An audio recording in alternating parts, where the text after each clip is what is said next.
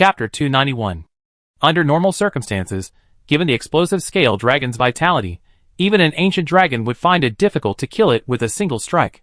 Most of the time, they would be unable to prevent it from entering its red heat state, leading to an uncomfortable fight and a high probability of its escape. Only this time, there was indeed a bit of luck involved. Without Luo Yun activating sunlight to further enhance his strength, he was able to kill it with a single concentrated breath. This was certainly due to the powerful force of the tribulation flame. It was also possible that the explosive scale dragon was at the critical point of entering its red heat state, and the tribulation flame breached its outer layer of defense, preventing it from releasing its explosive scales. The explosive fluid within, which was at its most active, ignited, destroying its outer defenses and leaving a fatal wound. The combined power of the tribulation flame and the explosion created the effect of a small nuclear explosion on the basalt. Unfortunately, in such an explosion, the explosive scale dragon was likely completely destroyed, which was a real waste for the Dragon Crystal Land, where food was scarce. Relying on his exceptional vision, Luo Yun saw Yaji flying back to her lair before he spread his wings and flew to the magma zone on the other side. After confirming that the Azure Fire Dragon was still alive, he turned and flew back to her lair. As for the Great Fire Dragon, its strength meant it could easily escape even an ancient dragon, so Luo Yun didn't need to worry about it.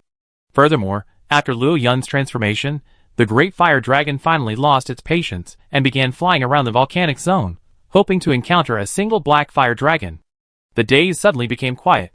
Because Luo Yun occasionally released his ancient dragon's pressure, many monsters living in the basalt area knew that after the steel dragon, another ancient dragon had occupied a territory on the high ground of the basalt. The number of monsters in the high ground of the basalt, which were not many to begin with, decreased significantly. Several explosive scale dragons chose to migrate away from that area. Roar! Roar! A somewhat rapid dragon roar interrupted Luo Yun's meditation. The life energy slowly flowing into his body stagnated, its efficiency beginning to slow. Although this little life energy was a drop in the bucket for Luo Yun now, he still felt a little annoyed at the interruption of this rare tranquility. Opening his eyes, his icy blue pupils gazed at the Azure Fire Dragon soaring above the platform. You better be okay. Resisting the urge to set it on fire, Luo Yun slowly stood up, letting a few warm, silver-white, discarded scales fall. Also due to the dramatic increase in his vitality, his regenerative properties were greatly enhanced, allowing Luo Yun to maintain peak physical condition during non-combat periods. As for the little life energy he lost, it was even slower than his natural recovery rate. Luo Yun was truly daring now. According to his calculations, his internal life energy reserves were so high that he could fight to the bitter end without even depleting them. Thus, he was no longer as stingy as before, daring to waste even a single drop of excess life energy. Roar, roar! After a series of low growls, Luo Yun finally understood what the creature was talking about. Spreading his wings, he followed the Azure Fire Dragon toward a secluded spot in the basalt zone. Soon, accompanied by a low roar, Luo Yun and the Azure Fire Dragon circled a large hole and arrived at a canyon on the seaside in the lava zone, landing safely beside Yaji. At a glance, Luo Yun saw the massive fire dragon skeleton, reduced to mere bones. A rough estimate suggested it was probably over 30 meters long. Black Flame King. Luo Yun immediately recalled the Black Flame King 15 years ago, the one who, when the ancient tree fire dragons needed him most, had taken away most of the battle-hardened fire dragon couple. Later, when he learned that he had failed to surpass his lifespan and instead died in the Dragon Crystal Land, Luo Yun had assumed he had simply died of old age. But now, it seemed otherwise. At that moment, the Black Flame King's hard skull was pierced by a chilling azure ice blade, pinning it to the ground. This was the Dragon Crystal Land, a volcanic region. Judging from the ultra-low temperature, the edge of the ice blade contained fragments of flesh and blood, indicating that the Black Flame King had perished under its very blade. After all these years, in this scorching heat, this ice blade had remained intact, even keeping the temperature in this coastal canyon significantly lower than elsewhere. One could only imagine the power of its owner. Ice-cursed dragon. And not just any ice-cursed dragon.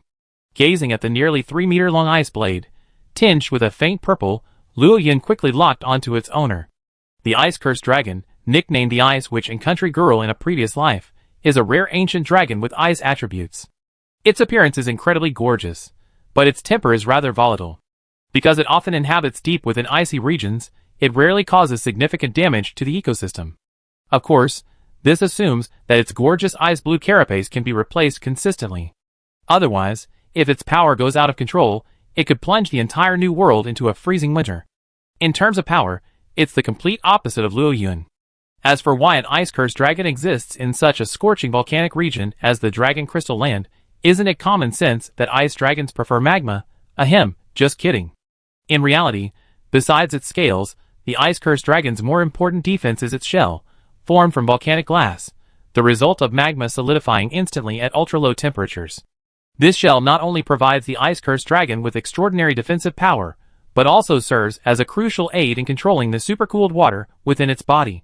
Since volcanic glass cannot withstand such extreme low temperatures for long periods of time, ice-cursed dragons often prioritize nesting near volcanoes in icy areas, or directly in lava fields.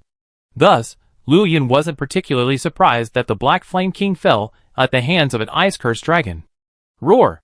A series of terrified, angry, and chaotic dragon roars echoed from nearby, sending swarms of acid-winged dragons fleeing in all directions. Before Luo Yun could take flight, a familiar metallic dragon roar echoed.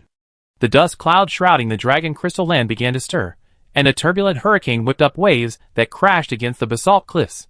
After exchanging a glance, Luo Yun quickly reflected and followed the direction of the air currents his wings sensed.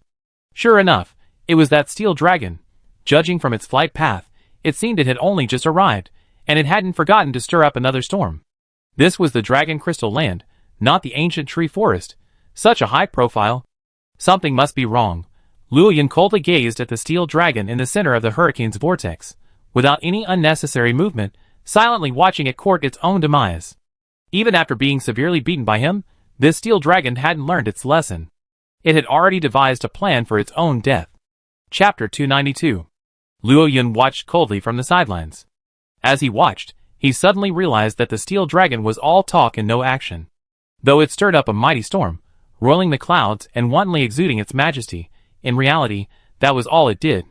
It was nothing like the storms and blizzards of the ancient forest, accompanied by several tree-breaking tornadoes. Back then, the steel dragon style was at its peak, like a descending god. Now, perhaps awakened by Luo Yun's warning, or perhaps realizing the depth of the waters in the Dragon Crystal Land, the steel dragon's current behavior seemed more like a deliberate display of desire to reside there for a longer period, deliberately displaying "I'm strong, don't mess with me" attitude. Using the swift wing's ability to calm the storm in his area, Luo Yun scanned the area, searching for a figure. The steel dragon thought it wouldn't harm the ecosystem, merely radiating its aura of power, and it would be fine. However, to Luo Yun, such behavior was no different from that of a fool. It was unclear whether the steel dragon had lost its mind, or perhaps, in his long history, he hadn't yet grasped the true meaning of life. Even if he hadn't seen Nergigant, he must have seen ancient dragons similar to it, right?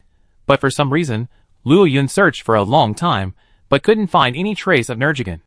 The steel dragon was so arrogant, with no intention of concealing its presence, but hadn't it attracted Nergigant?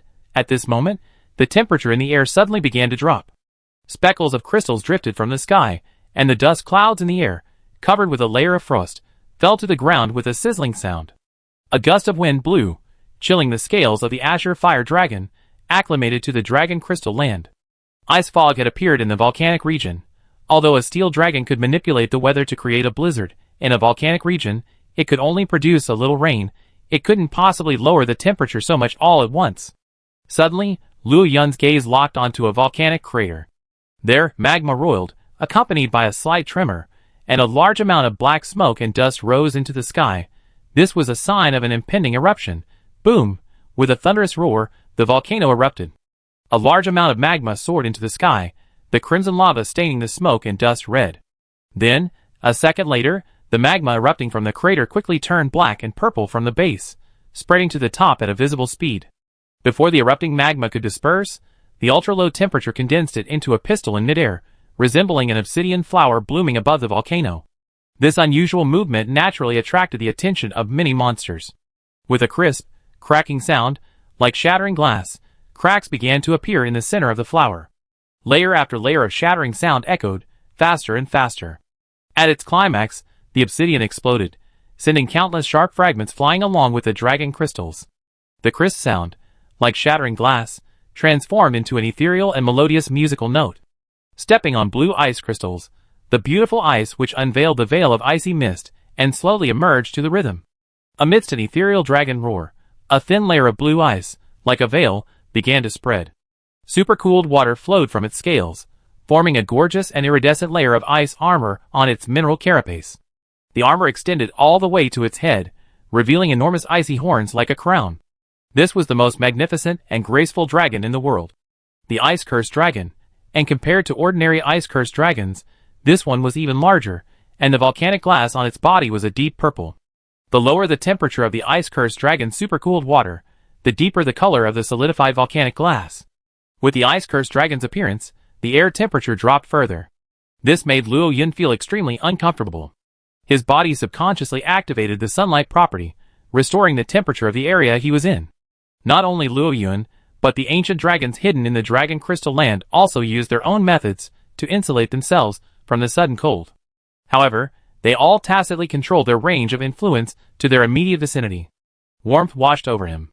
The azure fire dragon gazed at Luo Yun's back with adoration, then slowly descended onto the basalt. He shook himself, shaking off the volcanic ash. The steel dragon watched the ice-cursed dragon from afar. For some reason, even though the ice-cursed dragon was simply flying there quietly, radiating no pressure or hostility, he sensed danger. This made the steel dragon somewhat uncomfortable. He wasn't a good-tempered ancient dragon to begin with, and now, as luck would have it, it was molting again, with rust beginning to form along its edges. This made the steel dragon want to assert his authority. Unlike the ancient forest, there weren't many unusual weather phenomena, nor was there any excessive use of his powers. With only the wind swirling around him, the steel dragon charged forward. As an ancient dragon whose energy had reached the pinnacle of dragon life, the steel dragon didn't consider itself defeated in a one-on-one battle with the ice-cursed dragon without using its powers. Or rather, even if it lost, it wouldn't be a disgraceful loss. With this thought in mind, the steel dragon charged forward with his breath. But what greeted him was a flash of cold light. The ice-cursed dragon displayed remarkable agility. After exchanging breath blows, he unexpectedly managed to close in on the steel dragon. The ice spikes on its tail pierced with a sharp, cutting sound, and the steel dragon, whipping up a gust of wind, retreated. A noticeable scratch appeared on its hard metal wings, surrounded by a thick layer of frost. Before he could retaliate, huge, sharp ice blocks, 4 or 5 meters in height, fell from the sky, smashing into the steel dragon, who hadn't been able to quickly summon a gust of wind to disperse the ice. Another layer of frost covered his body. The ice-cursed dragon's attacks weren't as ferocious as the steel dragon's. Like a predator, it orchestrated everything. After the steel dragon was struck by the ice blade, it began its strategy, a series of interlocking moves. The steel dragon, without using its power, fell prey to the ice-cursed dragon's rhythm. There were no particularly violent clashes, no moves that would cause widespread ecological damage. But the steel dragon continued to fall further and further behind, eventually only occasionally launching counterattacks. The rest of the time, it was either dodging or being hit. The steel dragon, a veteran of the ancient dragon fairy, had lived through countless battles for countless years, yet in the battle with the ice-cursed dragon, it was like a rookie. Chapter 293. However, in a sense, this steel dragon could indeed be considered a greenhorn compared to the ice-cursed dragon. After all, this ice-cursed dragon was a veteran king ice-cursed dragon. The volcanic glass carapace of a regular ice-cursed dragon is blue with purple hues, but only the veteran king ice-cursed dragon's is completely purple with a metallic texture. While the veteran king bears the word veteran, there are actually significant differences. Veteran individuals are common in the New World, both ancient dragons and ordinary monsters, and their strength is often enhanced. But veteran king individuals are unique to ancient dragons. This is an ancient dragon that has successfully survived death at the limit of its lifespan, breaking through its lifespan limit, improving its various physical stats, and gaining a new, extended lifespan. While this improvement doesn't necessarily elevate an ancient dragon's ecological niche, there's no doubt that every veteran king ancient dragon is a formidable force. Thus, a one-sided battle unfolded above the Dragon Crystal Land, marked by a vast disparity in experience and energy output efficiency. At one of the highest points in the basalt region, a similarly aged steel dragon from the 1st Regiment observed his kin being brutally beaten, his heart unmoved, his gaze fixed on the veteran ice-cursed dragon with a touch of envy. With the exception of the Flame King dragon from the 2nd Regiment, whose sole purpose was reproduction, the ultimate goal of every ancient dragon from the ancient dragon fairy was to break through the limits of their lifespan. If they failed to break through, they would have no choice but to spend their final year either leaping from the volcano or traversing the earth vein corridors into the Miasma Valley, awaiting eternal slumber. After being assaulted for a prolonged period, the steel dragon nearly surrendered to the power of the storm several times. Fortunately, he had only just begun molting, and hadn't yet reached the stage of becoming a rusted steel dragon, so he managed to hold back. When his wings were once again frozen by the frigid breath, the steel dragon finally gave up. Between anger and humiliation, he chose humiliation, curling a pitch-black tornado. It blocked the view of the veteran King Ice-Cursed Dragon, then dispelled the frost and flew towards the sea without looking back. The veteran King Ice-Cursed Dragon chose not to pursue him. After all, the fight was merely a result of his anger at being interrupted while changing clothes. He could have beaten him up, but even a veteran king couldn't easily kill an ancient dragon, let alone an old one. Furthermore, every old ancient dragon was of vital importance to the ancient dragons living in the Dragon Crystal Land. After all, after the death of an old dragon, the life energy within them is all part of the Dragon Crystal. However, although the battle-tempered King Ice-Cursed Dragon had no intention of pursuing it, some monsters would be reluctant to part with such a conspicuous target. After confirming that the battle-tempered King Ice-Cursed Dragon had restrained its aura and truly let the steel dragon go, a large black hedgehog within the Dragon Crystal cluster took off without hesitation, chasing the steel dragon in the direction it had left. The ancient dragons of the Dragon Crystal Land were accustomed to this. Regardless of whether they could defeat it or not, or whether the hunt was successful or not, this Nergigant would always choose to take a few bites first. Over the years, which ancient dragon that had crossed over had not been pursued by Nergigant? Thankfully, Nergigant would often ignore monsters that it had fought but found no victory, or whose benefits outweighed the costs, and move on to new targets. This allowed many ancient dragons, with only a few decades left to live, to confidently attempt to break their lifespan limits. The battle-tempered Ice-Cursed Dragon watched the Nergigant pursue him, its ice armor shattering into fragments as it spread its magnificent wings and flew towards Luo Yun. Luo Yun instantly became alert. After ordering Aji and the Azure Fire Dragon to retreat, he remained alone, covering their retreat while also trying to see what the battle-tempered Ice-Cursed Dragon intended to do. Soon, the Ice-Cursed Dragon, radiating a chill, and Luo Yun, whose air around him was slightly distorted by the intense heat, met over the basalt strait. Unlike the wary Luo Yun, the battle-tempered Ice-Cursed Dragon merely glanced at Luo Yun with its jewel-like eyes before gliding gracefully past him in an arc.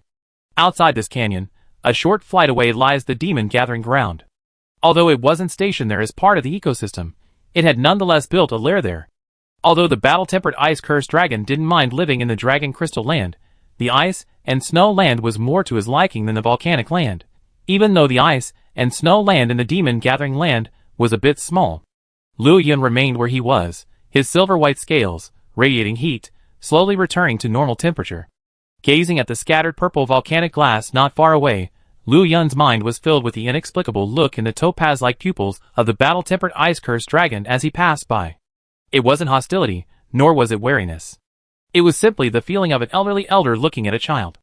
Although Luo Yun's age was indeed no more than a child in the eyes of these ancient dragons, who had lived for hundreds, or even thousands of years, was there any respect due to a fellow ancient dragon?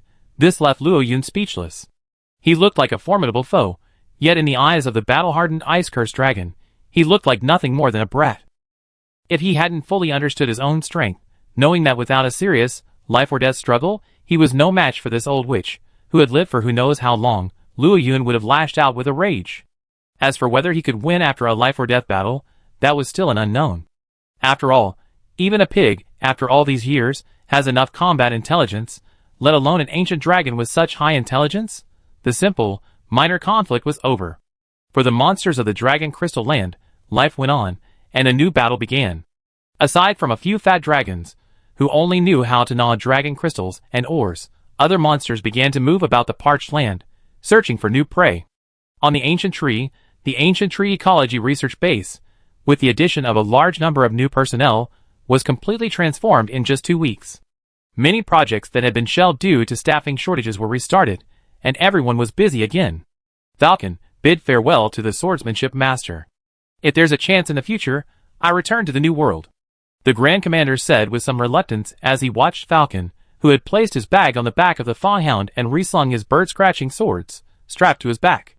Although they hadn't formally become his apprentices, the Grand Commander sincerely admired this gifted and diligent student. This second-term shipmate hunter had dedicated 10 years to pioneering in the New World, and the time had finally come to return to build his homeland. Everyone has their own aspirations, and the Grand Commander couldn't, and shouldn't, stand in his way. Chapter 294. Falcon looked at the Grand Commander and opened his mouth, but no sound came out. After a long pause, he slowly lowered his head. Although his purpose in coming to the New World was to hone himself in this harsh, undeveloped land and learn stronger and more powerful hunting techniques from his predecessors, so that he could return home and strengthen his village, but during these 10 years together, perhaps because of the long period of shared hardships, even though he had made up his mind and submitted his application to return, Falcon now felt like he had betrayed his friends and let everyone down. Thus, facing the Grand Commander, who was both his mentor and friend, Falcon lowered his head in shame. From Falcon's expression, one could tell what he was thinking. The Grand Commander reached out and patted him on the shoulder. As he looked at him, his face still bright with a smile as he raised his head. Remember why you came and why you are leaving. Strengthen your heart, and no matter what you encounter, keep moving forward resolutely toward your goal. A true warrior always knows why they live. Meeting the Grand Commander's eyes, Falcon's previously troubled and guilty heart calmed down, and he nodded firmly. After 10 years of pioneering, facing not only the threats of various creatures but also all kinds of extreme battles, all pioneers have forged a resolute heart in addition to their own strength. Seeing Falcon recover, the Grand Commander finally released his hand with satisfaction. Well, when you return this time, you must build your hometown well and pass on everything you learned here to those talented young people. I hope that when we meet again, I hear the good news that your hometown has completely resolved its problems. Falcon nodded, then, as if contemplating something, a smile playing on his lips. I try my best. The village chief's shipboard letter says there's a child named Ni Tai in the village, who might possess the greatest talent in decades. This child might be the key to resolving the next 100 Dragons Night Parade. Seeing Falcon's hopeful expression, the Grand Captain nodded in agreement. As for why he placed his hopes on a young man, rather than Falcon himself, who had undergone 10 years of experience. Falcon was now 32 years old, while the Grand Captain and the Sword Master, at 26, were already the backbone of the 1st Regiment. But even such formidable figures could only manage a draw against an ancient dragon in a one-on-one battle. Scholars calculated that the only ones capable of such a feat were either ancient dragons or powerful monsters possessing the devastating power of ancient dragons. Falcon possessed excellent talent, ranking among the best among the 2nd Regiment's shipboard hunters, but that was all. After bidding farewell to the Grand Commander and the others, Falcon mounted his Fong Hound and followed the cat transport team towards the Starry Base. The liaison ship would leave in a month, giving them ample time. Inside the Starry Base, a figure stealthily approached the Mist Dragon's lair in the back mountain. After scanning the area, he saw no sign of the Mist Dragon, but he instinctively knew it, and its young were definitely there, perhaps even before him. The supply squad leader reached out to touch him, but found nothing. Ahem. Coughing to conceal his embarrassment, the supply squad leader recalibrated his tone, and spoke with hope. Old friend, I'm afraid we won't be playing lockpicking games for a long time. The guild needs someone familiar with the logistics of the Starry Base to return and plan and organize the 4th group. I'm getting quite old, and I don't know if I'd be able to return after this trip. So, I'm here to say goodbye. If possible, could you come and see me off? The logistics squad leader clenched his fists, nervously and fearfully awaiting Xiao Long's response. 1 minute, 2 minutes. A full 5 minutes passed, and still no sound came from the lair. This made the logistics squad leader feel a little disappointed and helpless. So he's really not here. After years of fighting, the logistics squad leader knew that, knowing Xiao Long's personality, even if he didn't want to pay attention, he would make some noise to let him know. And now, after waiting for so long and still hearing no sound, it proved that Xiao Long was not in the lair. He had only summoned the courage to speak those somewhat hypocritical words after much mental work. Now that he was gone, although he felt a little regretful, he was also relieved. Quack! A quack sounded from the lair entrance, startling the logistics squad leader. Turning around, he saw Xiao Long poking around the cave entrance. A pair of large eyes glared at him, their head tilted, then retreated to survey their surroundings, as if trying to confirm they had walked into the wrong lair. Quack! After confirming they were in the right place, Xiao quacked doubtfully. The supply squad leader immediately understood and waved his hand. No, it's okay. I'm just here to deliver the secret medicine. I'll be leaving after I'm done. The supply squad leader laughed, retrieved the secret medicine from his small bag, placed it on the small platform beside him, and hurriedly turned away. Unbeknownst to him, behind him, Xia quacked, watching him from behind, a strange light flashing in her large eyes, and then, quack! Rebellious son, put down that secret potion. The little rosy dragon, caught stealing a bag, rolled its eyes. After quickly swallowing the potion, it flapped its wings, transformed into stealth, and attempted to slip away. Unfortunately, rosy dragons possessed a special sensory ability that allowed them to clearly locate their own kind. Their near-impossible invisibility, to their fellow rosy dragons, appeared no different from ordinary life. The tongue whip extended, accurately striking the little rosy dragon's tail. With a loud, terrified croak, a thick white mist filled the nest carved out by the rosy croak. From this swirling mist, a pitiful whimper could be heard from time to time. Dragon Crystal Land. Luo Yun watched Yaji return, covered in wounds again. A flicker of pity flashed in his eyes, but it was quickly suppressed. The disparity in ecological niches thoroughly jarred Luo Yun and Yaji. Therefore, during this period, Yaji would venture out daily to seek out and battle the powerful monsters of the Dragon Crystal Land, often returning bruised and battered. Though Luo Yun felt somewhat reluctant, he deeply understood Yaji's feelings. Therefore, except for crucial moments, he silently concealed his presence and watched Yaji's battles from high above. For ordinary monsters, the only way to rapidly increase their strength, besides simply consuming time, was through constant battle, constantly battling powerful foes. Chapter 295. Fighting is a common occurrence for monsters in the Monster Hunter world. They fight for territory, for survival, for reproduction, and so on. However, few monsters fight to become stronger. The main reason is that the rewards are disproportionate to the effort, and they are very vulnerable to injury.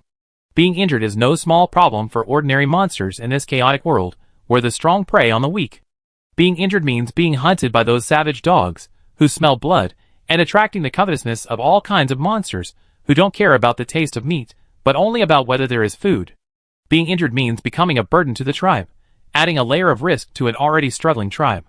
Severe injuries can even shorten a monster's lifespan and hamper its potential for further growth. Therefore, under normal circumstances, no monster would choose such extreme means to increase its strength, risking becoming food for other monsters, just to seek the slightest chance of becoming stronger. Now, Yaji made this choice for one reason. First, relying on Luo Yun's support, she could fight to the fullest within her acceptable range. In a place like the Dragon Crystal Land, where life energy is abundant and the environment is harsh, fighting can maximize the activation of cells and energy organs within the body, stimulate the body's potential, and maximize the use of life energy to strengthen the body. This is why the monsters here are not only powerful in energy and physique, but also extremely experienced in combat. Second, under the influence of the symbiotic nature, Luo Yun successfully completed his transformation into an ancient dragon. As the second level of the pyramid, and living with Luo Yun day and night, Yaji's vitality is also slowly increasing, and her self-healing ability has also made significant progress. Combined with the secret medicine and medicated remedies, specially sewn into a cloth bag made of mantis silk by the Azure Fire Dragon upon departure, these could minimize the risk of hidden injuries. This is the benefit of having a strong backer and logistical support.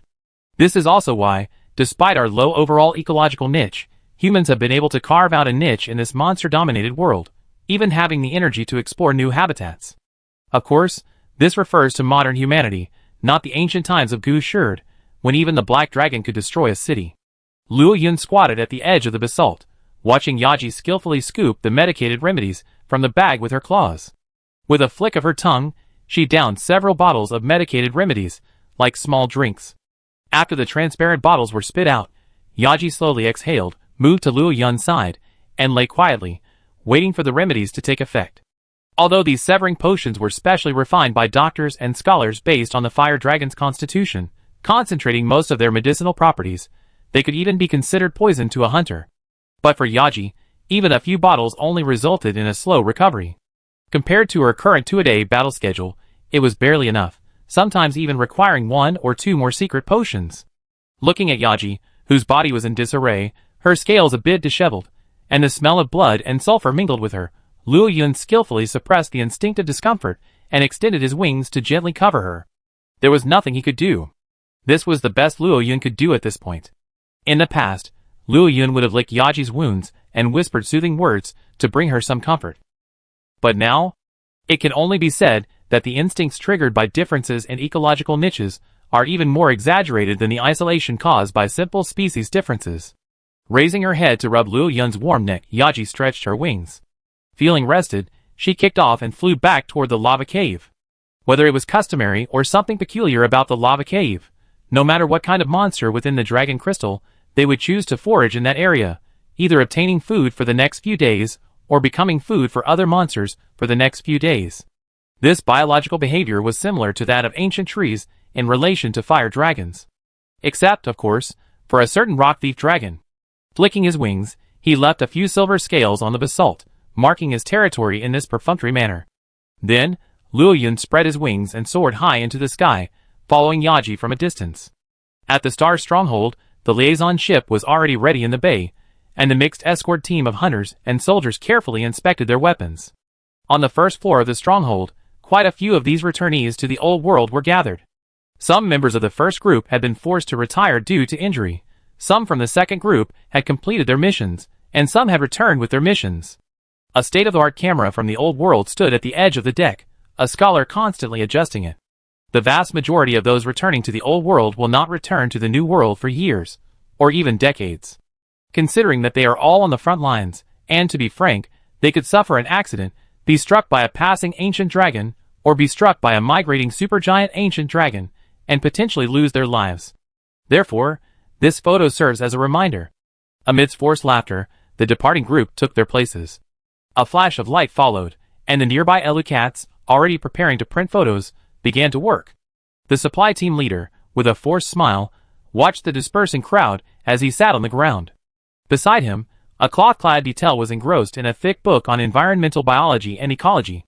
With continued interaction with the survey team, the cats finally moved beyond the three categories of hunter cats, attendant cats, and chef cats.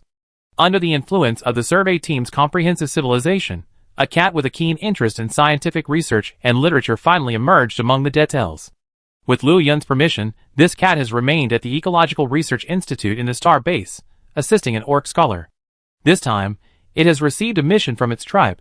As a study-abroad cat, it will travel to the old world with them, learning new knowledge and returning to expand the heritage of the ancient tree fire dragon clan. The supply squad leader looked at the unusual deter beside him, remembering the commander-in-chief's instructions. He couldn't help but reach out and tickle the cat's alopecia. Perhaps because the cat was too engrossed in its reading, it didn't react at all, which made the supply squad leader feel a little disappointed. Squad leader. Look! At this moment, a fake cat trotted over in a panic, holding out a large photo. The supply squad leader took it, puzzled, and examined it closely. Then, his eyes widened in disbelief as he stared at the fake cat, then at the photo. Behind him in the photo, the supposedly deserted star stronghold setting, were two rosy dragons, one large and one small, their mouths open, as if they were about to bite him. Chapter 296. She extended her index finger, pretending to be blinded by the wind, and quietly wiped the tears from the corner of her eye. The logistics squad leader solemnly put the photo away. Although he felt that Xiaolong and her son had probably left, he still spoke softly. "Thank you, old friend, thank you for coming to see me off." Quack. A faint sound came from beside her ear, and the logistics squad leader's pupils suddenly shrank. She looked back, only to see a gentle breeze sweeping leaves down. She turned her head with a somewhat dim look in her eyes, only to feel her sleeve being tugged. She turned her head, and saw the cat sitting next to her. Just as she was about to ask what was wrong, she saw a purple scale with a few yellow markings lying quietly between her and the cat. The faint scent of datura medicine wafted from the scale. The logistics squad leader picked up the scale, feeling deeply moved, when a palm-sized metal lock appeared beneath it. The lock's exterior remained intact, but the internal lock core had been damaged, giving it a somewhat tattered appearance. But when the logistics squad leader saw the lock, tears welled up in his eyes. This was the gift he had given to little Xiaolong. The large scale belonged to Xiaolong, and the lock belonged to little Xiaolong. They were a token of Xiaolong and her mother's approval of him, a special parting gift for him. Thank you, thank you. I will cherish them. A man in his late 50s clutched these two items tightly, sobbing softly. Beside the logistics squad leader, Mao Mao was flipping through a thick book. Under the cover of the book, he secretly stroked the silver-white scale beneath his robe, which still held a warm scent. "The Fire Dragon Master will protect me, meow," Mao Mao said firmly in his heart. The lingering warmth on his scales made him less afraid of the unknown world. As the sun rose and the wind shifted, the liaison ship hoisted its sails and, under the gaze of the survey team members on the cliff, used the wind to sail towards the horizon. "Thank you all for your dedication over the years," the commander-in-chief shouted loudly. Upon hearing this, the people around him shouted out in unison, bidding farewell to their friends on the liaison ship. Up on the platform, an editor quickly recorded this scene. Parting is always sad, but for the members of the 1st and 2nd Corps, they were also sincerely happy for their companions, who had to leave. Pioneering is a hard and dangerous endeavor. Although these companions left for various reasons, some of them rest in peace on this land. Every pioneer is a hero. The farewell ceremony ended quickly, the sadness of parting lasting only a short time. The pioneering work was heavy, and the remaining people had no energy to dwell on the separation. Soon, the starry stronghold was bustling with activity once again. "Commander-in-Chief, Commander-in-Chief." "Excellent." A dusty hunter, riding a thief dragon, came galloping over. Carlos, having just regained his composure, hurried to meet him. Normally, high-speed travel on a thief dragon is prohibited within the stronghold. However, this veteran hunter from the 2nd Term Regiment, knowing this rule, still chose to ride a thief dragon. This meant the news was truly important. As he flipped open the parchment and read the contents, the commander-in-chief's stern expression began to visibly light up with joy. A few days ago, at the Ancient Tree Ecology Research Base, the scholars at the base appeared incredibly happy, and the entire base was filled with joy. The Dragonman alchemist carefully stored the manuscript in her hands, fearing even the slightest damage. After countless scholars tirelessly researched day and night, they had finally deciphered the alchemical principles of the ancient dragon-slaying spear. For humans, the difficulty in studying ancient large-scale strategic weapons, like the dragon-slaying spear, has always been the alchemical structure engraved within the weapon, rather than its material composition. Alchemy, however, requires immense knowledge of various biological processes and the ability to sense energy, making it impossible for humans to learn. Even among Dragonman scholars, only a select few with exceptional talent could master this skill. And today, under the guidance of the alchemist, the alchemical structure of the ancient dragon-slaying spear brought by the Gumantis, combined with materials unique to the New World, has finally been successfully deciphered and replicated. While there's still a long way to go before it can be used in replica weapons, the most difficult and crucial aspects have been overcome. All that remains is time and materials for verification. Furthermore, scholars have deduced from the internal serial number on the dragon-slaying spear that its unearthed location must have been a defensive fortress, or at the very least, a complex of buildings like a fortress. This speculation excited the enthusiastic scholars, who were eager to set out immediately to conduct the relevant archaeological research. Although the investigation team has now opened up a transportation route between the Star Stronghold and the ancient tree, they have even used it as a base to radiate outwards and conduct large-scale investigations in the surrounding areas. However, compared to the vastness of the ancient tree forest, the investigation team's current scope is only a tiny fraction of it. Furthermore, this is achieved even with the presence of a mist dragon within the base, allowing the team to avoid excessive concerns about the Starry Stronghold's defenses. Thus, for everyone on the investigation team, any breakthrough that could enhance overall defense capabilities is enough to excite them. Furthermore, this is the dragon-slaying spear, a specialized weapon used by humans against ancient dragons. With this alone, the Starry Stronghold can significantly reduce the threat posed by the ancient dragons. So, if they could breach the other defenses within the ruins, wouldn't that elevate the Starry Stronghold's security to another level? As the scholars clamored, and the Grand Master and the Third Phase Master tried to appease them, a dragon-like girl appeared beneath the ancient tree. She looked up from the woods with a touch of worry and fear, watching the ferocious fire dragons dancing in the canopy above the ancient tree. For a moment, she even considered retreating. Even though she sensed the joy emanating from the gem in her backpack, she still didn't dare go up. The main reason was that these mutated fire dragons were far more ferocious than their original counterparts, appearing even more aggressive. Furthermore, the abnormal temperature near the ancient tree made the dragon girl unsure if they had developed other abilities that could see through her disguise. She was here to deliver a gift, according to her destiny, but not to die. The dragon girl, already hesitant, struggled in the woods, unaware that pairs of eyes had already locked onto her, stealthily closing in on her. Chapter 297. The dragon girl, her heart swirling with anxiety, felt her legs go numb from squatting. She reached out and tightened her clothes, intending to retreat temporarily and return later when she had mentally prepared herself.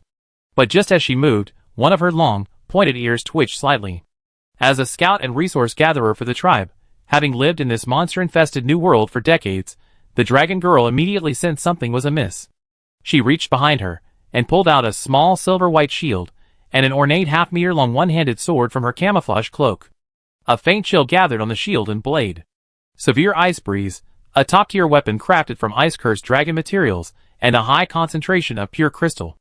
Unlike the conventionally forged weapons of the current investigation team, the shield and one-handed sword's hilts held two shimmering orbs, seemingly alchemical artifacts crafted from a very ancient alchemical technique.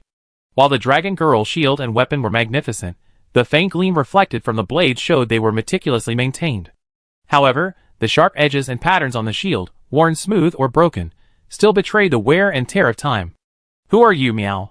A crisp, yet alarming voice rang out.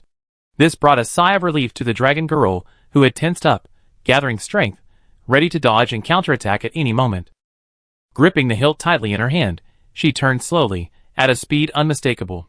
She saw Deter behind her, clad in leather armor, and clutching a large boomerang, watching her warily. "Dragon Man, Meow?" When the cat saw the dragon girl's face, it gently wiped the flammable liquid that had just been secreted from the soft pad of its palm, and asked the dragon girl in a puzzled voice, "Are you from the Third Corps, Meow? I haven't seen you before." For the cat of the ancient Tree Fire Dragon clan, there were only so many people in the First and Second Corps of the investigation team. After so many years, they had already recognized them all. And now, the girl before them was clearly a dragon man. Since they had never seen her before, she was most likely a new member of the Third Corps. "Yes, Meow. I was so scared. I thought it was some unknown monster. Your suit is so powerful. If you hadn't moved just now, we wouldn't have noticed, Meow." The dragon girl was interrupted by the cat before she could finish her words. Just as she was about to explain herself, she saw the cat wave its hand, and several fully armed cats emerged from the jungle around her. This wisely prompted the dragon girl to keep her mouth shut. So many Deter had surrounded her without her realizing it. "Are you a dragon hunter? Are you here on a mission, Meow? Your outfit is amazing, Meow. Is it the latest from the investigation team? I never seen a female dragon hunter before, Meow. You must be quite impressive." The dragon girl, who was originally trying to find an excuse to leave, was unknowingly dragged up the ancient tree by the cats. The cats, each transformed into curious little babies, meowing at one another. Although the old world language they had learned sounded a bit strange to the dragon girl, it was still understandable. After watching the cats surrounding her and the mantis-like monster descending from the ancient tree carrying a large piece of metal, the dragon girl decisively chose to remain silent. Desperately, she could only follow the cat's lead as she headed towards the upper levels of the ancient tree.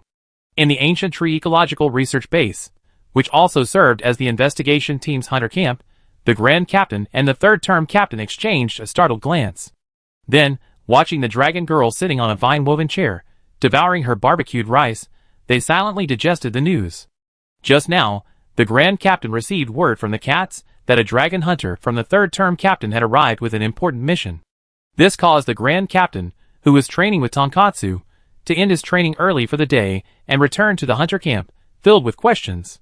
In the old world, dragon hunters were few to begin with, and aside from the insect stick-wielding dragon hunter from the 1st Regiment, there were no other dragon hunters in the New World. So when did the 3rd Regiment even have one? But when the Grand Captain arrived at the camp, he saw a dragon girl with 3 dragon scales on her forehead, dressed in a gorgeous silver-white battle skirt, and a crown-like ornament on her head. She was chatting with the 3rd Regiment's captain. Seeing the Grand Captain arrive, he didn't forget to greet her. Later, upon learning the dragon girl's identity and how she arrived, he was unsure whether to be excited or speechless. "I never thought ancient dragons still existed in the New World," the 3rd Regiment's captain said quietly, carefully comparing the dragon girl to himself. "The dragon people aren't static, they're constantly evolving. The current old world dragon people lack scales, claws, or other monster-like features, and overall look more like humans." "Ancient dragon people?" The dragon girl put down her empty bowl, wiped her mouth, and looked at the leader of the 3rd Regiment with confusion. "Don't worry, it's just a harmless term." The leader of the 3rd Regiment waved her hand and explained that ancient dragon people existed in the old world as well. It should be said that those who had always intermarried with other dragon people and retained the most primitive dragon bloodline could be called ancient dragon people. However, the ancient dragon people of the New World seemed to have preserved not only the original bloodline, but also some ancient knowledge. The leader of the 3rd Regiment looked at the clothes the dragon girl had set aside, pondering to himself. Not sensing any malice from the leader of the 3rd Regiment, the dragon girl nodded calmly. I never imagined there were intelligent species other than monsters on this continent. But you're living so openly in the fire dragon's territory. Aren't you afraid of being attacked? The dragon girl looked at the 2 men across from her in confusion. The Grand Captain and the 3rd Term Captain exchanged glances, and both understood the dragon girl's situation. So, after arranging his words briefly, the 3rd Term Captain began to explain everything to the country boy, who seemed to have been isolated for too long. Outside the ancient tree Loyun's lair, Tonkatsu was lecturing several patrol cats. He had heard about the dragon girl story, and he was nearly choking back at the fact that these cats had brought a creature whose identity was unknown so safely aboard. Chapter 298. Dragon Crystal Land, outside the lava cave. Ah! Ah! Ah! A resounding roar echoed from here, so resonant that even the sound waves shattered some of the less stable dragon crystals. On the basalt ground, dotted with tiny cracks, a massive monster, approximately 27 meters long, its scales dark with blood-red markings, moved on all fours like a mad tiger. Its massive front paws radiated a bloody scent, and its forelimbs and head radiated a scarlet glow as it moved. At this moment, relying on its immense physical strength, it pounced, charged, and rammed its dragon chariot. Each attack was accompanied by a deafening roar. The splashing lava that landed on the figure was merely swiftly flung away, causing no burns. Black Boom Dragon. A subspecies of boom dragon, born in volcanic areas and influenced by the volcanic environment, resulting in a unique subspecies. It possesses a stronger and larger body than the original species, and its skin and scales have become darker due to the infiltration of volcanic ash, basalt, and other volcanic materials. This significantly increases its defense and provides it with considerable resistance to the intense heat of the lava. Due to its enhanced heart and lungs, the Black Boom Dragon's roar is far more powerful than that of a regular boom dragon. This roar, which is typically used for communication and intimidation, becomes a devastating weapon. However, the Black Boom Dragon's liver's metabolic capacity does not increase with its physical strength.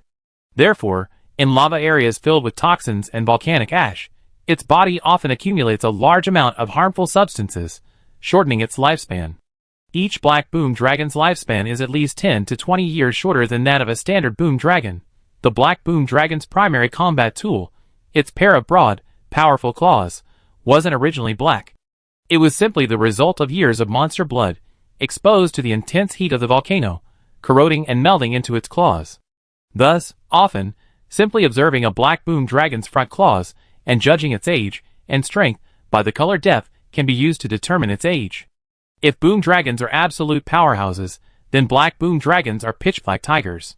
Having lost the ability to fly long distances, they have ample strength and stamina to compensate. Clearly, the Black Boom Dragon that Aji was facing now had front claws that were completely black, even reflecting the surrounding firelight. The scales on its body had also completely transformed into a deep, metallic black. This was a battle-hardened Black Boom Dragon. At this moment, it continuously roared like a black wind cannon, using its sheer force to leap like a bolt of lightning, successfully deflecting Aji from its ambush and forcing her into ground combat. Thankfully, Aji had already developed the fundamental qualities of a hexagonal warrior. Merely deflecting the dragon would not put this vastly transformed queen of the land in a difficult position. A blaze erupted from its wings, and a bright fire-attributed substance burned within its flame bag. The scales on Aji's chest radiated a fiery crimson, like molten gold. Faced with the boom dragon's high-speed chariot, Aji made no attempt to evade. As if strolling leisurely through the streets, she charged into the Black Boom Dragon in her chariot stance. The result was clear. Aji was still weaker in terms of strength. But the sight of the Black Boom Dragon halting, its ferocious expression, and its furious roar told him it was in for a rough ride. Thanks to its increasingly hardened scales, Aji, despite losing the battle of strength, suffered no significant damage. With a roar, flames began to build. The Black Boom Dragon, sensing the situation was unfavorable, dropped to all fours and began to run. The next second, fireballs brimming with wisps of blue-purple flames, like machine guns, unleashed a relentless long-range bombardment on the Black Boom Dragon. Continuous explosions echoed across the land, shattering chunks of basalt. The magma beneath the basalt seemed to stir under the vibrations of the continuous explosions. The Black Boom Dragon, relying on its exceptional physical prowess, executed one high-speed evasive maneuver after another, even occasionally withstanding Yaji's attacks. It began circling around her, But Yaji's fireballs were always a little slow, landing behind the Black Boom Dragon, rendering it useless. The Black Boom Dragon also slowly narrowed its circle, closing in on Yaji. In the sky, Luo Yun restrained his aura, concealing himself within the dust cloud. To ordinary monsters, these dust clouds, highly toxic, were merely a small amount of insignificant dust to Luo Yun. Inhaling them would be easily processed by his powerful metabolic system.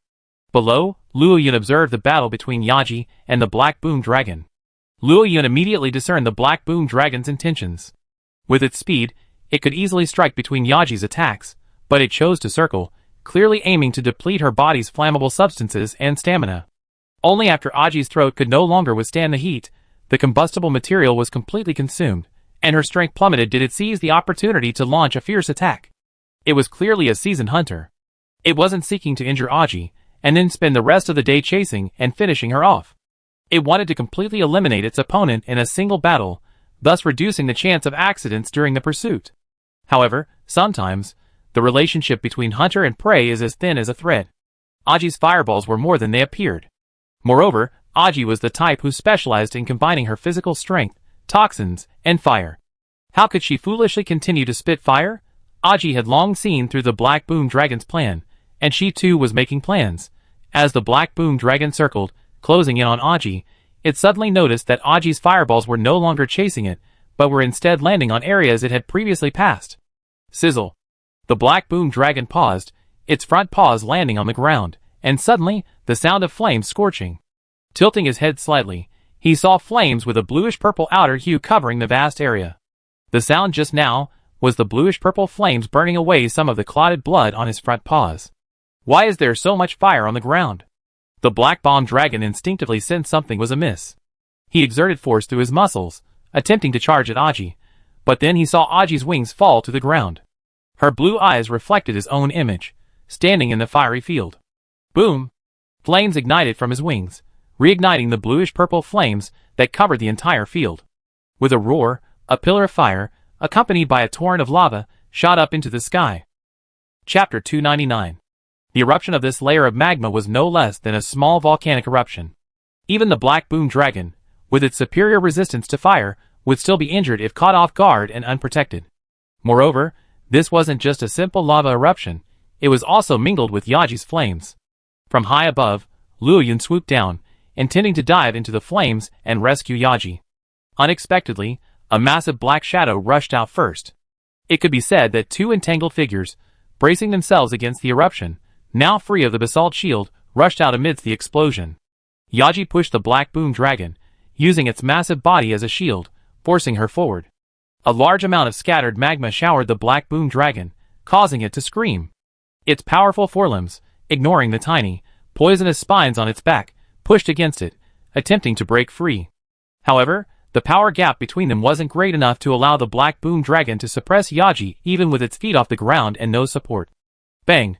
Rushing out of the eruption zone, Yaji slammed on the brakes, sending the Black Boom Dragon flying. The Black Boom Dragon let out a long, painful groan. A closer look revealed its back, scorched black by the flames and lava, and its abdomen, shattered by Yaji's impact, had shattered large scales. To make matters worse, the septicemic poison had taken its toll on the wounds, and the excruciating pain from the toxin was excruciating. From high in the air, Luo Yun observed the panting Yaji. Noting that her scales were only slightly dislocated and her back had a few bloody marks from the Black Boom Dragon's scratches, she appeared to have no other injuries. He stopped diving. He soared into the air again, his sharp gaze scanning the surroundings. The commotion just now was likely to attract someone's attention. Below, the battle between Aji and Black Boom Dragon resumed, but this time, Black Boom Dragon failed to seize the initiative. Accidentally injured, he was unable to stop Aji from ascending. Even at a low altitude, ideal for combat, he was able to suppress Black Boom Dragon's position. Aji would sometimes soar, using fire attacks and mid-air tail swings as her primary attack methods, pulling Black Boom Dragon back. Occasionally, she would descend, facing the creature's terrifying power head-on, exacerbating Black Boom Dragon's injuries through bites and the poison on its spines. This nearly flawless attacking style left Black Boom Dragon unable to adapt, and he was beaten back step by step. Finally, after being hit by a tail swing, a long bloody scratch was left on his face. The horrific burning pain from the poison made Black Boom Dragon subconsciously close one eye. Having no other choice, she took a deep breath of air thick with the scent of sulfur and volcanic ash. As Yaji instinctively assumed a defensive stance, a deafening roar erupted, like a megaphone. The sound waves seemed to materialize, spreading outward in circles with a black aura, stirring up vast clouds of dust. Yaji, bearing the brunt of the blow head-on, was still momentarily stunned by the roar, despite having prepared herself mentally. The Black Boom Dragon, taking advantage of this moment, leaped over 20 meters like a savage onion. With a powerful swing of its vestigial wings, it leaped over a large basalt slab and glided towards another area, seemingly fleeing. Jingling her head back to recover from the dizziness, Yaji glanced around cautiously. Once she was sure there was no trace of the battle-hardened Black Boom Dragon, she breathed a sigh of relief. The Black Boom Dragon's formidable nature truly exceeded Aji's expectations. A battle-hardened subspecies of Boom Dragon, having lived in the Dragon Crystal Land for years, perhaps even from childhood, possessed a combat prowess exceeding that of its normal kin. Even after being infused with such a potent venom, it persevered through the pain and continued its head-on battle with Aji, inflicting considerable damage. Thankfully, the Black Boom Dragon still possessed a will to survive, unlike the battle-crazed Black Wolf bird. Realizing it was completely at a disadvantage, it decisively chose to flee rather than fight Aji to the bitter end. Otherwise, Aji might have retreated later in the battle. After all, sustaining serious injuries just to defeat a battle-hardened Black Boom Dragon was unprofitable. Raising her aching neck, Aji looked up, but seeing no sign of Luo Yun, she thought nothing more and flew towards her nest in the basalt area. She needed to take some drugs to regain her strength before she went hunting. At this moment, Luo Yun was in a lava cave, facing off against a Flame King Dragon. Inside this lava cave, the basalt on the ground, which hadn't completely solidified to begin with, had turned crimson under the intense heat, threatening to transform back into magma. Small eruptions of lava were constantly erupting all around. A silvery white figure was enveloped in bluish-purple flames, while a crimson figure standing opposite it was also shrouded in bright golden-red flames. However, each was wary of their own concerns, and neither intended to strike first. Just as the atmosphere grew increasingly frenzied, the Flame King Dragon impatiently crushed the viscous lava flowing beneath its feet. The Flame Concubine Dragon, also familiar to Luo Yun, emerged from the crimson-glowing cave behind the Flame King Dragon. After glaring at Luo Yun with a fierce look of disgust, the Flame Concubine Dragon, for some reason, managed to hold back. He had recognized the creature that had once, for no reason, scolded him on the Coral Plateau. If possible, he truly wanted to join forces with the Flame King Dragon and teach Luo Yun a lesson. But he ultimately gave up the idea. With a low growl at the Flame King Dragon, he flapped his wings, tinged with blue flames, and flew back into the cave. The Flame King Dragon's growing fighting spirit subsided at the Flame Concubine Dragon's growl. He stopped advancing, growled threateningly at Luo Yun, and stared at him as he slowly retreated. Luo Yun's intention wasn't to fight the Flame Dragon King. He had just sensed its presence in the sky, and it was too close to Yaji's position. He was worried the Flame Dragon King would attack Yaji, so he came to block her path. Now that the Flame Dragon King had retreated, and Yaji seemed to have left, he naturally had no intention of engaging in battle with an ancient dragon. Furthermore, this wasn't just one ancient dragon, but a pair of ancient dragons working in perfect harmony. Having achieved his goal, Luo Yun gathered his momentum, quickly turned, and flew out of the lava cave. While he didn't know why the Flame Dragon King couple had retreated, Luo Yun was no fool. Facing a mixed doubles match against this couple alone was a choice not even a muscled warrior like Nergigant would make. Chapter 300. Not long after Luo Yun left, the Flame King Dragon once again strode out of the lava cave like a majestic lion, its flames entwined around it transforming into flammable dust that floated around. After a careful inspection, finding no trace of other powerful monsters, it turned back and roared muffledly into the cave. Soon, the Flame Queen Dragon, clutching 2 dragon eggs, adorned with red and blue patterns, and boasting incredibly high surface temperatures, carefully flew out. Led by the Flame King Dragon, they flew toward another lava cave at the intersection of magma and dragon crystals. These 2 dragon eggs had been recently laid by the Flame Queen Dragon, and were still incredibly fragile. They needed to be kept near the stable lava for a long time, relying on the stable, high temperature of the flowing lava to absorb their life energy. The recent battle between Aji and the Black Boom Dragon had triggered a small lava eruption. The lava flow there was the same as the lava in the Flame King Dragon couple's lair, causing the lava in the lava tube to churn and swirl restlessly, with faint signs of eruption. This infuriated the Flame King dragon couple, who were carefully guarding the dragon eggs. To better protect the dragon eggs, they had even stopped hunting and instead subsisted on the combustible minerals and coal in their lair. Yet, a monster brawl erupted right on their doorstep, causing such a commotion. Already irritated by the pressure of incubation, the Flame King dragon, already irritable due to the pressure, immediately went out to investigate and, if possible, improve the food supply. Then, they encountered Luo Yun blocking the door. The location of their nest was discovered by an ancient dragon.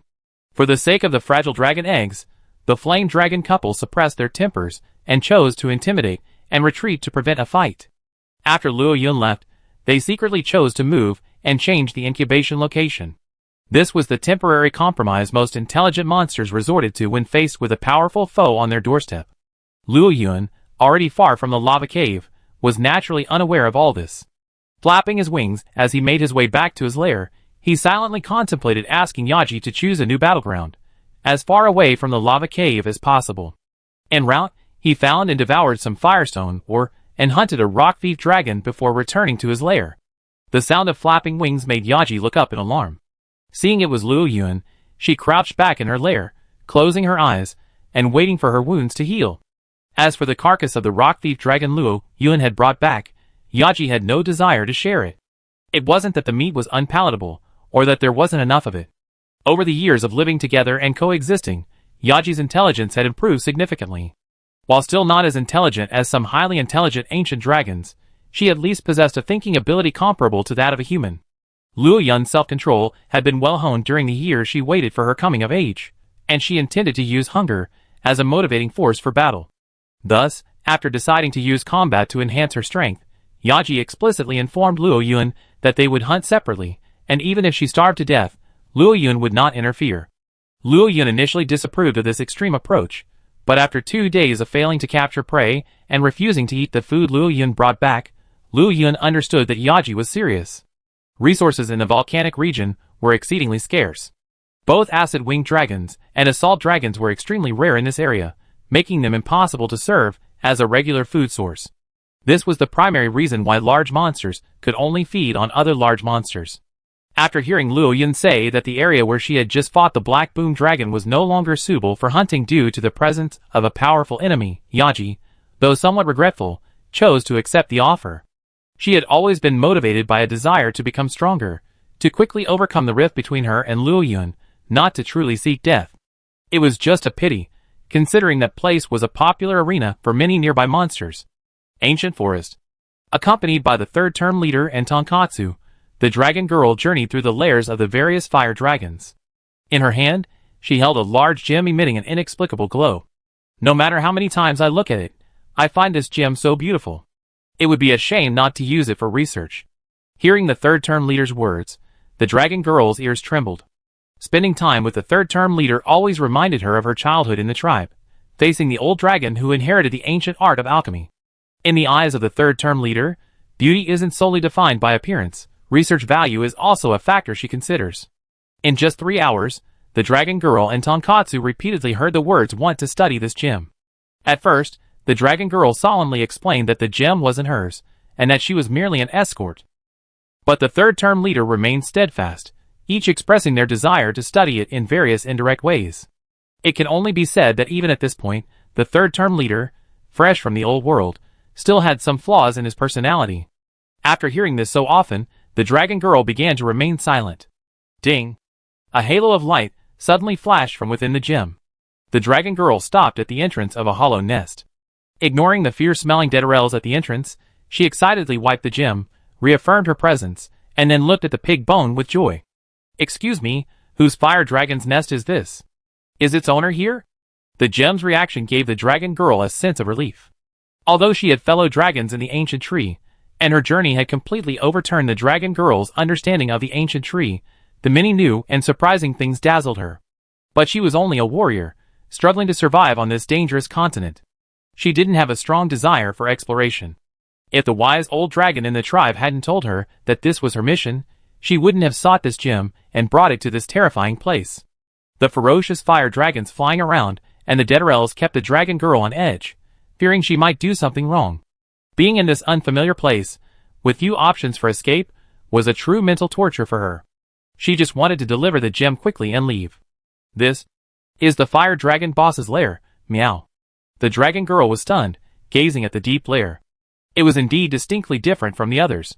As for the fire dragon boss, she had understood his significance from their previous conversation, but now she didn't care. Her greatest desire was to get this over with and leave quickly, but the next moment, upon hearing Tonkatsu's words, her heart, which had been cheering up, plummeted to a freezing point. The fire dragon boss has gone far away. Who knows how long it will take for him to return, meow. Chapter 301. As soon as Tonkatsu finished speaking, everyone saw the dragon girl's body stiffen, her entire form fading at a visible rate. Crack, crack. Turning her head mechanically, the dragon girl's eyes grew hollow as she stared at Tonkatsu. You be back, right? It's just a short absence, right? You be back soon, right? At this moment, the dragon girl had truly wasted her exotic beauty, unique to the dragon race, and her gorgeous and noble ice-cursed dragon suit. Filled with despair, she looked at Tonkatsu, hoping to hear some good news from him. Well, the fire dragon boss said he'd be gone for about a year, maybe even longer, so he probably won't be back anytime soon, Tonkatsu said in a muffled voice. The dragon girl, trembling slightly at his words, lowered her head. Looking at the gem in her hand, she was momentarily filled with endless regret. I can put the gem in here first. When your fire dragon boss returns, you can remind him. I be leaving now. After hesitating for a long time, the dragon girl still felt that her life was more important than the old dragon's prophecy. So, she had originally intended to hand over the gem herself, but this time she offered to keep it.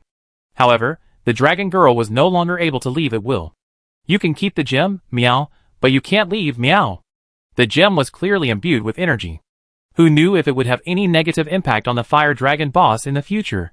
As the captain of the fire dragon guard, Tonkatsu, committed to eliminating any harmful substances to the fire dragon boss, overruled the dragon girl's request. Moreover, after learning that the dragon girl's target was the fire dragon boss, Fire Dragon Deter had only two options for dealing with the current dragon girl, regardless of the reason. Either eliminate the dragon girl and throw the gem far away, or hand it over to the investigation team for study. Or, keep the dragon girl and the gem with them, guarding them closely until the fire dragon boss returns and makes his final decision.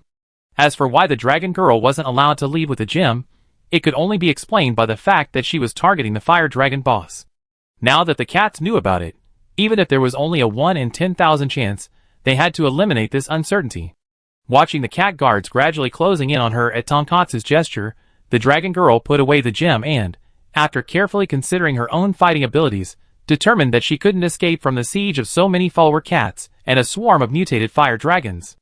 This trap situation instantly ignited her rage, and in her extreme fury, the dragon girl raged fiercely. Then she spread her hands and closed her eyes. Can't I just stay? Although she was wearing the tribe's only remaining ice-cursed dragon suit, a legacy from the civilized era, and had a record of solo hunting Heinisch monsters, that was a one-on-one situation. Here, just these cats alone were enough to give the dragon girl a hard time, not to mention the fire dragons outside. So no matter how unwilling she was, she had no choice but to give in. She could only silently pray that the so-called fire dragon boss would return soon. Off to the side, the leader of the 3rd Regiment, who had silently stepped back after Tonkatsu's words, breathed a sigh of relief upon hearing the dragon girl's response. His eyes narrowed slightly, and he began to think about how to abduct and study the gem in the coming days. Or perhaps take her to the star base? Given the relationship between Detail and the investigation team, they'd probably agree, right? Having made up his mind, the 3rd term leader poked Tonkatsu's cat ears. When Tonkatsu turned his head in confusion, he leaned over and whispered his idea. That's fine, but the investigation team has to keep an eye on her. The dragon girl saw Tonkatsu and the 3rd term leader whispering, their gazes occasionally glancing at her, and immediately asked cautiously. I already agreed not to leave. What else do you want? Looking at the dragon girl, who was circling like a frightened rabbit, the 3rd term leader smiled and, in a gentle voice, invited her to the star base. Star base? I never heard of that name. The dragon girl glanced warily at the 3rd term leader, then at Tonkatsu, who folded his arms and remained expressionless. Something felt off, but the thought of leaving this unusual ancient tree truly made the dragon girl excited. Out of caution, she decided to ask. Isn't the Star Stronghold you mentioned also filled with monsters, like here? No. The 3rd Regiment leader shook his head slightly, chuckling. Is that so? The dragon girl bit her lower lip. She didn't know why. The 3rd Regiment leader, who always seemed like an intelligent and gentle older sister, felt a little uneasy. Although the people in this world were simple and lacked a dark side, it was still a strange and unknown place, and the dragon girl felt she needed to be cautious. But, being able to leave the ancient tree. Oh, right. At this moment, the leader of the 3rd Regiment suddenly remembered the Mist Dragon and spoke again. Although there are no fire dragons, we do have 2 very kind Mist Dragons. Mist Dragon? The Mist Dragon. The dragon girl's heart, which had been slightly excited, suddenly cooled, and she shook her head like a rattle. No, no, no, I'm not going. Absolutely not. As a native of the New World, in this area prone to ancient dragons, the dragon girl was well aware of the terror of ancient dragons. Although the Mist Dragon wasn't mentioned much in the tribe's records, there were essentially no good things about him. After all, in ancient times, the dragon people of the world were not as obedient to nature and protective of the ecology as they are today.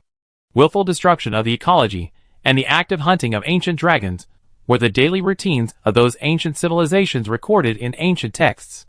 Therefore, the dragon girl thought staying with the Xiaolong was even better than staying in the ancient tree, although she didn't understand why the dragon girl suddenly became determined upon hearing about the Xiaolong.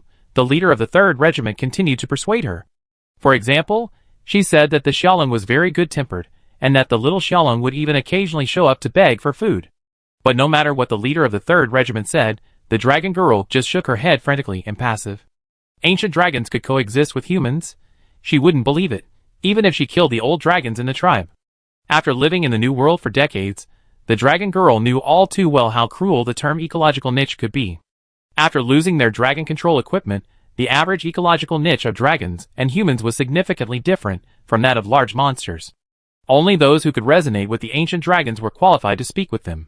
But that was just their qualification. Under normal circumstances, whether the ancient dragons wanted to pay attention to them was another matter. What's more, many people who resonated with him could only sense the emotions emanating from the ancient dragon. Chapter 302.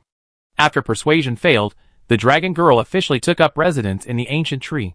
To prevent her from making any unforeseen moves, Mao Mao sent a guide to look after her aboard. Time passed, and more than half a month had passed. In the Dragon Crystal Land, on another field awash with dragon crystals, a unique battle unfolded. 2 rock thief dragons huddled in a corner, burying themselves in the mixture of dragon crystals and basalt, not daring to even raise their heads. In the field, numerous dragon crystals shattered, and various high-temperature flames engulfed the area. A flash of lightning streaked through the flames. In the sky, Luo Yun and the Flame King Dragon were engulfed in raging flames. One, leveraging the advantage of his limbs and wings, attempted to draw the other into close combat. The other, relying on his sheer speed, utilized his spines and tail spear to the utmost. Both sides completely ignored the other's flames, respectively using dust and liquid explosions to aid their own battles. Although the power was well controlled, it inevitably caused the temperature in the area to rise rapidly. However, due to the restraint, it did not spread to the entire Dragon Crystal Land. Below them, a massive battle raged. Aji and a female fire dragon, also ablaze with flames, but with a red-black hue, joined forces to combat the Flame Queen Dragon, which continuously spread wind pressure and blew flames. Amidst this flame, the long-absent Great Fire Dragon ignited its incredibly bright flames and clashed with a golden lion, which had entered a fighting spirit state and had its golden fur standing up. It all started that morning when Aji arrived in the area, intending to enter the lava cave to search for any assault dragons and improve her diet. While searching for her target, Aji suddenly noticed an unusually high air temperature. Then, a massive eruption of lava began, frightening the creatures within the cave and sending them fleeing.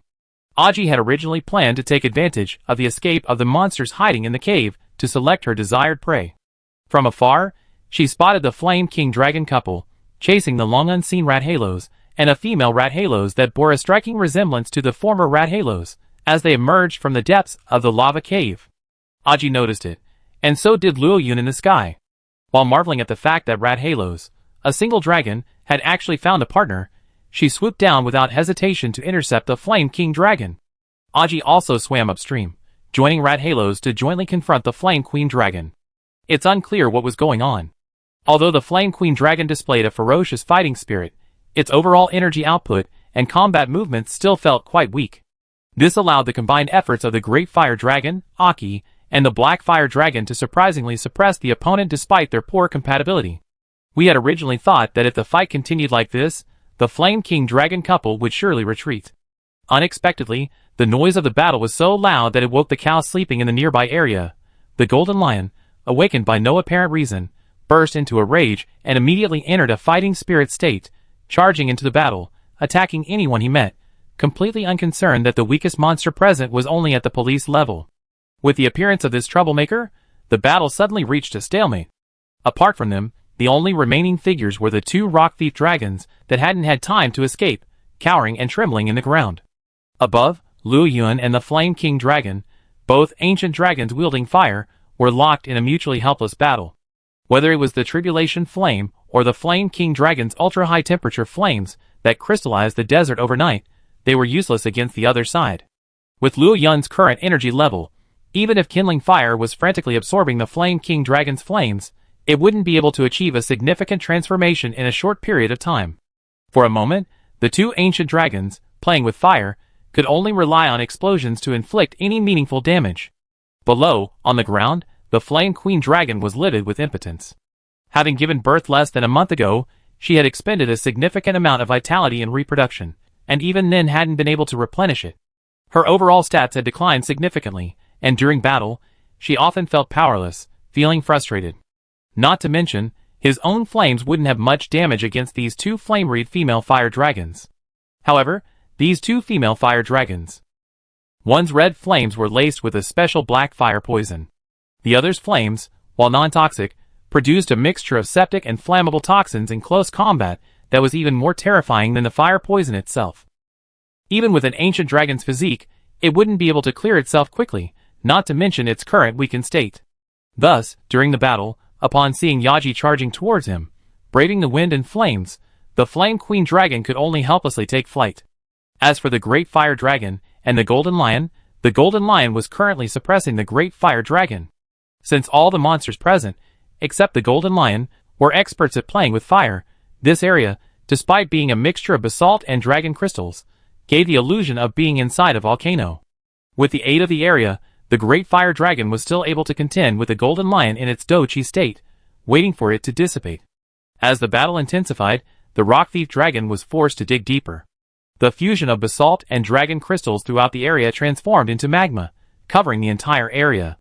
Massive pillars of fire shot up into the sky, and the stirred magma flew high, only to be dispersed by rapidly moving figures. From the air, the area was completely transformed into a world of flames. Aside from the occasional dark shadows that indicated the continued battle, the situation inside was completely obscured from the outside.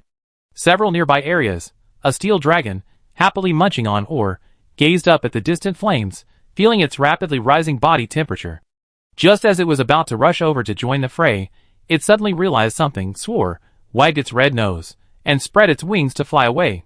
Deep within the dragon crystal land, ancient dragons raised their heads, angrily destroying their surroundings. Without hesitation, they spread their wings and flew out of the dragon crystal land, each flying off into the distance. Luo Yuan and the Flame King Dragon, engaged in combat, simultaneously halted their attacks. Bursts of cacophony emanated from the dragon crystal land's veins. To the ancient dragons, capable of drawing upon life energy and possessing a highly sensitive sense of it, the dragon crystals resonated like megaphones, irritating them immensely. Luo Yuan and the Flame King Dragon exchanged glances, each sensing the vexation in the other's eyes, and simultaneously roared. Below, the ensuing Flame Queen Dragon blasted a blast of fire, halting the advancing Yaji. Annoyed, it decisively flew up to reunite with the Flame King Dragon. The Fire Dragon, having originally intended to pursue, saw Yaji stop, realizing it was no match for the Flame Queen Dragon, and angrily halted its attack. For a split second, the battlefield, save for Hao Longhua and Jin Shitzi, who continued to fight, abruptly stopped. Chapter 303. Ah! The stinging sensation from the flames burning its skin didn't deter the Golden Lion. Instead, it completely unleashed its ferocity. In its doji state, the muscles in its fists swelled and glowed crimson, their hardness far exceeding that of steel. Each strand of its hollow hair was tinged with golden lightning. Scalding blood raced through its body, and in such a scorching heat, It felt as if its entire body was brimming with blood. Simply put, it was high, almost ecstatic. As a rare monster without a territory, the golden lion was also a rare creature that would initiate a fight without cause, and even relished it. Thus, upon encountering this powerful fire dragon, capable of engaging in combat, it could no longer contain itself and began to unleash its inner fury. However, as it fought, it noticed a sudden quieting of its surroundings, and the strange flames no longer flew towards it. Just as the golden lion smashed a ball of fire with a single hand and roared furiously through the smoke, a gust of wind blew by, dispersing the dust. The roar was only halfway through when it caught in his throat and abruptly stopped. For fire dragons, their bodies ablaze and their true forms invisible, had surrounded him, glaring at him with hostile eyes. Instantly, the savage monster calmed down, its heart frantically warning of danger. The golden lion then realized that the Yongin dragon couple had departed at some point, leaving him alone, foolishly fighting the great fire dragon. Death, death, death. One versus many. This kind of situation wasn't unheard of in the golden lion's career. After all, many monsters lived in groups, and the belligerent golden lion, accustomed to living as he pleased, was bound to clash with these monster groups. Simply relying on its combat prowess, like a rip through the world, it had effectively crushed those tribes. But now, 3 fire dragons, slightly stronger than its normal self, plus a monster emanating the might of an ancient dragon, rivaling the Flame King dragon, surrounded it. How could it possibly fight? Even the golden lion, who delighted in combat, felt a wave of confusion. The blood boiling within it, forced to calm down in the face of this life-or-death crisis. Perhaps the golden lion had some plan, or perhaps it had the idea of a desperate fight. In any case, just as the golden lion made a move, letting out a small, menacing roar, Luo Yun, already irritated by the resonance of the earth veins, unleashed a concentrated breath of calamity-like flames. The instantaneous explosion sent Yaji and the others flying backward a short distance. This area, already precarious from the constant scorching heat of the flames, collapsed under Luo Yun's full-strength breath. A large amount of basalt fractured, and the ground veins, already unstable due to resonance, exploded under Luo Yun's breath, breaking through the broken basalt and the dragon crystals, and began to erupt with magma. In the flickering firelight, Luo Yun only saw the figure of the golden lion falling into the magma, being carried away by the raging magma. Above the sky, Luo Yun and his 4 companions flew out of thick smoke. Among them, Yaji and He Hulong each held the body of a rock thief dragon, which seemed to be half dead, in their claws. The rock thief dragon, which also used fire, died unpredictably under the absolute heat. But who could be blamed for this? Even in the early stages of the battle, when the other monsters were fleeing desperately, these 2 were still gnawing at the dragon crystal ore, showing no sense of propriety. On the way back home, as they moved further away from the main dragon crystal concentration area, the annoying noise finally subsided. My previously extremely restless heart finally settled. The great fire dragon, which had been ascending with the help of Luo Yun's whirlwind, finally began to flap its wings again. It approached the black fire dragon, unable to extinguish its own flames, and after a few soothing growls, it finally flew back behind Luo Yun. One of the highest points in the basalt jungle was Luo Yun's chosen lair. Once, this place belonged to an explosive scale dragon, but after Luo Yun's friendly conversation, the explosive scale dragon graciously gave up the lair and then disappeared without a trace. From the edge of the basalt, one could take in the entire dragon crystal land. Gazing at the constantly erupting volcano and the occasional tremors, Luo Yun began to consider moving. The main reason was that although it was all volcanic lava fields, the dragon crystal land happened to be a turning point in the earth veins, and it was also the overflow point of the earth vein corridors, where life energy overflowed. Here, even the slightest noise made by the earth-crying dragon is amplified. The more sensitive a being is to life energy, the more strongly it will be affected. Forget about getting a good night's sleep. Luo Yun felt that his ability to maintain a calm state of mind was a testament to his strong self-control. I wonder how that egg, deep beneath the dragon crystal, could hold back. Roar, roar. After a somewhat aggrieved explanation from the great fire dragon, Luo Yun finally understood the cause of the battle. This guy had such bad luck. On his way back with his finally found wife, he simply wanted to rest on a boulder, but by sheer luck, he bumped into the Flame King dragon and his wife, who were restraining their presence and diligently incubating their eggs. Even more fortuitously, the seemingly steady lava flow suddenly erupted. The massive rock they were standing on, weighed down by the weight of 2 massive monsters, broke the underlying basalt and was engulfed by the magma. The fire dragon couple were suddenly exposed to the flame dragon couple. They weren't just rushing to their doorsteps, they were entering their homes, even wreaking havoc. The flame dragon, already pent up from its previous confrontation with Luo Yun, and even moving house in frustration, was immediately detonated. Without a word, they launched into pursuit. As for the flame queen dragon, it caught up only after it had settled its eggs. Sometimes, luck is just so inexplicable. After a fortnight, Luo Yun and the flame king dragon clashed once again. If it weren't for the sudden earthquake and the singing, there's no telling how far this fight would have escalated. It might even have drawn ancient dragons from other regions. A massive clash between ancient dragons would have unfolded in the Dragon Crystal Land. Roar! Two angry roars suddenly reached the ears of Luo Yun and the Great Fire Dragon. Turning back, they saw that Yaji and the Black Fire Dragon had unexpectedly engaged in a confrontation, each refusing to yield. It looked like they were having a disagreement over the distribution of food. Glazing at the Great Fire Dragon, who hadn't dared to intervene, Luo Yun spread his wings, unleashing his oppressive power, instantly enveloping the Black Fire Dragon. Chapter 304. The initial sense of oppression was enough to put immense strain on monsters weaker than Luo Yun. After the transformation, the pressure was even compounded by the imposing presence of the ancient dragon's absolute ecological niche. Even though the Fire Dragon was a special species, one of the few powerful monsters capable of holding its own against ordinary ancient dragons, it was caught off guard and still subdued by this overwhelming pressure. The same frenzied and uncontrollable red and black flames that had flared on the Great Fire Dragon before paused for a brief moment. Its energy circulation abruptly stopped, its muscles tensed, and its heartbeat accelerated. Even though the Fire Dragon's movements had ceased, Luo Yun keenly discerned something beyond fear in its eyes. Are you unconvinced? Luo Yun knew exactly what that hint of fear in his eyes signified. Many fire dragons had shared this expression before. He coldly glanced at the Raven Dragon, feigning indifference, but secretly observing Luo Yun. After it shrank back, he turned his head back to look at the Black Fire Dragon, which also folded its wings, not daring to look at Luo Yun, but intently staring at Yaji. Luo Yun had seen this situation many times over the years. He knew that for these former regional overlords, ordinary monsters at the top of their niche, simply relying on the pressure of their niche wouldn't completely subjugate them. Furthermore, this Black Fire Dragon was a female. Submission to Luo Yun wasn't shameful, but facing Yaji was a completely different matter. However, Luo Yun was confident that Yaji would quickly resolve the matter. After all, Yaji was no mere figurehead, but a powerful monster who, through her own strength, had carved a niche for herself in a community dominated by male raven dragons. Time passed. This time, the tremors caused by the earth-crying dragon exceeded Luo Yun's expectations. It hadn't stopped for a full fortnight. The volcanoes near the Dragon Crystal Land erupted almost daily, sending plumes of toxic smoke and dust gathering high above, making life miserable for all flying creatures throughout the Dragon Crystal Land.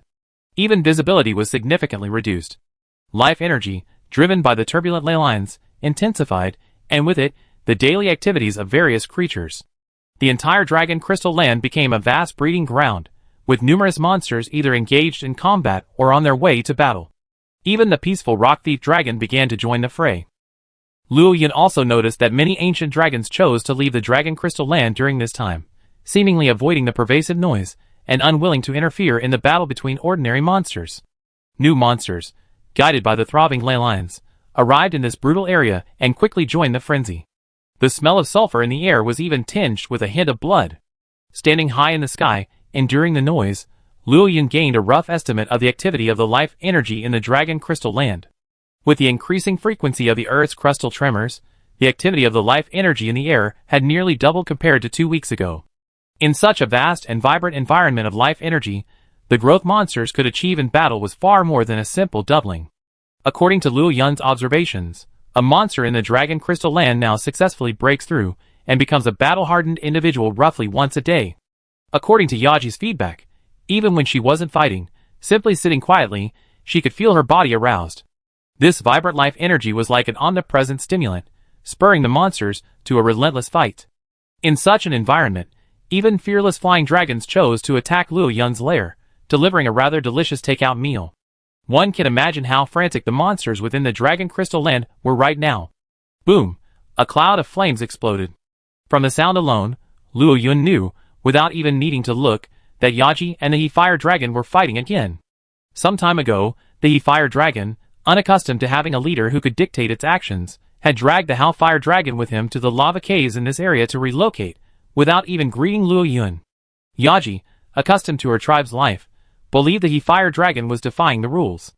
Therefore, Yaji chose this area as her daily hunting spot. Whenever she saw the Hellfire Dragon, she would rush over without hesitation, determined to teach it a lesson. At first, Luo Yun disapproved of Yaji's behavior. It was normal for a powerful monster that had lived alone for so many years to have trouble adapting to the new pack rules. Furthermore, Luo Yun wasn't particularly concerned about whether the Hellfire Dragon would join the pack. But later, he discovered that the Hellfire Dragon was indeed quite capable, surprisingly holding its own against Yaji for a short period of time. The difference in strength between the two was not particularly great, and because of Luo Yun's relationship with the Hellfire Dragon, although the fight was fierce, neither side aimed to kill the other completely, and the injuries inflicted were not fatal. This was undoubtedly a very good sparring partner for Yaji.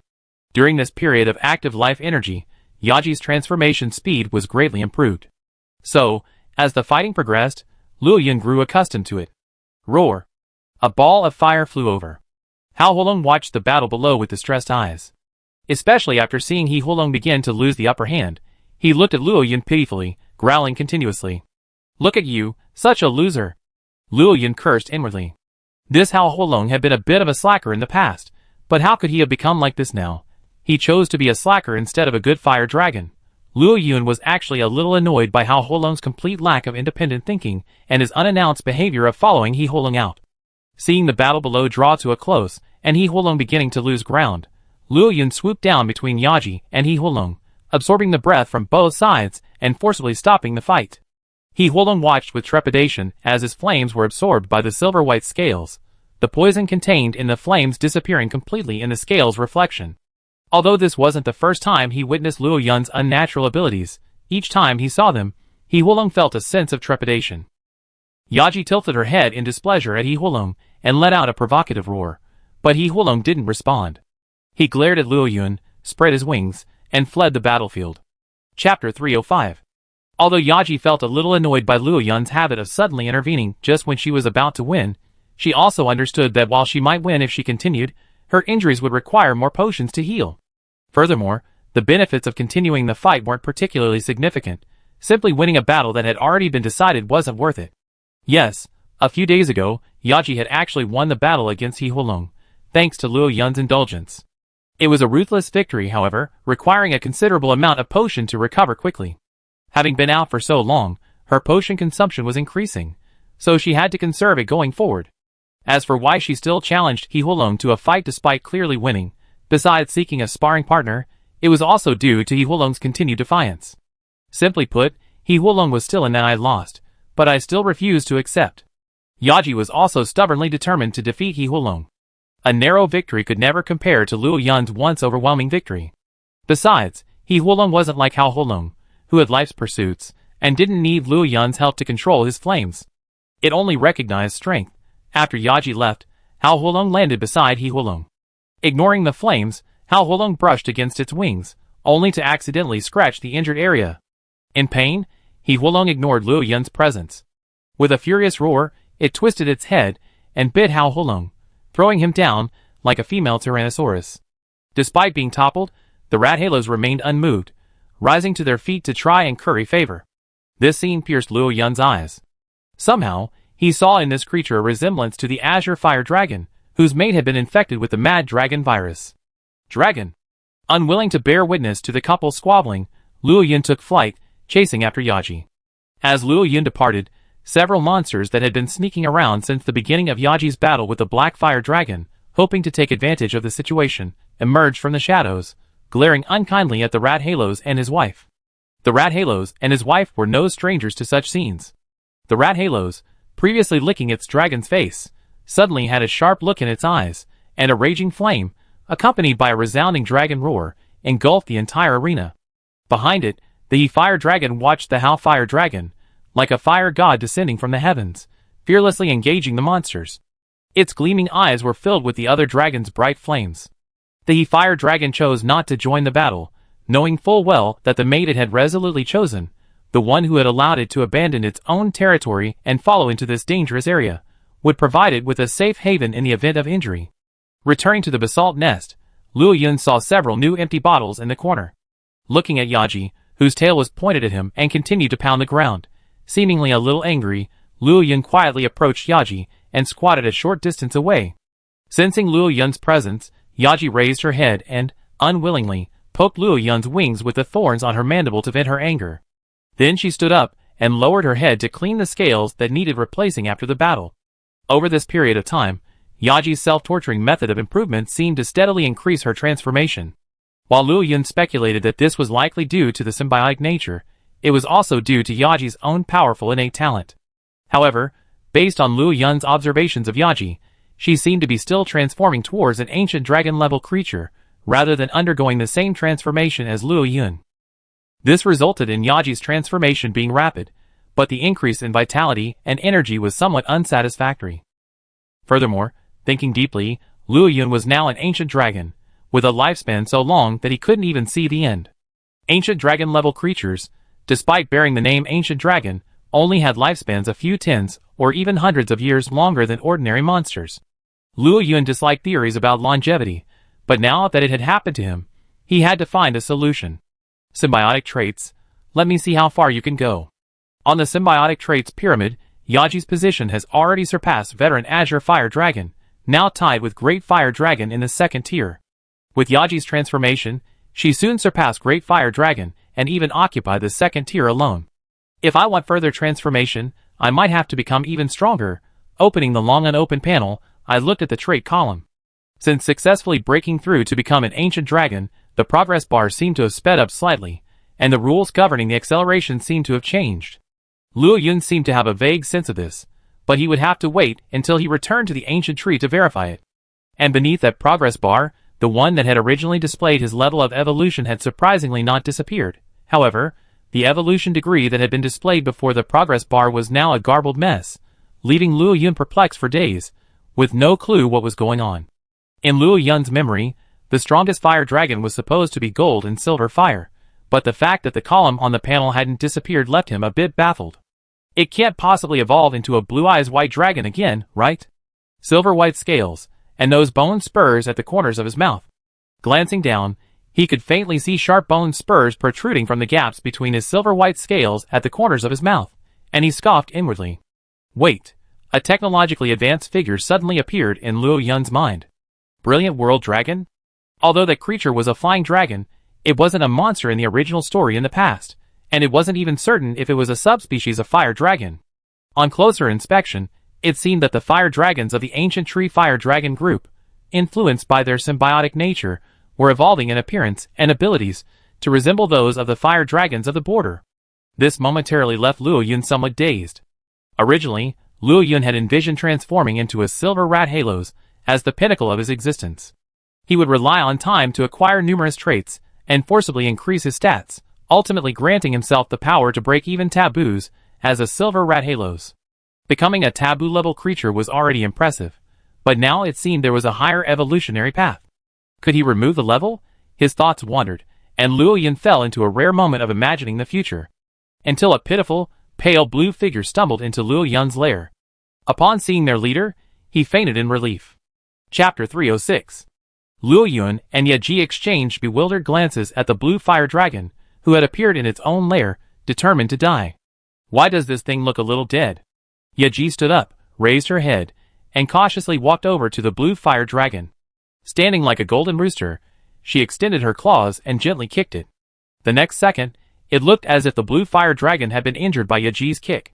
Even in its unconscious state, its body twitched involuntarily, and a cry of pain escaped its nose, as if to prove that it could be saved. Seeing that the blue fire dragon was still responsive, Yaji's slightly tense heart relaxed. So it's still alive. Turning around, she headed straight for the depths of the lair and retrieved the large package. Working with Luo Yun, she roughly pried open the blue fire dragon's mouth. Ignoring its groaning pain, she tossed the bottle and the medicine into its mouth. After all, given the fire dragon's digestive abilities, these bottles were digestible, so there was no need to worry about causing any secondary damage. After administering the medicine and watching the Azure Fire Dragon's breathing regain its equilibrium, Aji felt that the Azure Fire Dragon was a bit of a hindrance flying there, so she dragged it a little. In her previous life, such rough treatment of a seriously injured patient would have been condemned. But this was the monster hunter world, and considering the monster's physiques, such behavior was considered relatively gentle. Not long after being dragged aside by Aji, the azure fire dragon faintly regained consciousness. The slightest movement sent a tearing pain through its body, even fracturing several bones. Some of the wounds were still seared with black and red dragon attribute energy, causing even a monster like the azure fire dragon to groan. Off to the side, Luo Yun was also observing the azure fire dragon's wounds. Without medical treatment, even if it survived, it would surely suffer significant aftereffects. Furthermore, this type of wound seemed vaguely familiar to Luo Yun, as if he had seen it somewhere before. Ouch! Seemingly recovering, the azure fire dragon endured the pain and shifted to a more relaxed position. Like a wrong child meeting its parents, it growled pitifully at Luo Yun. Well, in a sense, Luo Yun could indeed be considered the parent of the ancient tree fire dragons. Unlike humans, however, Luo Yun had no intention of seeking revenge for the azure fire dragon. It was a matter of the survival of the fittest. It was simply due to its own weakness. However, the fact that it could defeat an azure fire dragon, a monster that had been influenced by the symbiotic nature for years, and whose strength surpassed that of ordinary azure fire dragons, did intrigue Luo Yun. While the azure fire dragon wasn't a battle-hardened individual at the moment, as a subspecies of fire dragon, it possessed considerable strength. Even within the dragon crystal land, it was considered a mid-range ecological niche. Furthermore, its strength was among the best among the ancient tree fire dragons. Luo Yun quickly grasped the course of events from the azure fire dragon's description. It had been attacked by an intruder, leaving it severely wounded. And the attacker was a Tyrannosaurus Rex, its body reeking of blood. No wonder the wounds looked more and more familiar to Luo Yun. If it had been a surprise attack by a Tyrannosaurus Rex, then the severity of the azure fire dragon's injuries made perfect sense. Given its ecological niche, the Devil Chodon was a dominant force wherever it was placed. Furthermore, according to Azure Rathalos, that Devil Chodon seemed even more ferocious. The moment it appeared, it activated its dragon attribute, completely overwhelming Azure Rathalos and its opponents. As mentioned before, for ordinary monsters with dragon attributes, each use requires a significant expenditure of stamina, and even excessive use can deplete vitality. Even a Devil Chodon wouldn't normally activate this life-saving state upon encountering an opponent, let alone during a surprise attack. Thus, that Devil Chodon was likely somewhat unusual. Furthermore, according to Azure Rathalos, it was attacked at the intersection of the lava cave and the dragon crystal land, very close to where Aki frequently frequented, and even closer to where the Rathalos and their spouses currently resided.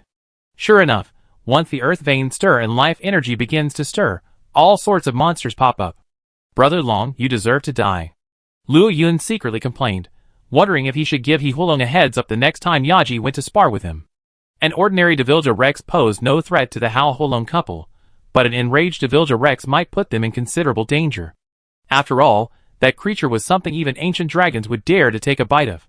As Luo Yun pondered this, outside the lava cave, the corpses of the three monsters that the azure fire dragon had dispatched lay bare.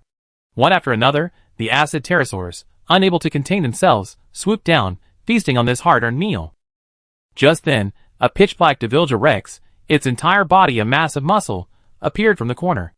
The corners of its mouth, emitting dragon energy and dripping with corrosive saliva, paused slightly, its small eyes fixed intently on the corpses surrounded by the acid wyverns. Roar! With a mighty stride, countless hideous scars twisted across its taut muscles. The ferocious body of the raging Deviljas rushed rapidly towards the monster corpses. With a burst of high-temperature dragon breath, before the dragons arrived, a swarm of acid wyverns, unable to take flight, perished tragically under the breath. The jaws, studded with massive teeth, tore into the corpses frantically. Without even swallowing, the massive muscles pumped the food directly into its stomach, where it was digested at an incredible rate, transforming it into energy for its metabolism. The raging Deviljas, a unique species of Deviljas, hardly a subspecies, had its metabolism completely unbalanced, perhaps due to age, cannibalism, or some unknown reason. The endless hunger and appetite were an unbearable torture. Under such torture, its rationality had long since vanished. As long as it faced any enemy, regardless of species or strength, it would charge without hesitation and attack. In this state, the enraged Devilchoven was undoubtedly a true ecological destroyer from the abyss, an absolute cancer to this world. Although its unbalanced metabolism had significantly sapped its lifespan, a burden no amount of food could compensate, It also imbued it with absolute strength and dragon attribute energy far exceeding that of a normal Devilchoven, so much so that it was actually beginning to dissipate. Chapter 307. 1 bite, 2 bites. 3 massive monsters, each over 10 meters long, along with several acid pterosaurs, were devoured mouthful by the furious Tyrannosaurus rex, completely devoured, even the delicate bones of some joints being spared. But this still didn't alleviate its hunger. Its unbalanced metabolism caused the food it ate to rapidly break down into energy, which it used to fuel its dwindling lifespan. Its hunger-fueled sanity returned a little, at least preventing it from gnawing on stones. Under its hyper-accelerated metabolism, its muscles, swollen and torn by the surge of dragon attribute energy, healed. Swinging its thick tail, it wandered aimlessly toward its next destination. Even if it was just to prolong its lifespan, its foraging quest never ceased. The Azure Fire Dragon remained near Luo Yun's lair for 3 full days, recovering only after daily doses of several bottles of severance medicine. But before it could leave on its own accord, Luo Yun forcibly drove it out. If you don't take advantage of this period of active life energy to get more active, are you really just trying to slack off? Inside the lava cave, beside a swirling pool of magma, the Flame King Dragon couple, like 2 lions unable to tolerate noise pollution, crouched on the ground, their forelimbs tightly covering their ears. But the vibrations of the earth veins caused more than just the reverberations of the earth vein corridors. They also stirred up a surge of life energy. This wasn't something that could be solved simply by covering one's ears. But there was no other solution. On the soft basalt beside the magma pool, 2 eggs rose and fell with the flow of the magma. Furthermore, the Flame Queen Dragon hadn't fully recovered yet, so no matter how uncomfortable it was, they could only force themselves to endure it. Roar, roar. Outside the lava cave, the sounds of monsters howling could be heard again.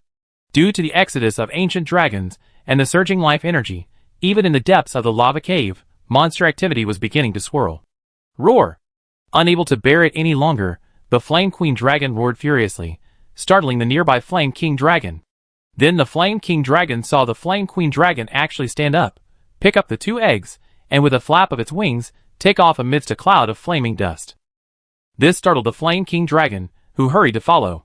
He clearly wanted to stop them, but the dragon's middle-aged composure meant he chose to silently guard them. It wasn't that they wanted to leave the Dragon Crystal Land. The abundant life energy here would allow the Flame Queen Dragon to recover more quickly from the weakness of childbirth. However, the lava cave was too chaotic, and the noise from the earthquake made it impossible for them to escape. Therefore, they planned to stay a while higher up in the basalt, waiting for the culprit to fall into a deep sleep there before returning. As for how to hatch the 2 eggs after leaving the lava cave, this requires mentioning the most primitive method of incubation. Babysitting. The Flame King Dragon and the Flame Queen Dragon would take turns incubating the eggs, maintaining their scorching body temperatures like chicks. This method was usually only used as a last resort after an ancient dragon failed in a battle for territory. Once this was done, one of the Flame King Dragon and the Flame Queen Dragon would be unable to leave. This was undoubtedly a severe torment for the impatient Yongyan dragon. The passing of the 2 ancient dragons did not affect the chaotic battle between the monsters below, but it did attract the attention of Luo Yun in the sky. Why were the Flame King Dragon couple flying towards their lair, looking down at Yaji, who was charging through the chaos like a god of war? Luo Yun resisted the urge to chase after them. After all, Yaji was more important right now. After all, there was a raging Tyrannosaurus Rex, whose whereabouts were unknown. In another lava cave, the Fire Dragon, crouching beside the lava flow, suddenly opened its eyes and stared intently at the massive figure, its tail swaying, its saliva dripping onto the ground and instantly evaporating. The greedy look in those eyes, as if it had seen food, made the Fire Dragon very uncomfortable. Surrounded by flames, the Fire Dragon charged forward, facing the erupting lava. Outside the lava cave, the Great Fire Dragon, carrying the corpse of an assault dragon in its mouth, had just reached the lava cave when it was sprayed in the face by the gushing, sparking stream. Before it could react, the Fire Dragon roared with anger and a hint of fear. Now, even the assault dragon was no longer a concern. The bright flame hidden within its body ignited, and Rathalos darted into the cave. It saw the muscles of the furious Tyrannosaurus bulging, the muscles from its forelimbs to its neck glowing red with heat, and black-red dragon energy continuously emanated. The wounds that had healed were reopened, revealing the surging red energy within. The dragon was bathed in a toxic red-black flame. Its fang-filled jaws were now firmly fixed on the Hera dragon's neck, completely ignoring the flames, as it repeatedly pounded the Hera dragon to the ground. Hera Dragon Flame Great Sword. Accomplished. The sight made Rathalos' eyes bulge with rage, and without a word, he unleashed a blazing breath of fire. The powerful backlash forced Rathalos to flap its wings to maintain its balance. Similarly, the breath caught Devil Janus off guard, forcing it back several steps. The combined force of heat and impact forced Devil Janus to relinquish its hold on the high dragon, which was disrupting its balance. Their powerful legs, completely different from their nearly invisible forelimbs, plowed 2 tracks into the softened basalt. Ding ding ding. Like the sound of shattering glass, a torrent of black and red dragon attribute breath erupted.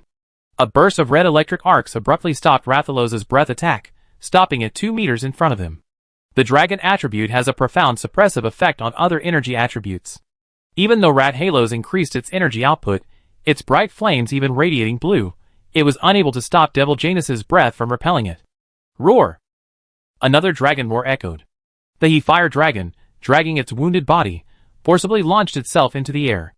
A fireball laced with terrifying toxins dodged the devil's breath and instantly exploded upon impact. The devil's breath paused, and a bright breath of flame instantly enveloped it. A painful roar echoed, and the devil's figure, struggling within the flames, came into view. The he-fire dragon didn't hesitate. After briefly gathering its strength, it unleashed another burst of pure flame. Under normal circumstances, it would have rushed forward with flames, seeking a single, fatal blow. But after its recent battle with the devil, the he-fire dragon knew all too well the despair of being held close by the devil.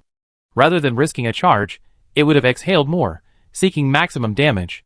Chapter 308. The he-fire dragon's decision proved to be correct. After its breath joined in, the raging Tyrannosaurus's screams intensified. But there was no sign of weakening. Suddenly, a large amount of dragon attribute smoke burst forth from its breath. The collision of energy caused an explosion. The resulting recoil instantly repelled the Rathalos couple, and the breath ceased completely. Having stopped the Rathalos from charging forward, the he-fire dragon felt as if it had been targeted by a predator. It was a strange feeling. As the he-fire dragon, the first tier below the ancient dragons, one of nature's highest ecological predators, it could actually feel like it was the prey. A terrifying pressure enveloped the entire lava cave. Within the black mist, its scarlet eyes flickered beneath the red arcs of electricity. With its skin covered in multiple burns, the raging Tyrannosaurus emerged with powerful steps. Its already swollen muscles expanded even further, its stretched skin like a balloon prone to bursting with a single poke, its surface punctured only by a few dark brown lines. Within, it was brimming with turbulent dragon energy, rising and falling like scarlet muscle, its breath rising and falling with the devil's breath. Highly corrosive saliva dripped, a dark red aura permeated its surroundings. Only murderous intent and hunger remained, its eyes fixed greedily on the fire dragon couple before it. At this moment, the devil's devil finally revealed its truest and most powerful side. Hunger completely overpowered its mind, unleashing all its strength, unconcerned with the drain on its vitality, unleashing the absolute combat power of an ancient dragon. Driven by instinct, the devil's devil, even daring to open its maw towards the ancient dragon, naturally possessed combat capabilities comparable to, if not surpassing, those of ordinary ancient dragons. If ordinary Divildrosaurus is an ecological destroyer, then the furious Divildrosaurus is a true ecological destroyer. Without the intervention of an ancient dragon, it would often completely devour all living things in an area, making it the greatest disruptor in the food chain. Bang! The muscles of the furious Divildrosaurus imbued it with absolute strength, and with this absolute power came equally immense speed. Speed and power are often inseparable. With this instantaneous explosion, the basalt beneath the furious Divildrosaurus's feet shattered, erupting like 2 small fountains of magma. At this moment, the furious Divildrosaurus was like a cannonball with its maw yawning, breaking the sound barrier and instantly striking Rathalos before it could react, even though it saw it. Under the incredible bite force, Rathalos felt as if its shoulder was about to break. But that was secondary. The furious Divildrosaurus's bite gripped it firmly, sending it flying out of the lava cave and slamming into the ground. Following the devil's subsequent death roll, it was flung back out. The flaming scales were ripped apart by devil's teeth, blood splattering everywhere as its massive body slammed into the nearby basalt wall with a dull thud. Followed by extensive cracks in the basalt, it finally fell powerlessly to the ground. One strike, just one strike, and it knocked the equally formidable Rathalos into a daze. This was Devil's full-strength attack. If it had been an ordinary monster, this single blow would have left it severely injured, if not dead. It swiftly rolled to its feet. At such a high-speed sprint, even Devil's own body would have been unable to maintain its balance, but compared to the damage it inflicted, this small tumble was nothing. The remaining scales of the Rathalos, bitten off by the furious Devilja, were dissolved by its highly corrosive saliva. Stretching its legs, it seized the opportunity before the Rathalos could rise and charged again. Just then, a shower of red and black fireballs descended, instantly enveloping the Rathalos and obscuring its vision. The flames and poison were completely neutralized by the furious Devilja's agitated dragon energy. Just as the furious Devilja was about to charge forward on instinct, another fireball descended from its path. The furious Devilja instinctively dodged to the side, but its footing instantly missed, and one of its legs sank into the magma below the pit. There had been a dragon crystal there, shattered by the Hera dragon's fireball. Taking advantage of the flames obscuring the Rathalos' vision, the Hera dragon deliberately used fireballs to force the Rathalos to turn, buying the Rathalos a brief moment to recover. The devil's short forelimbs offered no support, so it could only rely on brute force to roll over and free its trapped leg. Getting stuck was easy, but getting out proved difficult. For a moment, the devil's wrath was trapped. Even off to the side, Rathalos rose to its feet amidst the worried roar of Hera dragon. Its numb right wing began to regain feeling, but its shoulder, where a piece of flesh had been torn, was nearly exposed to the bone. The intense pain extinguished most of Rathalos' flames. Thankfully, its joints and muscles were intact, and the adrenaline from the battle had largely blocked out its pain. This allowed Rathalos to adjust briefly and take flight again. Roar! The basalt beneath the devil's feet exploded, ripped apart by the sheer force of its brute force. Its left leg, having been submerged in the lava for too long, was now dripping with crimson lava. The burns on its skin were nothing to the Devilja. Watching the Rathalos and his wife take advantage, and soar high into the sky, the Devilja let out a furious roar of helplessness. Yes, it was powerful, but it couldn't fly, and its breath couldn't reach as far as the golden lion's, nor was it as fast. It had no way to stop the Rathalos and his wife, who had already soared high into the sky. Of course, the Devilja, now completely sane, didn't think of any solution. After confirming it couldn't prey on them, its scarlet eyes, which had left a deep impression on the Rathalos and his wife, fled without hesitation. It smelled the faintest hint of blood, there lay other food. The fruitless battle with the Rathalos couple had no effect on the Deviljasaurus. No grudges or disappointment remained, it was simply a failed hunt, a defeat that necessitated a race against time to the next. This was the Deviljasaurus, driven only by the instincts of hunting and devouring. Watching the decisive retreat of the Deviljasaurus, Hewalong, with lingering fear, once again raised his altitude. Hewalong had never encountered such a monster before. In this battle, he was merely a resisting prey. The pride he had once held in his superior ecological niche was shattered. At that moment, Hewalong realized that there were monsters in this world that could be easily defeated even if he and Rathalos joined forces. Even the Yongyan dragons had previously acted together as a couple, and due to their compatibility, they had fought back and forth. It can only be said that the country girl, at this moment, had lost her innocence. Chapter 309. To Hewalong, it was once just a monster, possessing immense strength and a high ecological niche, but often isolated in a small, isolated area, never having seen much of the world. The volcanic regions of the New World differ greatly from those of the Old World. The Dragon Crystal Land is located in the New World's volcanic regions. It's safe to say that 70% of the monsters living in the volcanic regions choose to reside in the Dragon Crystal Land. Monsters from other parts of the New World, with the exception of flying dragons, can only reach the volcanic regions through the Earth Vein Corridor, which also connects to the Dragon Crystal Land. As a result, Hewalong has encountered very few truly powerful monsters in his life, and those he has engaged in conflict with are even rarer. Following Hewalong to the Dragon Crystal Land was, to put it mildly, an eye-opener for Hewalong, who hadn't had much experience with the world. Roar! A slightly painful roar echoed in his ears, and Hewalong finally came to his senses, looking worriedly at the injured Hewalong. The fire dragon bared its teeth and roared, then decisively led the black fire dragon towards Luo Yun's lair. Along the way, the fire dragon felt the pain and had to admit that it had been a bit careless. Luo Yun had clearly warned it, and the black fire dragon, that dangerous monsters roamed nearby and urged it, and the black fire dragon to be careful. But perhaps out of anger, or perhaps because its success over the years had been smooth sailing, aside from the setbacks at the hands of Luo Yun and the ancient dragon, had made it lose its rational judgment when facing the furious Tyrannosaurus. Despite the terrifying display, it didn't immediately lead the black fire dragon out of the lava cave. By the time the furious Tyrannosaurus launched its attack, it was already too late. A single blow left it severely wounded, its combat effectiveness significantly reduced.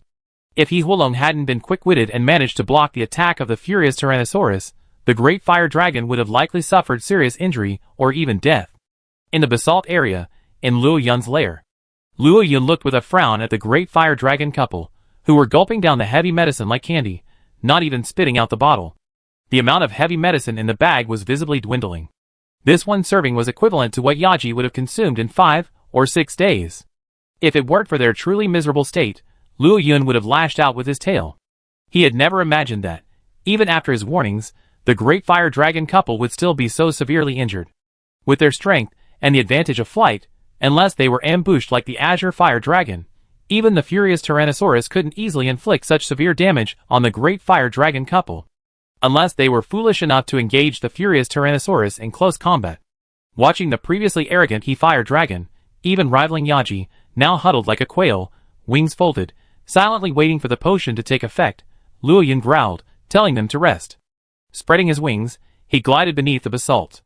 First it was the azure fire dragon, then the Hao fire dragon couple. Could the next one be Yaji, or Luo Yun himself, even if it was just a coincidence? For Luo Yun, who had experienced the demands of nature many times and even integrated into the ecological cycle, there weren't so many coincidences in this world.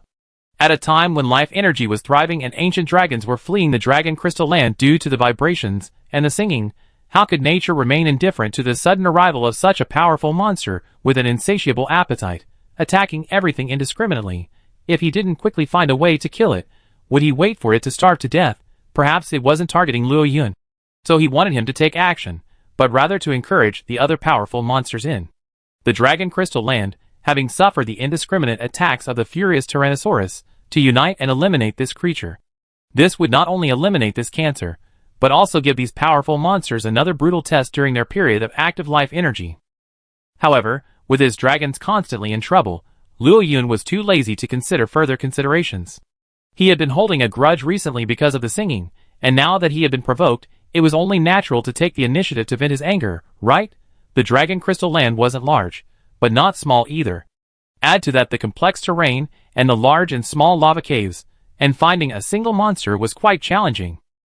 Even with Luo Yun's targeted search, it took 2 full days before he finally found the raging Deviljosaurus, gnashing a rock thief as a weapon and continuously attacking a shattered dragon in a forest of dragon crystals. Shattered dragons are considered relatively small among beast dragon species. Even the shattered dragon living in the Dragon Crystal Land was only about 17 meters long. Its hardened shell, infused with obsidian and resistant to explosions and lava, was stained with crimson blood by the raging Deviljosaurus, which used the rock thief as a weapon. It wasn't clear whether it was rock thief's or Broken Dragon's own. Encrusted with explosive slime, Broken Dragon's sturdy forelimbs, unlike those of other beast dragons, hammered down fiercely on the Devil Janus, pushing it back slightly, but also leaving a pool of green slime on its body. As Devil Janus used its powerful hind legs to stabilize itself, it forcibly shook its head, and used its rock thief greatsword to knock Broken Dragon back. The green slime on its body rapidly oxidized, turning from green to yellow, and finally, rapidly turning crimson. Then, as the Devil Janus stepped forward, it suddenly exploded. The force of the explosion caused Devil Janus to tilt, nearly letting go of its jaws, allowing the dying rock thief to escape. Unfortunately, despite the close-range explosion, the Devil Janus's skin only cracked, leaving a few bloody marks. The blast didn't cause significant damage. With just a few stumbles, the tilted body regained its balance. A pair of scarlet eyes stared at the flailing, gasping shattered dragon, and the raging devil dragon charged again, biting the rock thief dragon. At this moment, several blue-purple fireballs descended from the sky, blocking the raging devil dragon's path and engulfing it. Amidst a series of explosions, the unprepared shattered dragon was thrown to the ground, tumbling several times before coming to a stop. A charred tail flew high into the sky, and amid the thick smoke, the raging devil dragon's furious roar echoed. Black and red energy emerged, and the crimson figure roared to the sky. The raging devil dragon instinctively sensed danger from the power of these fireballs. Chapter 310. Roar! Roar! Luo Yun lowered his altitude slightly, watching the raging Tyrannosaurus, its upper body shrouded in black and red dragon energy, like the breath of the abyss. He roared in response. The flames of destruction began to burn through the cracks between its scales, slowly covering its entire body. The sunlight attribute unfolded regionally, causing the air temperature to soar. The rock thief dragon's corpse on the ground began to spontaneously combust without fire. The already scorching volcanic environment was now like entering a baking oven.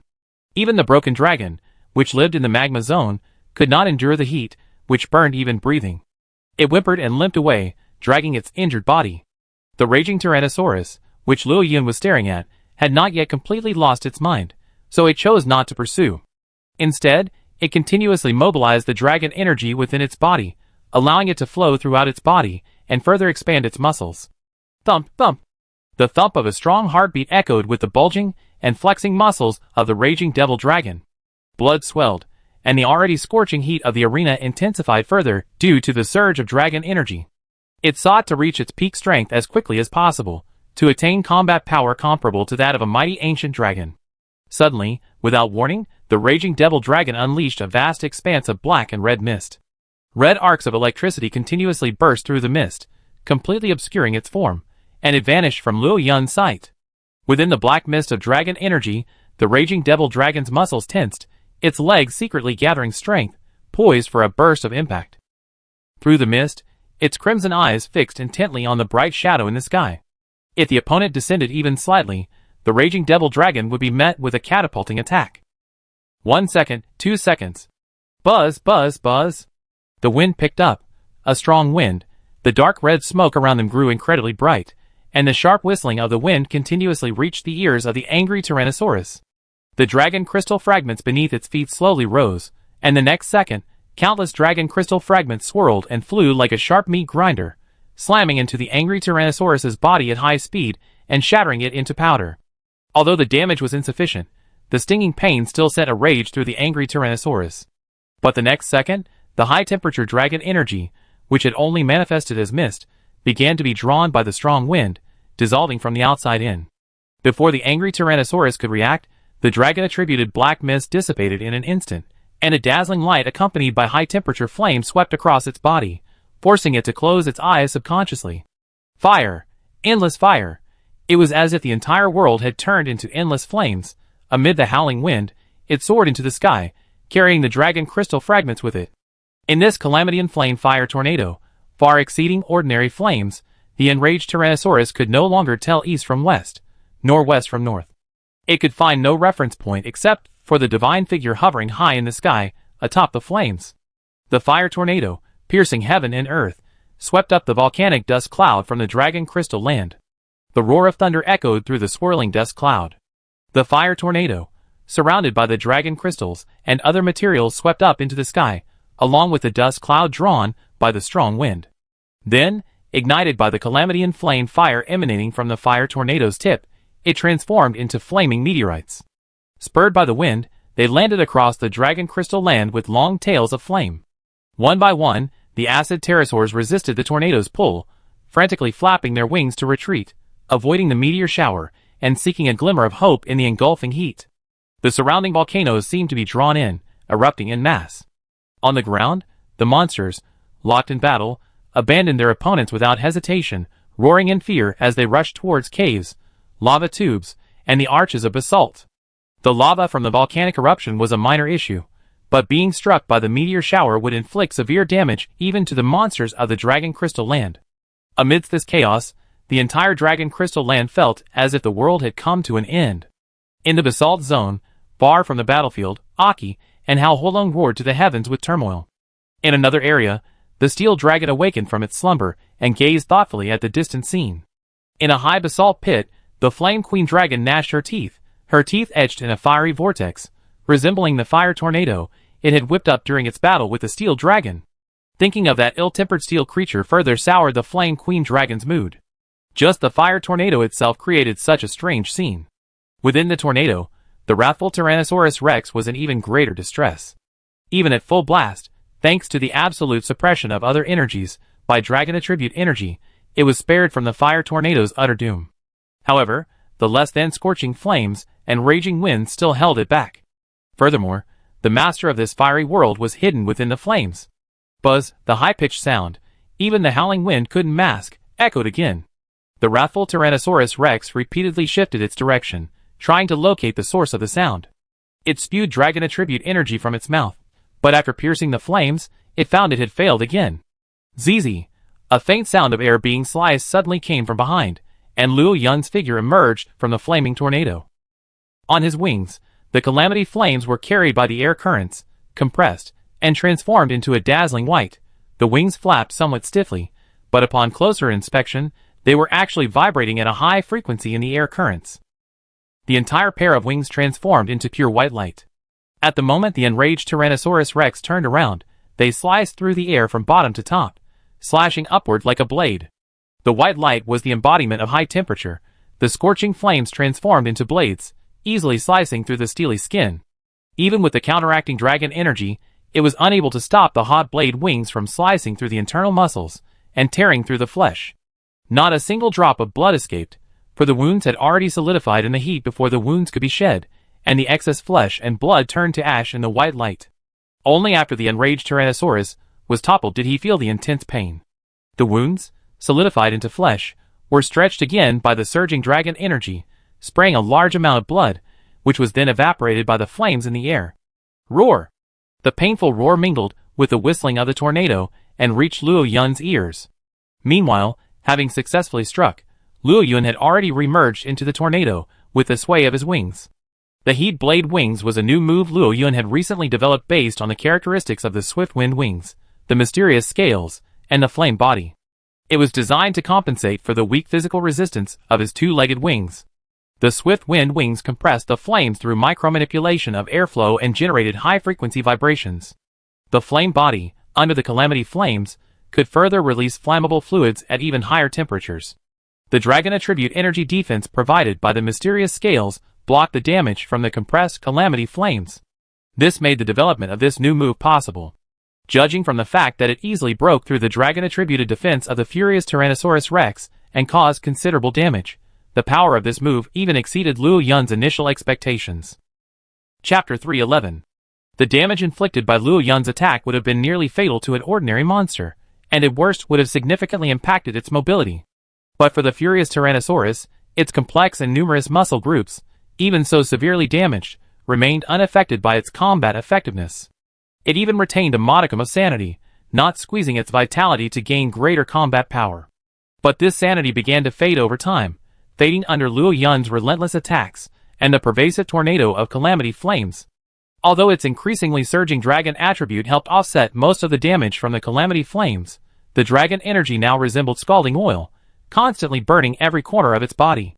The wounds, which had yet to heal, tormented its sanity.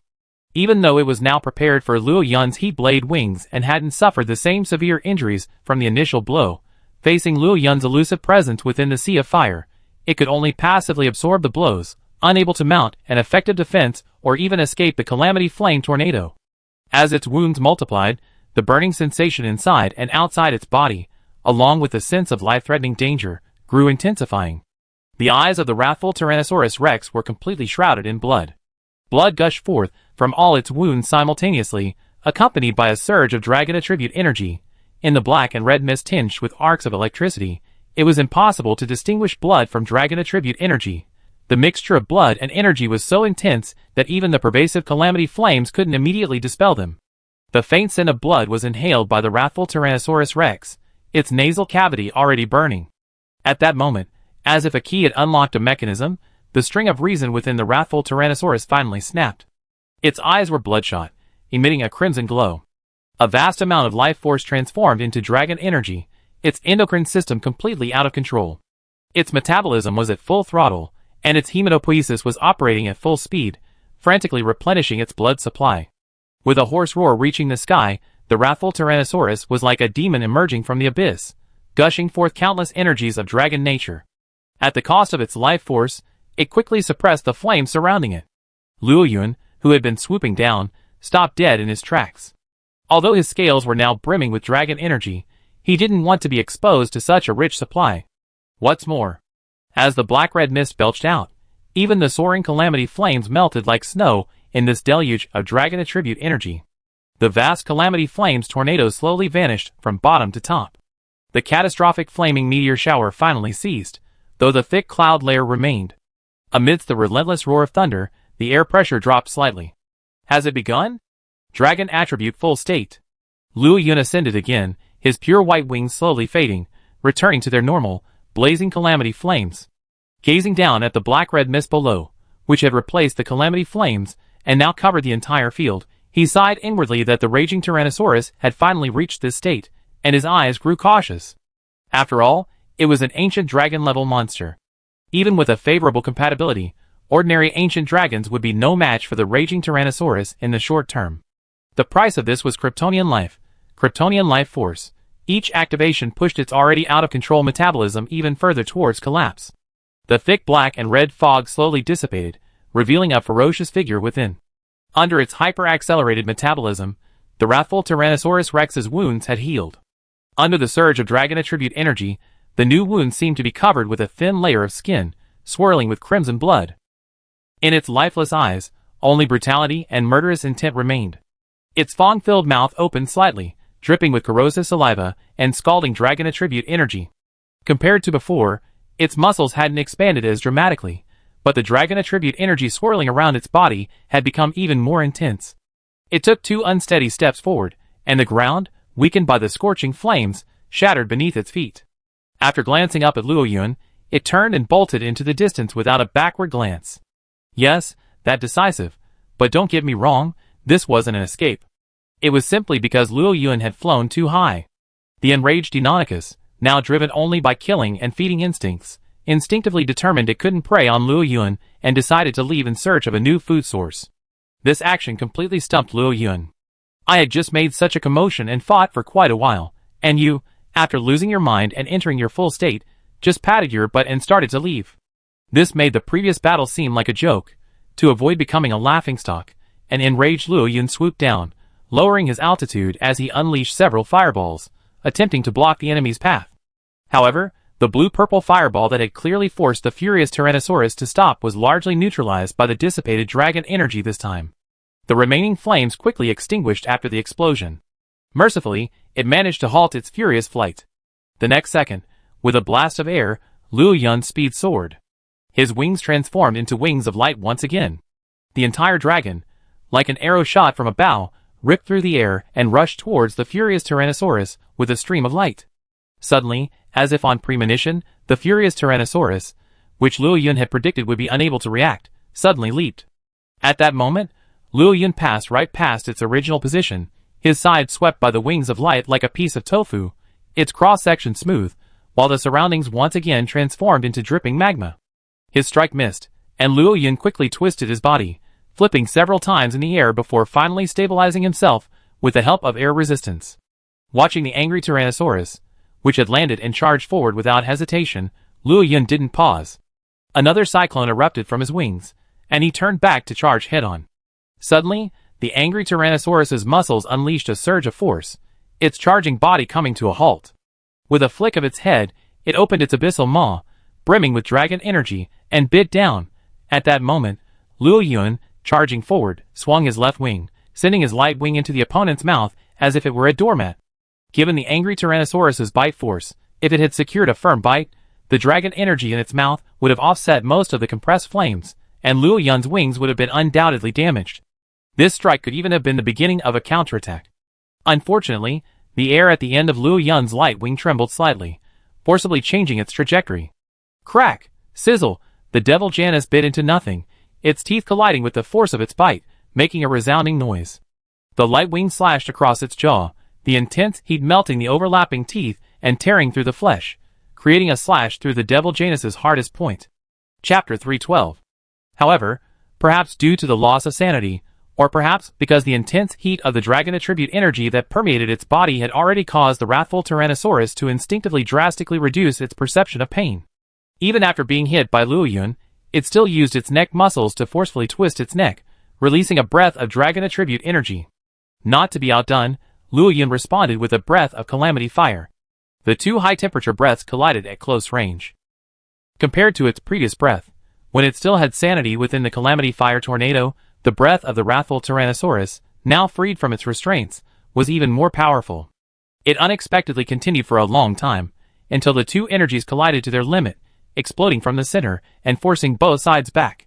The light wings, contaminated by the dragon attribute energy, dissipated the airflow used to compress the flames. In a flash of light and shadow, the wings returned to their original state. Fortunately, due to the mysterious properties of his scales, Luo Yun's scales also possessed dragon attribute energy as a shield, preventing the effects of even a small amount of dragon attribute energy on his internal energy circulation, as he had previously experienced in his battle against the Deviljo. Thus, facing the enraged Deviljo, Luo Yun leaped back and launched into a low-altitude battle, engaging it. As they engaged in repeated exchanges, Luo Yun discovered that this creature's sixth sense was incredibly powerful. Relying solely on instinct and absolute control over its numerous muscle groups, it enabled it to execute numerous incredible anticipations. Though his attacks remained the same crude, life-or-death struggle, his instinctive premonitions enabled him to repeatedly see through Luo Yun's deliberate traps and resist their enticements. Luo Yun had only experienced this feeling before, with the old Thunder Wolf dragon leader who had led his tribe in the attack on the ancient tree. The current battle was only more ferocious, and both sides were even more formidable. As one of the most prominent beast dragons, the furious Tyrannosaurus fully demonstrated its exceptional resilience. Despite countless wounds, blood splattered across the battlefield, its abnormal metabolism still managed to maintain its high combat capability. Chi, a swift, sharp whistle rang out. The raging flames Luo Yun spewed out were instantly confined by the swirling wind rings, emitting a sharp whistle. Like a laser, they slashed across the furious Tyrannosaurus's back, leaving a charred, bloody trail. Finely focused breath. Unlike Luo Yun's signature large-scale breath attack, this one forgoes the suppressive power of full-strength flame output in favor of increased release and flight speed. This low energy, easy to control, and combined with the higher temperature calamity flames after concentration, it can still inflict considerable damage. The furious Deviljo Rex struck back with a ricocheting bite. Amidst the sonic boom, Luo Yun actively lowered his altitude. His heat blade wings, with which he had become increasingly adept during this battle, ignited. With a swaying movement, he brushed past the furious Deviljo Rex, inflicting a wound. With a magnificent backswing, he swooped down towards the furious Deviljo Rex, which was tumbling on the ground due to inertia and losing its balance. A pair of massive wings of light flapped continuously, attacking the opponent. Although Luo Yun had no prior experience with swordsmanship, his anatomy and the massive wings of light did not allow for any delicate control. But with the blessing of his mind and the acceleration properties, Luo Yun perfectly demonstrated the meaning of both speed and accuracy. If it weren't for the damned high concentration of dragon energy weakening the power of his light wings, Luo Yun would have been confident of slashing the creature to death. Red scars appeared on the ground, basalt melting and solidifying. When Luo Yun and the furious Tyrannosaurus were at a distance, he would use his concentrated breath. When he got closer, he would use his scorching blade wings. When the opponent created a black mist of dragon energy, Luo Yun would directly ascend, giving it no chance to launch a surprise attack using the fog as cover. The entire rhythm of the battle was thus under his control. At this point, the furious Tyrannosaurus, relying entirely on instinct, could neither flee nor fight. It relied entirely on its tough skin and flesh to withstand the pressure. The maddened Tyrannosaurus Rex was certainly terrifying, its power output and physical prowess vastly enhanced, its resistances inflated by the overflowing dragon energy. Coupled with its exaggerated combat foresight, it was a nightmare for most monsters. But to encounter a creature that could fly, move at breakneck speed, break defenses, possess overwhelming skill and composure, and possess a formidable sixth sense, determined to destroy it, was truly a relentless opponent. Another continuous stream of black mist erupted, but this time, Luo Yun keenly noticed that the Tyrannosaurus Rex's breath was less intense, and even its once vibrant crimson muscles had dimmed. Clearly, its energy and stamina had drastically decreased. Even if its vitality was squeezed, without the necessary physical strength, it was nothing but an empty shell. Taking advantage of the moment, when the wrathful Tyrannosaurus Rex was focused on exhaling, and before the black fog had completely enveloped it, Luo Yun seized this opportunity. Flames ignited at the tips of his wings, swirling with wind and emitting a whistling, massive burst of compressed flames. The air trembled, and the sound waves spread like waves. The silver-white scales folded, and the calamity flame suddenly increased. An extremely dazzling white light flashed, instantly illuminating the dark sky and earth shrouded by the dust cloud. Even though it had lost its mind, the sudden and intense light stilled the wrathful Tyrannosaurus Rex's body, and it closed its eyes and stopped breathing. In this blazing light, Luo Yun swooped down, his claws flashing with a cold gleam. With unstoppable force, he stomped hard on the wrathful Tyrannosaurus Rex's neck. A heavy force instantly crushed the devil's head into the ground. From the hollow holes at the tips of its claws, a large amount of flammable venom was injected into its body through the claws embedded in its muscles. This counteracted the dragon energy coursing through its muscles. At this moment, Luo Yun felt a surge of power. As the basalt beneath its feet crumbled, the devil's body abruptly rose to its feet. No matter how Luo Yun flapped his wings and exerted pressure, he was unable to stop it. Even with Luo Yun's transformed physique and the double strength of a strongman, it had actually lost in this power struggle. Even when it had the initiative, Luo Yun gritted his teeth, feeling the dragon energy constantly entangling his claws, and slightly shifted the angle of his wings. Force alone can't suppress it, so what if I had this? A dramatic airflow exploded above Luo Yun's wings, two powerful updrafts reacting against them. Get down! With a resounding roar, the sudden, overwhelming pressure overwhelmed the enraged Tyrannosaurus, which had been about to fully stand, but lost its balance again. The muscles in its legs groaned, its joints unable to bear the weight anymore, and Luo Yun's sheer force stomped it back into the ground. The next second, the silver dragon lifted its head and inhaled, its rich life energy, mixed with fire energy, gathering in its mouth. As the dragon's brilliance flowed, the scales from its chest to its neck glowed crimson in the intense heat, a bluish-purple light seeping through the gaps between its stretched armor. Close range, compressed breath, the absolute heat broke through the dragon energy coils, completely enveloping the ferocious head at its feet. Like the whistling of a blower, a flood of cataclysmic flames, accompanied by the force of the impact, continuously spread outward. The basalt at the center of the breath turned black and melted. The wrathful Tyrannosaurus didn't even make a sound. First its skin, then its fangs, and finally its skull, began to melt away under the relentless onslaught of the cataclysmic flames. Until Luo Yun felt himself suffocating, the flame slowly dissipated, leaving behind only a headless, scarred dragon carcass riddled with wounds and a small pool of lava. Stepping on the blood-stained corpse of the wrathful Tyrannosaurus, Luo Yun raised his head and roared.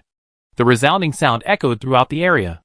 A perfect target, a satisfying release, both vented Luo Yun's anger and soothed his increasingly volatile temper. Chapter 313. After a refreshing release of emotion, Luo Yun took a deep breath, calming the turbulent blood within him. Drip, drip.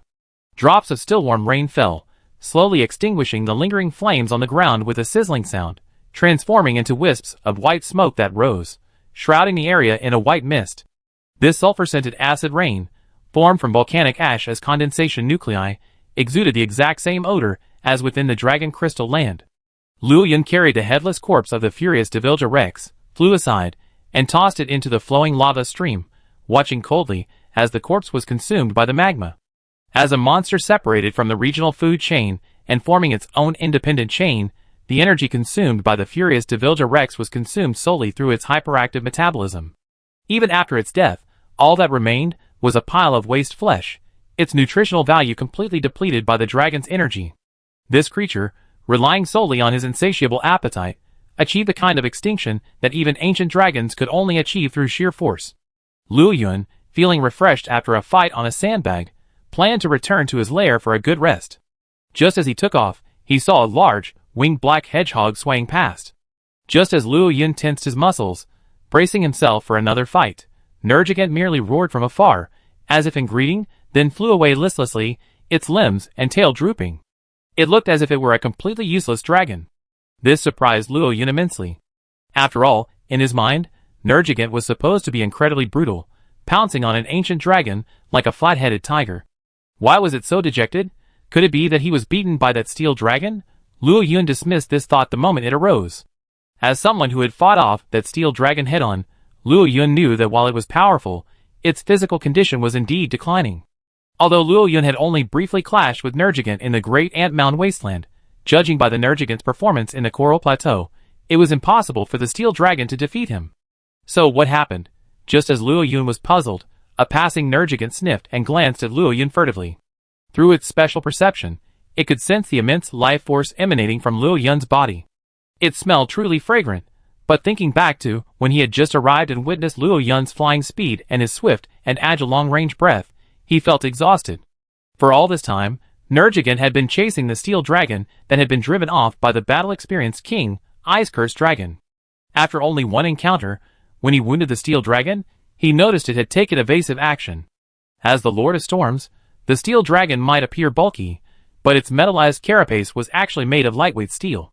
With expert manipulation of air currents, the steel dragon could sustain bursts of incredibly fast speed. With its overwhelming speed advantage and the long-range striking power of the storm, it had been forcing Nergigant to walk it for a long time, like a dog. Finally, the steel dragon found a suitable hiding place and, with the cover of a swirling sea spout, completely escaped Nergigant. After a long game of chase on the sea, when the steel dragon completely disappeared, Nergigant's relentless pursuit suddenly dissipated. Returning to the Dragon Crystal Land, he discovered that, due to the singing, nearly all the ancient dragons had left. After finally noticing the sounds of the battle at Luo Yun's location, he witnessed Luo Yun's flying speed, rivaling that of the steel dragon. Memories of the dead attacked him again. Not wanting to be led astray any longer, Nergigant, despite his exhaustion, decided to leave the Dragon Crystal Land and try his luck elsewhere. Thus, a dejected Nergigant appeared before Luo Yun's eyes. After confirming that the giant black hedgehog had truly departed, the dormant energy within Luo Yun finally quieted down. While he didn't know whether Nergigant had changed or truly lost its hostility towards him, it was best to avoid being targeted by this creature. High on the basalt, Aji stared at the direction of the long-dead area, just as she had in the ancient tree, quietly waiting for a familiar figure to appear on the horizon. Beside her, Rathalos had already departed, taking on the day's hunting mission with Heradragon. Heradragon, on the other hand, glanced furtively at Aji, then gazed into the distance. It eagerly awaited the outcome of this battle. The furious Tyrannosaurus had indeed left a significant shadow on its mind. While it knew its newly recognized leader, Luo Yun, was powerful, he had decisively defeated its and the great fire dragon's combined forces. If Luo Yun lost, his standing in the eyes of the still unrepentant fire dragon would likely decline. A heavy rain swept across the Dragon Crystal Land. In this rarely rainy region, the rain soothed the many newly arrived monsters. The erupting volcano also calmed down again. Amidst the rising mist, the monsters emerged from their hiding places to resume their unfinished battle. At the edge of the cliff, Yaji's pupil shrank. She suddenly straightened up, watching the figure streaking through the rain toward them, and let out a high-pitched dragon roar, celebrating the victorious return of the other side. The fire dragon, shrouded in mist and rain, heard the commotion and stared at the falling rain, letting its flames evaporate the water. It then emerged from its lair and gazed at the approaching Luo Yun. A flicker of doubt flashed in its eyes. When, the fire dragon was unsure. Aside from a few slightly ragged scales, Luo Yun's body bore no scars at all. Having never seen Luo Yun in combat, the fire dragon naturally had such doubts. As for the previous battle with the Flame King Dragon, because both sides possessed extremely high resistance to fire, Luo Yun's strongest fire abilities were never fully utilized, providing fire dragon with no basis for judgment. However, he did suffer some injuries. When Luo Yun, venting his anger, slashed at the furious Tyrannosaurus with his heat blade wings, he would occasionally be unavoidably struck by a collision or tail lash. However, with Luo Yun's current regenerative abilities, this small injury would heal in a few breaths after leaving combat, and even within a minute or two during combat. Luo Yun had previously speculated that once his strength reached the point of being freed from its restrictions, he might possess the regenerative abilities of Nergigant. As Luo Yun slowly descended, the fire dragon returned, carrying the corpse of a dragon slayer. However, judging by the wounds on the corpse, it seemed the fire dragon hadn't killed it, but rather borrowed it from a kind monster. The Dragon Crystal Land was always full of such kind-hearted dragons. After all, those who refused to lend often ended up becoming another meal. Chapter 314. The Hal Fire Dragon looked refreshed upon seeing Luo Yun's return, unlike the fire dragon. Having made such a commotion, it must have defeated its opponent. Its trust in Luo Yun, and indeed that of the entire fire dragon group, was built through battle after battle. Even if he didn't bring back any trophies as proof, it wouldn't matter. They would simply assume Luo Yun had simply tossed the bodies of his opponents to waste, and wouldn't think anything else. This gift from nature, which it had received in less than 20 minutes of its absence, was a perfect occasion for celebration. Watching the Hal Fire Dragon eagerly carrying food to Luo Yun's side, the fire dragon, unusually, showed no hesitation, as if it were a matter of course. Seeing Luo Yun not resist, it let out a low growl and lowered its head before him. At this moment, the energy cluster representing the fire dragon slowly emerged from the second layer of the symbiotic energy pyramid. This unruly female fire dragon, Hal Huaji, had finally become a true member of the ancient tree fire dragon herd. Inside the lair, Yaji tore at the soft flesh of the dragon slayer's abdomen, while Luo Yun gazed at the rain outside the lair, seemingly lost in thought, but actually checking the control panel. He hadn't expected that even though his boss hadn't assigned him any orders, after he had dispatched the furious Devil Tyrannosaurus, the trait extraction bar would have maxed out again. It can only be said that the Devil Tyrannosaurus clan is treated similarly to the Tianhui dragon in the world. Both are unwelcome. The rewards brought by the ancient dragon-level monsters were indeed generous. Even after the progress bar was maxed out, there seemed to be some left over, pushing the next special effect extraction bar up by a full third. Multiple scales. Due to the body's increasingly powerful vitality, the growth of scales increases, and the metabolism of old and new scales accelerates, achieving a multiplier effect. This significantly enhances defense and reduces damage absorption. How can I describe this trait? If it weren't for the presence of a carapace on his forehead, his brow would have been furrowed by now. The effect of this trait is very effective. Luo Yun's scales already offer strong defense. After activating this trait, with the enhanced effect of the burnt fragrant body, he even took minimal damage from a tail lash from a power-type monster like the furious Tyrannosaurus Rex. The presence of the mysterious scales further reduces Luo Yun's absorption of abnormal status and attribute damage. Even in his battle with the steel dragon of ancient Dragon Crossing, he was able to withstand several slashing wind damage. Now with multiple scales, how high would his defense be? Even if it wasn't as strong as those ancient dragons with specialized defense, it would still be in a league of its own among ordinary ancient dragons, right? However, Luo Yun was concerned about whether these additional scales would affect his flying ability. This was a big problem. More scales meant a significant increase in weight. Compared to higher defense, he preferred faster speed and more agile flying. After all, when defenses could be breached, speed could save him while still maintaining his chances of victory. Besides, what was the difference between a flying dragon with weak flying abilities and a salted fish? The more he thought about it, the more he felt that this trait had more disadvantages than advantages. The irritation he had thought he vented by defeating the furious Tyrannosaurus Rex surged back into his heart. He spread his wings impatiently, and with a few crisp tinkling sounds, several scales scattered. It's starting already? In Luo Yun's experience, such direct effects on his normal physical characteristics usually take time to complete the changes. He hadn't expected it to happen so quickly this time. This made Luo Yun, already in a bad mood, even worse. He flapped his wings furiously, and closed them again. At this moment, several silver beams shot towards the basalt wall nearby, making a crisp clatter and leaving several white marks. Looking closely, he saw that they were actually several silver-white scales, and at this moment, one end of the scales still had a red tint from the intense heat. Noticing this, Luo Yun felt puzzled and walked over to examine the scales more closely. He then realized that when he had flapped his wings in anger, his ignition glands had inadvertently leaked some flammable liquid, which had clung to the ends of the scales. In the past, this liquid would simply be reabsorbed, not released with the scales. Due to the new properties of the multiple scales, Luo Yun's scales metabolized at an accelerated rate, causing the flammable liquid to be carried away before it could be absorbed. The flammable liquid, already highly flammable, ignited directly from the friction between the scales and the air. However, the flammable liquid that reached the scales was too small, and since Luo Yang's burning glands were currently igniting the tribulation flame, the heat only caused his scales to turn crimson. But what if Luo Yun intentionally controlled the secretion of the flammable liquid, allowing it to spread widely across the scales? Or to put it another way, if the scales served as a carrier, injecting large quantities of flammable liquid, would there be any success? A living creature has already provided the answer to this question. Yes, it's you, explosive dragon. However, Luo Yun's scales aren't as thick as explosive dragons, and the flammable liquid is more powerful and seemingly less stable. Add to that, he possesses other special abilities that can be combined to develop new moves. The degree of maneuverability seems to be quite wide. This discovery instantly soothed Luo Yun's inner irritability. Like a child with a new toy, he excitedly began to unleash his imagination. Developing a move isn't something that can be accomplished simply by thinking about it. It requires time and testing, and time is precisely what he has the most of right now. On the contrary, in his seemingly endless future, developing various moves using these special abilities will likely be his primary way of passing the time, a lifelong pursuit. After all, Luo Yun couldn't be like other ancient dragons, spending his time in boredom, aside from maintaining his role in the ecosystem.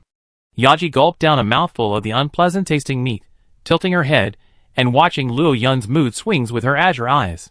She was almost accustomed to it. After all, Every few times he went out and defeated powerful enemies, Luo Yun would always end up like this for a while. Don't worry about him. He recovered naturally with time. Thinking of this, Yaji tore off another piece of meat and swallowed it whole. Replenish your energy to face the next battle. Up on the ancient tree, outside the ancient tree ecology research base, a golden mantis was waving its sickle-like forelimbs, chirping towards the inside. If it weren't for the several cats, including Xiangxuan, who were constantly shouting to stop it, the mantis would have already cut through the vines that got in the way and rushed in. Chapter 315. Inside the ecological research base, the Grand Commander looked at the young dragon scholars standing in a row, receiving a reprimand. Hearing the angry dragon roars coming from outside, he felt a momentary headache. The story went something like this. Because the dragon girl had volunteered to stay behind the ancient tree, she had spent some time there. One day, while strolling around, she bumped into a scholar studying ancient alchemy. Seeing the familiar symbols and text on the man's notebook, the dragon girl, out of kindness, began to explain. Although the dragon girl, as a combat unit, did not possess the highest level of academic attainments, the text the scholar had recorded, copied from the pile of rubbish in Good Mantis's possession, was something the dragon girl's tribe encountered daily. By analogy, the Research Institute's research into the alchemy of ancient civilizations advanced by leaps and bounds. And then something happened.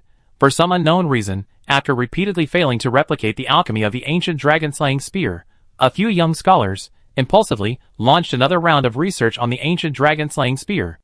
The ancient dragon-slaying spear itself, due to its age, was accidentally damaged by the young scholars' targeted manipulation, resulting in the ancient dragon-slaying spear being transformed into a common large weapon with the appearance of a dragon-slaying spear. Just then, all the metal that Good Mantis had brought in for processing had been completed. Inspired by what he had seen and heard during his time in the ancient tree, and immensely satisfied with the processed metal, Good Mantis simply discarded the excavated stone and wooden parts, intending to build the ruined city entirely with metal and the perfect wooden pillars provided by the cats. With nothing left to work on, Mantis naturally sought to retrieve his dragon-slaying spear. As soon as he wielded it, he discovered that his once handy weapon no longer possessed the same penetrating and striking power. Fretfully, Mantis carefully observed it through his compound eyes, and spotted the subtle difference. Realizing his dragon-slaying spear was broken, Mantis immediately flew into a rage. Possessing a high level of intelligence, unlike any other monster, Mantis immediately tracked down the scholar responsible for researching the dragon-slaying spear, leading to the scene of blocking the door. Thankfully, the cats intervened, preventing Mantis from becoming completely enraged, otherwise a fight would have erupted. Whether Mantis lost, whether the investigation team suffered heavy losses, or even been forced out of the new world, was secondary. At the very least, the ancient tree would undoubtedly be severely damaged. Alright, everyone stop. I go talk to them, and see if there's any other solution. Simply scolding them wouldn't solve the problem. The Grand Master, having learned some experience dealing with fire dragons over the years, knew that a quick resolution was necessary before things got out of hand, and while the Detels could still persuade them to act as mediators. This was the only way to avoid a larger conflict. Although it wasn't a fire dragon blocking the door, it seemed they hadn't lost their minds and rushed in. At the very least, they were interested in communicating first. As for the monsters not having such thoughts, that only applied to ordinary monsters. As the Grand Master, who had observed the mantis and received extensive information from Detel, knew full well that this unique monster, named the Mantis by the Old World Guild, undoubtedly possessed such intelligence. Outside the research base, although the mantis was chirping angrily and looked furious, even attracting a crowd of fire dragons, it was actually far less furious than it appeared. Every part will wear out, and for the mantis, who has been excavating ancient ruins and crafting parts using ancient materials for years, wear and tear is commonplace. This dragon-slaying spear was a legacy passed down from its mother, and its lifespan had long since reached its limit. The mantis used it with extreme caution during combat. In the past, due to lack of resources, the dragon-slaying spear was the only valuable item. Now, with the newly smelted metal, the mantis's vision had risen significantly. It no longer wanted even other junk, let alone a dragon-slaying spear that had already reached its limit. It had originally planned to have the craftsmen see if they could refurbish the dragon-slaying spear, even if it failed and was scrapped. Unexpectedly, it was damaged prematurely. The mantis was indeed furious at the time. After all, willingly incurring wear and tear and involuntarily incurring wear and tear are two different things. Later, under Cat's constant persuasion, the mantis that had begun blocking the door accurately grasped the phrases like better craftsmanship, more good things, compensation, which instantly calmed it down. At this moment, the vines were pulled aside, revealing the narrow entrance, which seemed quite small compared to the monster's several-meter height. A familiar-looking creature cautiously and slowly emerged. The Grand Commander observed that although the mantis was still chirping softly, it hadn't made any dangerous moves. This was at least a good sign. He walked out slowly, his heart in his hands. He gave a kind smile, looked at the stopped mantis, and began communicating through the cat. Before leaving, the Grand Commander had already discussed the compensation with the Third Corps leader and had even prepared for bargaining. But when he translated through the cat, Mantis unexpectedly agreed without hesitation. Agreed just like that? The Grand Commander had a feeling something was amiss. According to the investigation team's assessment of Mantis, it was a monster possessing great intelligence, but difficult to approach and communicate with, lacking the emotional richness of Luo Yun. But now, it seemed, it wasn't that difficult to communicate with. Mantis was very satisfied with the Grand Commander's compensation. Not only did he receive 10 new metal pillars, but the fact that he was going to forge a new dragon-slaying spear for him was enough to satisfy Mantis. As for the time issue the Grand Commander mentioned, that's nothing. Although the Pavilion Mantis isn't an ancient dragon, as a creature with a strength limit of unleashed and possessing ancient genes, it inherently possesses an extremely long lifespan. Like Luo Yun at this moment, time is the least valuable thing to the Pavilion Mantis. As for wanting more, no matter how intelligent the Pavilion Mantis is, it's still a monster that hasn't seen much of the world. There's no point in negotiating. If the conditions are satisfactory, agree, if not, object. It's that simple. As for the Grand Commander's request that the Pavilion Mantis accompany him to the Starry Stronghold, the Pavilion Mantis isn't particularly concerned. This stems from confidence in his own strength. Of course, the Grand Commander's willingness to allow monsters other than the Fire Dragon to travel to the Starry Stronghold wasn't just due to his confidence in the Stronghold's defenses, but also because of the presence of the Mist Dragon. He wasn't afraid of a mere monster causing trouble. Chapter 316. It can only be said that the investigation team had never seen a mantis in combat, and therefore did not fully understand its strength.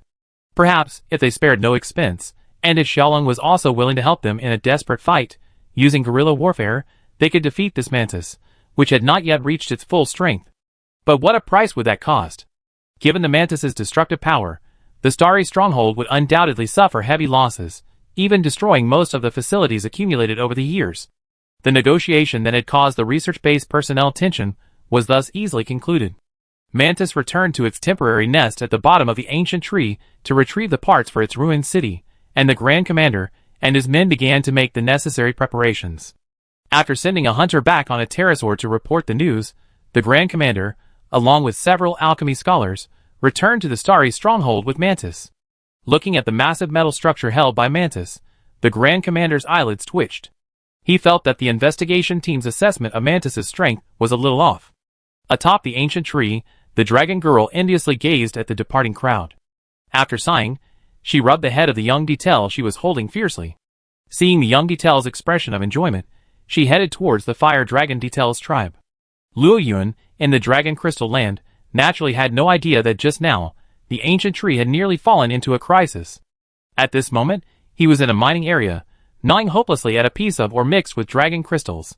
It wasn't some lava ore, like the ore a fire dragon needs, but simply ordinary metal ore.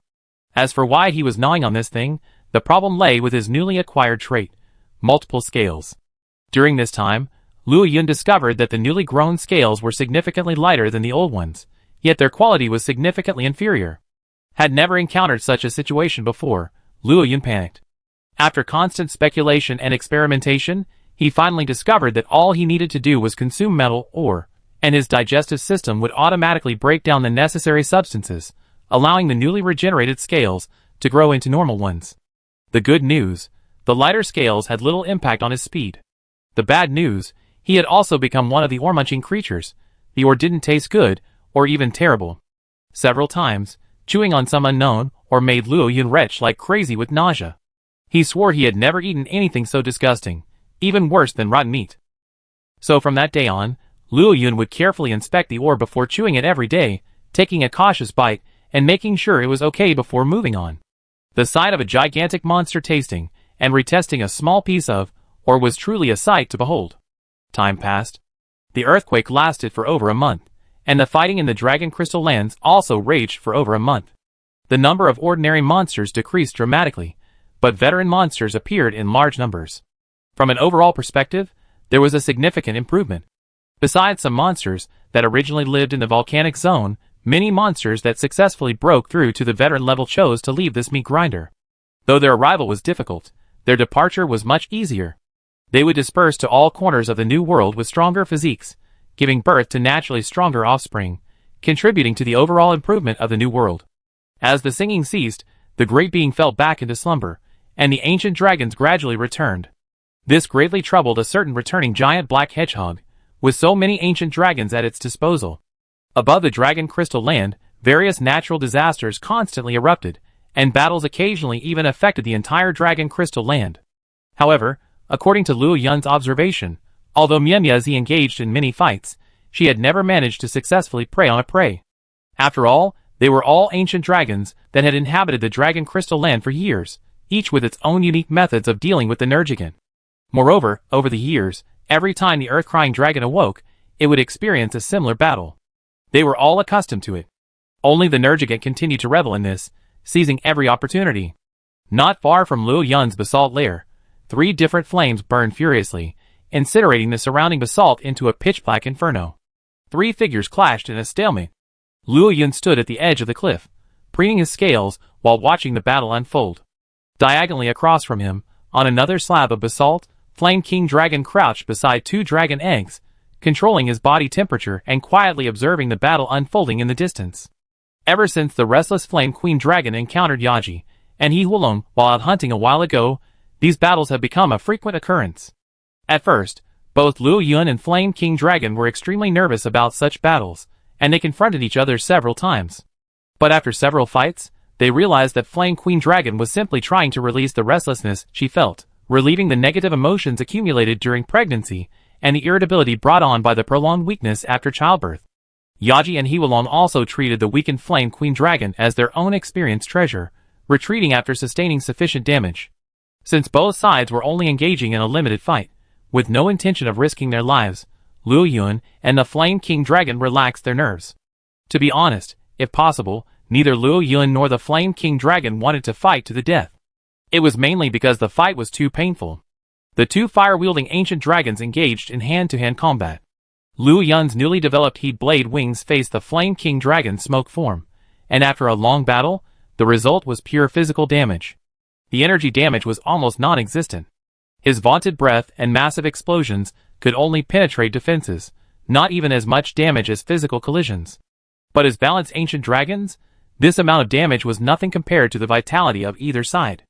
Over time, he let Yaji and the others fight, while Luo Yun studied his new tactics, and the Flame King Dragon obediently incubated eggs in its makeshift nest. The 2 sides had reached a sort of tacit understanding. It was just a pity for the other ancient dragon also living atop the basalt. The steel dragon had been feeling rather annoyed lately. Having finally managed to survive the noise pollution from the earth-crying dragon, a Flame Queen Dragon and 2 unusual fire dragons were now battling each other on their doorstep. And the mining area beneath the basalt had recently seen a new ore-munching creature. He simply wished to peacefully absorb life energy in this area, seeking a glimmer of hope for a breakthrough in his lifespan. Why did he always encounter so many problems? Yes, this steel dragon was the one the first group had tracked. Several years ago, after another battle with the battle-experienced Abyssal Dragon and being defeated by the Nergigant, he finally arrived at the Dragon Crystal Land. However, over the years, his lifespan had increasingly reached its limit, and his metallic shell had taken on a deathly grayish-white hue. Now, he no longer dared engage in another high-intensity battle, as that would truly spell doom for him. This was why he refused to expel the Flame Queen Dragons and their ilk who had invaded his territory. Chapter 317. Ancient dragons sharing the same vision, as the steel dragon were not uncommon in the Dragon Crystal Land. After all, although the time it took for the ancient dragon crossing to shorten had only begun several decades earlier, many had already arrived here, drawn by an unknown attraction. Each of these ancient dragons, having reached their limits, remained like the steel dragons. They refrained from action if possible, concealing their presence for the most part, living a life of retirement within their own small, private territories. They wandered about, ate, and then diligently absorbed life energy in their hidden lairs. But even though the tree desired stillness, the wind remained incessant. Deep within the dragon crystal, within the world's converging point, that one, if it could successfully break free from its cocoon and grow, would become the ancient dragon king, possessing limitless potential. The pheromones he exuded attracted these ancient dragons, whose lives had reached their limit, not to allow them to retire here. Instead, he urged them to accept their impending death, becoming nourishment for the new world, and for him as well. So, after the earth-crying dragon's noisy wake-up call, a future ancient dragon king in egg form, still only possessing instinctive consciousness, once again began to spread its unique pheromone. Unlike other monster pheromones, the Dark Lantern Dragon's pheromone actually emphasizes its ability to harness life energy. In Luo Yun's perception, this pheromone conveyed only one message, absolutely pure and vast, seemingly endless life energy. This pheromone, combined with the auspicious location of the Dragon Crystal Land, was so tempting that even young ancient dragons were tempted to try and get a piece of the action. Not to mention the elderly ancient dragons nearing the end of their lives, desperately needing this incredible amount of life energy to defy fate and prolong their lives. For a moment, the Dragon Crystal Land, which had just begun to calm down, became frenzied once again. But this time, it wasn't just ordinary monsters that were going crazy, it was the ancient dragons. The mighty being, the heaven and earth brilliant crying dragon, had just fallen into a deep slumber when the ancient dragon king awakened once more. Like a cycle, it constantly irritated the nerves of ordinary monsters and ancient dragons, completing the ecological cycle of the new continent through brutal competition. For a moment, the ordinary monsters, having just recovered from the chaotic battle, were once again tense, even more so than before. After all, despite the previous chaos, as long as one was strong, not greedy, and well concealed, the chances of survival were still quite good. But now, ancient dragons occasionally flew across the sky above the Dragon Crystal Land. Ancient dragons, which were rarely seen in other places for years, even decades, were now seen here almost every few days. Furthermore, conflicts often arise between ancient dragons, resulting in ferocious clashes within the Dragon Crystal Land. The aftermath of ancient dragon battles is already dramatic. Even if they exercise restraint and avoid using their powers, their sheer power, combined with their immense energy output, can wreak havoc on any monster they strike. Not to mention, the ancient dragons' increased activity has led them to hunt regardless of their territorial boundaries, making life even more difficult for carnivorous monsters that already rely on scouting for prey. If they're unlucky, they could become food for an ancient dragon. Of course, some ancient dragons, calmer and recently reaching middle age, were unaffected by the pheromones. Some were hatching eggs, others were seeking refuge, but these were still a minority. In Luo Yun's perception, the attribute energies of the Dragon Crystal Land began to become chaotic. The once dominant fire energy was constantly replaced by other energies, and the climate was unpredictable, making life miserable for monsters with poor adaptability. Thankfully, battles between ancient dragons primarily occurred within the Dragon Crystal Land. Occasional battles occurred in other lava caves, volcanic areas, and the basalt region where Luo Yun was stationed, but they were generally under control. Until one day, a large black hedgehog, once again in a state of excitement, passed by the basalt and collided with a steel dragon forced out by a fireball. The battle between the Flame Queen Dragon and Aji continued unabated, undeterred by the appearance of these pheromones. After all, the Flame King Dragon couple had only just reached the peak of their strength and had just conceived their offspring. They didn't need to pursue that intangible, pure life energy, much less the time or energy. As the battle progressed, the area of combat drew ever closer to the steel dragon's lair. Already, due to the reappearance of the pheromone they had sensed before, they were wavering, debating whether to leave the lair and fight their way to the Dragon Crystal area, seeking a glimmer of hope.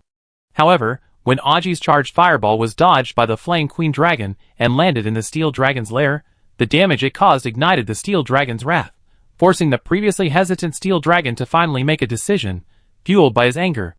The steel dragon, ready to fight, had barely left its lair when it ran into the Nergigant. Glancing at each other, they recognized each other. And so, a battle, long since abandoned, began anew.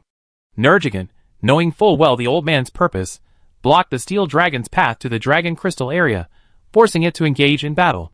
Determined to succeed or die, the steel dragon, recklessly forcing its way through.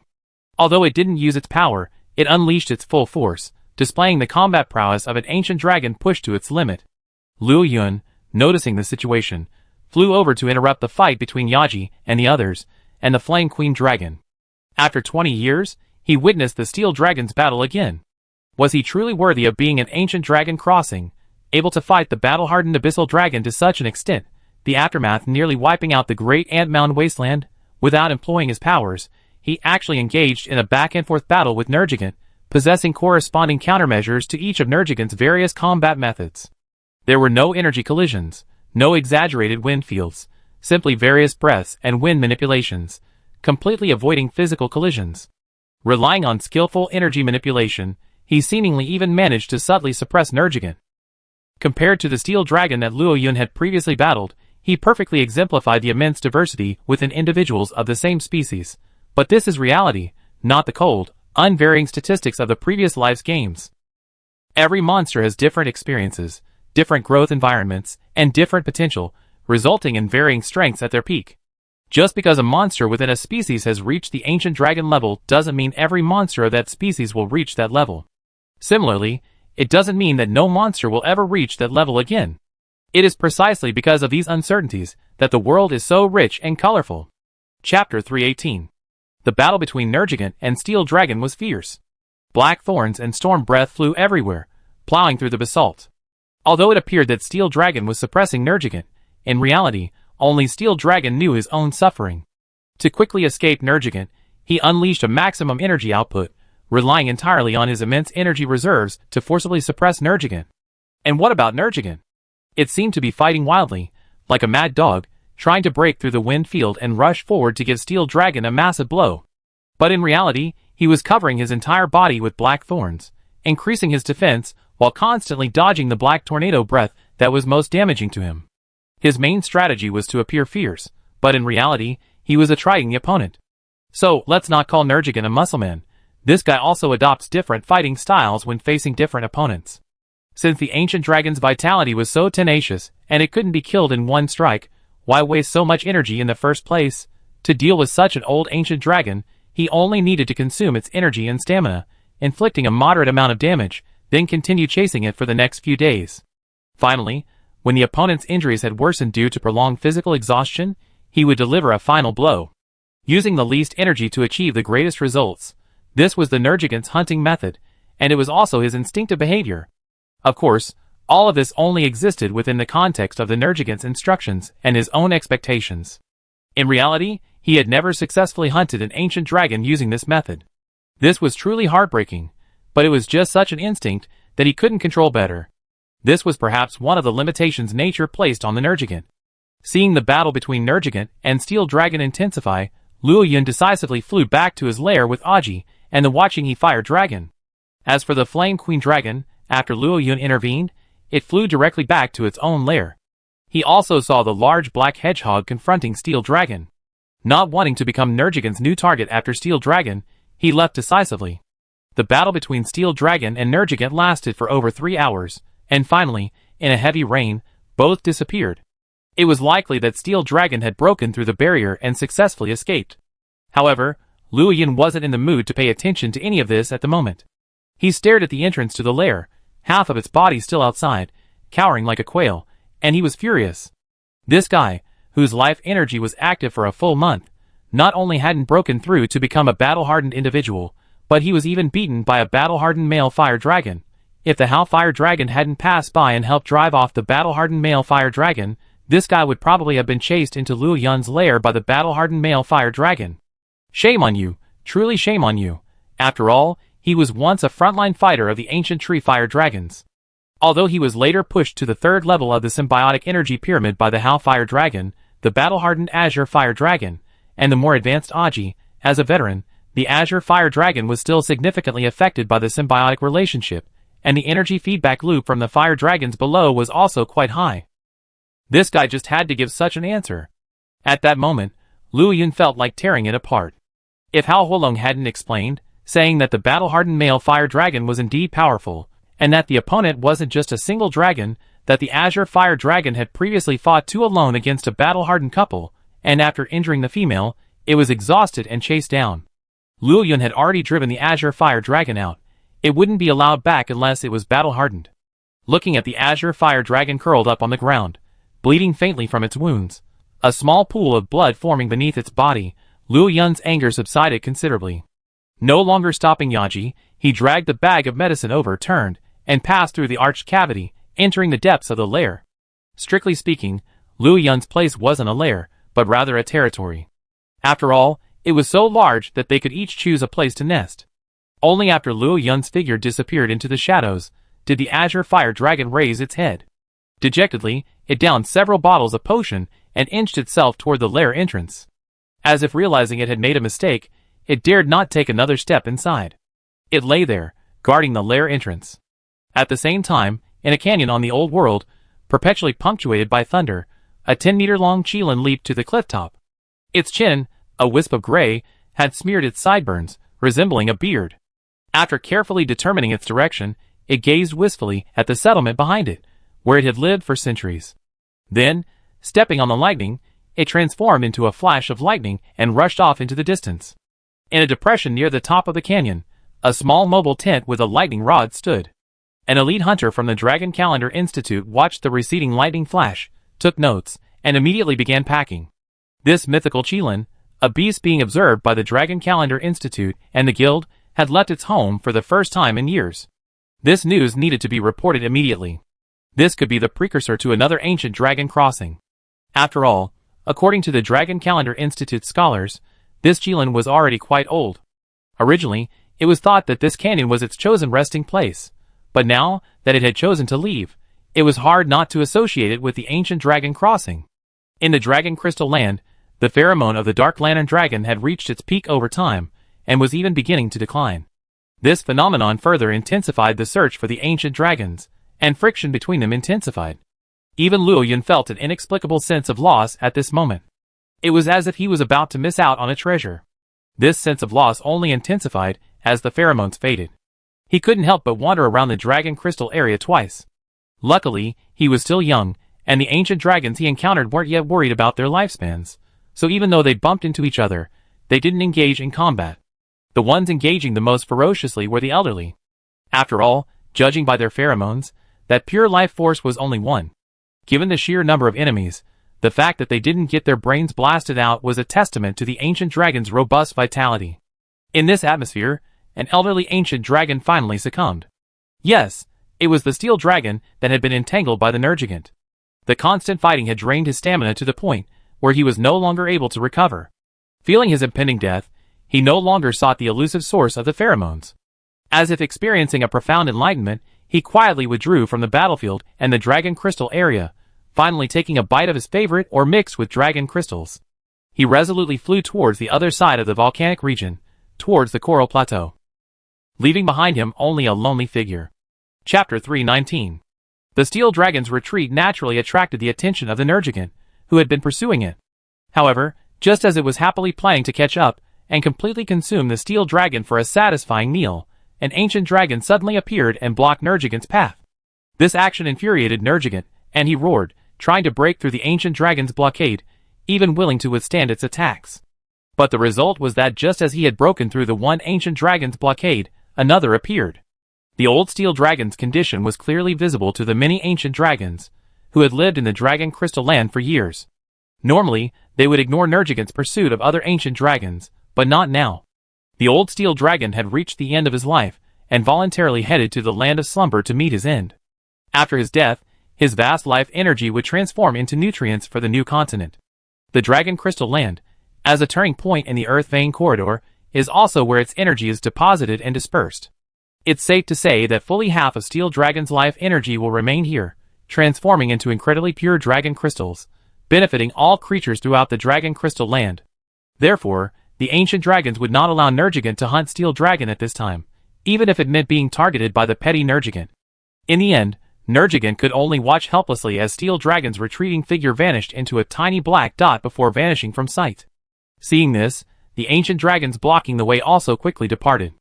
As long as Steel Dragon didn't release his aura further, given the vastness of the new world and the complexities of the Miasma Valley, Nergigant would have no chance of finding him. Boom! A large, irregular boulder flew high from the crater before plunging heavily into the still stable lava beyond. The Nergigant roared with all its might, ravaging everything around it. Its wings, tail, and horns furiously smashed into the surrounding basalt. Gray-black volcanic ash flew in a haze, shrouding the crater. No creature knew what was happening there. Passing dragons could only hear the roars from within the volcano, sometimes whimpering, sometimes violent, like the roars of a demon from the abyss. Frightened, the passing dragons flapped their wings faster and fled the crater. The steel dragon's departure also caught the attention of another dragon. That dragon was Luo Yun. As luck would have it, Luo Yun, feeling a bit restless and wandering around due to his pheromone levels, happened to encounter the passing steel dragon. With just one glance, Luo Yun could tell the steel dragon's current state. Is this what an ancient dragon looks like at the end of its lifespan? It seems rather tragic. Luo Yun felt a sense of depression. From his perception, the steel dragon, though clearly showing no obvious injuries, was experiencing an uncontrollable surge of vital energy, constantly oozing out of its mouth and the cracks in its shell. It was as if the steel dragon's aging body was no longer able to store such a large amount of energy. The vital energy that the ancient dragon should have been able to control was now swelled up the steel dragon's decaying form, like a balloon poised to burst. It could be said that every time the steel dragon flapped its wings, it felt an unbearable discomfort from the agitation of the vast amount of vital energy. Not only that, the vital energy also kept the steel dragon's spirit in a state of hyperactivity, making it constantly aware of its own decay. This was undoubtedly a double torture, both physical and mental, for the ancient dragon, who had been so proud for countless years. Perhaps this is one of the reasons why the ancient dragon, realizing its lifespan extension was hopeless, willingly submitted to death. Compared to days like this, death became the ultimate relief for the proud ancient dragons. Out of curiosity, Luo Yun calculated the steel dragon's route and returned to his lair to greet Yaji and the others, telling them to stay within their lair for the time being and to hunt nearby, even though few ancient dragons frequented the basalt region. However, this was the ancient dragon's active season, and even their combined strength wouldn't frighten them against ordinary dragons, but caution was still advised. Then, he summoned the swift wind to accelerate himself, relocating the steel dragon's position and lingering far behind him. The steel dragon seemed to be aware of Luo Yun's presence, but at this moment, he no longer had the energy to care. Following that mysterious call, he flew past one volcano after another, finally arriving at the cliffs of the Grand Canyon. Without hesitation, he folded his wings and plunged headfirst into the coral plateau below. Seeing this, Luo Yun quickened his pace and hurried to catch up. This was his first time truly entering the Miasma Valley. The previous time, he had merely flown over the miasma area of the Miasma Valley, never actually entering it. This time, Luo Yun watched the steel dragon plunge into the dense miasma. After it vanished from his sight, he gritted his teeth, mobilized the dragon energy of his mysterious scales, and covered them with it, then charged in as well. The microorganisms were scattered by the swift wind pressure before they could even get close to Luo Yun. Those that managed to get close were destroyed by the heat and dragon energy. For most living things, the miasma, no less potent than a slow-death virus, had no effect on Luo Yun. Diving at high speed, he quickly broke through the miasma and reached the bottom of the Miasma Valley. The harshest region of the entire New World, long obscured by the dense miasma, now came into Luo Yun's view. The entire area was composed almost entirely of the remains of animals, plants, and corals. The excessive number of corpses even formed a vast colony of white microorganisms in the middle and lower layers, dedicated to decomposing the corpses. This gathering of microorganisms, like a white mist, was the so-called miasma. No miasma spores were needed. These corpses were the perfect breeding ground. The accumulation of excessive corpses easily led to the accumulation of miasma, and this was the job of the Hazak, the master of the Miasma Valley. It absorbed this miasma, storing it in its parotid glands, and then evenly distributed it throughout the Miasma Valley, ensuring a more stable functioning of the New World's internal circulation system. This harsh environment also makes food acquisition extremely difficult, even more so than in the Dragon Crystal Land. And yet, there are still a lot of monsters here. The limited food resources make competition for food fierce. However, it is precisely this extremely cruel and fierce competition for survival that has led to the massive accumulation of monster corpses in the Miasma Valley.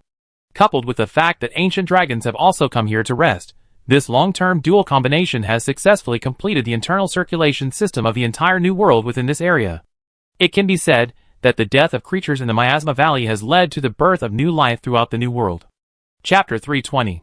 Of course, the Miasma Valley was a truly magnificent place for the New World, but for Luo Yun right now, it was a bit unbearable. The stench of decay practically became tangible, forcing him to open the membranes in his eyes to prevent tears from coming out of his eyes. Although the price was a slight decrease in vision, in this already complex and dim abyssal valley, Vision was already severely limited, so this slight decrease in vision was nothing. But his sense of smell was useless. He still needed to breathe. The smell of rotting meat, the sour aroma of fermented tree roots, and the stench of decaying conch barnacles mixed together, creating a sour and refreshing aroma. Of course, the Miasma Valley wasn't entirely filled with disgusting things. Some of the corpses of monsters that had recently fallen into the Miasma Valley, after a short period of fermentation in the unique climate, after the external decay, the meat inside tasted quite delicious. Some of the large barnacles growing deep within, if you ignore the rotting flesh hanging from their exteriors, reveal tender flesh with a distinct wine aroma. In short, appearances aside, there are still some good food to be found in the Miasma Valley. The only question facing Luo Yun now is whether to continue deeper out of curiosity. It's not that he lost the steel dragon in this complex environment. Given the steel dragon's current state of uncontrolled energy, simply following the energy trail it left behind would allow him to follow it all the way to the depths. It's just that he couldn't stand the thought of himself becoming stinky. Forget it, I'm already here. With this mindset, Luo Yun endured the stench and began to chase along a large road. As for why, he didn't activate his flaming body. While there wouldn't be any methane explosions, heating it up amidst the stench was terrifying. The thought was terrifying. As the altitude dropped lower and lower, Luo Yun suddenly realized he was walking on an incredibly wide snake path. Yes, a snake path. It was a passage formed over the ages by the remains of an ancient serpent dragon. Rumor has it that the Miasma Valley and the Coral Plateau were created by the Tiandi Huangdi dragon from a pile of serpent dragon corpses. The most crucial of these was the corpse of an ancient serpent dragon, estimated to be over 2,000 meters long. You have to remember that the average length of a serpent dragon, the closest to the forbidden serpent dragon, was only 450 meters, while the ancient serpent dragon was a full 5 times longer than an average serpent dragon. In his previous life, in the game, he only thought this snake path was enormous, but because it served the game's purpose, he hadn't felt particularly impressive. But now, compared to Luo Yun's height and length, he still seemed tiny within the path. The curved snake ribs, stretching over 30 meters on either side of the path, hadn't broken significantly with the passage of time. Instead, they supported the coral platform above like pillars supporting the heavens. Could a creature of such power and size truly exist in nature? Luo Yun wasn't sure. But upon closer inspection, the prototype of the New World's neighbor, the continent later named the Demon Gathering Land by the investigation team, had been derived from the corpse of a gigantic molten mountain dragon. Perhaps, in a sense, these gigantic ancient dragons are the foundation of the world. With awe in his heart, Luo Yun continued to delve deeper. At this moment, a rumbling sound was heard. At this sound, Luo Yun's eyes lit up, and he immediately turned to look up the passage. Soon, as the sound grew closer, a black and white tire rolled down the long downhill section at a rapid speed. Bonehammer Dragon, an outlier among the beast dragons, a relative of the explosive hammer dragon of the Dragon Crystal Land. As a closely related species, it shares the explosive hammer dragon's tendency to curl up into a ball and use itself as a tire for high-speed movement. The white substance on its body is the remnant bone fragments of various monsters in the Miasma Valley. The bonehammer dragon secretes a heavy oil on its body that clings to the bones scattered across the upper layers of the Miasma Valley. This not only acts as a shield to enhance defense, but also, through the acceleration of rolling, transforms these sharp bone spurs into the best defense against enemies. The things beside its legs, resembling ceratopsian skulls, serve not only as weapons but also as the key to its steering and braking during high-speed rolling. Simply put, this creature's center of gravity and braking ability were weak, requiring external assistance. Thus, compared to its relative, the Blast Hammer Dragon, the difference was like that between a Mazda and a Rolls-Royce. Watching the Bone Hammer Dragon approaching with no sign of stopping, Luo Yun knew that he had failed to exude a commanding presence, and thus had been targeted by this speed-loving, hit-and-run driver. Since that was the case, Luo Yun didn't hesitate, his eyes narrowing slightly within his veil. While he didn't intend to use absolute force to stop the opponent like the Boom Dragon, he also didn't intend to kill it outright. With perfect timing, a fireball landed right in the Bone Hammer Dragon's path. Luo Yun's precise energy control prevented the explosion from causing significant damage, merely creating a gentle crater, medium in size, low in the middle, and high on either side. Overall, it looked a bit like the hemispherical slope of an ice rink. Then, without time to brake or turn, the Bone Hammer Dragon plunged headfirst into the crater. Then, at excessive speed, it burst through, soaring high into the sky, giving Luo Yun a ready-made flying motorcycle demonstration. However, The motorcyclist's mental state wasn't good enough. As his body soared into the air, he could no longer maintain his balance. Thus, at high altitude, centrifugal force forced him to stretch his body again. Those beast dragons who spend their lives on the ground always dream of flying. And now, the dream had come true. Bang! The bone hammer dragon's massive body slammed heavily to the ground, bones cracking as it tumbled and slid a considerable distance. And this creature was incredibly resilient. At this speed, this height, and with its weight significantly increased by the sheer volume of bone fragments, it didn't even utter a single groan. This was real life, not a game. Even Luo Yun would have been injured at this acceleration, so he was still quite surprised by the bone hammer dragon's performance. But when he approached to investigate, he found it lying in a horribly awkward position, as if its body had been completely twisted and its bones broken. And the bone spikes that should have been its weapon had, under the sheer force of its force, pierced its body. A massive horn had pierced its jaw, piercing its head, and dislodging its skull. What a horrific accident. Chapter 321. Luo Yun hadn't expected that a mere fall could kill a beast dragon known for its physical strength. He expected the worst to happen was a missing leg or a broken bone. Death by one's own weapon was something Luo Yun hadn't imagined, but it made sense. A body covered in bone fragments looked unsafe. Going out to race without even taking protective measures, even without today's incident, something would have happened sooner or later. Luo Yun thought to himself, leaving the scene with a slight sense of joy. As for whether to use the bone hammer dragon's corpse as a meal, Luo Yun was having trouble eating in such an environment. Furthermore, given the bone hammer dragon's penchant for lingering among bones, Luo Yun would have worried about his digestive system. But Luo Yun's lack of interest in the corpse didn't mean other creatures wouldn't be interested. As one of the most resource-scarce areas in the New World, it was never short of carnivorous creatures. The miasma thickened in the air. Looking up, I could only vaguely discern the distant, shimmering silhouette of the coral plateau. The miasma valley was truly a magical place. Though it never saw a drop of rain year-round, the roots of the corals and plants filtered out drinkable water that was just as good as any other place. It even contained a number of rare fish, not found anywhere else. This also provided a source of food for the smaller creatures that inhabited the miasma valley. Chirp! A sharp sound was heard. Upon closer inspection, several nasty-looking Fenctrosaurs, their minds eroded by the miasma, and their skin partially ulcerated, were roaring at a Parathoraptor below. It was hard to imagine that the Fenctrosaurs, the largest source of food on the coral plateau and considered the top of the pterosaur family in both appearance and meat content, had become so disgusting in this land of death. Furthermore, unlike the docile Fenctrosaurs on the plateau above, these Fenctrosaurs were highly aggressive. Their food source was no longer nutritious coral eggs, but the blood and flesh of living creatures. After watching the battle between the Fenctrosaurs and the Parathoraptor, Luo Yun lost interest. Although the Fenctrosaurs outnumbered them, their claws were powerless against even the weakest of the Parathoraptor family. They seemed to have an absolute advantage, but in reality, the moment they paused, they would be dealt a fatal blow by the Parathoraptor. What's more, Luo Yun looked at a nearby paralysis thief, leading a group of minions, striding towards them like a gangster. This creature possessed long-range attack capabilities. If nothing unexpected happened, these insane Fongy dragons would become its lunch. That was, of course, assuming nothing unexpected happened. And at this moment, the biggest surprise was watching these paralysis thieves. Unlike bone hammer dragons, paralysis thieves were the most numerous, largest, and most fertile monsters in the Miasma Valley. They occupied the vast majority of the middle layer of the Miasma Valley. Almost anyone entering the Miasma Valley could easily find them. It could be said that the Miasma Valley couldn't be without the paralysis thief dragons. After all, these creatures occupied a full half of the Miasma Valley's food quota.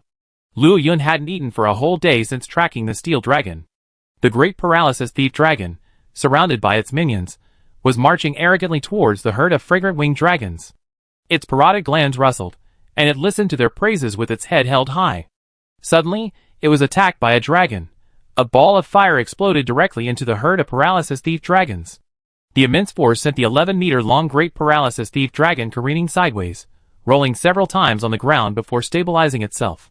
Before it could even see who had struck it, its parotid glands instinctively flared, trembling rapidly and emitting a low-pitched sound like a cricket. This is a must-do for a great paralysis thief dragon before a fight. Recruiting his minions. Although the great paralysis thief dragon was nicknamed the godfather of the mafia in his previous life, he's actually more of a gang leader. He prefers a group fight to a one-on-one one. However, Compared to its relative, the Great Paralysis Thief Dragon of the Ancient Forest, it has one advantage. It generally doesn't abandon its minions easily. It doesn't completely disregard ordinary thief dragons, like the Great Paralysis Thief Dragon does. Overall, it's quite loyal, worthy of the title of pack leader. Following the Great Paralysis Thief Dragon's call, quickly, from hidden passages, Paralysis Thief Dragons, one after another, made the same noise and scurried towards this direction. At this moment, a figure emerged from the dense miasma. As if completely unconcerned with the danger, it leisurely walked to the location of the fireball explosion. After selecting a few, it opened its bloody mouth and snatched up the Paralysis Thief Dragon that had been killed by the fireball. Angry. The Great Paralysis Thief Dragon was angry. Even the tyrant of the Miasma Valley, the top of the regional food chain, had never been so arrogant when facing its own group of Paralysis Thief Dragons. At least when a Paralysis Thief Dragon hunts its minions, it will intimidate them, waving a warning to force them to leave before taking their prey. This creature didn't even say hello, trampling on its dignity. Didn't this guy know that the Paralysis Thief Dragon's paralyzing toxin was also very dangerous? And so, determined to get back at the enemy, the Great Paralysis Thief Dragon called out to its minions as it approached Luo Yun. Until the Great Paralysis Thief Dragon had a clear view of the monster attacking them. A giant silver-white dragon, the likes of which the dragon had never seen before. Before it could even let out a menacing roar, the azure eyes hidden behind the membrane moved slightly, instantly locking onto the Great Paralysis Thief Dragon. Then, the overwhelming pressure of its ecological niche washed over it. The Great Paralysis Thief Dragon felt as if it were engulfed in an endless sea of fire. Its already underdeveloped heart began to beat wildly, and its parotid glands, still calling out to its minions, closed again. Its head, once held high, suddenly lowered. The next second, it turned away with a reckless abandon, like a four-legged lizard wishing it had a pair of claws. As for the Paralysis Thief Dragons it had summoned, their ferocious demeanor, ready to fight for their boss, instantly collapsed. Although they didn't understand what had happened, their boss had fled, and they realized something was amiss. They scattered, vanishing without a trace. Well, just like a thug who had encountered a tough opponent. Chapter 322. Luo Yun wasn't the least bit surprised by the Paralysis Thief Dragon's choice. After all, these creatures, like their relatives, the thief dragons of the ancient forest, were bullies who feared the strong. With a leader around, things were fine. Without a leader, if the team lost more than one-third, morale would plummet. And if they lost more than half, the remaining ones would simply flee. Thus, Luo Yun simply used pressure on the Great Paralysis Thief Dragon. After forcing it back, the summoned Paralysis Thief Dragons naturally dispersed. Although, with Luo Yun's current strength, killing all of these Paralysis Thief Dragons would only take a breath or two. But why would he let the other monsters in the Miasma Valley take advantage? The Bonehammer Dragon didn't count. It died in a serious car accident caused by its own racing error. Without the other monsters to bother him, Luo Yun, clutching the carcass of a seemingly palatable Paralysis Thief Dragon, flew to a higher platform less prone to miasma. After tearing off the not-so-tough scales and bracing himself for the sour stench, he took a bite. Tell you what, the Paralysis Thief Dragon's meat is a staple food in the Miasma Valley, and its texture is truly unique. It's soft and chewy, rich but not greasy, with a subtle fermented flavor. After consuming so much unpalatable, woody, and toxic large monster meat in the Dragon Crystal Land these days, Luo Yun suddenly found this relatively normal food and found it second only to mushroom pig. You know, over the years, Luo Yun has tasted many high-quality ingredients, but no matter how good they were, in his heart, they just couldn't compare to mushroom pig. There was nothing he could do about it. He just loved it. Therefore, this evaluation is truly exceptional for Parathief meat, which is also considered monster meat. After finishing a whole one, he still felt unsatisfied and was about to get another. But he discovered that the bodies of the other Parathiefs he had just killed had completely vanished. Oh no, there was another corpse, but apart from the head, only the skeleton remained, and two beetles were gnawing at the internal organs. I still underestimated the digestive capacity here. Luo Yun sighed inwardly. He had eaten quickly, but in just a few moments, for Parathiefs were gone. This was the Miasma Valley. Since they were gone, Luo Yun no longer had any intention of hunting another one. In his current state, food didn't contribute much to his energy intake, it was more about satisfying his digestive system. Stepping on the bones beneath his feet, Luo Yun identified the tracks left by the steel dragon and set out again. Unlike the upper and middle levels of the Miasma Valley, as Luo Yun entered the lower levels, the number of corpses began to decrease, and the light dimmed completely.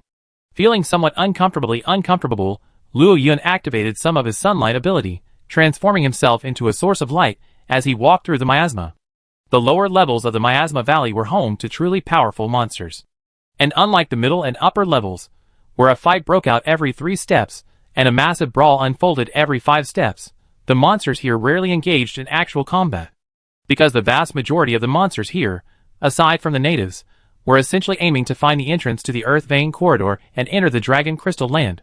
Rather than wasting energy on meaningless battles, it was better to conserve it and navigate the complex corridors to find the true entrance. Of course, this doesn't mean it's completely safe here. After all, there are still some indigenous people, or even resident monsters that aren't quite indigenous. Luo Yun's transformation into a source of light is quite dangerous in this dim environment. How could the sole source of light in the darkness not attract the attention of some monsters? From a corner, a flash of blade light emanated from the darkness, aiming for Luo Yun's neck with a clear purpose. The whistling sound that sliced through the air made it clear that this strike was intended to decapitate Luo Yun. However, Luo Yun, possessing the ability of telepathy, had already eliminated the possibility of being hit by such a crude ambush. With a simple tilt of his head, he easily dodged the sharp blade and, with a casual blast of fire, blasted the ambushing monster out. A dragon-slaying dragon, with a yellow-green carapace and a body length of approximately 25 meters, its tail blade sharpened, rose from the ground under the bombardment of the calamity flames, dragging its slightly charred tail base, and roared hoarsely at Luo Yun. Sulfur Slashing Dragon. A subspecies of the slashing dragon in the Miasma Valley of the New World, a non-native monster resident in the valley's lower levels. If there are any subspecies of monsters that are inferior to the original species, the Sulfur Slashing Dragon is definitely one of them. This is a clear example of a creature weakened and mutated due to environmental factors. The Sulfur Slashing Dragon is the product of the long-term mutation of the Slashing Dragon after it entered the Miasma Valley, failed to find the entrance to the Earth Vein Corridor, and became completely lost within the valley. It has lost the original Slashing Dragon's red flame sac, lacking the ability to breathe fire or wield a flame blade. Its overall size is also slightly smaller than that of a normal slashing dragon due to malnutrition, and its tail is also more slender. Therefore, compared to its original species, the Sulfur Slashing Dragon's attacking methods tend to rely more heavily on its slender, flexible tail blade. Additionally, having adapted to the sulfuric acid layer at the bottom of the Miasma Valley, its tail blade has mutated, releasing a highly corrosive acid that, upon impact, can reduce an opponent's defenses. Compared to its original species, it seems even more worthy of the title of Kadishij among monsters. Perhaps sensing that Luo Yun was not to be trifled with, and his mind unaffected by the thinner miasma below, a single fireball was enough to make him realize the difference between them. Thus, with a roar, the Sulfur Slashing Dragon, without hesitation, turned and fled. "You provoke me, and you still want to run?" Luo Yun's eyes widened. Was this Sulfur Slashing Dragon so naive, thinking of escaping without paying a price? How could such a good thing happen?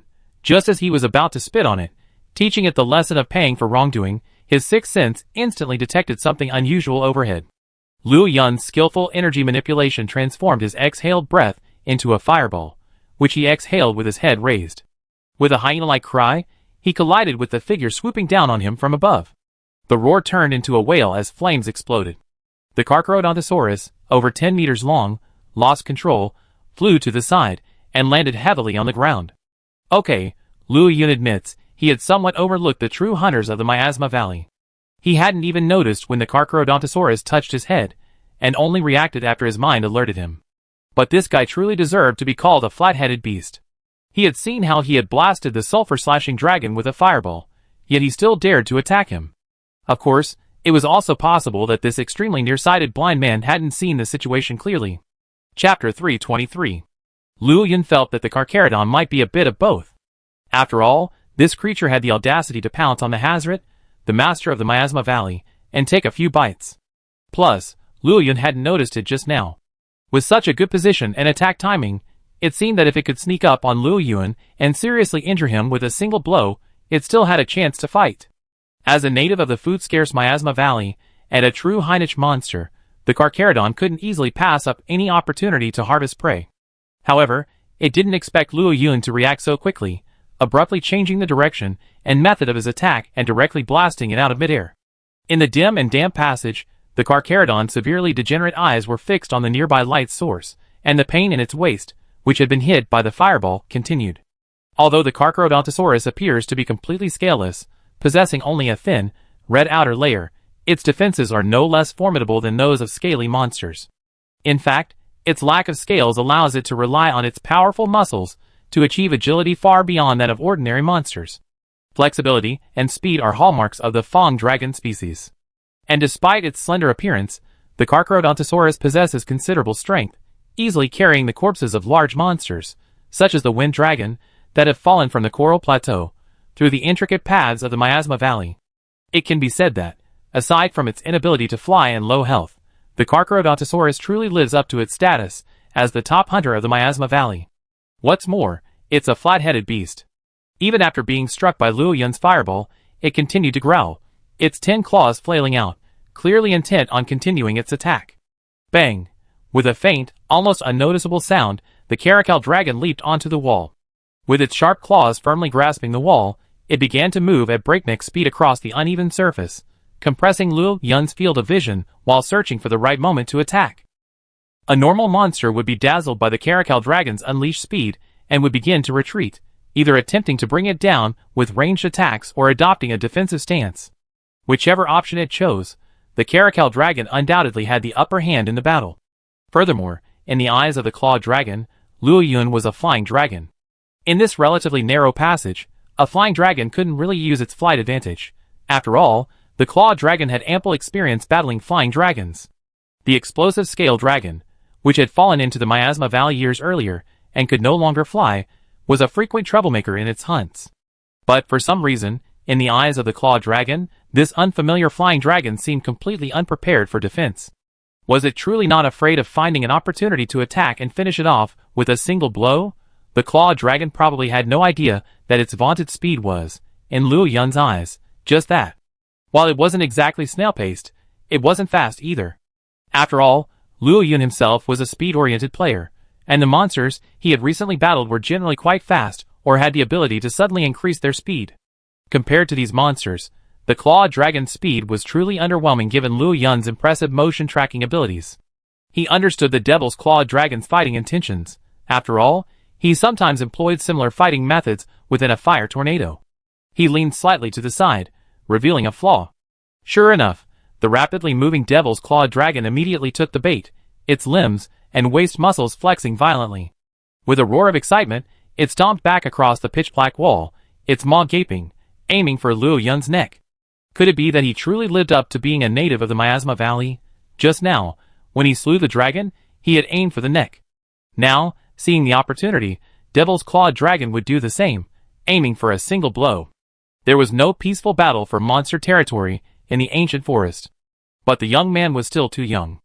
Luo Yun's halberd-like tail, hidden beneath his wings, had already gathered power. Just as the Devil's Clawed Dragon pounced, the long tail instantly shot out, sweeping in an arc like a giant whip, striking the devil's head directly in midair. Once again, the Carcharodontosaurus was caught off guard and struck. It spun 360 degrees in the air before rolling a long way. When it stood up again, its limbs trembled wildly, its eyes glazed over, as if it might fall over at any moment. Luo Yun's tail spines had torn the muscles of its jaw, leaving deep wounds visible to the bone. Its entire jaw had been dislocated and tilted to the side, revealing its large front teeth, transforming it into a crooked-mouthed dragon. But its highly myopic eyes still betrayed a look of defiance. The dragon looked both utterly embarrassed and comical. This appearance truly made Luo Yun want to laugh.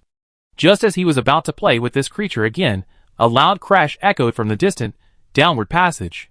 Then, as if something were falling, there was a continuous roar, and a strong wind suddenly rushed up, carrying a sour, foul smell. Luo Yun suddenly gave up on playing with the Carcharodontosaurus. He turned, spread his wings, and took off at low altitude, flying downward against the current. The Carcharodontosaurus, attracted by the sound, had actually left its back to him without a care in the world during the fight, and suddenly became excited. Although its jaw was dislocated, it still had sharp claws, it could still fight.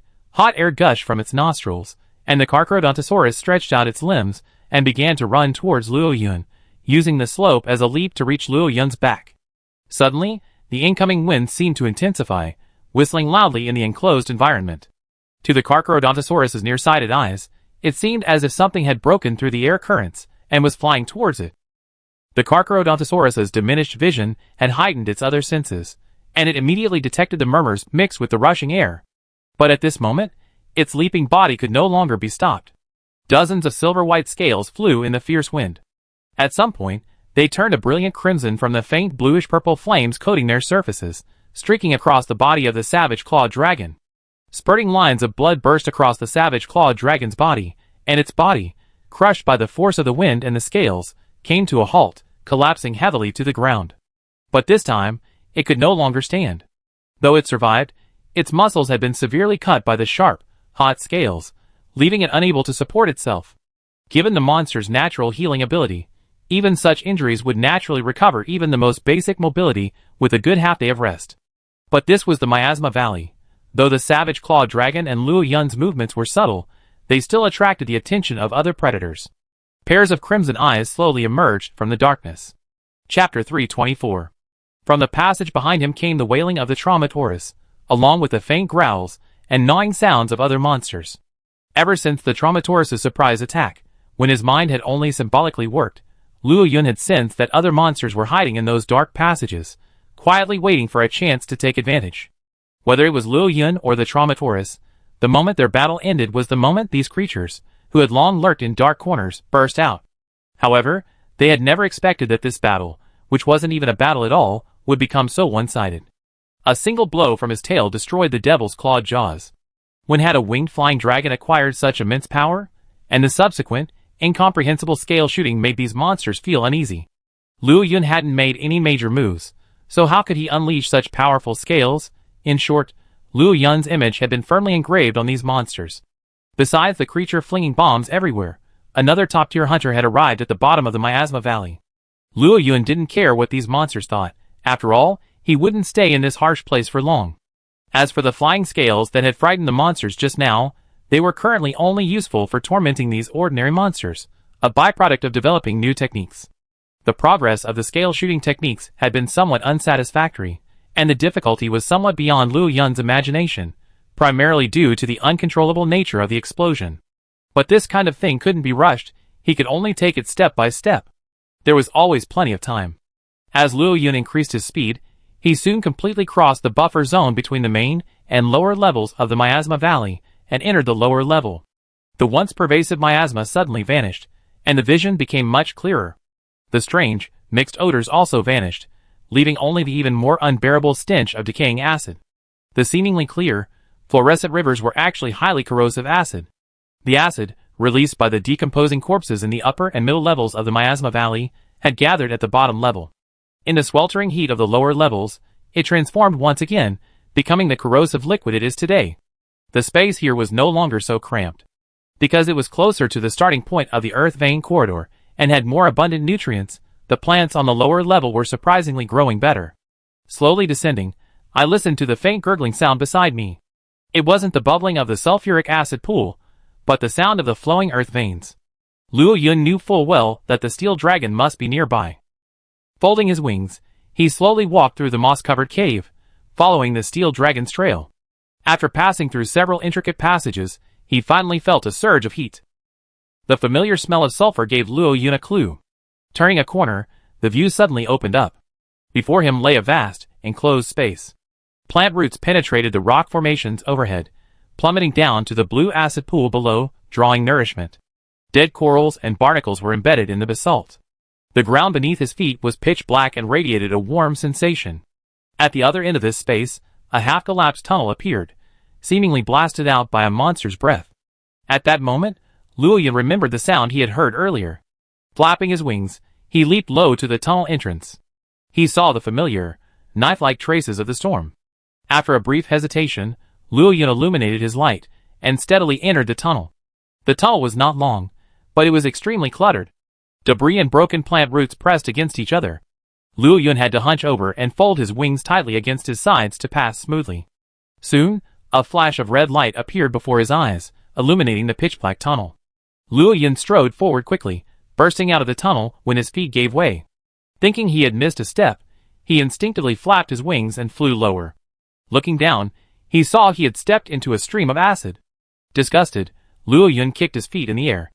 After shaking off the acid, Luo Yun finally looked up and surveyed the space. What a scene! Countless monster carcasses piled up into a hill tens of meters high. Crimson flesh, pale bones, and the seeping fluid from the bottom of the mountain converged into a stream. Behind the mountain, flowing magma radiated a red glow, illuminating everything. A vast amount of life energy converged in this space, and a seemingly thin miasma continuously permeated the corpses of various monsters. Several crimson-eyed paralysis dragons numbly carried the still-fleshed corpses to the top of the mountain, digging out the white bones to use as a base. They ignored Luo Yun's arrival, like puppets devoid of intelligence, perpetually repeating their tasks. At that moment, a familiar figure emerged from the summit of the corpse mountain. The steel dragon, its entire body now grayish-white, trembled as it walked along the pile of corpses, its body still flowing with the high-temperature magma it loathed. It looked as if it had rolled in the magma, as if it were trying to draw upon the accumulated life energy there for a final struggle. Alas, what it hadn't managed in the Dragon Crystal Land was even more impossible here. The resigned steel dragon merely glanced at Luo Yun, its eyes, now cloudy and lifeless, reflecting the light of fire. Though its body was already weakened, the steel dragon resolutely descended the pile of corpses. As Luo Yun watched, it breathed a powerful breath at the dark wall beside it. Soon, a whirlwind of breath blasted a large hole. A scarlet claw, etched with age rings, was swept from the wall by the hurricane of the steel dragon's breath and landed beside Luo Yun. Luo Yun's pupil shrank as he instantly recognized the claw's owner. Heavenly Dragon! How could its claws appear in the wall? The steel dragon gasped for air. Given his current control over the life energy within him, achieving this was already his best effort. Although still somewhat dissatisfied with his own gravesite, the steel dragon spread its wings amid the rustling of scrap metal, and flew low into the hole carved by his breath. Then it folded its wings, slowly closed its eyes, and quietly lay in the dark, fishy earth. Soon, in Luo Yun's perception, the steel dragon's life energy began to surge. The sound of metal snapping echoed. From Luo Yun's perspective, the steel dragon was now completely lifeless. He was like a balloon reaching its limit, threatening to burst at any moment. It wasn't that the steel dragon would explode upon death, but the sudden outburst of such excessive life energy, and the fact that this was the starting point of the Earth Vein Corridor, could very well trigger a rift within the Earth Veins. The magma behind the mountain of corpses could potentially flood this area. Chapter 325. Seeing this, Luo Yun planned to leave. With his current resistance and physique, he wasn't afraid of being drowned by the lava. After all, he was already a dragon capable of bathing in lava, so even diving in it wouldn't be a problem. However, even as a dragon, being mixed in the lava with so many rotting corpses made him feel a little uncomfortable. After all, not all dragons like corpses, especially rotting ones. When Luo Yun turned around, he suddenly realized that the area had been shrouded in a faint yellow miasma.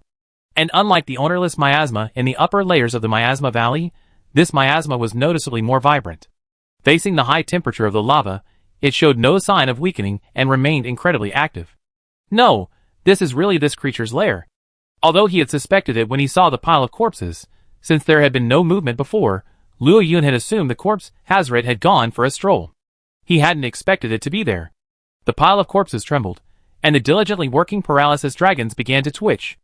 A large amount of miasma ripped from their bodies, along with their life force, and gathered at the top of the pile. Soon, with the corpses rolling down, a small hill on the pile was lifted up. The giant dragon, covered in rotting corpses, slowly rose amid the stench. The sharp barbs firmly ensnared the corpse of a monstrous creature whose shape and life was unrecognizable. Due to the advanced state of decay, the flesh and blood within the corpse separated and fell away, leaving a sticky bloody trail that was truly disgusting. Woo! A long hoarse, wolf-like cry echoed. As the Hazak dragon flapped its wings, a foul odor wafted forth, prompting Luo Yun to immediately send a gust of wind in its direction, blocking out the stench. The sudden gust of wind caught the Hazak dragon's still awakened mind off guard. But it sensed no ill intent, and therefore remained unprepared, even with a dragon as large as Luo Yun so vividly flying before it. In the Miasma Valley, the Hazak dragon could act with such impulsive abandon. As the master of the Miasma Valley, the miasma that permeated it served as its backup energy source. The countless monsters within were its blood vessels, and it was at its mercy. With the support of the entire Miasma Valley, in a war of attrition, the gargoyle was simply unstoppable. Even years ago, the Nergigant, chasing the corpse of the Sky Dragon, fought with Gargoyle for months before ultimately retreating in disgrace. Nergigant was able to defeat Gargoyle, but after each battle, Gargoyle's breath would cause the pervasive miasma of the miasma valley to surge frantically into Gargoyle, carrying the life force it had absorbed.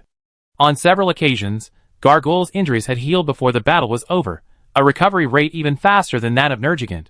Finally, Nergigant, disgusted by this rogue style of attack, had no choice but to retreat. Although Gargoyle was restricted by the environment and could only leave the area under special circumstances, within the Miasma Valley, unless one could instantly destroy Gargoyle or directly change the entire environment, it was practically immortal. But considering the vitality of an ancient dragon, what level of strength would be required to successfully destroy one in a split second? Even ordinary unleashed monsters probably couldn't do it. After seemingly stretching its muscles, the corpse hazard dragged itself lazily towards the burial cave chosen by the steel dragon. Beside its crimson glowing organ, its eyes, hidden beneath its rotting hide, gazed upon the lifeless steel dragon's corpse, realizing this was the object of its work that had disturbed its slumber. With a deep breath, it exhaled the specialized miasma stored in its parotid glands, fortified by its life energy over the years. A thick cloud of air enveloped the steel dragon's corpse. These microorganisms, known as miasma, madly poured into the steel dragon's body from the cracks on its surface. To Luo Yun's curious observation, these miasma were like tiny sponges, constantly absorbing the steel dragon's escaping life energy.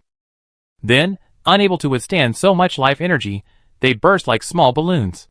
However, after bursting the miasma, this life energy transformed from active to calm, and in this unique environment, was absorbed back into the Earth's veins. The miasma acted like a buffer zone between the explosion and the absorption point, perfectly controlling the force of the explosion. Seeing this, the Hazak closed its mouth in satisfaction and lashed its barbed tail towards the steel dragon's tomb. With a shower of black rubble and falling bones, the steel dragon's body and the miasma were completely buried. Life energy returned to the Earth's veins, and the body's nutrients returned to the Earth. When all was over, the remaining miasma, not yet filled with life energy, was the Hazak's reward. The Hazret, responsible for orchestrating all this, sauntered back to where it had left, like a worker clocking out. Completely ignoring Luo Yun's presence, it buried itself among the corpses.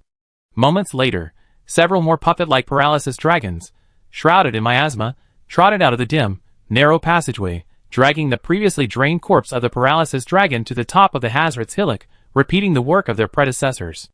The death of an ancient dragon ended peacefully, without fanfare or complications.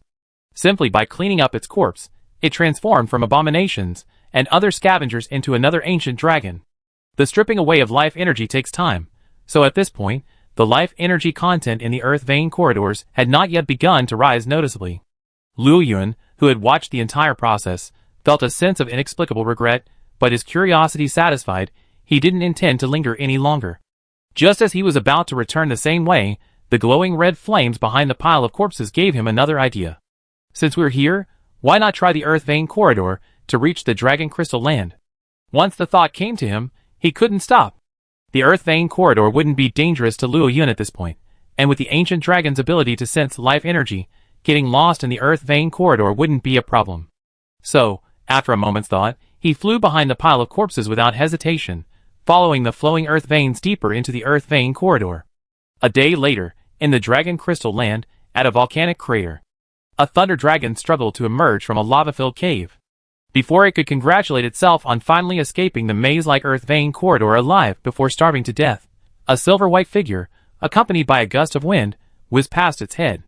This absolutely strong man, who had lost a lot of weight due to hunger, was frightened and took a defensive stance in panic. Chapter 326. A giant silver-white dragon broke through the clouds and soared high into the sky. Feeling the steadily decreasing temperature in the raging wind, a faint blue-purple flame ignited its body. Gazing at the large, round moon in the sky, Luo Yun slowly exhaled. A whole day, he flew through the earth vein corridors without food or sleep, finally understanding what a maze is. He knew clearly in his perception that the correct fork in the road was there, but judging by the direction of the earth veins, it was the wrong path. The flowing magma not only flowed rapidly, but also stratified upwards and downwards. It seemed to be flowing smoothly, but who knew that the main stream had already turned a corner at the lower level, then became a tributary, leading some monsters that relied on the naked eye to see into another branch. Many times, Luo Yun was caught in the dilemma of choosing between perception and vision at the fork in the road. This sense of disconnection between what he saw and what he felt was truly sickening. Fortunately, he finally managed to fly out safely. He had originally considered trying to find the hidden gathering place deep within the Dragon Crystal Land through the Earth Vein Corridor, to observe the future ancient Dragon King's egg. However, the oppressive atmosphere within the Earth Vein Corridor nearly drove Luo Yun mad. I wonder what the Earth-Crying Dragon was thinking, digging the Earth Vein Corridor into this state. If I had the chance, I'd definitely give it a bad review. Taking a few deep breaths of fresh air, Luo Yun dove down again, entering the dust cloud.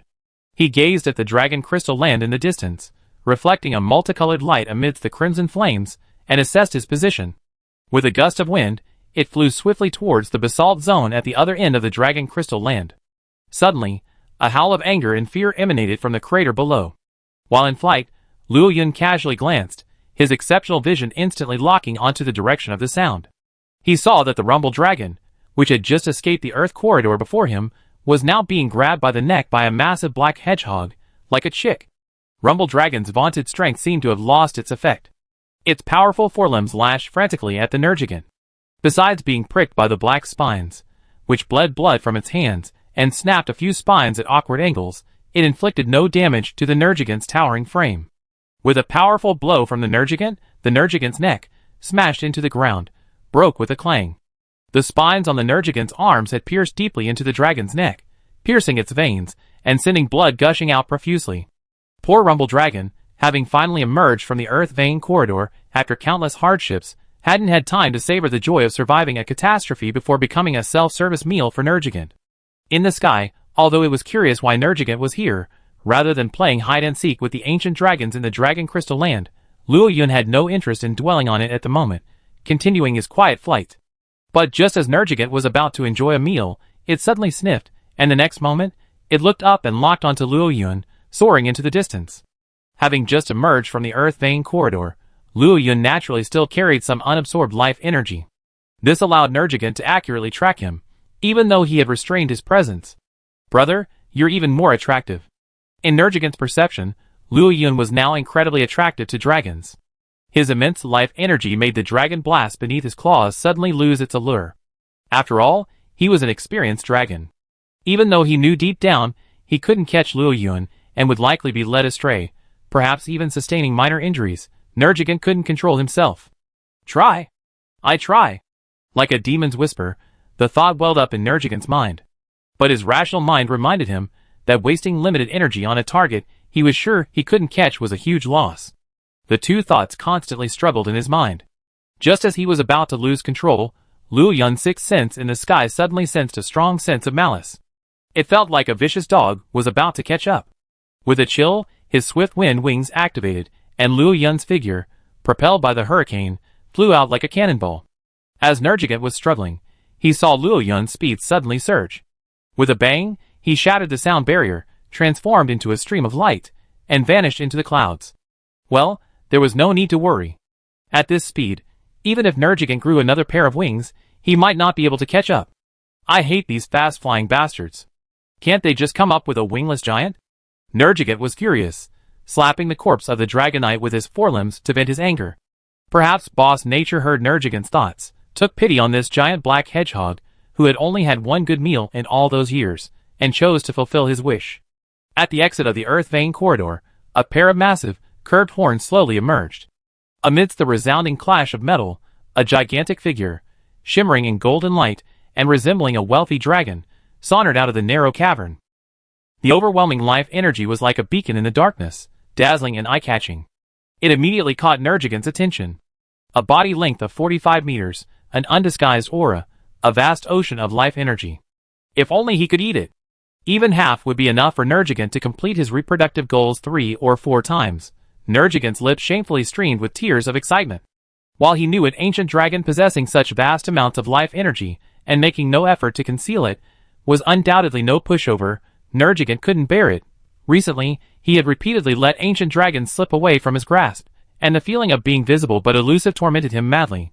How could Nergigant not be excited now that he had finally encountered something that wouldn't flee, something that couldn't escape without wings? Spirited forth from its body, its spines erupted in growth. Fueled by life energy, its regenerative shell unleashed its full force, its spines rapidly turning from white to black. Gathering strength, it flapped its wings rapidly, and with bloodshot eyes, it charged towards the giant creature in the distance. Kuwait Dragon, known as the Earth Mother, had recently reorganized some inappropriate ley line branches within the ley line corridors, stabilizing the energy supply in some areas of the New World. It had made a rare trip out of the underground for some fresh air. Thereupon, it saw a 20-meter-long black creature charging towards it with malicious intent. Without hesitation, Kuwait Dragon swung its golden battle skirt, resembling a battle dress, and assumed a fighting stance. Conveniently, after all these years underground, it felt a bit suffocated, and it needed some exercise. Chapter 327. The battle between Nergigant and Kaldale was known to few creatures, and the commotion was minimal. Aside from a few monsters discovering that the crater connecting to the exit of the Earth vein corridor had been forcibly melted in half, transforming into a flowing sea of magma, nothing else had happened. The ancient dragons of the Dragon Crystal Land, however, clearly knew a bit more. Last night's massive energy explosion startled many ancient dragons. The energy level clearly surpassed that of a normal ancient dragon. A similar feeling had occurred years earlier, when the aggressive Serpent King Dragon had forcibly breached the outer perimeter of the Dragon Crystal Land. Just as the ancient dragons were curious about the sudden eruption of a monster of that magnitude, some nearby saw that Nergigant, the usually arrogant and domineering Nergigant, was now in a miserable state, suffering from burns and extensive damage that even his regenerative powers hadn't recovered from. It staggered and plummeted from the sky into the depths of the Dragon Crystal area, and there was no news of it for a long time. The fact that it could injure Nergigant this badly proved that the creature it faced this time was probably no match for even the few battle-hardened ancient dragons residing within the Dragon Crystal area. In fact, those ancient dragons were right. As a complete and fully formed Earth Mother Goddess, although Kuwait Dragon was only considered mid-level among the unrestricted ancient dragons, its strength still yawned vastly above that of ordinary ancient dragons. Be it its formidable physique that allowed it to freely traverse the earth and withstand any kind of pressure, its battle skirt, resembling gold, smelted from various metals beneath the earth at high temperatures, possessing absolute defensive capabilities, or its seemingly flame-like form, which in reality was far hotter than fire, capable of incinerating everything in sight, transforming it into magma, acting as a superheated heat wave used by Kuwait Dragon to traverse the earth's veins. Neither of these was something Nergigant could possibly defeat. The instantaneous, widespread devastation from the ultra-high temperature heat wave was enough to overwhelm Nergigant's regenerative capacity, effectively injuring him severely. Had that battle not taken place at the crater, and had Kuwait Dragon not been wingless and unable to fly, if the Nergigant hadn't accidentally let loose high into the sky, the giant black hedgehog would have become a delicious meal for the Earth Mother. In the half-collapsed and melted crater, a group of the Chimian tribe, wearing golden masks and wielding golden weapons, were quietly wailing as they collected the gold-like metal chunks that Kuwait Dragon had scraped off during the previous night's battle. The divine husk left behind by the great lord of the Golden Land could not be left carelessly in the outside world. As the true symbiotic host of the Golden Strange-Faced tribe, the Earth Mother Goddess, Xian Weilong, was currently lying in the lava nearby, breathing in the fresh air and falling into a peaceful slumber with her eyes closed. Though last night's battle wasn't entirely satisfying, even the giant black hedgehog couldn't get him to shed his heavy golden battle skirt and fight with true agility. It was still a relatively satisfying experience for him, having worked diligently for years. Luo Yun's absence wasn't long, and as the pheromone levels dropped, the ancient dragon's activity also began to decline. Therefore, when Luo Yun returned, the dragons in his lair were all intact, unharmed. Meanwhile, on the coast of the ancient tree forest, outside the starry stronghold, Gate Mantis held up its gleaming metal model, observing this civilizational structure that far surpassed the grandeur of the ancient tree. A faint tremor trembled somewhere deep within its genes. For some reason, it felt an itch in its forelimbs, a urge to tear something down. In ancient times, before civilization and technology, monsters, like the Good Mantis, already existed. They used natural wood and stone to build their ruined cities. Later, with the emergence of dragon men and humans, civilization and technology emerged. This led the Good Mantises to discover that technologically processed building materials possess strength far exceeding that of ordinary wood and stone. So, the Good Mantises began raiding human settlements, dismantling those structures, and using the parts to replace the original ruined city parts. Over time, under the erosion of time, civilizations were destroyed and rebuilt, generation after generation. And the monsters of the Good Mantis race, as time passed, carried out the same demolition work in different civilizations. Over the years, this instinct was even etched into their genes, passed down through their bloodlines. Of course, this refers to female Good Mantises with extremely high strength limits, not the useless male Gomantises, who were merely ordinary monsters. Fortunately, this level of impulsiveness was nothing to the mantis, who had already undergone initial training in the ancient tree and whose interests and hobbies had been refined. With the gentle pats of the fragrant scent resting on its neck armor, it quickly recovered and followed the thief dragon transport group into the base. At this time, inside the Xingqian base, besides the still busy investigation team, Xiaolong and her son were also wandering aimlessly around the base as usual. Suddenly, Xiaoguoguo's large eyes shifted casually, and she spotted the mantis-like figure. The dragon froze, its mouth slightly open, blinking, wondering if it had seen correctly. Oh my god! How could this thing show up here? This stronghold is going to be demolished. After all, Xiaoguoguo had lived in the New World for hundreds of years, and was a melon-eating street kid. While she wasn't familiar with other areas deep within the New World, she believed she knew the ancient tree forest and the great anthill wasteland quite well. Although the seemingly stable mantis was far inferior in size and danger to the dragon, it was no match for the old mantis that had demolished the Flame King Dragon's nest in the great anthill wasteland right in front of him. Nevertheless, Xiaoguoguo was deeply impressed by the terrifying destructive power of this species of monster. He could never forget the moment, 200 years ago, when he wandered into a partially exposed ruin deep within the great ant mound wasteland out of boredom. He witnessed with his own eyes the mantis, with its brute strength, yanking and piecing together a mechanical beast over 80 meters long, resembling an enlarged version of the cult dragon. With a single sweep, it swatted the unconvinced Flame King like a fly, then, braving Flame King's pyroblast, forcibly demolished the ruins before calmly departing. The Flame King's impotent rage at that moment is a cherished image in Xiaoguoguo's mind.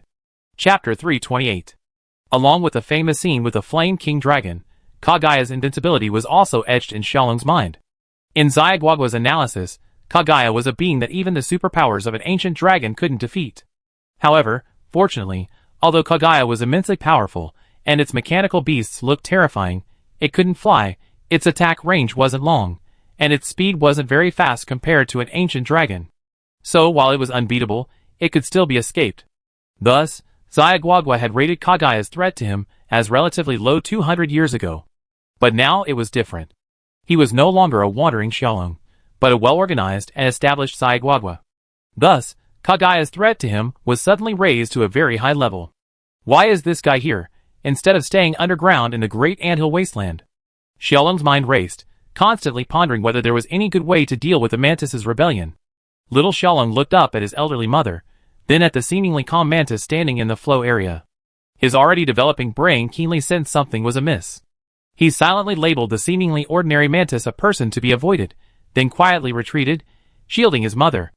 At the already constructed conference table, the commander-in-chief heard a report that the Grand Commander had brought back a new monster friend, and that the ancient tree seemed to be experiencing problems, leaving it heavily in debt to this new friend. With a wry smile, he exchanged a glance with the swordsman beside him. They were delighted that the Grand Commander had become acquainted with large monsters. After all, it would greatly advance ecological research in the New World. But the debts were a real headache. After all, there was no guarantee that every monster's mood would be as stable as the Blazing Sun Dragons. This meant they had to put a lot of thought into preparing for these monster debts, which exacerbated the already scarce resources in the Starry Stronghold. Ahaha, hey Carlos, swordsman, it's been a while since we last met. You don't seem to be in the best spirits. Speaking of the devil, the Grand Commander approached with his usual cheerful smile, linking arms with Carlos and teasing his friend.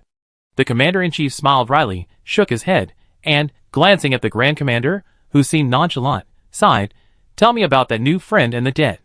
After he finished speaking, the Grand Commander gave a helpless smile and quickly explained. "A monster that even the Blazing Sun Dragon treats with kindness, the powerful monster named Gomantis in your and Falcon's report 2 years ago."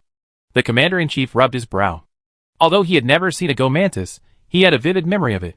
After all, many of the connecting cables in the Starry Stronghold were laced with a large amount of Gomantis silk. Although this silk was traded from the ancient tree, how could a monster that could produce such alchemical silk not be of interest?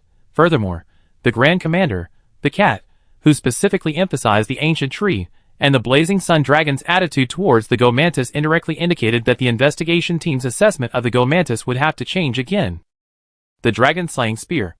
Our scholars and craftsmen still haven't fully figured it out. The second phase leader has been working on the material ratios for a long time, but progress is still very slow. You dare to promise this? Aren't you afraid that Mantis will feel deceived and go berserk in the base? The Commander-in-Chief always felt exhausted, having such a leader. Despite the Commander-in-Chief's title as a decision-maker within the investigation team, the Grand Commander was the true leader. And having such a boss was sometimes really exhausting. Hey, it's okay. I already mentioned the delay in delivery. The Mantis seems quite intelligent, and it understood and agreed. Just deliver the 10 metal pillars first. The Grand Commander patted the Commander-in-Chief's shoulder in a comforting gesture and continued, besides, even if the Mantis really goes berserk, we're inside the base, and we have so many elite hunters.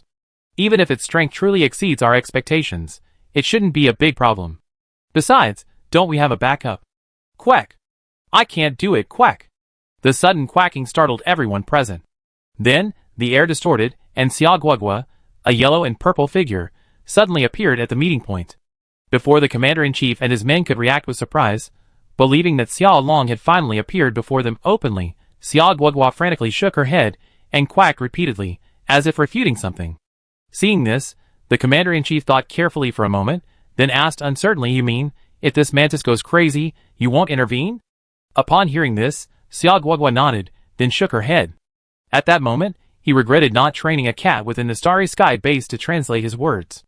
Watching Xiao Long nod and shake his head, the Commander-in-Chief was momentarily unsure.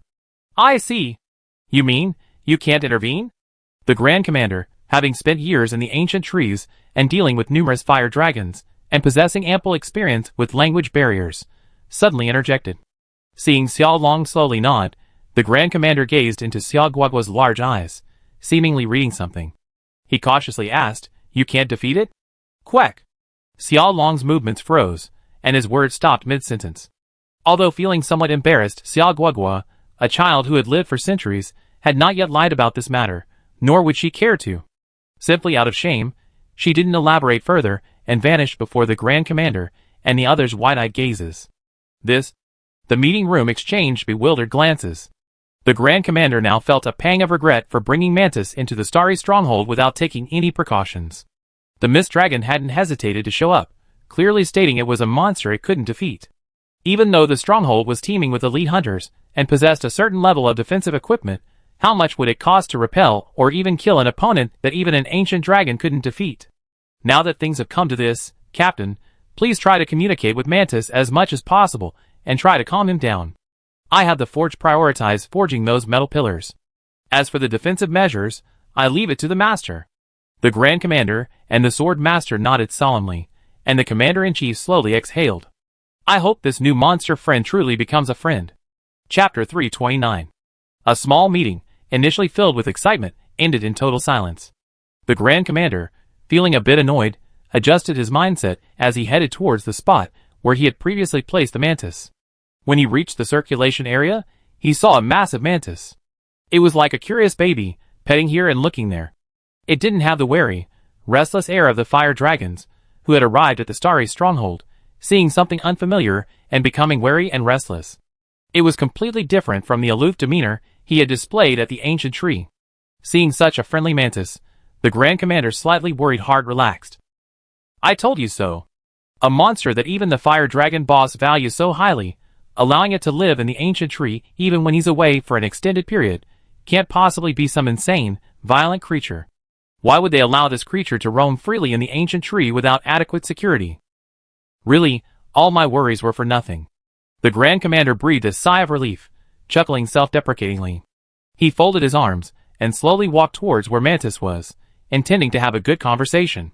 Then he saw Xiangxuan jumping up and down at Mantis's feet. No, meow. You can't take this down, meow. Chirp. No, meow. It worsened our relationship, meow. Chirp.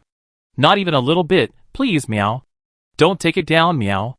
Xiangxuan was on the verge of tears. When they first entered the base, Mantis had been able to control herself and face everything calmly. But she didn't know if it was because her bloodline had awakened, or if she was just born that way. After surveying the buildings of the Starry Stronghold, the various unfinished building parts displayed in the circulation area, and the fortifications specially constructed to counter the Steel Dragon's ancient dragon crossing, Mantis could no longer contain himself. He touched everything, even trying to spit out silk to pack it away. If Xiangxuan hadn't kept urging him, Mantis would have already begun demolishing the building. It was truly a miracle that he had managed to hold back until now. The Grand Commander, who was approaching, paused at Xiangxuan's words. He felt as if he had misunderstood the meaning of Gumantus's actions. This wasn't a curious baby, it was clearly interested in the construction equipment, it was selecting parts. At this, the Grand Commander dropped his arms and quickly stepped forward, appearing in Gumantus's sight. Haha, sorry for the poor hospitality. I already communicated with you. As we agreed before, the dragon-slaying spear will be delivered as soon as we complete it. Before that, let's build those 10 metal pillars. The Grand Commander finished his words, calmly observing the mantis, only to find it seemed to be caught in a kind of frenzy. It stared at the unfinished water-wheel-like core before it, its sickle-like forelimbs rubbing against each other like a fly rubbing its hands. Seeing this, the Grand Commander's heart sank. He ignored Xiangxun, who had been giving him anxious glances, and his mind raced. Humans may not match monsters in intelligence in some areas, but their emotional intelligence and IQ combined are the absolute ceiling. In just a few seconds, the Grand Commander had a plan for how to respond. After giving Xiangxuan a reassuring look, he took a deep breath and approached Mantis, reaching out to pat his iron-like lower body. Mantis tilted its head slightly to look at him, and a broad smile appeared on his face. How's it? Do you want it? Although Mantis felt something was amiss with the Grand Master, its simple mind remained honest and stated that it did want it. Hearing Mantis chirping, the Grand Master understood without Xiangxuan needing to translate. The smile on his face deepened. Look, we have a small favor that could use your help. If it's okay, how about we trade? Chirp? Mantis was somewhat unaccustomed to the Grand Master's communication style. Trading, that sort of thing, it had done with the cats quite a bit over the years. But it was limited to barter. Whether it was its silk thread or the parts from the ancient ruins it despised, the cats took them all, returning with delicious food, processed city parts, and the like. However, during a conversation with the Grand Commander, he actually asked the mantis to lend its strength and help construct some buildings. You're kidding. It's a very rare female mantis, the world's top predator, the most powerful monster, the face of the beetle species, doing hard labor? Forget it. Besides these, we have many more goodies. And don't worry, we won't let you do anything you don't want to do. Chew. Seeing that the mantis seemed to hesitate, the Grand Commander sensed a chance and decided to add fuel to the fire. 10 tupololith metal pillars. Chirp. The mantis's jewel-like compound eyes flashed, but it held back. It was 20. Chirp. With a side-like forelimbs raised, the mantis instantly filled with fighting spirit. As a monster of the top ecological niche, the mantis had considered demolishing the starry stronghold and directly seizing the building materials. As the theme of this world, the strong prey on the weak, ingrained in every creature's genes. However, the mantis's absolute wisdom, knowing human processing capabilities, forced it to control this instinct. The Grand Commander's words served as a pressure relief. It gave the mantis a new anchor, a reason to suppress its instinct for demolition. With this reason, the mantis's frenzy subsided considerably when it viewed the mechanical devices within the starry stronghold. But there were 20 more metal pillars, and this large roulette wheel. Chew, chew. Gate Mantis let out a dragon-like roar like an eagle. Seeing the other party agree, the Grand Captain's mouth curled with pride. Ever since the ancient tree and Gate Mantis reached the compensation agreement, he had felt that this guy was a simple-minded monster. Although he possessed considerable intelligence, dealing with him felt like dealing with a child. In a sense, dealing with Gate Mantis was much easier than dealing with the fire dragon boss. So, according to this logic, to appease Gate Mantis, all he had to do was coax it, like a child, and then set some conditions and restrictions. As for the price he would pay in this negotiation, he was confident that the members of the second phase would be able to perfectly meet it. Chapter 330. Xiangxuan rubbed her head, bewilderedly glancing at the seemingly normal-looking mantis, then at the seemingly cheerful captain. For a moment, she couldn't comprehend why these two, seemingly on such a good terms, had each achieved something, seemingly improving their relationship. My head's itchy, meow. Are you trying to grow a brain? Not far from the mantis, Xiaoguogua, who had been sneaking around, observing the mantis through stealth, attempting to discover its weaknesses through daily observation and begin preparing a targeted toxin, was able to clearly hear the conversation between the two. Seeing that Mantis had actually agreed to the trade, even Xiaoguogua couldn't help but take a deep breath. That's possible. I learned something. When that fire dragon, the blazing sun dragon, comes back, we give it a try. Even Xiaoguogua, who had lived with the investigation team for years, had to admit that these seemingly weak creatures truly had many redeeming qualities. As one of the few ancient dragons capable of peacefully coexisting with humans, Xia Guogua felt as if she had found some new reasons to continue coexisting with them. Despite sighing inwardly, Xia Guogua remained steadfast in her purpose. She simply refused to believe that a thoughtful and resilient ancient dragon, possessing an incredibly resilient and arrogant spirit, would be powerless against an ordinary monster. Even if this ordinary monster possessed the strength of an ancient dragon at the lower limit, but the lack of vitality to match its strength was the greatest weakness of these monsters. He, Xia Guogua, certainly couldn't defeat this guy, but if they ever fell out, it wouldn't be a problem to annoy him. Prepare for a rainy day. Xia Guogua encouraged himself mentally. After this brief negotiation, a unique scene unfolded within the starry stronghold for a while. The construction of large structures that would have required multiple people, considerable effort, and the assistance of machinery was now effortlessly completed with the help of a certain Gumantis. And the Gumantis, the mastermind, seemed to enjoy it. After all, assembling these construction tools gave the Gumantis a sense of piecing together a ruined city. There were even several instances when the engineers from the second phase were discussing how to plan and construct certain areas, and a Gumantis with a deter would be nearby, chirping occasionally to join in the discussion. The Gumantis truly possessed a profound architectural acumen. Its engineering prowess was truly unparalleled. But the obvious downside is a lack of creativity. Thus, the engineer's imaginative design abilities truly opened up a whole new world for Gumantis. If he hadn't been certain these engineers wouldn't listen, Gumantis would have wanted to tie them back to the ancient ruins, to the rudimentary ruins of his own city, and have them carefully design it for him. Creaky. Yes, right here. Slow down.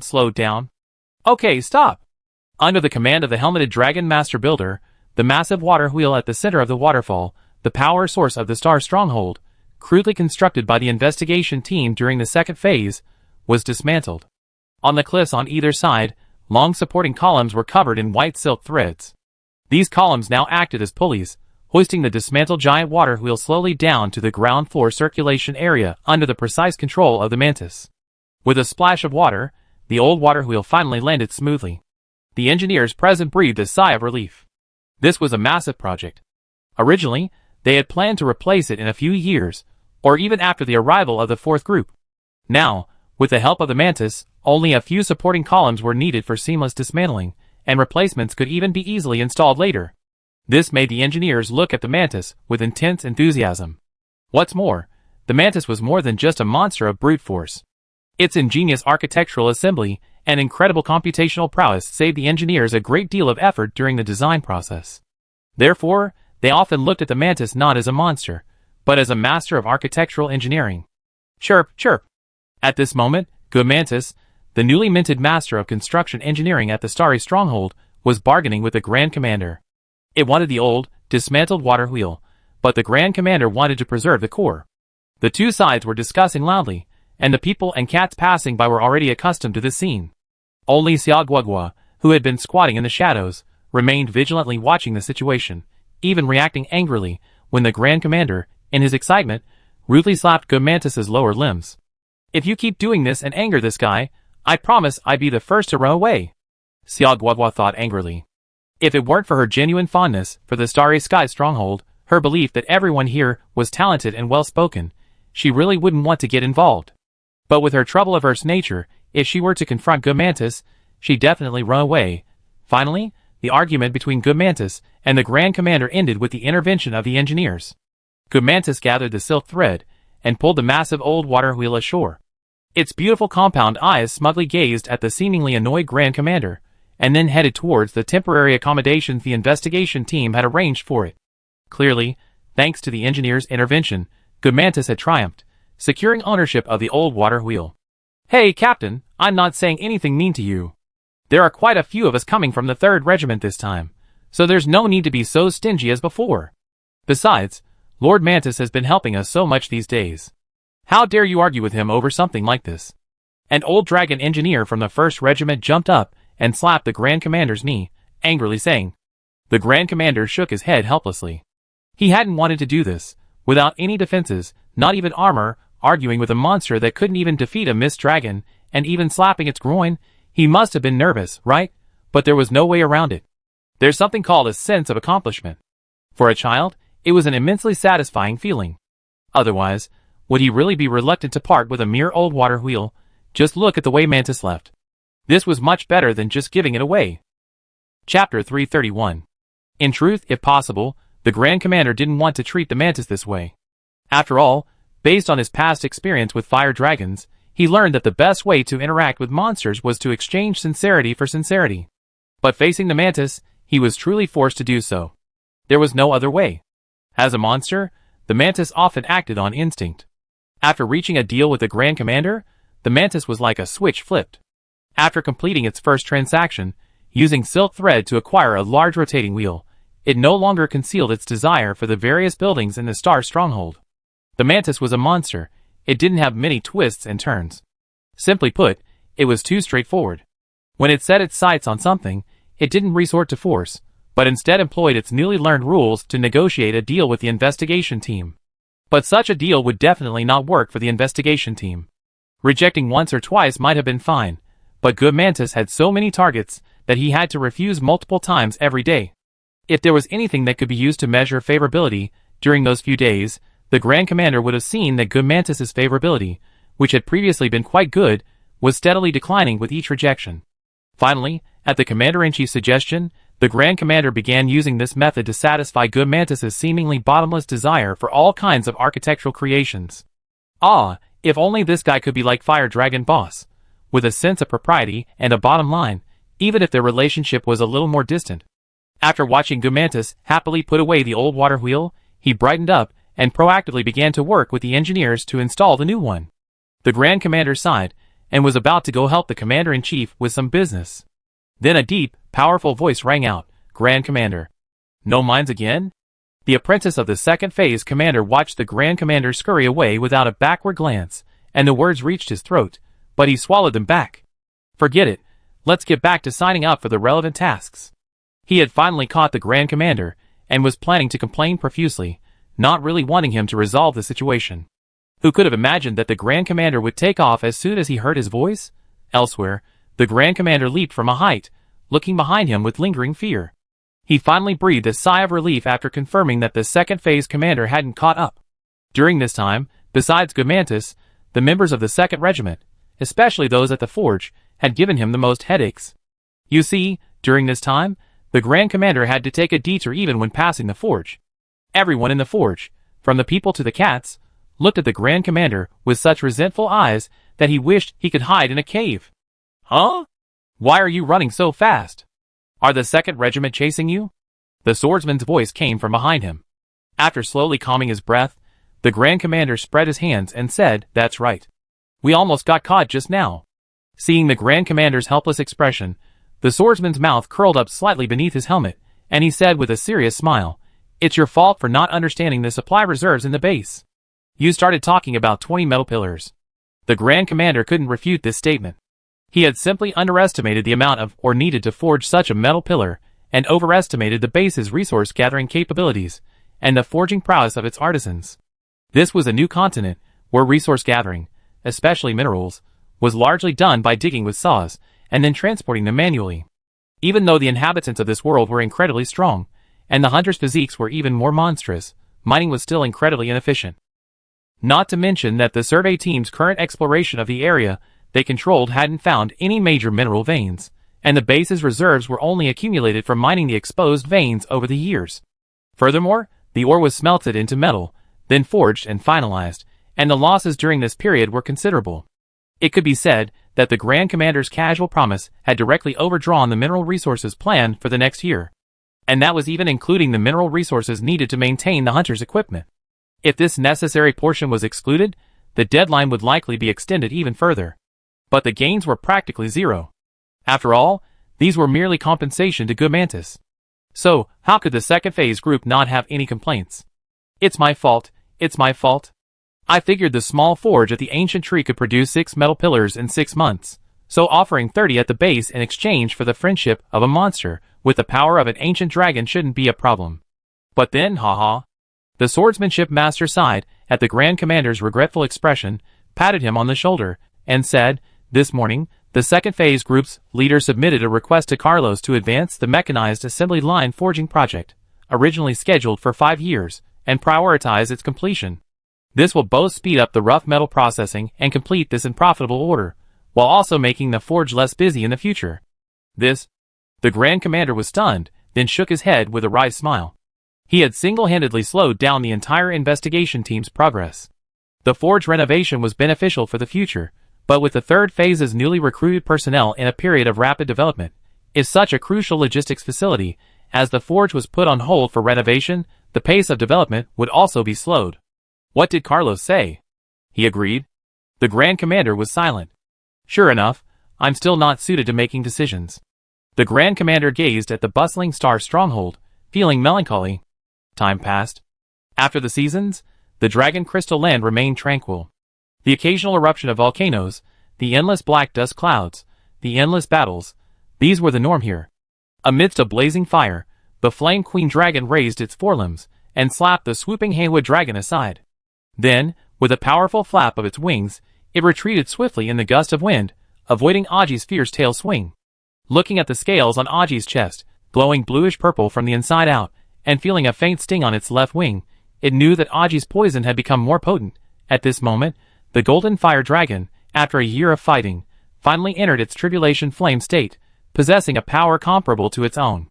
Seeing this, the temperature around the Flame Queen Dragon rose rapidly again, and even traces of burning flames appeared in the air. It intended to use a little ancient dragon's willfulness to regain some face. Chapter 332.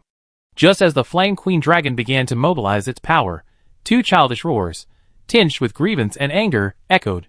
The tense situation instantly relaxed.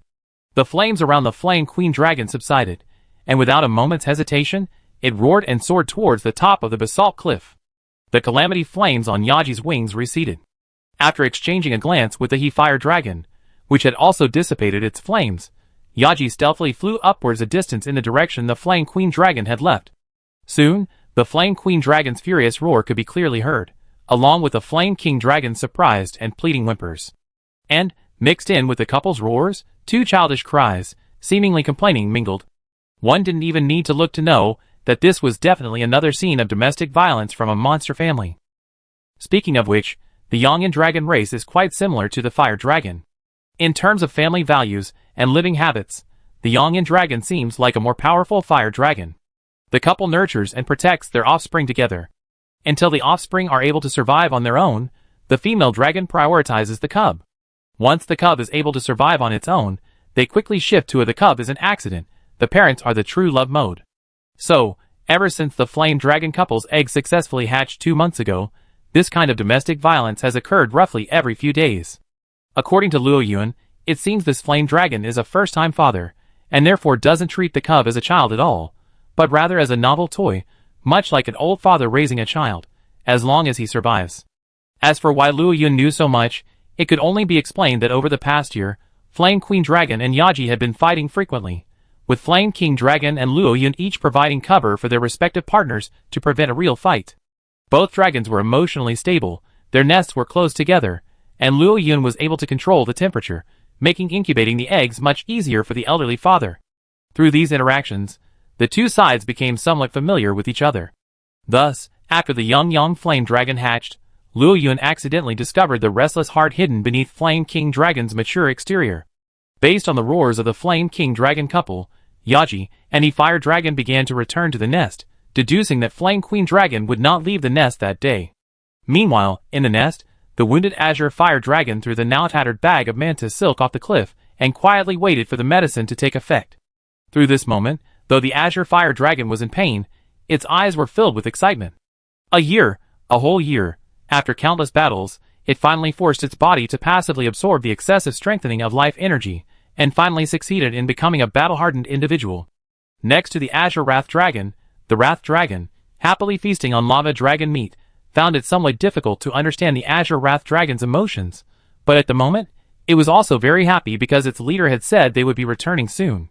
Thinking of those guys who used to show off their affection in front of it, it would immediately challenge them upon its return.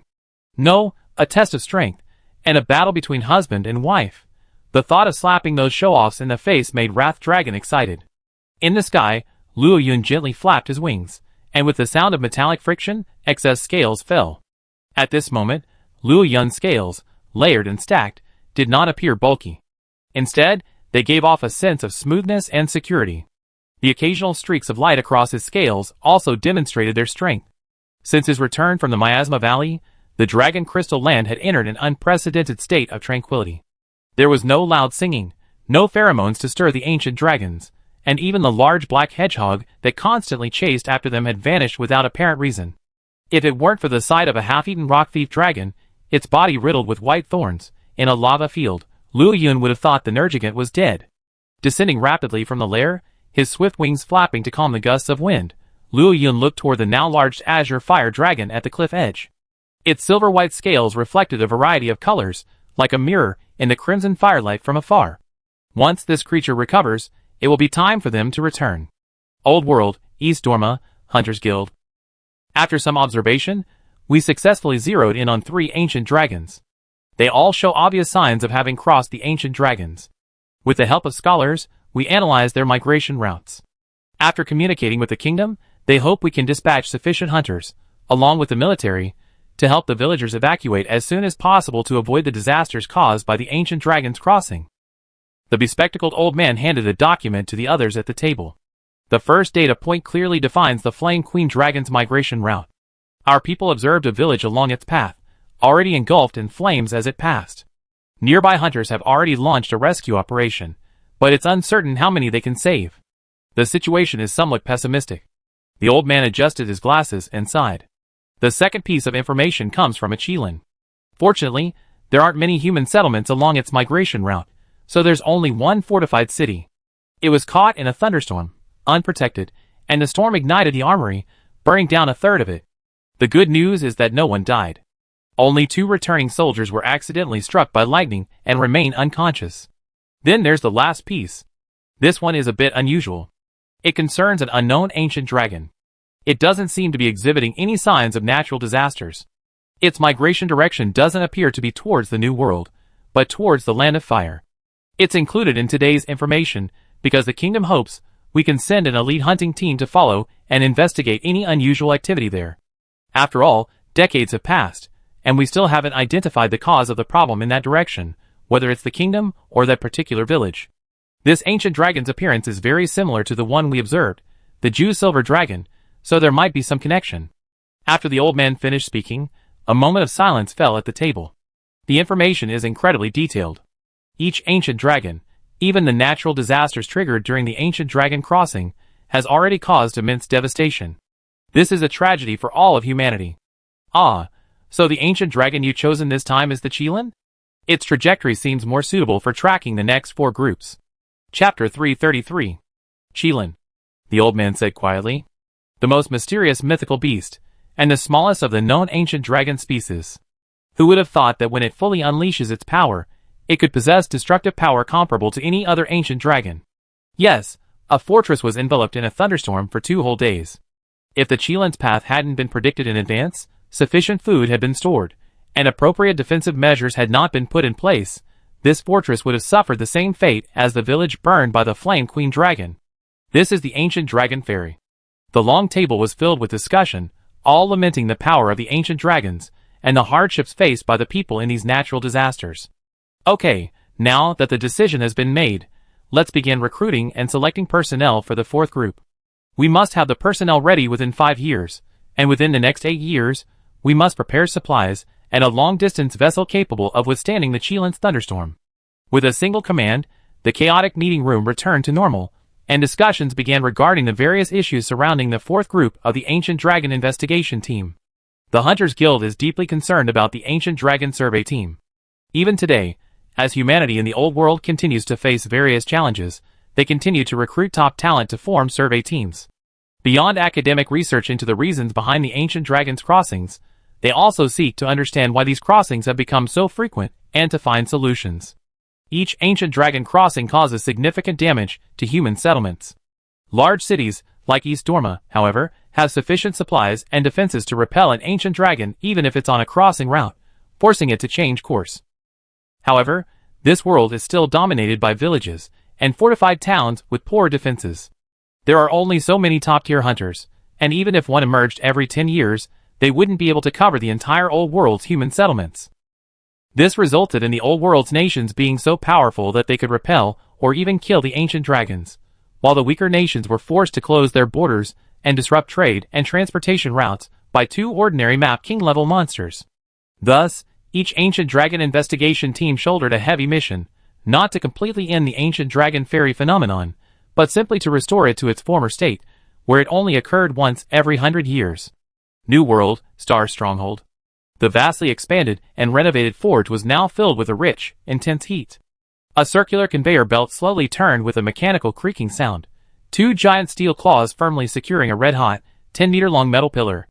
Under the watchful eyes of the second phase leader, a massive mechanical hammer descended from the ceiling, striking the metal pillar with a powerful blow. This continued for half an hour, until the metal was completely stretched and formed.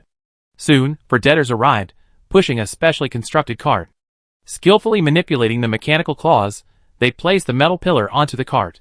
For a whole year, the entire forge had been toiling away on this massive metal pillar. The assembly line machinery, which had taken 6 months to build, hadn't even been used to craft a single hunter's gear. It was entirely devoted to processing this unskilled contraption. Finally, today, the final piece was finished. Thinking of the empty warehouse behind the forge, the second phase leader felt a sense of relief, yet his heart was throbbing. That was the entire survey teams or reserves, even including those traded from the cats of the ancient Tree Fire Dragon clan. But thankfully today, it all finally ended. Outside the forge, Mantis looked at the metal pillar carried out by 4 cats of the ancient Tree Fire Dragon clan, and for a moment, a somewhat unwelcome thought struck him. He couldn't bear to part with it. Accepting this metal pillar would mean the end of his deal with the survey team. He wouldn't be able to obtain such high-quality parts for his now 35-meter-long, Ruined City Mecha Beast anytime soon. Yes, Mantis had become addicted to fleecing the survey team.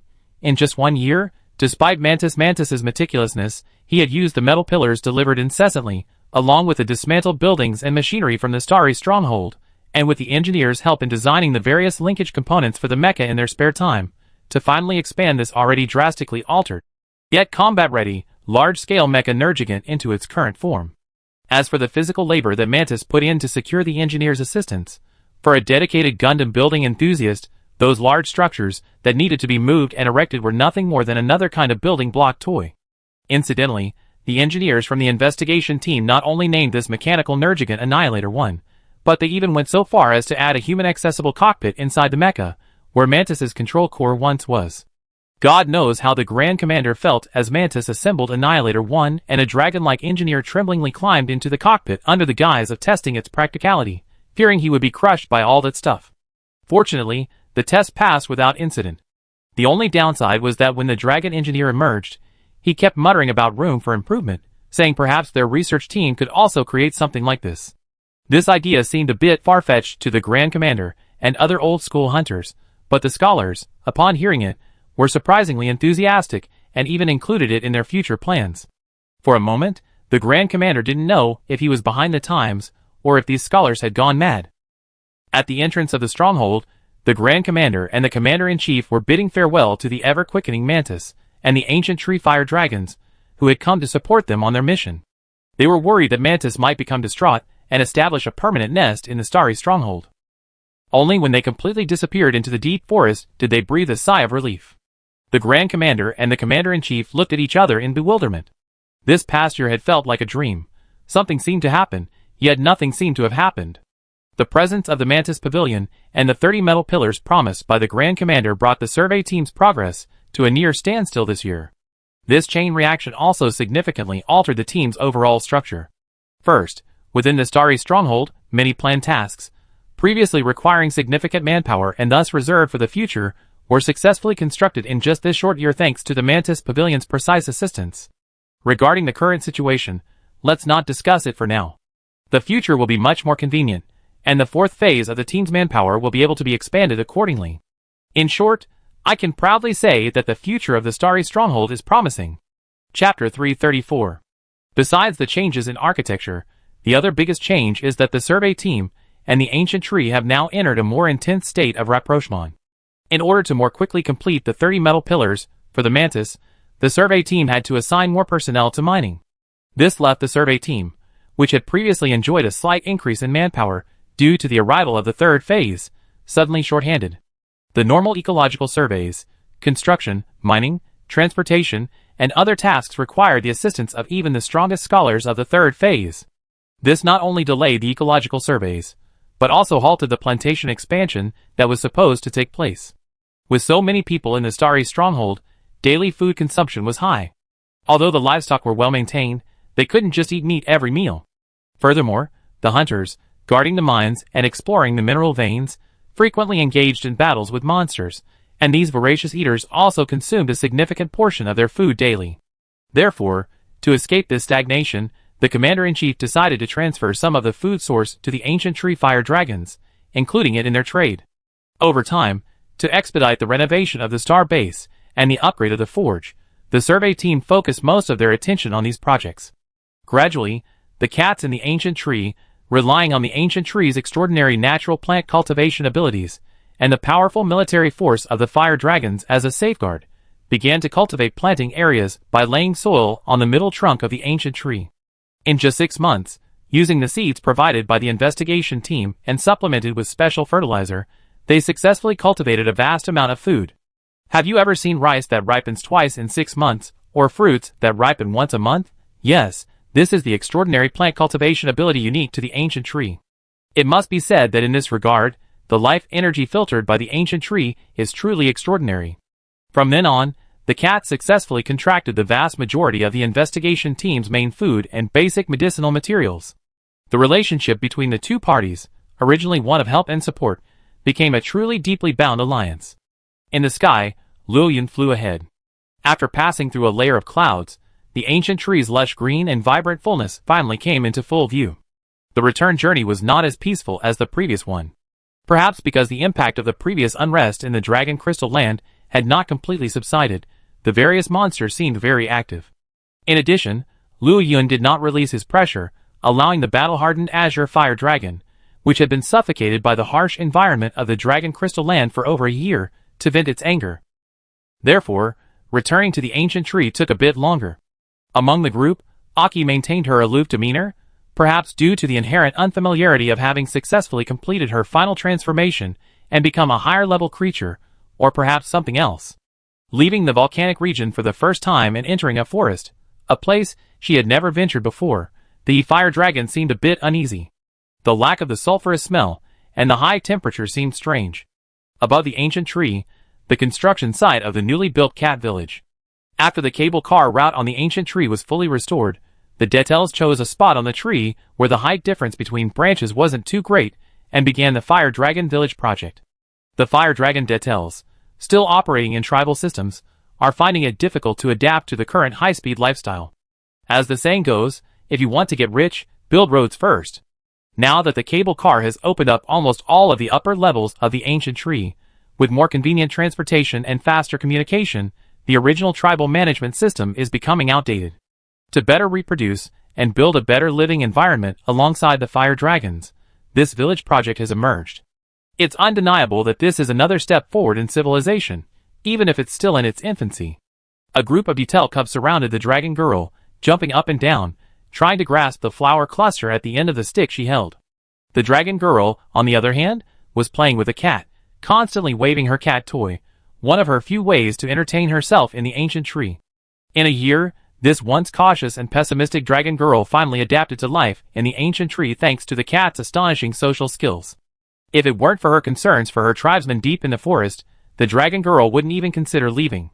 As for the claim that she couldn't leave the ancient tree, she had no freedom. Haha, this is a primeval forest teeming with monsters. Seeking freedom in such a forest? Is the wilderness survival in Monster Hunter World too safe? Or is the stable and peaceful life unappealing? Besides, aside from the presence of those same kind, the elderly scholars, in the ancient tree, the cats wouldn't restrict the dragon girl from doing anything else besides being unable to leave the ancient tree. If she weren't uncertain about the attitude of the yet-to-return fire dragon boss, she would have even considered discussing with the fire dragon leader, the Detel, whether it would be possible to relocate her entire clan. Although the location of the hollow giant tree was very secretive, the available space was limited. In terms of safety and comfort, it wasn't even as safe or comfortable as the ancient tree. Beep beep. The dragon girl, engrossed in playing with the cats, suddenly heard a long horn sound in the distance.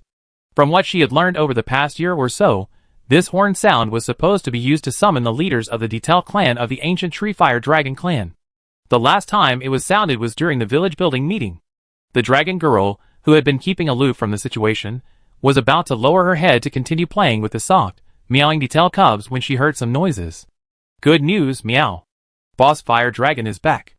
And they say he's successfully transformed. Lord Fire Dragon has found a mate too, no longer a single dragon, meow. Lord Aki has become even more beautiful, meow. His scales gleam like gold, meow. Really? Then, wouldn't all those savings points I've been saving for be the first to get Lord Aki's new molted scales? I envy you so rich, meow. Listening to the conversations of the cats disembarking from the cable car, the dragon girl's hand froze. A kitten managed to grab the flower on the end of her stick. She let out a slow breath, rubbed the kitten's furry heads, and then stood up to head for the shelter the cats had arranged for her. She would don her equipment and prepare to complete her mission. In the sunlight, the red and white scales on her forehead reflected a bright metallic luster. Chapter 335.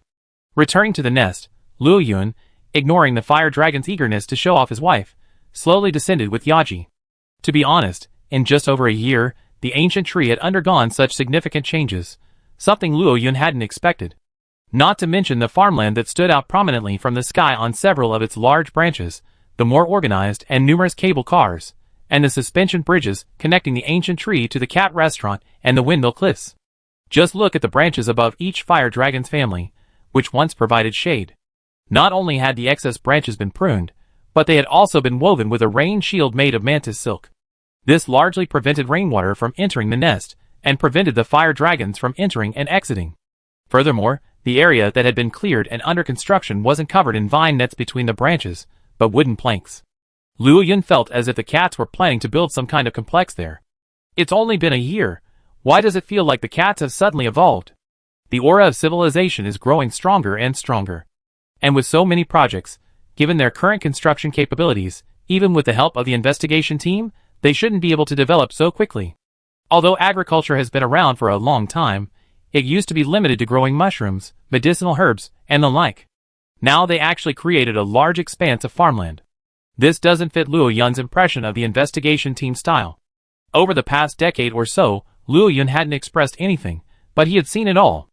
Although the survey team has consistently helped the cats, fulfilling their obligations as perfect allies and even forming a certain connection with the fire dragons, it can be said that no matter which world they are in, their behavior is a model of perfect alliance. However, there is one thing. While the survey team hasn't hidden anything, they have always maintained a dominant position. Simply put, the cats can't do without the survey team, but they can do without them as allies. Of course, this doesn't mean that the survey team has any ulterior motives or is deliberately manipulating things. If that were the case, this wouldn't be the Monster Hunter world. It's a sense of alienation, a side of the survey team that has subtly and unconsciously manifested itself as an outsider. This is actually quite normal. Firstly, due to their racial differences, the orcs of the old world have either been independent or integrated with humans. They never experienced a situation where they coexisted with high-niche monsters, forming a unique culture.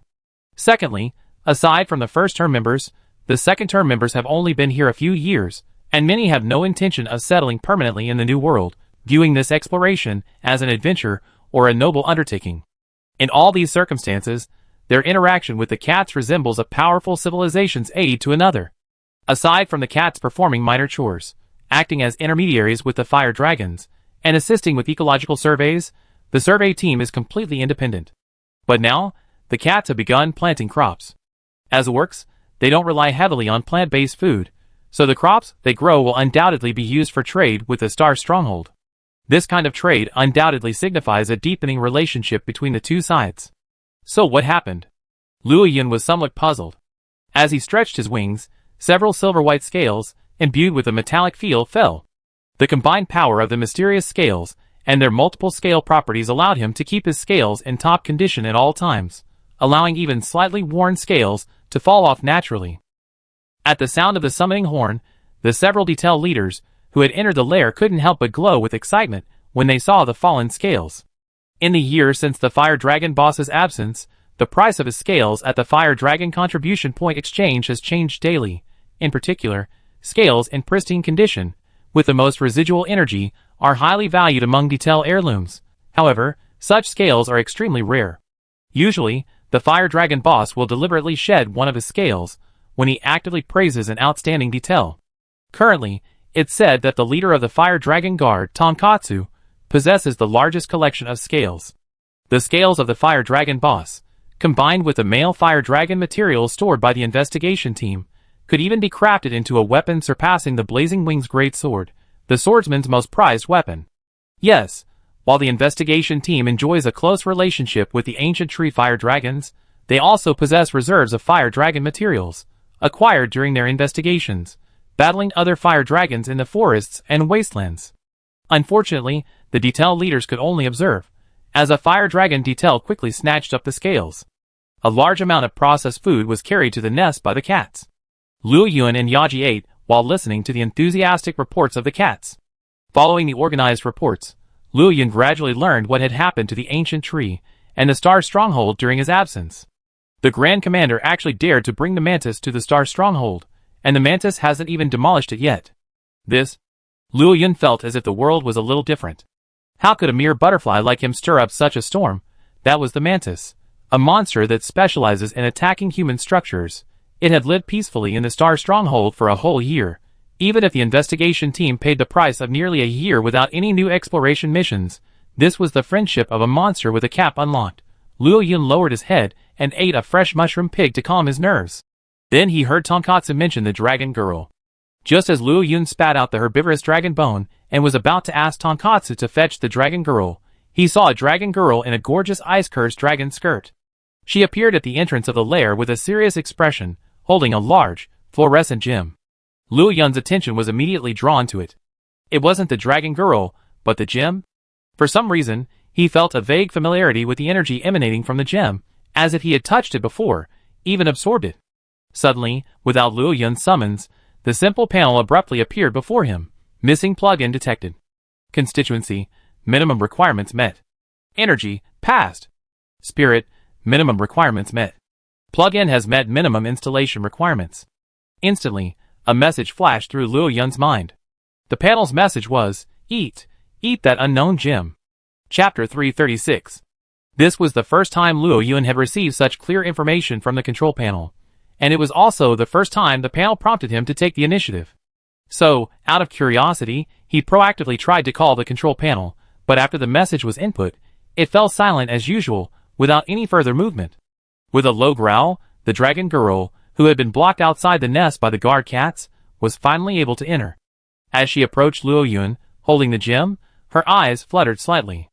In a flash, curiosity, doubt, and other emotions swept over her, just as she had unconsciously been infected by the anger in the clan land many years ago.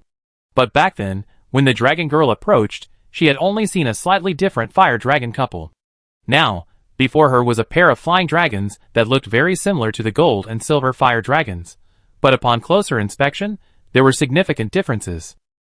Wait, the prophet said that dragon men who resonate with powerful ancient dragons typically resonate emotionally, thus understanding their current, intensely charged thoughts. So, could this giant silver dragon before us, the fire dragon boss Deter mentioned, be the male Rathalos that easily dispatched the black wolf bird?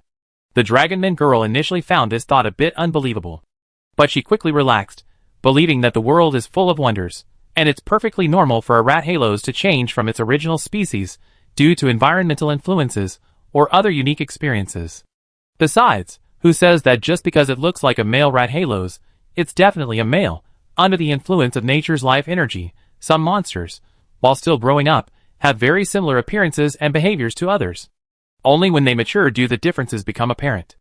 The dragon girl recalled that the prophet had mentioned during his teachings that there were monsters that, when young, looked very similar to the Bobos of the ice and snow region, and would even grow up among Bobos, only becoming noticeably different as they matured. This silver-white dragon before her must have been like that. Roar, the deep, low growl startled the dragon girl. As if she practiced this many times, she instinctively placed the gem on the ground. Then, exerting force with her toes, she retreated a considerable distance. Just as Luo Yun expected her to make another move, the dragon girl stopped moving, radiating an aura of weakness and harmlessness. It must be said that if it were an ordinary monster, it would instinctively bite the dragon girl as she retreated, then, after missing, abandon the pursuit because of her pause and the way she acted. It was clear from these actions alone that the dragon girl was a seasoned survivor who had faced many monsters. Yes, a survivor, not a hunter. She lacked the fierce aura that almost all hunters possessed, the determination to inflict a wound on a monster even at the cost of death. However, being treated like an ordinary monster. Honestly, Luo Yun hadn't been treated like this in ages, and he didn't know what to say. Moreover, he had just noticed that this dragon girl, who was clearly very different from the dragons in the investigation team, had become dazed for no apparent reason after approaching him, so he growled a gentle reminder. Unexpectedly, a dragon roar unleashed a silky smooth combo. Was the dragon girl too nervous? Or was she looking too scary right now? Luo Yun couldn't figure it out, but it didn't stop him from reaching his head and swallowing the gem on the ground in one gulp. He didn't have any conspiracy theories about cheats or anything like that. All these years, Luo Yun had relied on this panel to get to where he was today. If it weren't for this thing, let alone how far he could have progressed with his original talent, just as a child, he would have died at the hands of a brutejaw. No, if it weren't for the acceleration trait, he would have been killed by a crowned dragon the first time he hunted a circling rabbit, and he wouldn't have survived to have such a thrilling and exciting escape with a brutejaw. So, he definitely had this trust. The dragon girl and the other cats were shocked by Luo Yun's behavior. He hadn't even said anything, and he already swallowed that strangely glowing gem of unknown origin, Tungut's meow caught in his throat. He originally intended to explain to Luo Yun that the dragon girl's behavior was due to nervousness, and to explain the gem's origins from what she learned. Who could have imagined that his own fire dragon boss would devour it without even a hint of warning? What if there was something wrong with the gem? What if something happened? In the monster hunter world, anything that behaved strangely was to be taken seriously. After all, who knew it was the work of some strange ancient dragon? This was especially true of some unleashed monsters, who were particularly fond of such actions. For a moment, panic erupted in the lair, especially when the cats froze in place after noticing Luo Yun swallowing the gem. Instantly, several guard cats drew their weapons, aiming at the dragon girl, who, having reacted, assumed a defensive stance and began searching for an escape route. Other cats stood in unison, blocking Luo Yun and the dragon girl, glaring at her with anger. Off to the side, Yaji, who had been quietly munching on a piece of herbivorous dragon meat, looked up, perplexed at the tense situation, a sense of bewilderment. She perceived nothing amiss with Luo Yun, but the cats were all adopting this stance, and it seemed odd that she wouldn't do anything. So Yaji stood up, and amid the clattering of metal against metal, her cold eyes glared at the dragon girl. She made no other move. The sheer difference in ecological niche alone instilled a profound sense of oppression within the dragon girl. At this moment, Luo Yun's mind was clearly distracted. He perceived the gem as it entered his mouth, transforming into energy and merging into his body. Then, as his breath gradually merged with his life energy, tiny silver particles emitting an icy blue light began to appear, entering his body along with the life energy. Like a fledgling returning to its nest, the life energy within him suddenly became more active after integrating with these particles. And the illusory panel, visible only to him, now displayed a tangle of garbled characters amidst the distorted halo, as if something were undergoing painstaking programming, constantly changing into various characters. Chapter 337. But for some reason, he felt as if the garbled text was some unknown language. Later on, the frequency of the garbled text began to slow, giving Luo Yun a different feeling. It was as if the panel was conversing with some unknown entity. One moment, a burst of garbled text appeared, and then, a second or two later, it disappeared, and the next burst reappeared, giving him the feeling of a QQ chat. Finally, the garbled text on the panel appeared faster and faster, as if with increasing urgency, until the panel began to distort, and suddenly, a flood of garbled text almost covered the entire panel. Instantly, the distortion disappeared, and the panel became smooth again. The garbled text also began to rapidly fade, and the familiar status and trait panel reappeared. On the panel, however, the column that had originally represented the evolution bar was no longer a blur of garbled text. In its place, it read, Nature Affinity, 29%. What the hell is this? Luo Yun wondered inwardly, but the panel remained silent as usual. Besides that, beneath this column, a line of small words flickered dimly. Looking closely, he saw, Tai Jing Transformation, Unlock 70% Nature Affinity Tai Jing. The moment he saw these words, Luo Yun's mind flashed with images of Pokemon covered in crystals, their appearance transformed into a crystallized form, as if carved from gemstones. Besides, there was the massive Tai Jing crown on his head. Admittedly, that thing was truly ugly, Luo Yun vaguely remembered that in his previous life's game, the Tai Jing transformation trait seemed to allow players to transform into Tai Jing right from the start. No! That crown is so ugly! Luo Yun cried inwardly. Although crystallization is a powerful amplification state, powerful enough to change a Pokémon's stats, it's highly playable and allows even powerful Pokémon with weaker stats to appear. But if given a choice, Luo Yun would still opt for the Dynamax buff. After all, while the Monster Hunter world has some attribute energy counters, they aren't as obvious as with Pokémon. Furthermore, there's also supernormal energy like Dragon Energy. Thus, in Luo Yun's opinion, attribute transformation isn't very useful. It seemed as if the display had finished, confirming that Luo Yun had seen the small line of flashing words, and then it quickly vanished, as if it had never appeared on the panel. At this moment, Luo Yun, who had been immersed in his own senses, finally regained consciousness. After closing the panel, he saw a group of cats begin to compress the surrounding space, while Aki was still beside him, pretending to be ready to charge at any moment. Their goal was clear, to destroy the dragon girl, who, amidst the encirclement, had drawn her shield and dagger, remaining calm and collected, secretly gathering strength. At this moment, the dragon girl's demeanor was completely different from her previous timid expression. Perhaps this calm demeanor, even surrounded, revealed her true self. Roar! The familiar growl drew the angry cat's glances.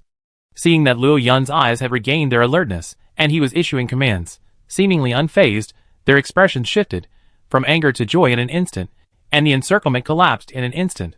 The dragon girl stared blankly at the seemingly harmless cats, her mind momentarily frozen. Are these cats' expressions changing so quickly? Tonkatsu appeared to the dragon girl's left, coughing softly, startling the nervous girl. She instinctively prepared to throw a shield charge. Put it away, meow. The dragon girl's body stiffened, but after reacting, she quickly sheathed her weapon. Suddenly, a massive shadow enveloped her. Luo Yun stood up, folded his wings, and approached her. Roar! Roar! What does Fire Dragon Boss mean? Tonkatsu began to translate subconsciously. I don't need any reward. The prophet said this is my mission. I don't know why, but I accomplished it now. So if possible, can you let me go? Before Tonkatsu began translating, the dragon girl quickly replied. Only after she finished did she realize what she had said. I actually understand the roar of the Fire Dragon Boss? Interrupted again, Tonkatsu didn't show any extra emotion, but stared at the dragon girl, who was looking at him. Well, Tonkatsu's eyes were bigger, he was an orc cat, after all. So, I really understood it. The dragon girl pointed a finger at herself in disbelief. Tonkatsu nodded silently. Yes, Luo Yun's roar was asking what reward the dragon girl wanted. How could this be? I can't understand the roars of other monsters, so how can I understand his roar now? The dragon girl didn't understand. She was just a combat member, not a scholar. Her brain didn't allow her to think so hastily, and come up with the correct answer. Pig Bone took a deep breath. Although he hadn't expected the dragon girl, who had spent a year in the ancient tree, to possess such abilities, it didn't bother him. He turned and relayed the girl's response to Luo Yun.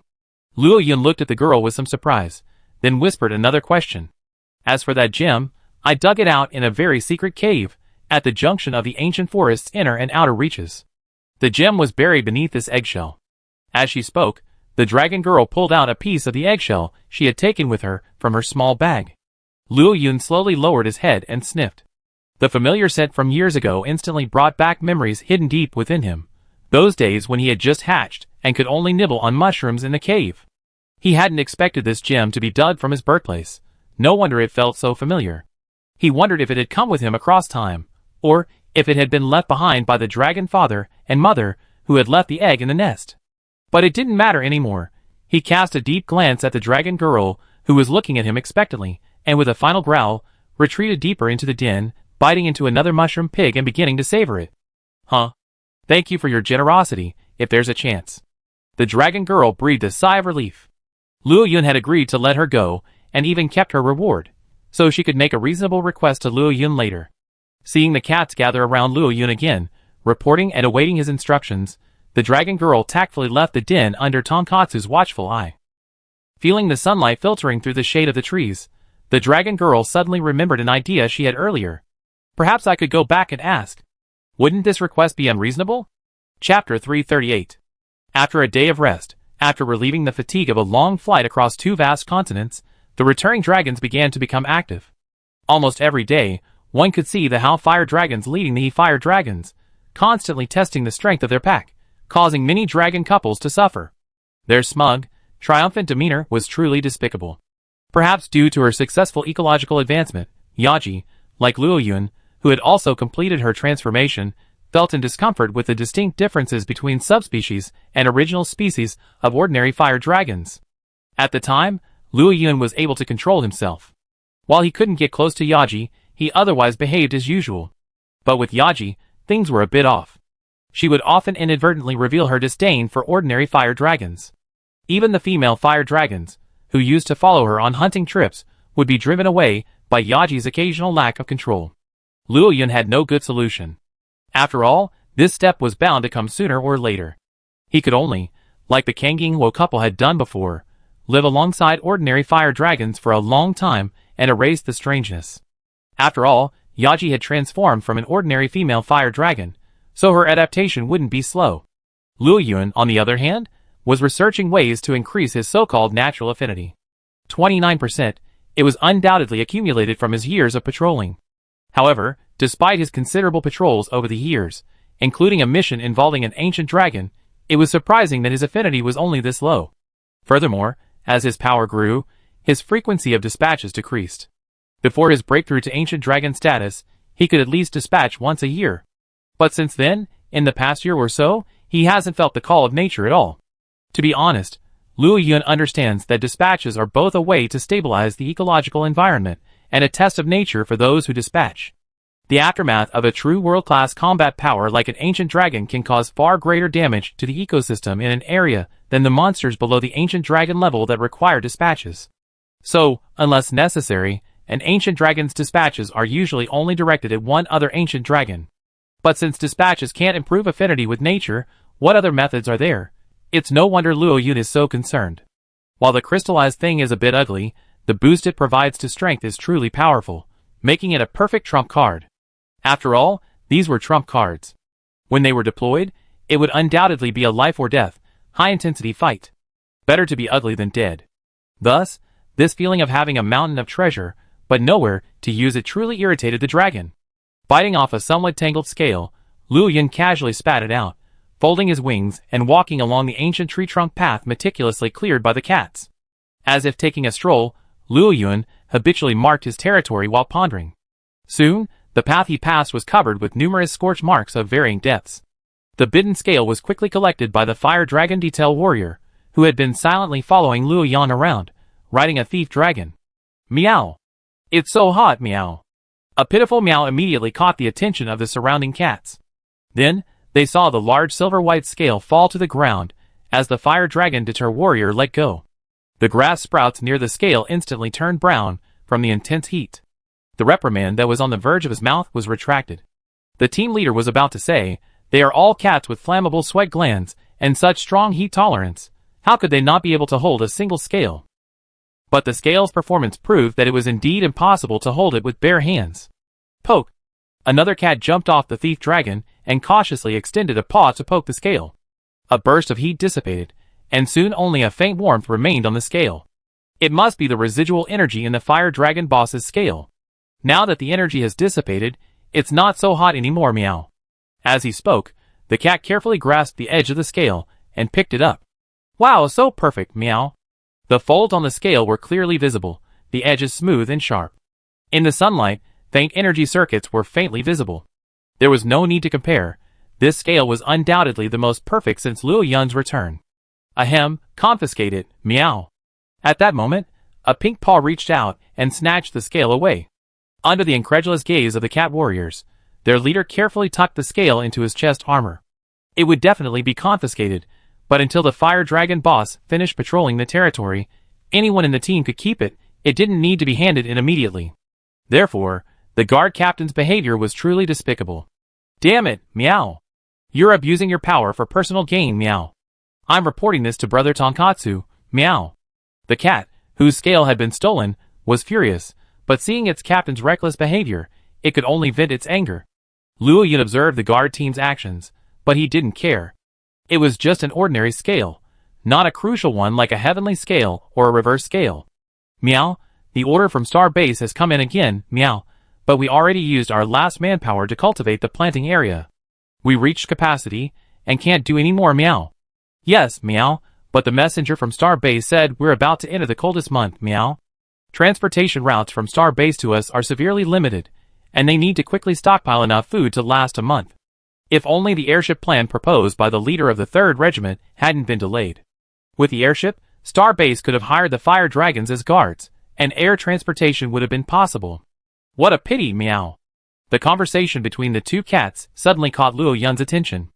Luo Yun was also aware that the investigation team had hired the fire dragons for a period of protection.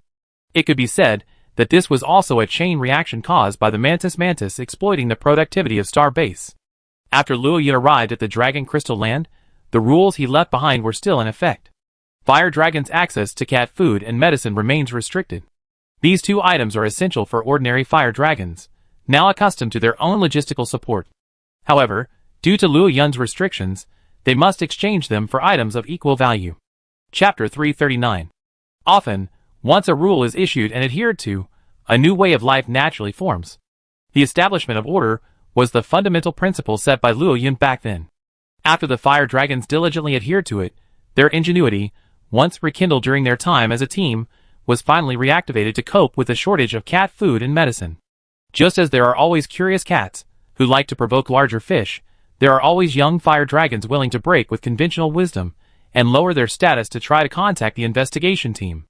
Signs of this had already appeared when the transportation route was being established in the Great Ant Mound Wasteland.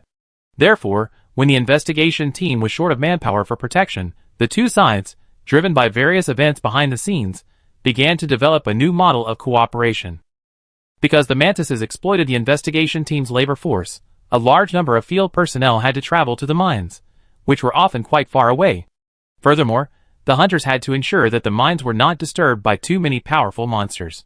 Therefore, sufficient manpower had to be left in the starry stronghold to guard against the mantises. The safety of the other personnel during the transport naturally began to decline.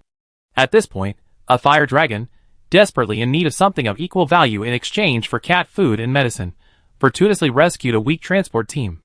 In gratitude, it obtained much-needed supplies for the cats. Because it complied with the rules established by Luo Yun, the fire dragon successfully secured a shipment of medicine. This incident was like a key, unlocking the cage of the fire dragon's minds. After repeated interactions, with the cats acting as a buffer, the fire dragons officially connected with the investigation team. One side provided combat power, the other provided logistical supplies. Over time, a stable and fair cooperative relationship was successfully established. Cats, fire dragons, and humans in just 1 year had established a stable structure. This was the piece of news that Cat reported upon his return, the one that surprised and satisfied Luo Yun the most. Of course, what captivated Luo Yun during Cat's conversation was the news that the food production capacity of the plantations had reached its limit. Luo Yun had also heard from Sage Detail that the cats were currently limited by manpower and, secondarily, by the weather, and that the production capacity of the plantations had reached its limit. Even though the ancient tree's temperature was significantly higher than other areas due to the gathering of fire dragons, winter, when the global temperature dropped, would still be affected. In the solution Sage Detail had provided, he had implicitly mentioned the hope that the fire dragon boss could perform miracles as he had in the past. Before he could finish his words, Sage Detail was harshly reprimanded by the fire dragon leader, Detail. He told him he was blaspheming the fire dragon boss. They were all his vassal subjects, and should obey his orders in everything, not presumptuously tell him what to do. Remember how your life came to be, meow. All of this was guided by the fire dragon boss, meow. Recognize your own ignorance. We only need to follow the fire dragon boss's will, meow. It must be said that after so many years of deification, the cats of the entire ancient tree fire dragon clan were fanatical believers in the fire dragon boss. In a previous life, fire dragon leader Detail would have been a religious leader. Sage Detail was the village chief, responsible for managing the lives of the cats of the ancient tree fire dragon clan, in addition to religious duties. Although there was no power struggle, the cats, now in the process of village transformation and already developing a rudimentary hierarchy and trade system, still had a hierarchy. Undoubtedly, due to the existence of the god Fire Dragon boss, Fire Dragon Detail firmly held the highest position in the entire ancient tree Fire Dragon clan. Thus, when reprimanded by Fire Dragon leader Detail, Sage Detail finally realized his mistake immediately admitting his mistake and swallowing back the rest of his words. At this moment, Luo Yun recalled this incident and looked out. Besides the vast plantations, the forest beneath the ancient tree, once devastated by his battle with the steel dragon, also came into view again. Over a year had passed, and the damage done was indeed considerable. Even with the ancient trees filtering life energy, and even though this place was located at the junction of a ley line corridor, the forest still looked rather tattered in such a short time. The gully plowed by the steel dragon's breath, the charred pit blasted by Luo Yun's flames, still existed. Watching this scene, Luo Yun's mind shifted, as if he understood something. In addition to possessing immense vitality and combat prowess, ancient dragons are also a crucial link in the natural ecological cycle. It can be said that the world's development cannot do without them. What Luo Yun had to do was to shoulder the responsibility of becoming an ancient dragon and complete his work. With a flap of his wings and a few scales dropping, Luo Yun soared swiftly to the top of the ancient tree with a piercing sound. The sunlight attribute, activated with his mind, instinctively controlled itself to a suitable temperature before expanding widely, covering the entire ancient tree area. The various monsters, previously huddled in their dens, sensed the rising temperature and immediately thought another ancient dragon was stirring. Frightened, many of the monsters prepared to migrate. But as time passed, their minds, long focused solely on survival, finally recalled the events of the past. Their previously restless hearts calmed down, and, as they had in the past, they began to leave their dens and converge on the clearings and water sources in the direction of the ancient tree. A brood-jawed dragon, originally planning to head to the clearing to enjoy the afternoon sun, realized that the temperature was due to the ancient tree's renewed strength after many years. Without hesitation, it ran towards the former water source, aiming to secure a better position. Who knew, when it arrived, it discovered it wasn't the first to react. The prime location was already occupied by many monsters. Just as before, after driving off a blind giant thief dragon, the brute-jawed dragon warily looked towards the thunder wolf dragon across the stream, then slowly crouched down by the stream, enjoying the hard-earned comfortable winter temperature. On the ancient tree, the feeling of being at one with nature that he had once felt while drying eggs reappeared. Even though there was no movement on the control panel, Luo Yun knew his idea was right.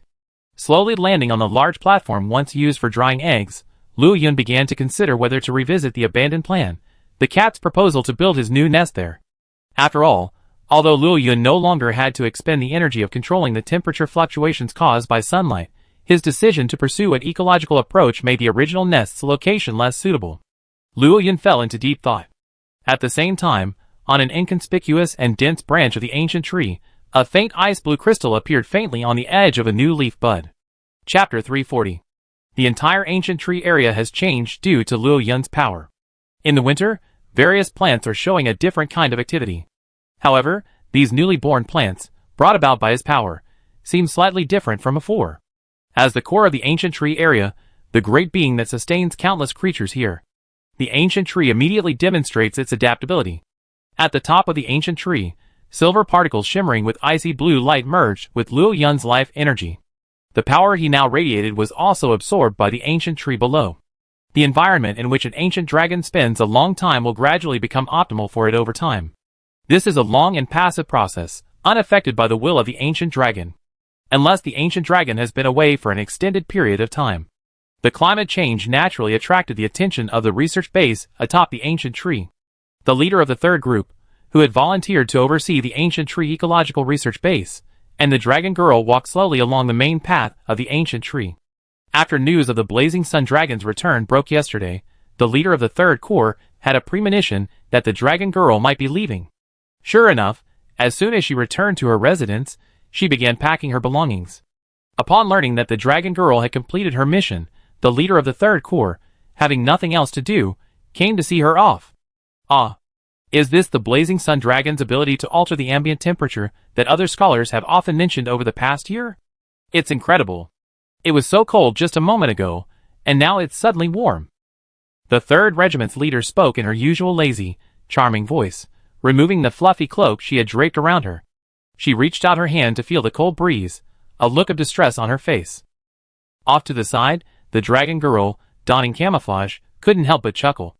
After over a year of living together, she certainly understood what the 3rd Regiment's leader was struggling with. This frail dragon scholar was extremely afraid of the cold. But the temperature had just risen, still experiencing a period of alternating cold and heat. Given her constitution, she felt a bit chilly without her cloak, but too warm with it. Okay, go back. I know the way forward. Don't worry, we see each other again. The dragon girl turned to the leader of the third group and silently added, that's as long as you're still in the ancient tree. After a night of contemplation, the dragon girl decided to try to move her tribe to the ancient tree. To that end, she had even gone to Pig Bone this morning to inquire about their attitude. Show your value? That was Pig Bone's response. While the fire dragon boss had promised to grant her a small wish, this would likely be acceptable to him. But demonstrating value would be even more appealing to Turtle, and even the other fire dragons in the ancient tree.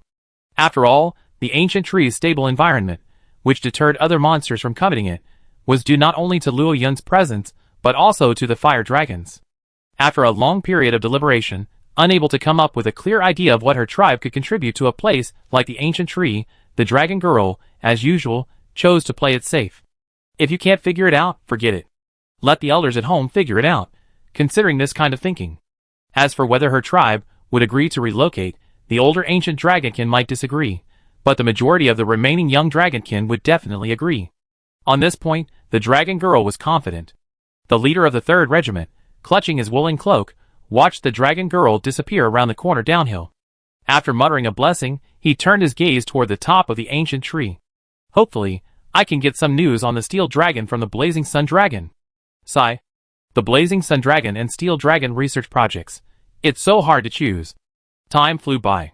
A few days later, in the forest beneath the ancient tree, a giant steel beast, wings spread, roared forward, and directly slammed into the electric dragon, which hadn't yet taken flight.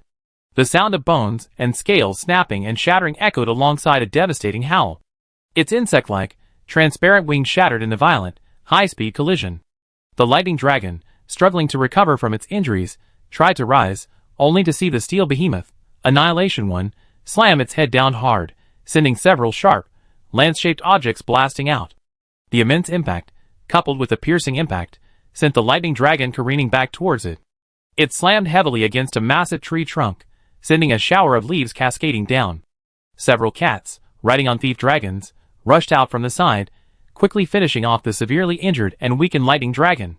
Already unable to move, the lightning dragon could only watch helplessly as its followers, several cats, attacked it with their flame-stained weapons.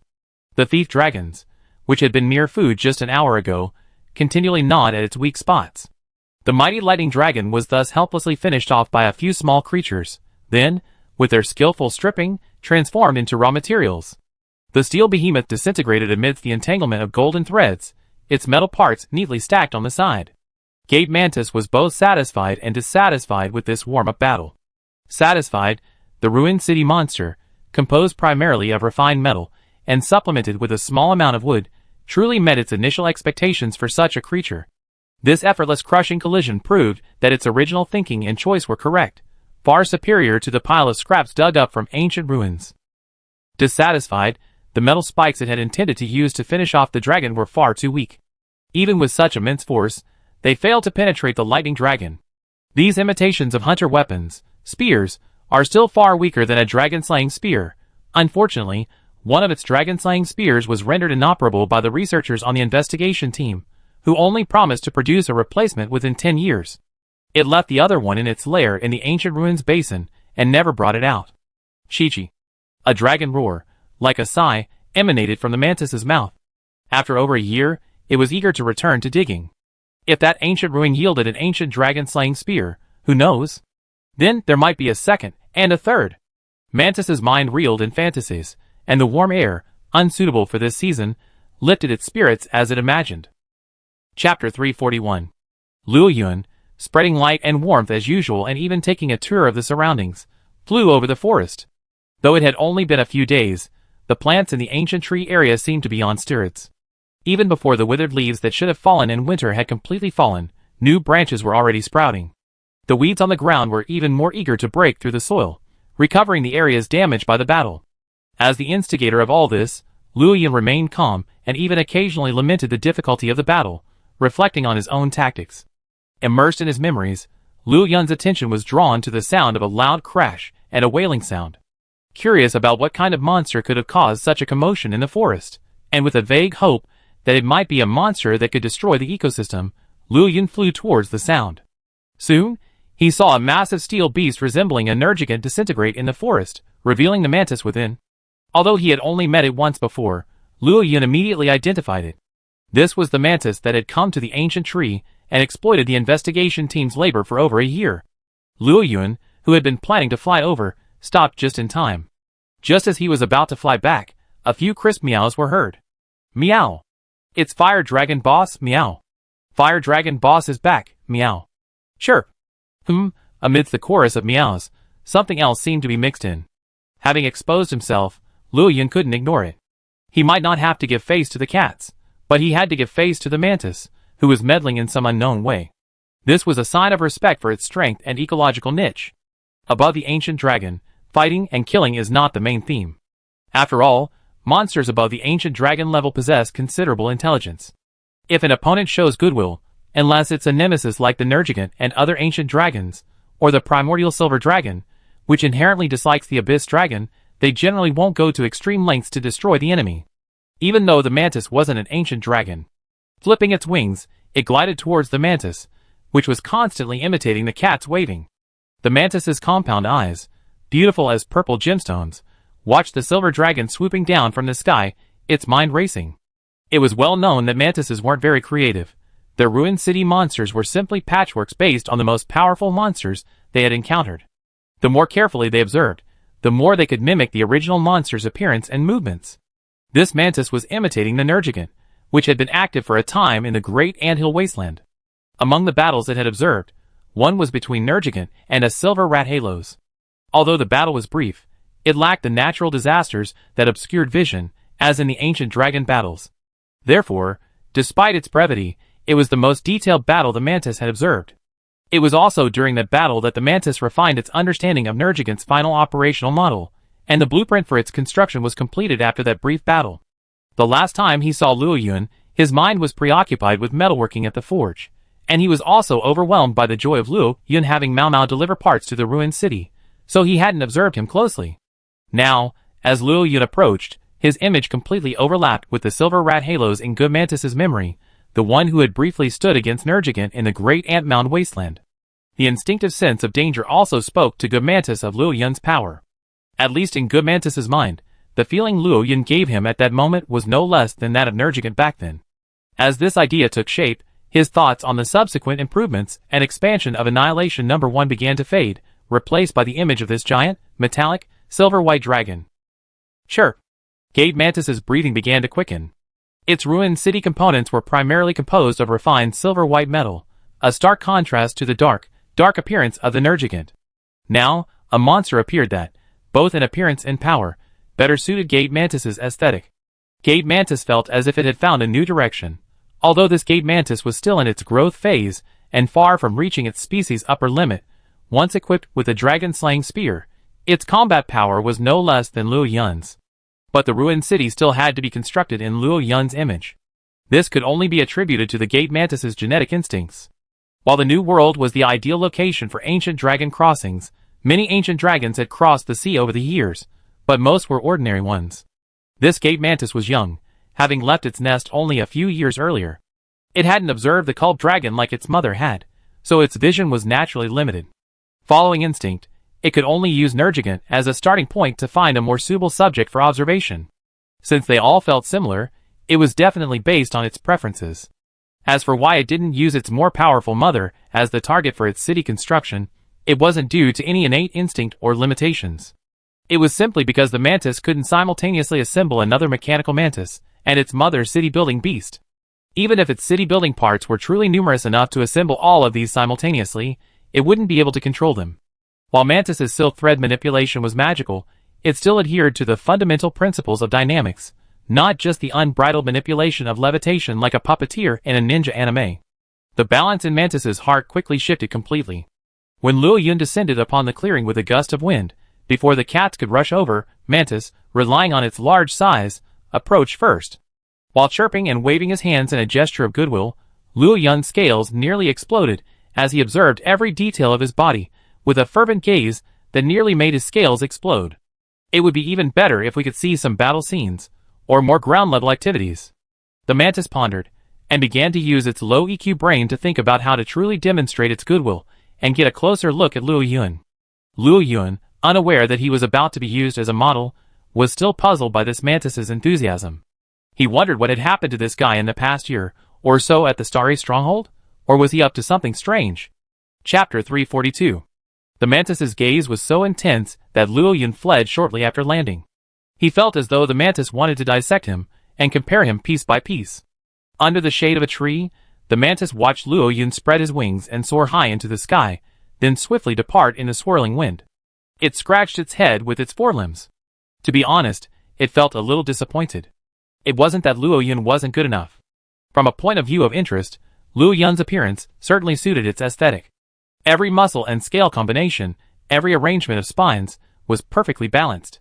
It could be said that Luo Yun had achieved the perfect posture that best highlighted his unique characteristics among skeletal monsters. From the perspective of appreciating excellence, Luo Yun was truly a very suitable subject for observation.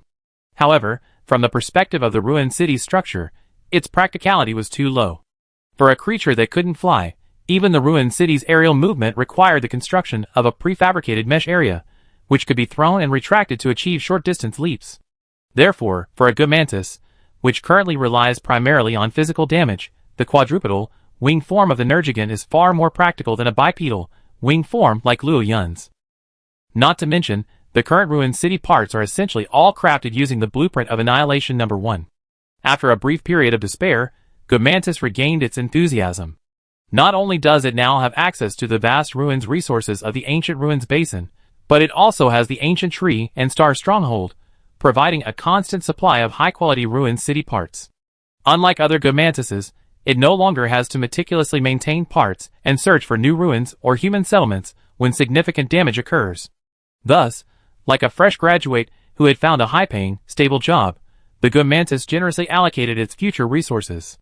The lower-quality ruined city parts were used to construct the ruined city nest, while the higher-quality and used parts were used to build a model of Luo Yun, satisfying its own hobby. The remaining parts were used to continue piecing together Annihilation No. 1, striving to reach the level of its mother as soon as possible.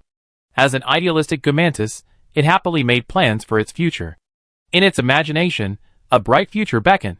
Even then, with the arrival of the cat transport team at the Starry Sky Stronghold, the members of the investigation team learned of Luo Yun's return, and the Grand Commander and his team breathed a sigh of relief. After all, Luo Yun's presence was truly crucial.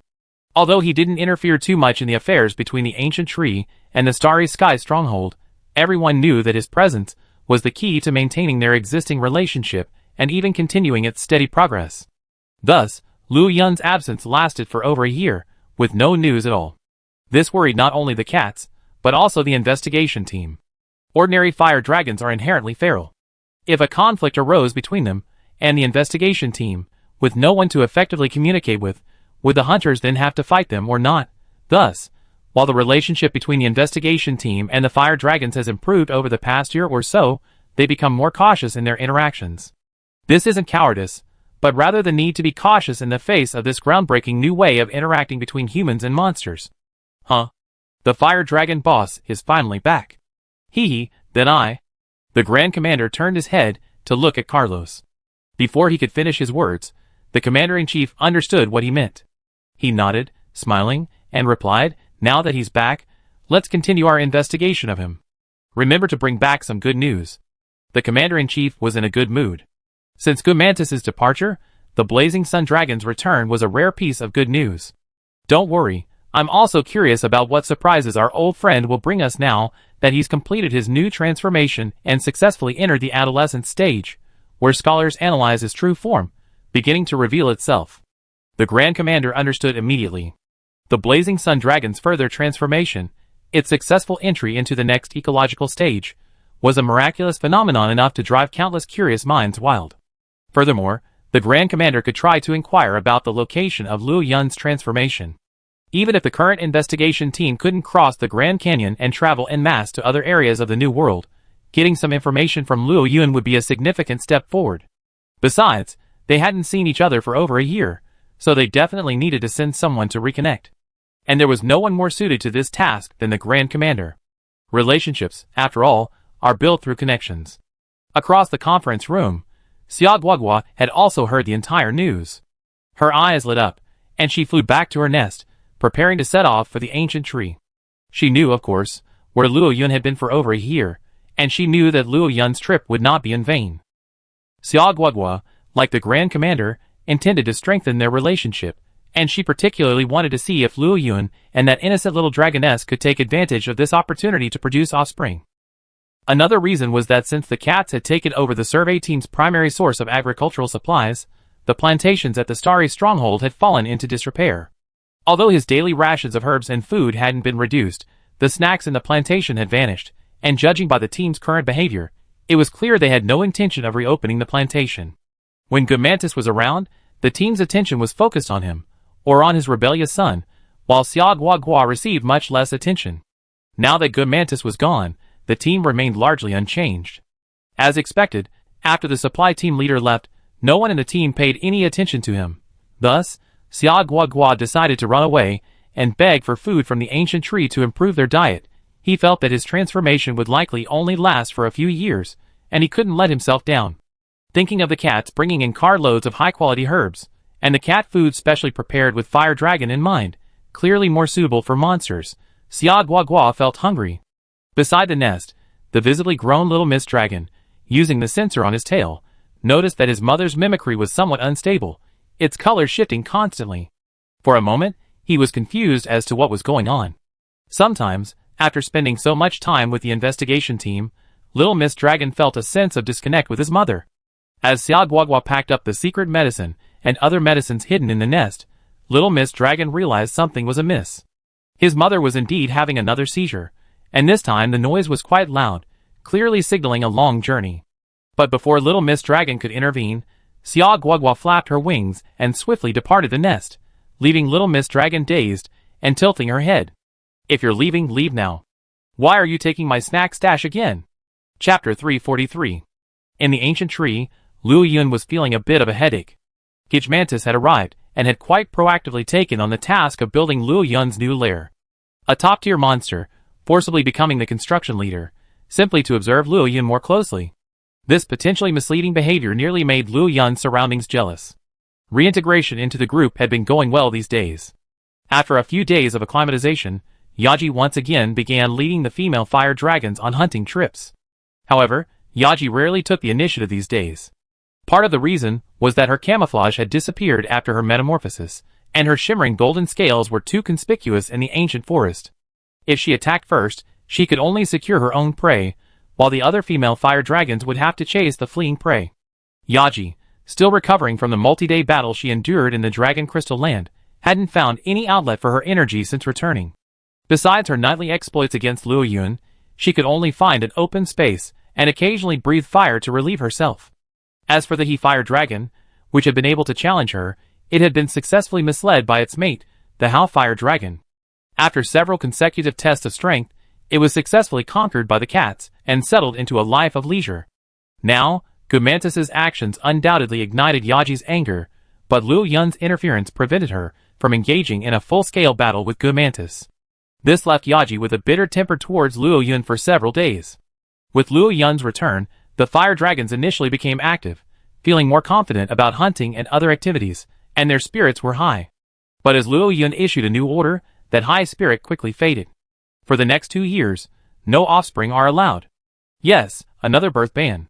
Ever since the last incident with the stillbirth, there had been a period of time when Luo Yun had enforced the ban. Unexpectedly, upon Luo Yun's return, he would actually reinstate the ban, causing many fire dragons to feel a bit uneasy, but under Luo Yun's insistent demands, they had no choice but to comply. Luo Yun had no choice.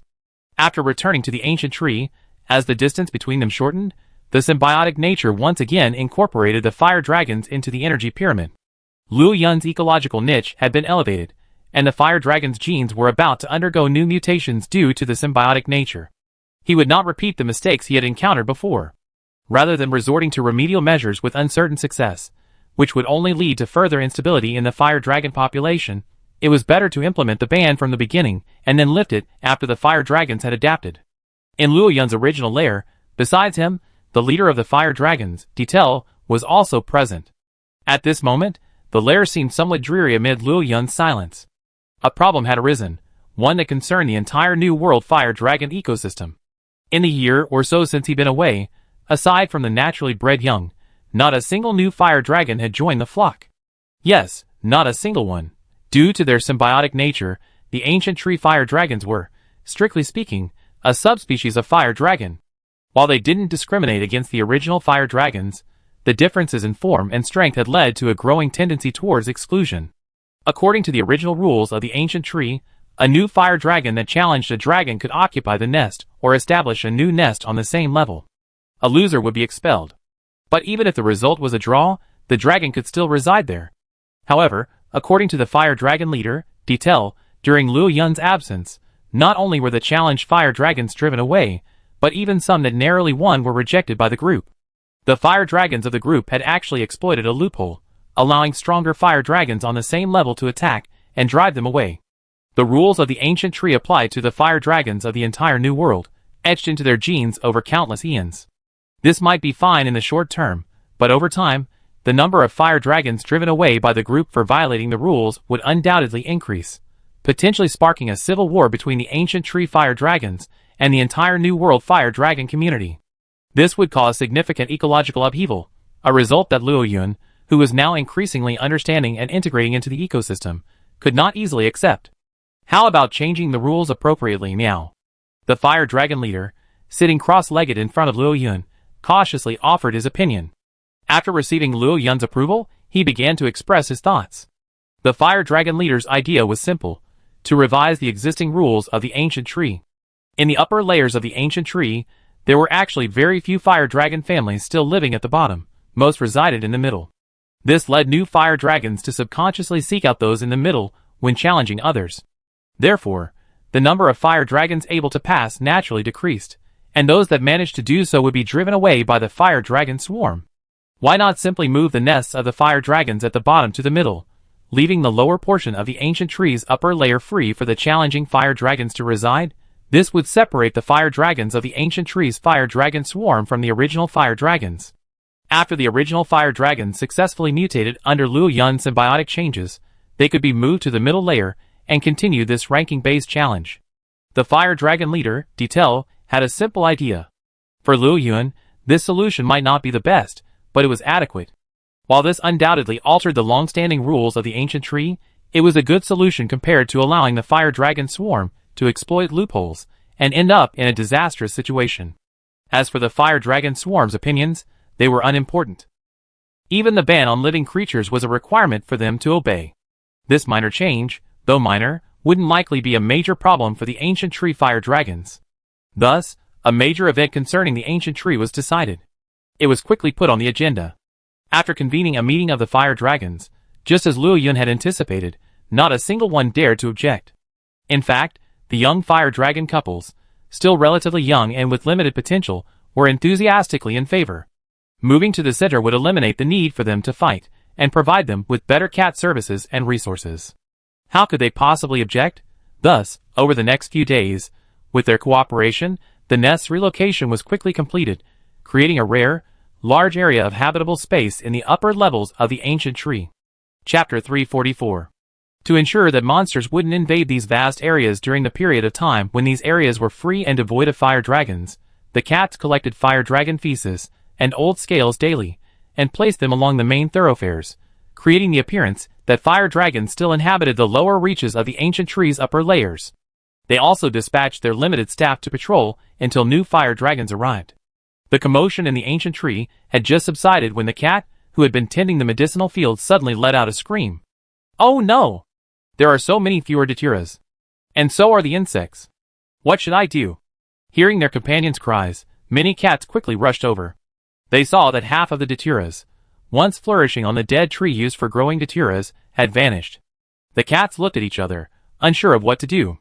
It wasn't until a sharp-eyed cat spotted some yellow-purple scales and some medicine left by the giant dead tree that it finally felt relieved and hurried to report to the cat in charge. Elsewhere, on the way to Luo Yun's lair, Xia Guogua, whose body was faintly visible, like a piece of transparent glass, happily chewed on fresh, juicy datura. With one large gulp, she devoured several datura flowers. The datura, unprocessed, was highly toxic, even to monsters, and it entered Xia Guogua's body through her digestive tract. He felt his brain tremble, his body drifting, and he felt only that comfortable. Unfortunately, this feeling only lasted a brief moment, before his body's resistance to the poison easily neutralized it. The blood and nerves, once surging with the mandragora's medicinal properties, calmed down again. When this pleasure was no longer palpable, Xiao Guogua swallowed the mandragora hidden in his cheek, repeating the process once more. Yes, he had stolen the medicinal field, but he also left behind a reward more than enough to offset the mandragora. Even if it were exchanged for research points from the investigation team, the value of his reward would far exceed the value of the mandragora. Xiao Guogua knew well that this was an ancient tree, not a star stronghold.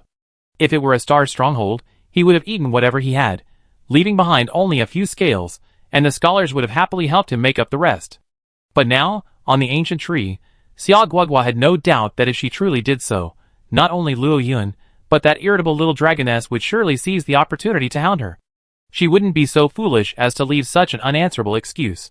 After once again being delighted by the mandragora, Xiao Guogua rolled her tongue. Well, she had consumed all the mandragora needed to make 20 secret potions. This substance, highly toxic to ordinary monsters, was no less potent to the now mutated Xiao Guogua than catnip to a cat. Harmless and refreshing, having completed his temperature-regulating duties for the day and returned to his lair, Luo Yun suddenly sensed something amiss with the life energy within.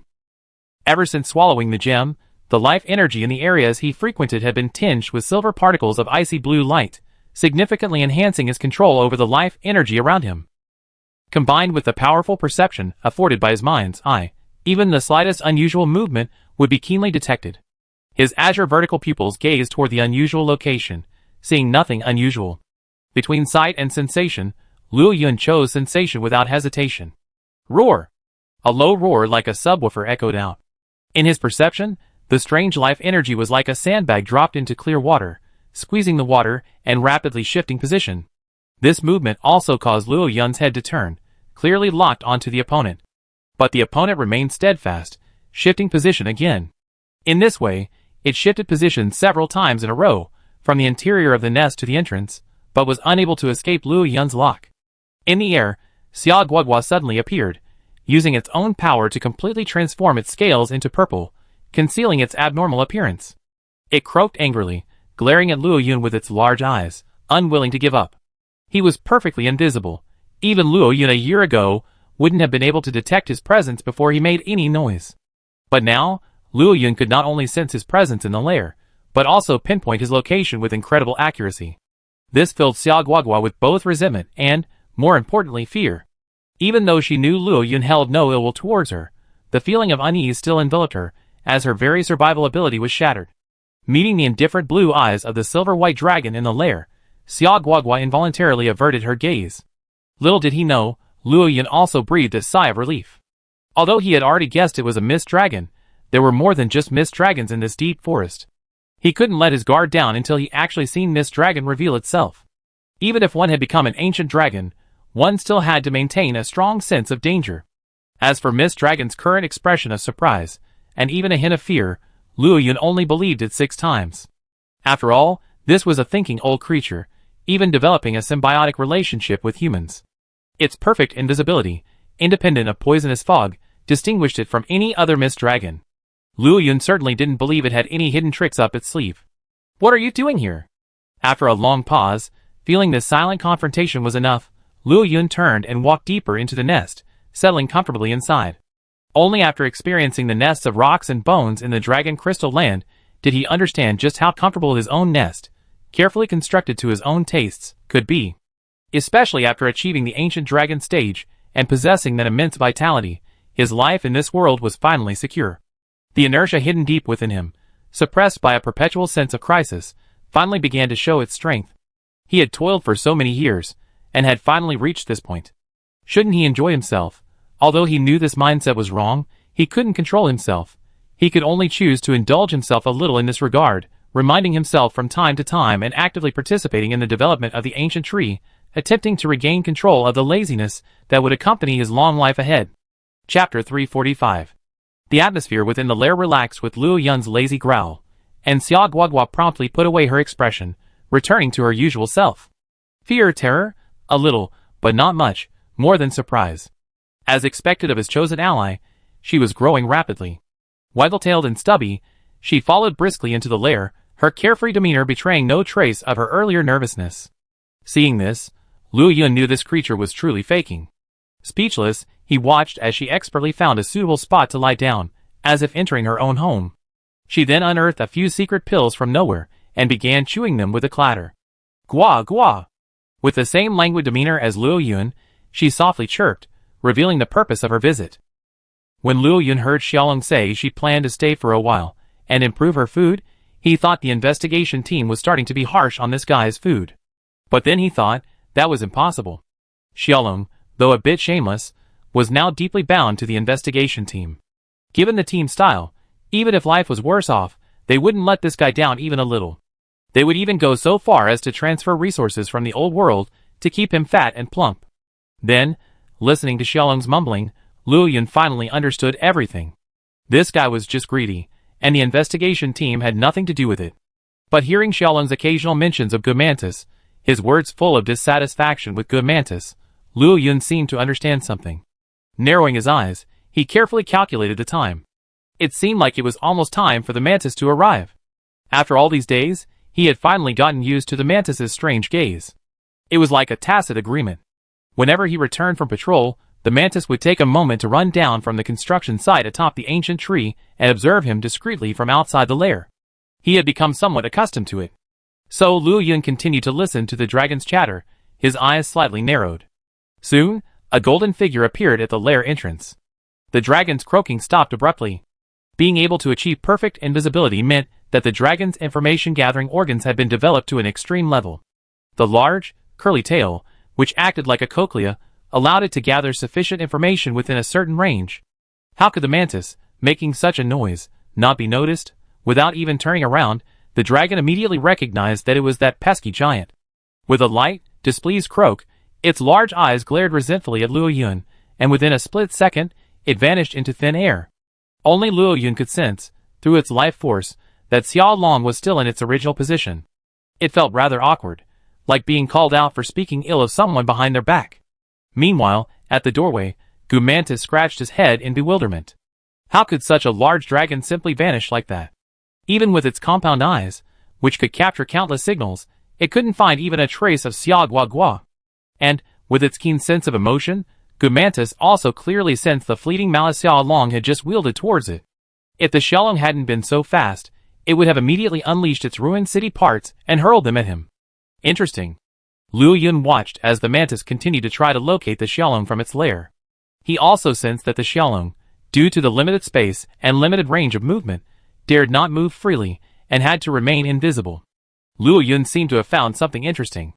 Deep in the ancient forest, within the massive central control ancient tree, when the dragon girl appeared in this ancient dragon dwelling, a group of dragons, busy with their own affairs, rubbed their eyes and stared at her in disbelief. There had been no news for over a year, and based on their experience, they had assumed the dragon girl had perished at the hands of some monster. To their surprise, she stood before them alive and well, and she seemed to have gained some weight. It seemed that despite the lack of news over the past year, she had been doing well. Her armor seemed to have been well maintained. One wondered what she had been through. Huh? The ancient dragon prophet let out a low growl, like a dragon's roar, and slowly walked up to the dragon girl, leaning on his cane. The short man raised his head, and carefully examined the scales on the dragon girl's forehead. He spoke calmly. Thank you for your hard work. Rest for now. Tonight, tell us about your experiences this year. You should have a lot to tell us. The ancient dragon prophet was as wise as ever. Just from the dragon girl's facial expression, he could tell what she was eager to tell us. It's been so long, so waiting a little longer won't be a problem. Besides, a tribe member has been away for over a year. Regardless of whether he's been doing well or badly, she should at least get enough rest to relieve her fatigue. Even if the dragon girl doesn't look like she needs it right now. The dragon girl opened her mouth, but swallowed the words before she could finish them, nodding obediently. Although life in the ancient tree was good, returning to her tribe and seeing her tribe members, who had remained unchanged for decades, brought her peace of mind. The night sky was full of stars, and a bonfire burned within the hollow of the ancient tree. The ancient dragons unloaded the food they had stored during this time and arranged it everywhere, as if for a banquet. While it's unknown what the dragon girl did during her time away, and why she even took the tribe's only remaining strongest protective gear, seeing her chatting happily with several elderly dragons at the table, it was clear that this trip was no small matter, and that she seemed to have gained some unexpected benefits. So that's it. A mysterious gem? This unknown ancient dragon can manipulate the air temperature like the Flame King dragon. And it's even friendlier, developing its own tribe and civilization. I didn't expect the New World, unchanged for millennia, to undergo such drastic changes in just a few decades, to the point where even people from another continent have arrived. I don't know if this is good or bad. The dragon girl was puzzled. From what she had observed over the past year, the actions of both Luo Yun and the investigation team should be positive changes for the new path. Why did this old dragon prophet have such an expression? Chapter 346. The ancient dragon prophet didn't say much about the dragon girl's confusion. Having not experienced that era, the dragon girl wouldn't understand. Of course, although the ancient dragon prophet was quite old, his historical experience was incredibly rich, and it's no exaggeration to call him a living fossil of the New World. But he hadn't experienced that most glorious period. However, having read all the historical documents handed down by his tribe, and even frequently conducted archaeological excavations to read the various materials preserved beneath those ruins, the knowledge he had acquired over the centuries, as well as the many hidden secrets, was sufficient to allow him to depict the most glorious years of that civilization. But while the saying learned from history doesn't apply to this world, the ancient dragon prophet, like the great elders of the old world who had witnessed the destruction of civilization, understood that the ancient civilization's strategy of fighting nature, conquering ancient dragons, developing technology, and destroying the ecosystem for its own survival was an absolute path of no return, a dead end. And the starting point for all that destruction was the interaction between the civilizations of the old world and the new world. Therefore, upon learning that the people from the other continent were heading for the ancient dragon ferry and seeking to explore the secrets of the ancient dragons, the ancient dragon prophet couldn't help but feel a sense of apprehension, fearing this was yet another cycle of history. After all, the civilizations of the new world and the old world had been cut off from each other for countless years. Even after the new world civilization's extinction, it had long since become a haven for monsters, its traces almost entirely buried beneath various ruins. Even the ancient dragon prophet's profound knowledge made it difficult to determine whether the civilization of the old world had changed. Perhaps only through contact can one know. Halfway through the banquet, the dragon girl left for an extended period, completely dissolving the slight estrangement between her and her tribe. Under the moonlight, the dragon girl finally spoke her mind. As soon as she finished speaking, the once lively banquet suddenly cooled. The dragon people's longevity, along with their diminished desires, has reduced this tribe to only about 50 individuals. The dragon girl made no effort to conceal her voice, so nearly everyone present heard it. What's your reason? To the dragon girl's surprise, the younger dragons didn't immediately agree, nor did the older ones. They remained calm and eager to learn more. But as for the reason, the dragon girl seemed unsure what to say. To make the tribe's life better? That was indeed her initial reason. But looking at this banquet, while it wasn't as rich in species as the ancient tree, it wasn't far behind. As for safety, it seems unwise to rely on a monster, even if that monster is an ancient dragon capable of communication and even possessing rich emotions. After all, while the space here is a bit cramped, its safety has been proven over thousands of years. So why?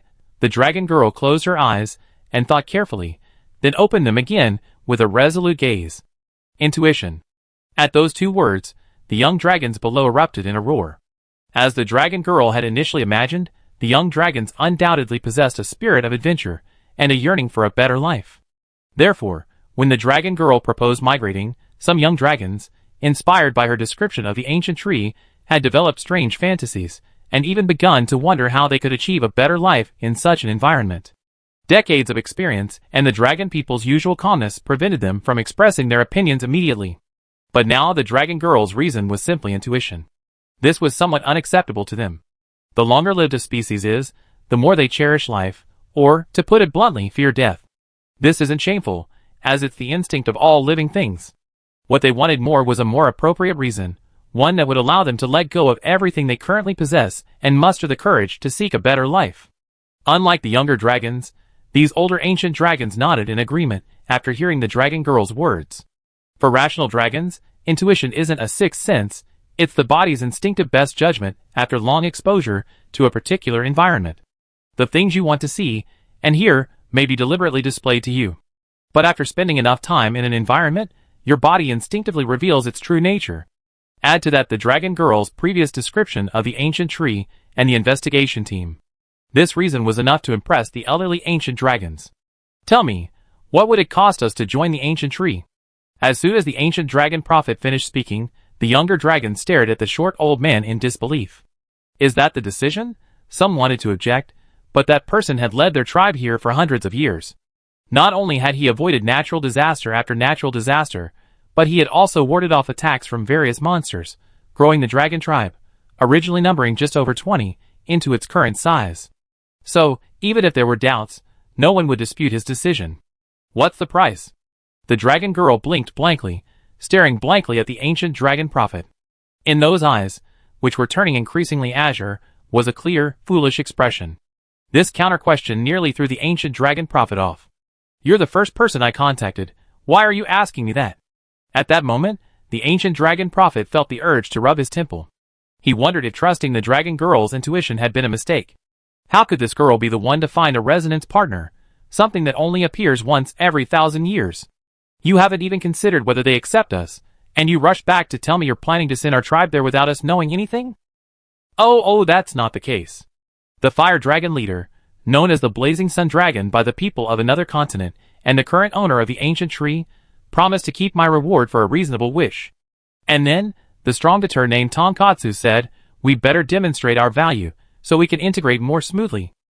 The dragon girl folded her arms, and spoke seriously, but a hint of inexplicable cunning flashed in her azure eyes. This look naturally didn't escape the ancient dragon prophet's notice. He shook his head, and tapped the dragon girl on the forehead with his cane. Finally, he chuckled and scolded her naughty, before making his final decision. Chapter 347. Early the next morning, several ancient dragon men in camouflage followed the dragon girl, leaving their settlement in the morning mist. After emerging from the narrow cave, they determined their direction and began heading towards the ancient tree. They were merely heading out to see for themselves whether the ancient dragon girl's words were true. Many things could only be fully reassured after seeing them with their own eyes. The remaining dragon men continued to stockpile supplies, ready to depart at any time. Carried on the back of one of the sturdy young dragon men, the ancient dragon prophet narrowed his eyes, as he gazed at the morning sun, mentally pondering the purpose of their journey, and their desired end result. Last night, he had pondered for a long time, what could the current ancient dragon men bring to the ancient tree? Civilization. From a macro perspective, the current dragon men no longer possess true civilization, only a few dozen individuals survive through specialized means. Furthermore, the ancient trees now enjoy a deep cooperative relationship with the people of the other continent. From what the dragon girl has seen and heard, the details loyal to the fire dragons have begun to demonstrate the rudiments of a unique civilization.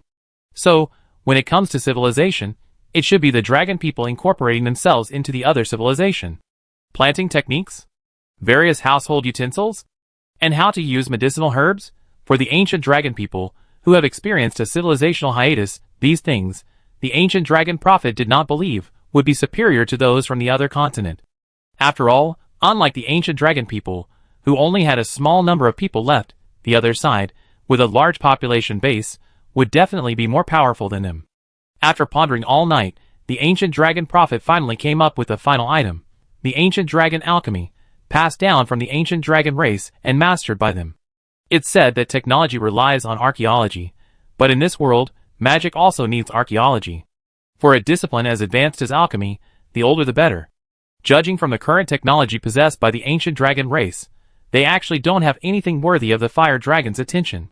But from the dragon girl's description, he analyzed that the ancient tree and the group associated with the investigation team are currently in deep cooperation, and the trade system is mainly based on the investigation team. The ancient tree, on the other hand, is the more dependent on the other side, relying solely on cultivation and the powerful military support provided by the fire dragons. Sooner or later, it will be replaced by the continuous influx of people from the other continent. Therefore, if we want to establish this long-term, stable and win-win cooperation, we must find new projects that can ensure long-term cooperation between both parties. The ancient dragon prophets knew much, but not much. Their proficiency was limited to alchemy, and the forging of some ancient instruments. This was unavoidable. After all, the entire tribe was reduced to just over 20 individuals. Surviving in this environment, with such a small number of people, they could only rely on providing immediate combat power. The forging of ancient instruments was considered taboo knowledge by the ancient dragon prophets, as these instruments were invented specifically for fighting and even hunting ancient dragons. Whatever these few people mastered was fine, they couldn't manufacture them on a large scale. However, if it spread to another continent, accelerating the exploration of ancient technology, it could potentially trigger another mass extinction of civilization. Thus, the only thing left to offer is the alchemy of the ancient dragon people. This alchemy originated from ancient dragon hunting groups, and was later made available to the public. The ancient dragon prophet believed that as long as the investigation team continued to encounter monsters, or if there were still conflicts with monsters on the old road, the products of this alchemy would never become obsolete. Mastering this ancient technique would truly guarantee in-depth communication with the other side. Furthermore, with his centuries of research, he had mastered the ancient dragon alchemy to its core. Even in the era of that glorious civilization, he would likely be a master alchemist. Thus, knowing the principles of this alchemy, while it can currently only be used on human-forged equipment, further research might allow its application to fire dragons in the future. It's not necessary to shift in this direction. In the past, the dragon people and monsters were merely enemies, with monsters merely a source of material. It was unlikely anyone would have considered this. But now, things are different. The ancient dragon prophet clearly understands the true power they will face once they merge into the ancient tree. The unknown ancient dragon, possessing remarkable wisdom and rich emotions, who controls the entire ancient tree, and the fire dragons under his command, whose intelligence and community have been enhanced after the mutation, and who have transformed from chaos and disorder into order, are the true masters of the ancient tree. Therefore, the direction of the ancient dragon alchemy's transformation was bound to ultimately shift towards the fire dragons. Furthermore, if successful, he would be the one who pioneered a new discipline of alchemy. It could be said that as long as civilization persisted, he would remain a textbook figure. Admittedly, this was indeed a rather ambitious aspiration. It should be said that every academic, besides a terrifying thirst for discovery, was driven by the goal of achieving historical fame. As for whether the ancient dragon's alchemy alone could secure his tribe's acceptance by the ancient tree, he believed that the fire dragon boss, who had developed the ancient tree into its current state, would certainly not refuse. Though they had yet to meet, the ancient dragon prophet already had a certain respect for Luo Yun. This was both recognition of Luo Yun's achievements and a sense of admiration for strength. Perhaps, after hearing the dragon girl's description of the ancient tree, he accepted her proposal for a safer and more comfortable living environment. With his heart already leaning towards migrating his tribe to the ancient tree, he naturally placed Luo Yun in a higher position.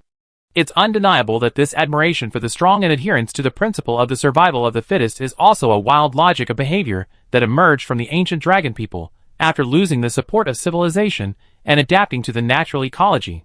The current ancient dragon people are actually no different from the original detail, only with greater wisdom and technology.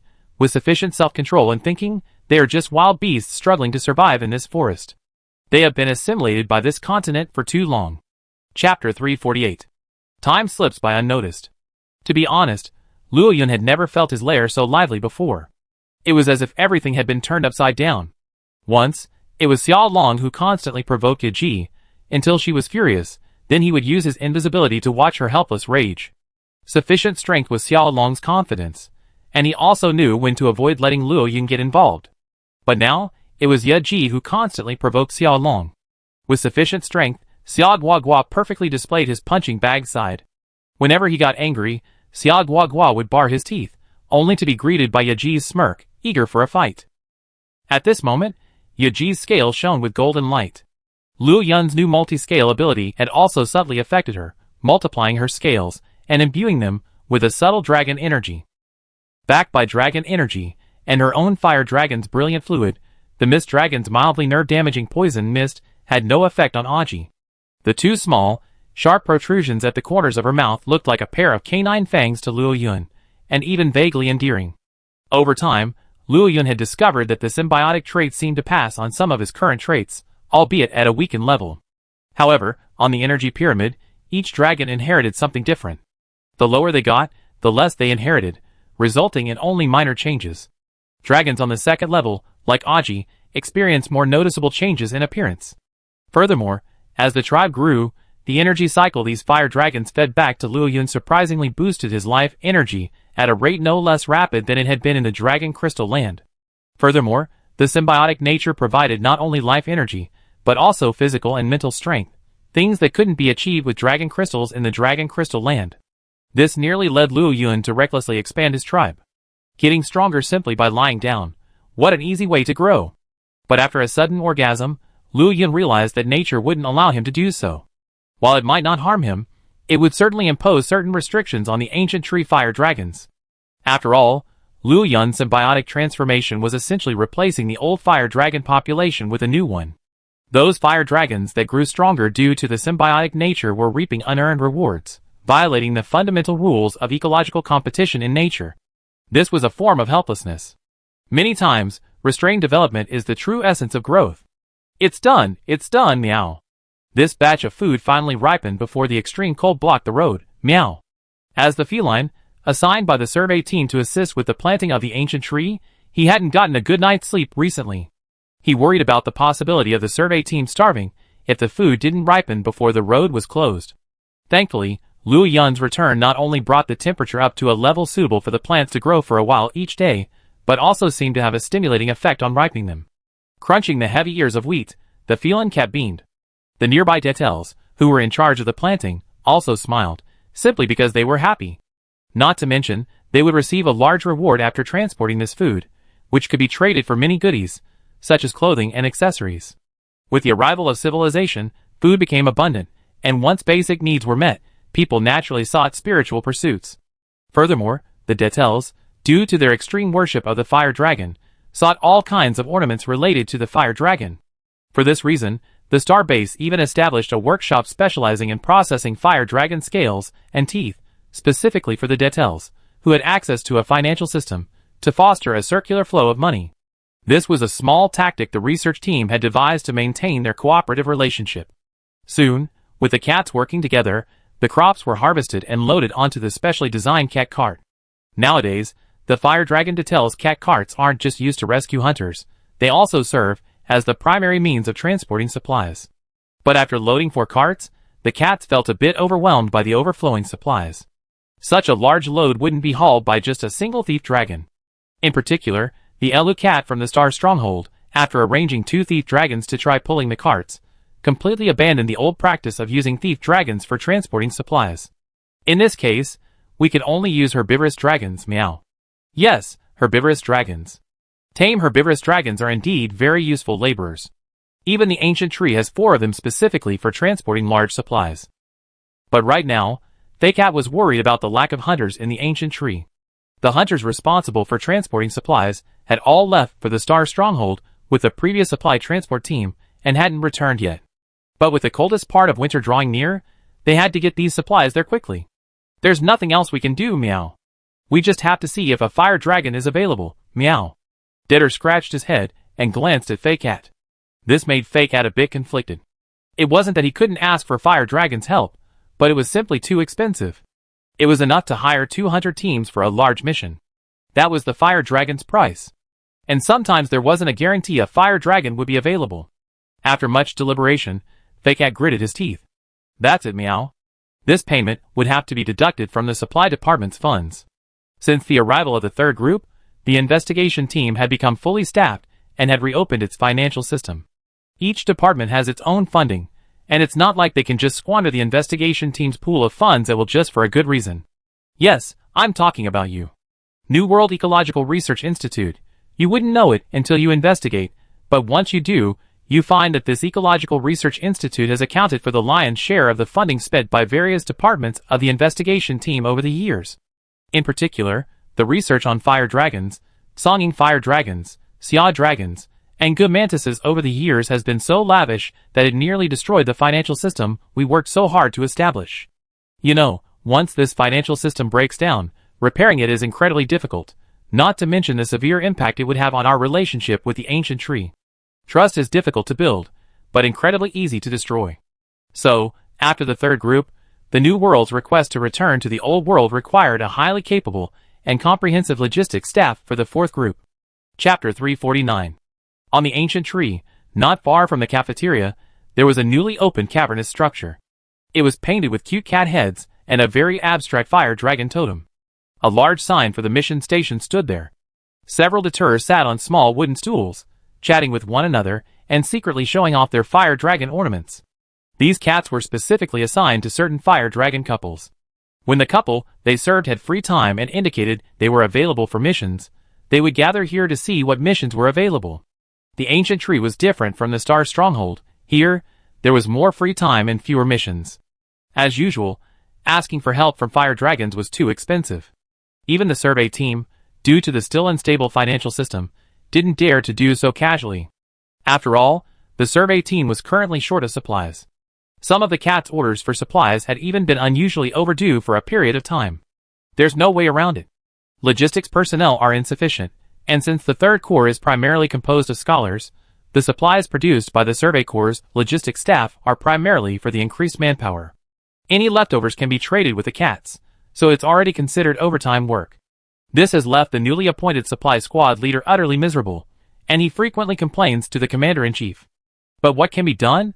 There are hundreds of cats at the ancient tree, over 300 fire dragons of all sizes, and over 400 people on the Survey Corps. Many logistical tasks rely entirely on these 100 or so people. If it weren't for the fact that these personnel are elites, and the exceptional physical talents of the people in this world, they would have gone on strike long ago. When Feline came bounding onto all fours, the debtors immediately stopped talking, their large, round eyes fixed on Feline. Here comes life, meow. For a moment, the once harmonious atmosphere turned to one of mutual caution. There was no way around it. The fire dragon couple they served were in a rather awkward position. One of the cats represented a young fire dragon couple, who had ascended to the middle canopy of the ancient trees thanks to Luo Yun's new rules. They were eager to improve their combat effectiveness and establish themselves firmly in the canopy. As a result, they were in dire need of medicine to heal their injuries, and cat food to provide them with sufficient energy. They were among the most diligent and ambitious fire dragon couples among the increasingly competitive group of ancient tree fire dragons. The remaining fire dragon couples, represented by Deader, were those whose strength had improved more slowly, and who were less than satisfied with their current position. Their current situation is somewhat awkward. Their former defeated foes are gradually catching up to them, and those stronger than them remain undefeated. However, the ancient tree rules dictate that seeking a better location and higher status within the tribe requires strength.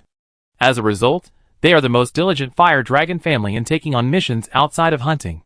This behavior of these fire dragon couples can be considered a characteristic of the fire dragon's herd-like nature. Although this herd-like nature has caused the fire dragons to lose some of their sense of danger, and even led some to become lazy, the young born in such an environment are also slightly less resilient to risk. However, things like status and internal competition within the clan also gave the well-equipped fire dragons more goals beyond survival. In short, analyzing the pros and cons, it seems that the benefits of being a group currently outweigh the disadvantages. Before the Fey Cats could reach the mission board, several debtors exchanged glances and rushed towards the Fey Cats. Choose me, meow. My fire dragon has already completed 3 missions, meow. My fire dragon is powerful, stable, and patient, meow. My fire dragon was one of the first to contact the investigation team in the Great Ant Mound Wasteland, and has helped them drive out other monsters many times, meow. He was also the first fire dragon in the clan to support and cooperate with the investigation team.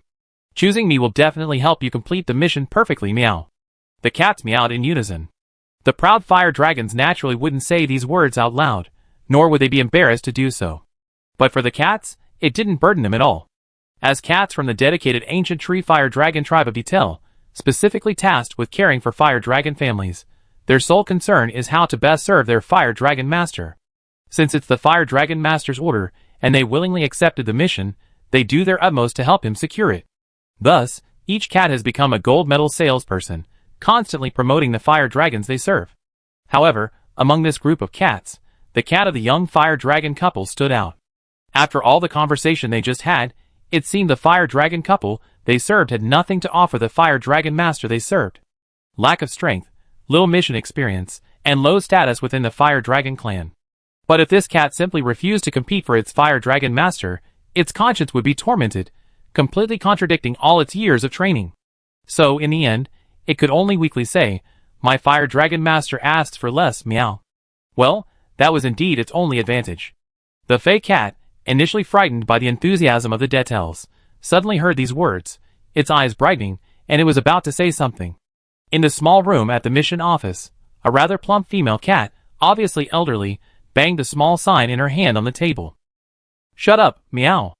The missions haven't even been released yet, meow. You're trying to take them on without even knowing what they are. That's irresponsible of Fire Dragon Sama.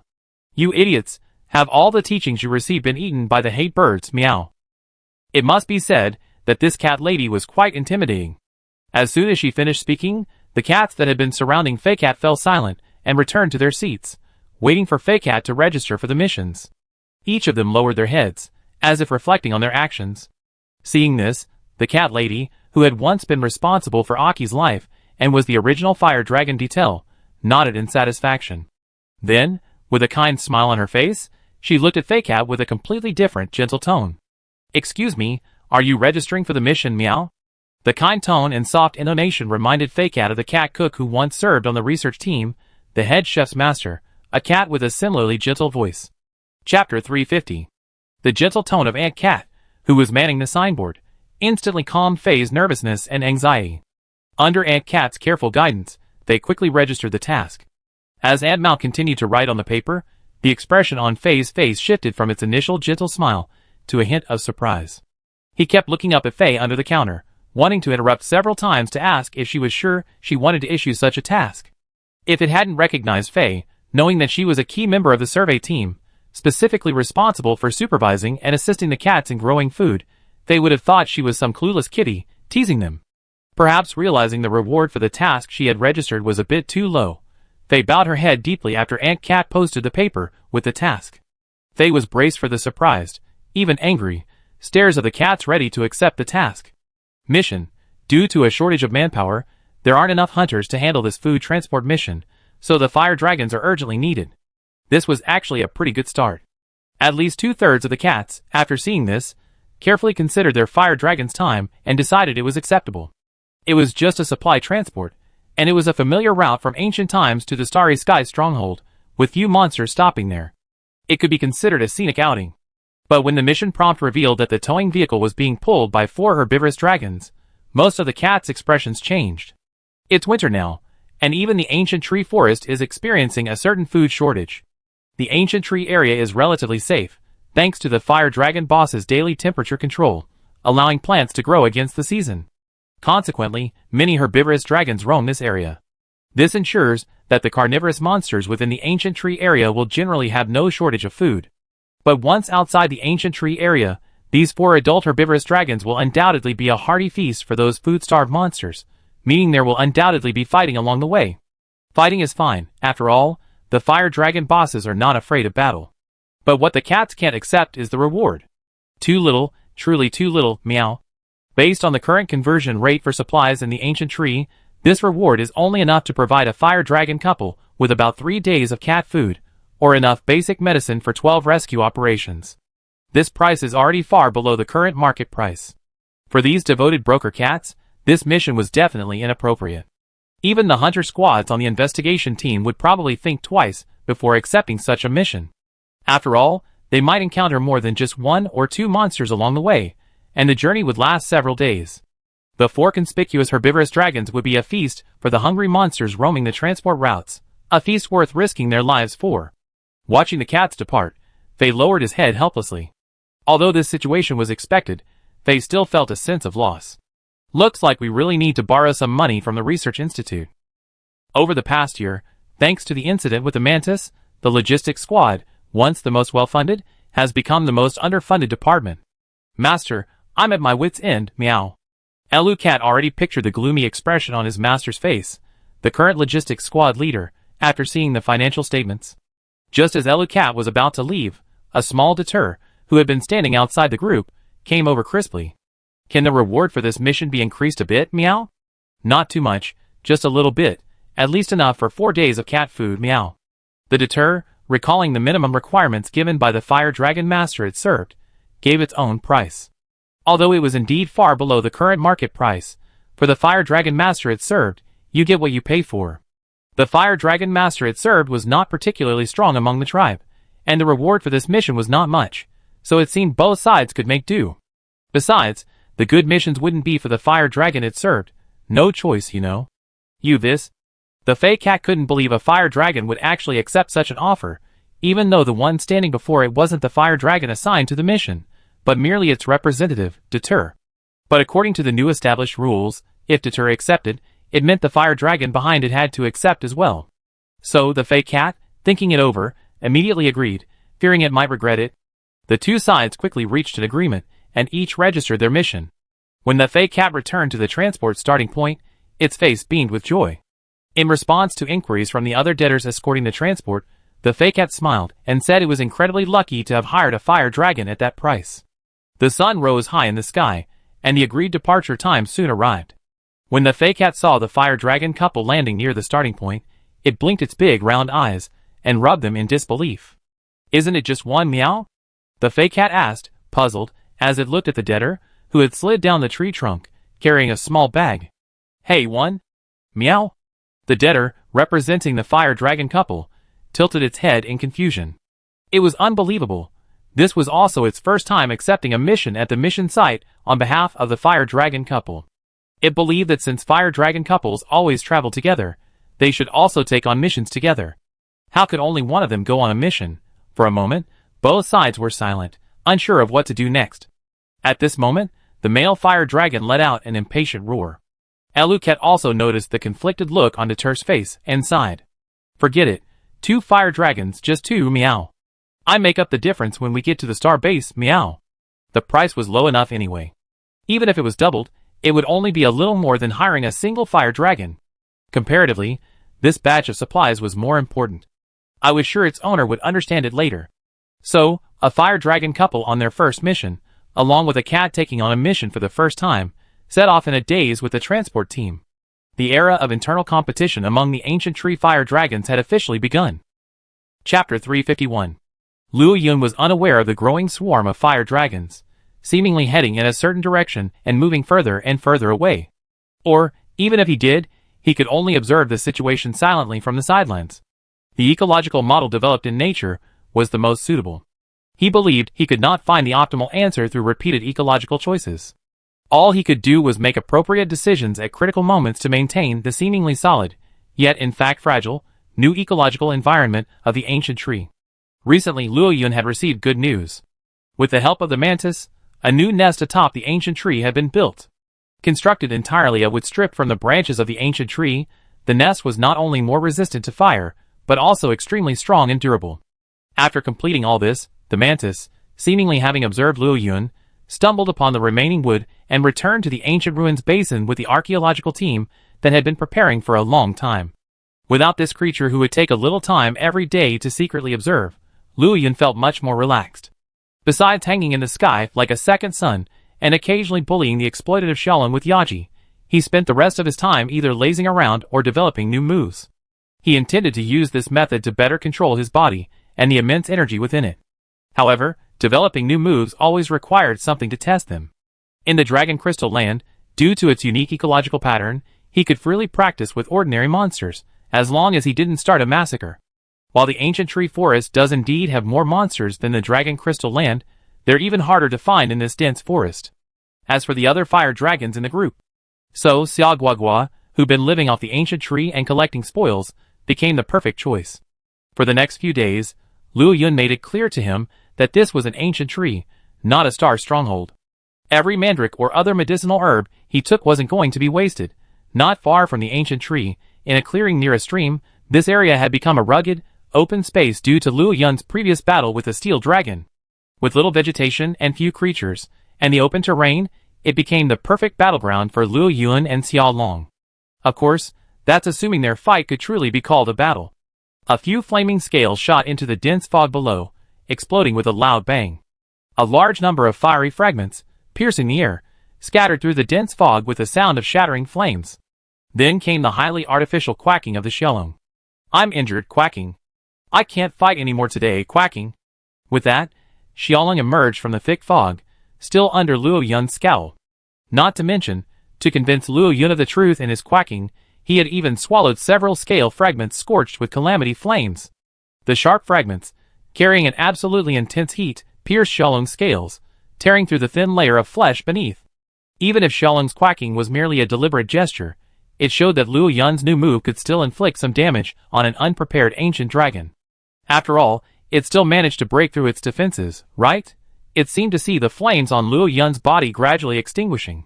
Xiao's eyes quacked, and after feeling relieved that she had gotten away with it again, she felt a sharp itch and pain all over her body. Before she even activated her invisibility, she subconsciously exhaled a new mist to envelop herself. The next second, she saw the tiny wounds on Xiaolong's body heal at a speed visible to the naked eye, not even a scratch on her scales.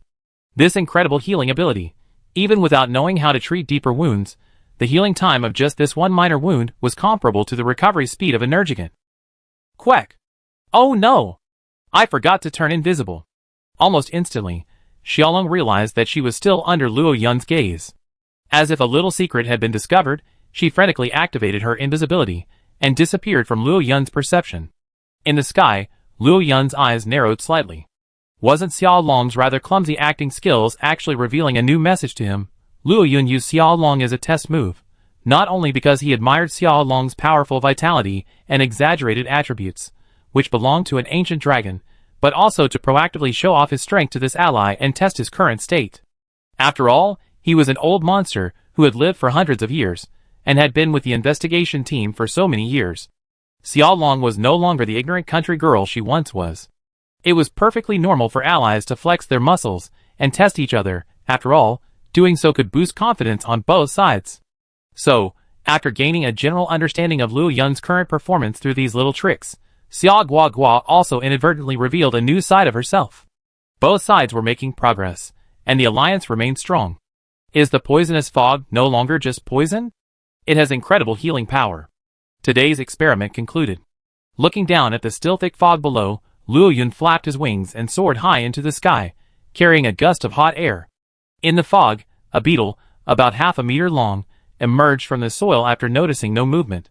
A deadly fragrance drew it from the earth. The large, unintelligent head shook, then lifted its head to touch the mist used by the Xiaolong to heal itself, greedily absorbing it. The next second, it collapsed to the ground, its once dark eyes instantly turning white.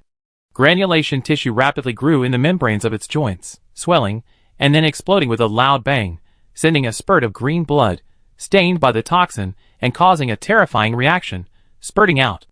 The entire beetle transformed into nutrients, quickly crumbling into fragments amidst a series of shattering explosions, becoming nourishment for the land. Medicine and poison are inseparable. The medicinal mist that could instantly heal a monster of Xiaolong's level was, to other creatures, highly toxic. This was a new type of medicinal mist, even more terrifying than previous respiratory or neurotoxins, and even more difficult to resist. Not to mention that Xiaolong was an expert in poisons. How much of these medicines was medicine, and how much was poison? It all depended on a single thought. This was the direction of Xia Guagua's transformation, a new subspecies never before seen, and even harder to replicate. The medicinal mist quickly dissipated, leaving behind only pools of unrecognizable flesh and a profusion of blood. Chapter 352. After that day's trial, both sides achieved satisfactory results. After that, Luo Yun couldn't find Xiaolong anymore. According to the cat guarding the plantation, Xia Guagua appeared in the herb garden that afternoon, gathered a bunch of datura, and then flew away with a quack. Although the cat couldn't quite understand Xia Guagua's calls now, the meaning was clear. It was like someone who had suffered a great loss was trying to make amends. If you don't want to be a target, just say so. I don't need him. Why are you running away in anger? Luo Yun shook his head, humming softly, feeling nothing but joy. The troublesome creature was finally gone, and he finally didn't have to be so cautious and stealthy at night. Perhaps it was the biological instinct that still lingered in the fire dragon's genes. At his age, he longed for offspring. And Yaji had just successfully advanced, her vitality was at its peak, and she took this opportunity to close the genetic gap between them. Luo Yun had a feeling that if they didn't seize this opportunity to produce offspring, the next time would likely be a long, long time away. This was why, after he and Yaji returned to the ancient tree, they had been creating dragonlets every night. With the departure of Gumantis and Xiaolong, the ancient tree seemed to have returned to its peaceful state. At this very moment, two teams from different directions arrived at the ancient tree on the same day. They entered the hollow trunk of the ancient tree from different entrances. Such a rich energy aura. Besides life energy, it seems fire energy is also very active. The ancient dragon prophet's muffled voice echoed. He patted the burly dragon man's shoulder and slid down his back. Years of alchemy gave the ancient dragon prophet an exceptionally keen sense of energy, far surpassing that of ordinary dragonkin, even ordinary large monsters. At his advanced age, He could even sense within the ancient tree a being parasitic within the depths of the new world, absorbing vast quantities of life energy. However, he could only determine its location, not its precise location. He could only determine whether the being was asleep or awake by the pulsation of its life energy. Wait, where is that? Despite his short, diminutive appearance and apparent age, the old man ran incredibly fast. The sturdy dragonkin youth couldn't even catch him in time, watching him scurry deeper into the depths. Please wait, this place is unsafe, Lord Prophet. Several dragonkin, including the dragonkin girl, hurriedly gave chase, and saw the ancient dragonkin prophet, pushing aside ferns and dead branches, crawling into a tree hollow. The hollow was too small for their grown bodies to fit into. Several people stood anxiously outside the tree hole, whispering softly into the hollow. Thankfully, the ancient dragon prophet hadn't completely lost his mind, and knew how to respond, letting them know he was safe. But as the voice grew fainter, the dragon people outside knew the ancient dragon prophet had surely gone deeper into the tree hole. This left them somewhat bewildered, and they ultimately decided to have the dragon girl remove her armor and try to get inside to follow and protect them. Hey! Where are these dragon people? Where are you from? A cheerful voice came from behind, and the dragon girl turned around to look. They saw the Grand Commander leading several transport teams of dead air not far away. The thief dragons lazily lazing around dead air, carrying their bags, still alerted the nearby dragonkin. Thief dragons are ubiquitous in the ancient forest. As medium-sized monsters, they typically attack those of similar or smaller size. Thus, for the dragonkin who also inhabit the ancient forest, these thief dragons are a frequent adversary. Even though the thief dragons carrying the cargo showed no signs of attacking, they instinctively drew their weapons. Grand Commander. Wait, put your weapons away. Those thief dragons are allies. Allies. The dragonkin girl hurriedly explained, her eyes lighting up as she looked at the armored dead air. She skipped over the Grand Commander's conversation and addressed the cats directly. No problem, meow. We often go into this tree hole. There's nothing dangerous in there. I go get him out for you right away, meow. Without hesitation or conditions, the cat, who had long considered the dragon girl one of his own, decisively agreed to her request. He hopped into the tree hole and, amid the nervous expressions of several young dragon men, quickly brought the ancient dragon prophet out. Hey, deter, stop being so arrogant. Do you know what's in this hole? It's something that could change the world. I'm not listening, meow. My job is just to get you out, meow. How could a skinny ancient dragon prophet possibly compete with a cat follower who had undergone years of training? He was dragged abruptly from the tree hole by the collar of his neck. Bring it out, meow. He seemed to see something shiny inside, and then he stayed there and wouldn't leave. Several young dragons stopped the ancient dragon prophet, who was trying to re-enter the cave, persuading him while expressing their gratitude to the deter. It took a long time to subdue the fervor in the ancient dragon prophet's eyes. After declaring that they would find a way to let him in again, they finally persuaded the stubborn old man. All right, let me go. I know what I'm doing. We talk after I'm done with this. The ancient dragon prophet carefully placed a new, ice blue branch, resembling crystal, into his small carry-on bag. It looked like crystal, with clear veins in the leaves. It looked fragile, yet it possessed the same flexibility as a different kind of house. It was surprisingly able to fold the leaves and fit into the small bag. Several people present expressed their doubts, but the ancient dragon prophet waved his hand, saying he would discuss it later.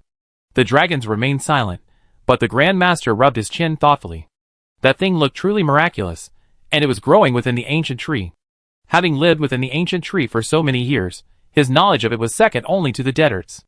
Could this unusual branch be a unique feature of the ancient tree, or had something happened within the ancient tree that no one knew about? Given all the strange things he had encountered over the years, the Grand Master was wary of this unusual occurrence. Chapter 353.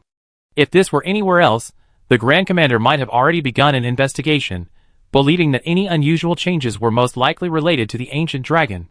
However, this was, after all, the ancient tree, Luo Yun's territory, and this unusual change might be related to Luo Yun. The Grand Commander, uncertain, decided to wait and see after meeting Luo Yun. Meanwhile, Luo Yun was listening to the so-called year-end report in his new lair. Lying in his soft nest, Luo Yun could feel his eyelids fighting each other. Beside him, Yaji had already closed her eyes, falling asleep in broad daylight. As for the cat's so-called total income and expenses for the year, how many new members the Fire Dragon Detail had recruited, and which details from other forest tribes wanted to join, to be honest, Luo Yun wasn't particularly concerned with this information. The ancient tree had already passed its initial stage, and the cat's development was progressing smoothly. He didn't need to worry about it. As a spiritual leader, he still needed to satisfy the cat's desire to talk, occasionally growling, offering appropriate encouragement and praise amidst their excitement, simply expressing his own attitude. In reality, he hadn't even memorized the specifics of what the cats were saying. This month, 7 pairs of fire dragons accepted 11 related missions at the Mission Acceptance Center. That's significantly fewer than last month, meow. The main reason isn't us, but the fact that the survey team has fewer missions. This has forced some fire dragons to lower their prices to accept missions, meow. So I think we should. Roar? He had been idly brainstorming, pondering the next steps for his half-developed moves, when Mao Mao's report instantly alerted him. The questioning voice, and the movement of her head raised interrupted what Mao Mao was about to say. Wait, didn't I remember the mission acceptance point being where we issue missions to the investigation team? How did it become the investigation team issuing missions there, and then our dragons accepting them? Luo Yun knew about the mission station. Mao Mao's report on the day he returned mentioned it. It was said to be completely controlled by the Rathalos, modeled after the mission counters at the Star Stronghold. It was still in its infancy, with only a few missions. But Mao Mao didn't mention that the missions here were issued by the investigation team, and that it was the fire dragons who accepted them.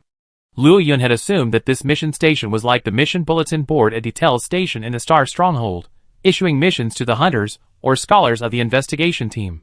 After all, the last time the fire dragons faced a fire dragon egg crisis, they relied on issuing missions to get the scientists from the research team involved. This effort incurred considerable expense. Now that the transportation route between the two sides has been completely opened, and the research team even has a new research base here, establishing a mission office like this seems like a good idea to Luo Yun. Unexpectedly, the purpose of this mission office was the opposite of what he had imagined. In fact, since the Ant-Mound Wasteland, the fire dragons and the research team had already had initial contact, and Luo Yun was aware of a certain degree of cooperation between the two sides. However, such cooperation was actually relatively independent for both parties. It could even be said that the initiative lay with the fire dragons. Even after returning to the ancient tree, the two sides' contact followed Luo Yun's initial plan, with Detail mediating and only taking place after a mutual choice. Unexpectedly, Detail now told him that the fire dragons, like hunters, were actually receiving rewards by accepting missions. This truly exceeded his initial expectations. Of course, what he couldn't tolerate most was the fire dragon's sudden resurgence. Memories of Jujiuliu exploded in his mind. Competing for strength, yes, but colluding for rewards, no. Such a relationship was dangerous. Luo Yun wanted to cooperate with the Starry Stronghold, where both parties remained independent groups. It was obvious that if this relationship continued unchecked, the ultimate outcome would likely see the fire dragons, and even the entire ancient tree, become part of the Starry Stronghold. Whether a complete, long-standing, and highly inclusive civilization could achieve this was a question his country in his previous life had already provided. Therefore, Luo Yun perked up and discussed this issue with the cats. Of course, he was only discussing it with the Fire Dragon Detail leader and the Detail sage. After all, the ancient tree Fire Dragon Detail tribe was a large tribe formed by absorbing other Detail tribes.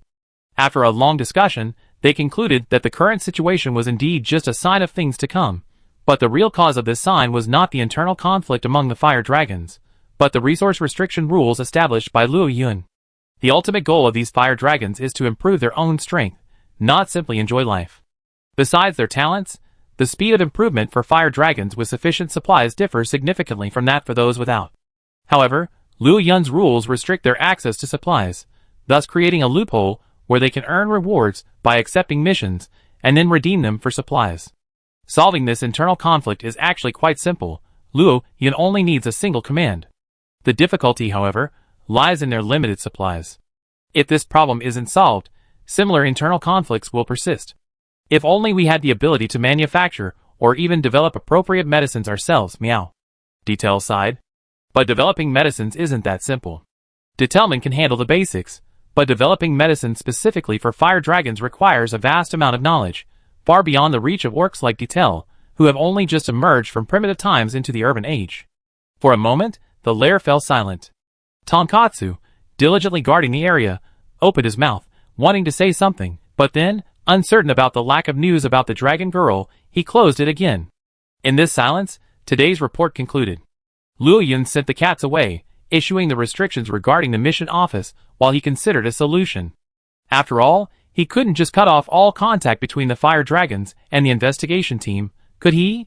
If something like the fire dragon egg happened again, how would he have the nerve to ask the investigation team for help? Chapter 354.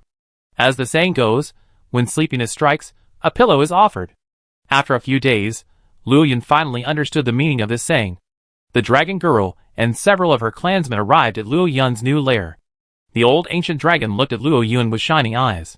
He sensed that Luo Yun, in addition to the vast life energy possessed by all ancient dragons, possessed an energy similar to that of the crystal branches he had studied for several days.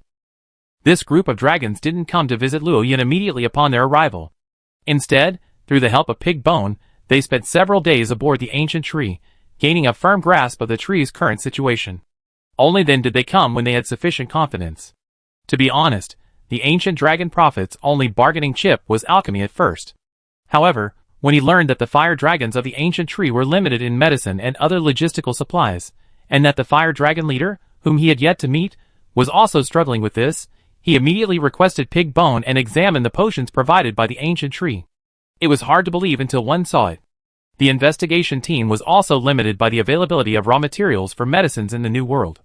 The medicines they produced were constantly limited to a few easy-to-mix ingredients, completely different from his initial assumption of having sufficient facilities for compounding and testing. Thinking carefully, many plants in the New World differed significantly from those in the Old World, and those subtle differences were enough to produce different medicinal properties. Coupled with staffing and equipment constraints, the investigation team could only focus on meeting daily needs. The Fire Dragon tribe's largest stockpile of wound medicines, while the ancient dragon prophet couldn't produce an exact duplicate, could certainly create one with similar effects. As for potent medicines, like secret elixirs, the ancient dragon prophet also knew the recipes for some ancient potent elixirs unique to the New World. Although he hadn't made them himself, he could surely create them with a few attempts given sufficient materials. Unlike the investigation team, whose division of labor was clearly defined, his ancient dragon tribe, though small in number, was multifaceted, even if all were assigned to logistics. Alchemy and the New World's unique pharmaceutical logistics were likely sufficient for their tribe to establish a firm foothold here, perhaps even attaining a similar status within the ancient tree as the Rathalos. Thus, after sufficient preparation, they requested a meeting with Luo Yun through the Pig Bones. Today's conversation was truly simple. The ancient dragons immediately stated their purpose and maintained a very humble attitude, clearly prepared to join as vassals. Their demands were simple, simply to receive the same treatment as the Rathalos. If possible, they even hoped to be stationed directly in the Rathalos' newly built village, better integrating into the ancient tree. They then demonstrated their worth, especially after the ancient dragon prophet revealed his plan for further strengthening the fire dragons using alchemical items. This series of actions seemed to leave Luo Yun with no reason to refuse. Luo Yun immediately agreed to the ancient dragons joining and their request. The ancient dragons, after confirming Luo Yun's true intentions through the dragon girl's perception of his emotions, happily followed Tonkatsu to the small village the Rathalos were building to select a site. The problem that had troubled Luo Yun for days was finally resolved thanks to the ancient dragon's arrival, and his mood lightened considerably. The subsequent arrival of the Grand Master completely relaxed Luo Yun.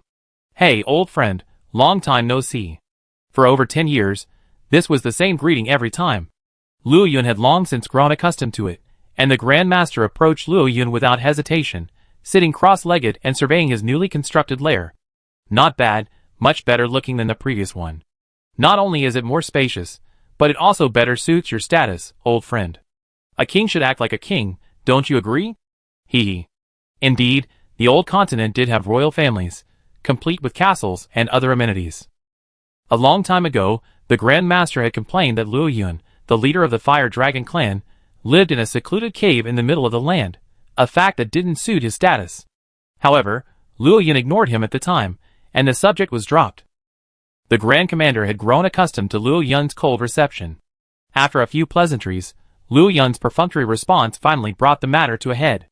"Old friend, I truly need your help right now," the Grand Commander said with a wry smile, explaining the situation in detail. In reality, it was still the problem caused by Gumantis. Simply put, the Starry Stronghold was running low on funds. Although, as the issuer of currency, the Starry Stronghold had ample initiative in this regard.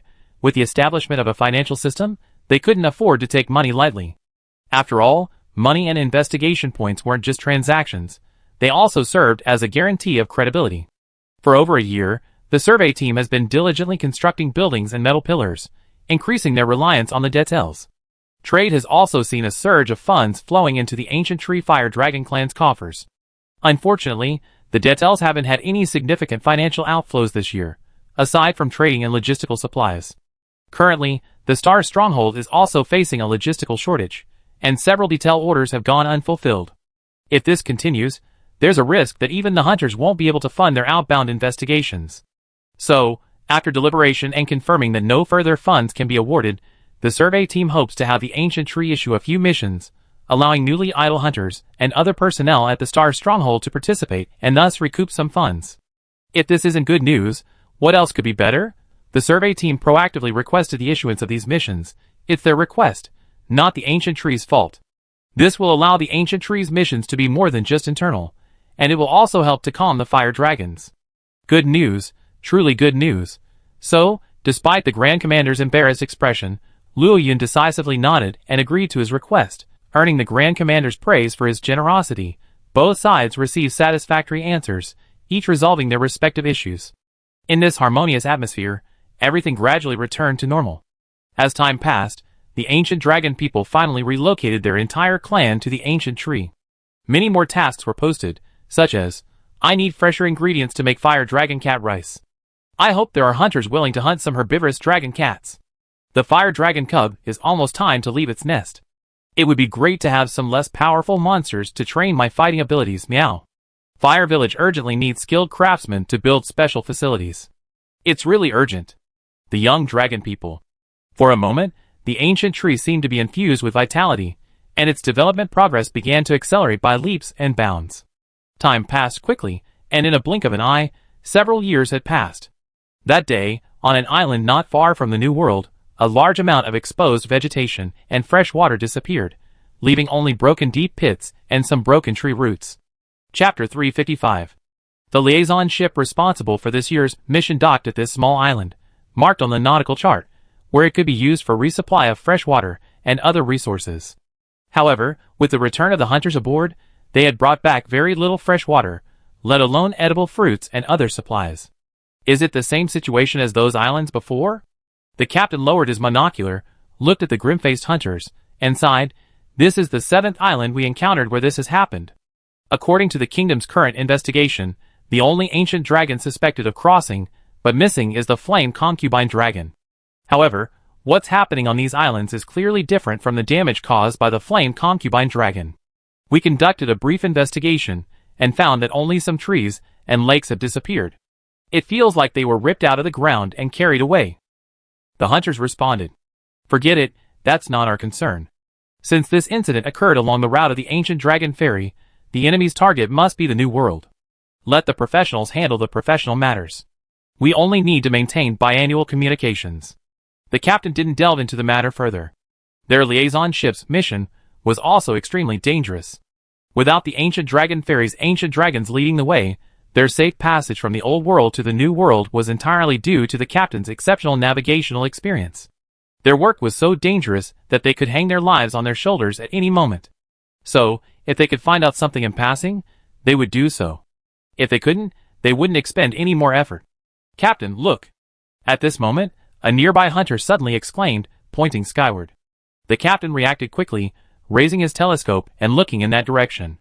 High above, a black dot amidst the white clouds took on its true form through his telescope. Like a floating mountain, its tentacle-like limbs dangling, it slowly drifted toward the New World, driven by the ocean currents. What is this?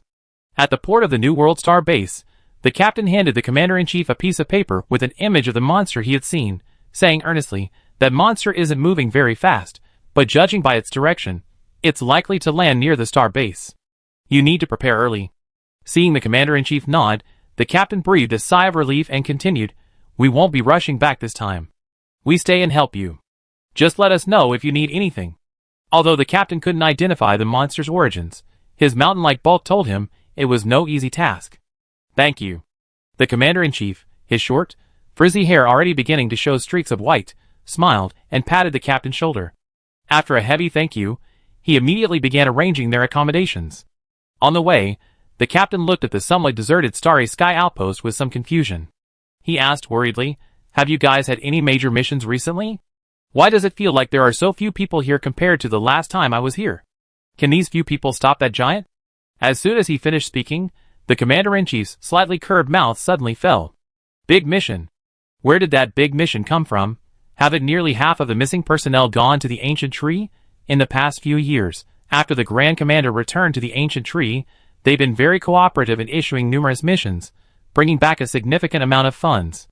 Just when everything was going smoothly, a new tribe of ancient dragon men joined the ancient tree. Not to mention the ancient alchemy they displayed, which was completely different from that of the investigation team, and could produce more advanced alchemical items, significantly boosting the hunters' overall strength. This attracted many hunters to stay at the ancient tree, simply to obtain first-hand alchemical jewelry. And the reasons for their continued presence were reasonable: completing ecological surveys deep in the forest and protecting scholars, conducting research on ancient civilizations in the New World. That's fine. After all, for the hunters, the items produced by the ancient dragonmen's alchemy were indeed more advanced, but what their investigation team produced was passable. However, as documents from the ancient ruins were unearthed one after another, the ancient dragons of the ancient tree actually began offering paid translations and lectures, attracting many scholars to reside permanently at the ancient tree. Add to that various other matters requiring personnel to investigate, and the base would be left empty. As for the base's defenses, even if Xia Guogua was unreliable, the nearly 10-year-old Xia dragon was more than enough to deter most monsters. However, how could the commander-in-chief have the nerve to discuss such matters with the captain? He could only laugh it off and brush it off. Soon, the 10 or so people aboard the liaison ship were all arranged, and just as the commander-in-chief was about to attend to his daily duties, the director of the Ecological Research Institute came over. "This isn't good. According to the manuscript you sent me, the monster here is very likely the legendary ancient dragon of ancient bloodline. The floating mountain dragon. According to guild records, its temperament is quite gentle among ancient dragons. But this is not good. The Starry Sky stronghold is very likely on the enemy's movement path. Based on its feeding habits, it is very likely that it will start feeding as soon as it comes ashore, and the stronghold is likely to be affected." Oh! Even the commander-in-chief had never heard of the floating mountain dragon. After all, there are so few sightings of this ancient dragon. What about the risk assessment? A super large ancient dragon-level disaster. Hiss! The commander-in-chief gasped. Without any power display, just moving could cause widespread damage. This is a super large ancient dragon-level disaster. The commander-in-chief, who had originally been hoping for a lucky break and not taking any extra precautions, rubbed his brow in distress. "I understand. In that case, we should gather all those who are out and prepare for both defense and evacuation. I suggest that if our base is indeed within the disaster zone, all personnel, except the hunters, should complete their preliminary preparations and retreat to the ancient tree, seeking shelter from the ancient tree fire dragons. We simply have too few combat personnel to protect our logistics personnel while battling this level of disaster." A swordsmanship master, who was listening nearby, suddenly interjected. The commander-in-chief pondered for a few seconds, then nodded in agreement before continuing. "Also, perhaps we could ask for some backup." "Backup? Those fire dragons in the ancient tree? As for ordinary fire dragons, we can only try to get them. Faced with a battle with an ancient dragon, they might not accept our commission, even if the price is high. So, we really need to ask the Fire Dragon King and the one in the ancient ruins basin. As for the others, we can only do our best." The swordsmanship master spoke in a deep voice, not mentioning Gumantus's name. After all, the very mention of that name was enough to give the commander-in-chief a headache. Chapter 356. The ancient tree area, where Luo Yun has been a second son almost every day for years, has finally regained its former lush greenery, fueled by its miraculous life force. There's only one subtle difference compared to before. The ancient tree area's climate has transformed into a tropical rainforest. The exuberant growth of vegetation has attracted numerous herbivorous creatures. These creatures, relying on the abundant water and wood resources and the nearly constant temperature year-round, have ample opportunities to reproduce. The variety of species has increased, and the biomass of the entire area has significantly increased. Already fiercely competitive, the ancient tree area has seen an influx of large monsters in recent years. Even the thunder wolf dragons of the canyon, the solitary lightning dragons, the giant monster birds deep in the forest, and even the sea dragons have entered the area along the inland rivers. It can be said that the ancient tree area has never been more chaotic or dangerous than it is now. At one point, even the transport route from the ancient tree to the star stronghold was blocked. In the most dramatic incident, even when Rathalos stepped in to clear the route, it suffered heavy damage. A rare swift dragon species capable of cloaking in moonlight. The moon swift dragon nearly brought it to heel. If Rathalos hadn't been able to fly and held out until dawn, it would likely have sustained more than just this single injury.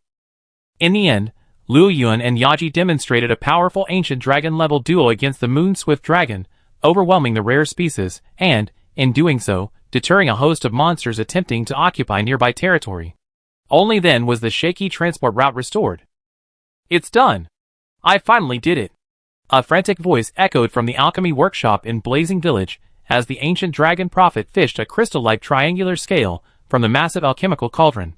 Unlike the alchemical trinkets sold to hunters, this triangular scale was crafted through countless experiments using the crystal branches that have emerged from the hollow passages within the ancient tree over the years. Feeling the energy circuits flowing within the triangle, the energy brimming within was not only gentle and stable, but also possessed a far greater energy capacity than conventional alchemical trinkets. If converted to the grading system used by the investigation team, this new alchemical trinket would have a rarity of at least 11. Most importantly, because the alchemical base material contained elements from the ancient tree fire dragons, this new alchemical trinket could be used not only by hunters, but even on fire dragons. However, how effective would it be, and embedding it remained a challenge. But the beginning is always difficult. Now that we've taken the first step, we have a clear direction for the future. Remember, have you remembered it? The ancient dragon prophet's voice trembled. What a historic moment this was. If his assistant, the young dragon man, hadn't remembered it, he would have broken his knees even if he jumped up. "I remembered it, teacher." The ancient dragon man's face was filled with excitement. He was excited not only about having his name written in future history books, but also about the rewards from within the ancient tree. It was enough for him to exchange for another scale that Luo Yun had shed, and also buy a new house. A house closer to the top of the ancient tree. Although the ancient dragon people have only been integrated into the ancient tree for a few years, the rich religious atmosphere here has seen the younger ones, with the exception of a few older ancient dragon people who have managed to hold their own, all adapt and be assimilated by the fire dragon Rathalos. In particular, the dragon girl, who can sense Luo Yun's emotions and understand his voice, has been mingling with the fire dragon Rathalos for a long time. Recently, they appear to be discussing building a shrine dedicated to Luo Yun atop the ancient tree, modeled after the text about shrines unearthed in ancient ruins. Scholars staying at the ancient tree research base have even offered some assistance in this regard. After all, in the old world, many villages have a long-standing custom of building shrines to worship ancient dragons. Even in remote areas, those who worship only rare species that aren't even considered ancient dragons are worshipped. Luo Yun was quite satisfied with the development of the ancient tree over the years. As the mutation rate of the fire dragons in the tree began to slow, he also lifted the ban on reproduction. However, the fire dragons could no longer lay 4 to 8 eggs at a time as they once did. Now, the most they could lay was only 3. The hatching rate was quite good, with almost every egg successfully hatching. But the mothers suffered. Perhaps due to her ancestral bloodline, the mothers expended a great deal of energy nurturing these eggs, and the period of weakness after birth was extremely long. Even some elderly female fire dragons were afraid to bear offspring, fearing they would die. And finally, good news came from Yaji. Luo Yun sensed a new pulse of life energy within her body. But the little creature was very naughty. After almost a year of gestation, there was no sign of birth. Apart from draining most of the life energy that Yaji passively absorbed each day, there was no movement at all. If Yaji hadn't now occupied the second position in the Fire Dragon Group's symbiotic energy pyramid, with Luo Yun's downward infusion from above and the Fire Dragon Group's energy feedback from below, her passive life energy absorption rate would have been comparable to that of an ordinary ancient dragon, fully capable of meeting the needs of this little life. Luo Yun would have probably considered aborting it. Finally, worried, Luo Yun even went to the Xingqian stronghold to find Xia Guogua, who had begun her retreat, and asked for her advice. When he learned that Xia Guogua had conceived his 2 worthless sons after a full 3 years, and that only 2 of the 3 eggs she laid were alive, with the remaining dead egg being consumed as a nutritious meal, Luo Yun felt much more at ease. As an ancient dragon, it's understandable that the gestation and incubation time is a bit longer. Even ordinary gold and silver fire dragons need to build a nest in a place with abundant life energy like an ancient dragon, before they begin to produce offspring. So, Yaji's situation is also normal.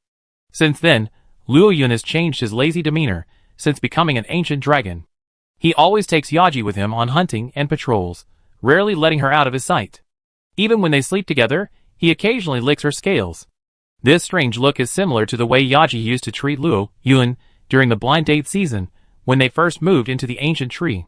At first, Yaji was quite happy, but after a while, the irritable little dragoness couldn't stand it anymore and forcibly pushed Luo Yun out of the nest, telling him to move around on his own and not bother her. Chapter 357. Once again driven out by Yaji, Luo Yun, watching the little dragoness's furious expression, she seemed to be baring her teeth and roaring, but in reality, she wasn't using much strength at all, obediently followed Yaji's push and emerged from the depths of the lair. He happened to encounter the ancient dragon prophet, who had come to report his findings. Luo Yun was well aware of the ancient dragon prophet's alchemical project. After all, when the ancient dragon prophet had presented him with the crystal branch, Luo Yun had clearly sensed the energy fluctuations within it, very similar to his current energy. With a brief moment of reflection, he understood the branch's origin. The ancient dragon's ability to alter its environment wasn't just a formality. Luo Yun's original nature was simply the same as that of the Flame King Dragon, relying on sunlight to raise the surrounding temperature. But since swallowing the gem, his energy has taken on a unique icy blue glow. While the ancient tree was magical, it was still just a plant. Having been in the same environment with Luo Yun for a long time, and being influenced by sunlight, the ancient tree was the most receptive plant. It was understandable that, relying on its inherently strong tolerance, it began to mutate under Luo Yun's influence, eventually producing something similar to this energy manifestation. What Luo Yun hadn't anticipated was that this object could actually be used for alchemy. The ancient dragon prophet explained that this object possessed extremely strong stability and energy conductivity, even surpassing the raw materials for beads produced by ordinary monsters, making it a rare alchemical ingredient. In short, after the ancient dragon prophet's long explanation, which Luo Yun completely misunderstood, he was ultimately persuaded to agree to establish this project. Therefore, in the subsequent mission assigned to the investigation team, aside from the trivial matters concerning the fire dragon, the rest of the mission was to do their utmost to collect the necessary alchemical materials. Some of these materials were crafted into corresponding alchemical accessories by the ancient dragons using alchemy, which were then sold to the investigation team at a high price to help balance their finances. Because the products created by the ancient dragon alchemy were effective, durable, and highly compatible with their equipment, they were easily sold to the investigation team. Some even made their way back to the old world, becoming sought after by major hunter guilds and top alchemists. The vast majority of the remaining materials were given to the ancient dragon prophet for research. Since it was a completely profit-free business for the ancient tree, Luo Yun simply let it go. Today, unexpectedly, the ancient dragon prophet actually gave him a surprise. Just as the ancient dragon prophet was about to find someone to test this new alchemical product in front of Luo Yun, the Grand Commander, having received news from the Starry Stronghold, hurried over. He looked at Luo Yun with a serious expression and said, "Old friend, I won't waste time on polite words. This time, I truly need your personal assistance." After so many years of getting along, even though Luo Yun didn't specifically learn like Xiao Long, after listening to the cat's frequent translations, he was able to learn Hunter's language. Thus, Luo Yun could generally understand what the Grand Captain said, as long as it wasn't using overly complex formulas. However, the Grand Captain still couldn't understand the Fire Dragon language. After all, it involved many things like the frequency of roars, and there wasn't a specific language system. Therefore, a smooth conversation still required the use of an intermediary. It just so happened that the dragon girl, who had received the news and arrived with the ancient dragon prophet, replaced Tonkatsu as the perfect language substitute. After all, Tonkatsu could only translate Luo Yun's words sentence by sentence, while the dragon girl could sense some of Luo Yun's thoughts and translate more carefully and in line with Luo Yun's wishes. News has come from the Starry Stronghold that an ancient dragon from the ancient dragon fairy may land near the Starry Stronghold. Since the Starry Stronghold is the only place with sufficient fresh water in that area, there's a high probability of conflict with us. To minimize the damage to the stronghold, we hope to receive your assistance. Ancient dragon? Luo Yun was puzzled. Another 10 years had passed so quickly. The Qilin the Fourth Corps had been chasing had arrived. That couldn't be right. If you counted carefully, there were still 3 years left. Could it have happened earlier for some reason? Or was it another ancient dragon? After all, the so-called ancient dragon crossing every 10 years was only observed by humans. it didn't mean that an ancient dragon from the ancient dragon fairy actually only arrived once every 10 years in the New World. However, Luo Yun didn't have much objection to being invited to battle an ancient dragon. He knew the temper of an ancient dragon from the ancient dragon fairy when it first landed. In his opinion, this was an acceptable offer. After all, any ordinary ancient dragon, faced with the simultaneous threat of Luo Yun and Xiao Long, wouldn't lose its mind and recklessly confront them. It would likely engage in a few exchanges, determine it was no match, then submissively restrain its power and head towards the new continent in a new direction. The fire dragon boss said, "He's the same." Ahem. The dragon girl wasn't finished speaking when she was interrupted by the ancient dragon prophet. With everyone's eyes fixed on him, the ancient dragon prophet unexpectedly displayed a mercenary expression. It was hard to believe his wrinkled face could manage such a vivid expression. This was completely inconsistent with his usual calm and wise demeanor. Under Luo Yun's puzzled gaze, the ancient dragon prophet took out the new alchemical trinket. He trotted over to the Grand Commander and handed him the new alchemical trinket. "Try it?" "What is this?" The Grand Commander scratched his head. He had come to discuss inviting Luo Yun to join the battle, so why would this old man give him this? "Something that will help you better complete this battle against the ancient dragon." As soon as the ancient dragon prophet finished speaking, the Grand Commander immediately grabbed the scaly alchemical trinket. "What?" the Grand Commander exclaimed in surprise upon grasping it. "Defense +2, attack +1, the ancient dragon prophet said triumphantly. This was his masterpiece, surpassing the best alchemical trinket in all known alchemical records. Its value surpassed the rarity level of all currently available alchemical trinket. His name will surely go down in history. This. Tell me, how much? We want them all." The ancient dragon prophet glanced back at Luo Yun, and after receiving a look of reassurance in response, he smiled and said, "Currently, production capacity for this item is insufficient." "Is that so?" The Grand Commander sounded somewhat disappointed. This was truly a treasure. If only his entire armor were equipped with alchemical accessories of this caliber, his strength would undoubtedly rise to a whole new level. So it cost more. Chapter 358. Luo Yun exclaimed, "Wow!" The old man solemnly explained that this was the pinnacle of contemporary alchemy, requiring a variety of precious materials, including Luo Yun's scales and materials from other ancient dragons, treasured by their ancient dragon tribe.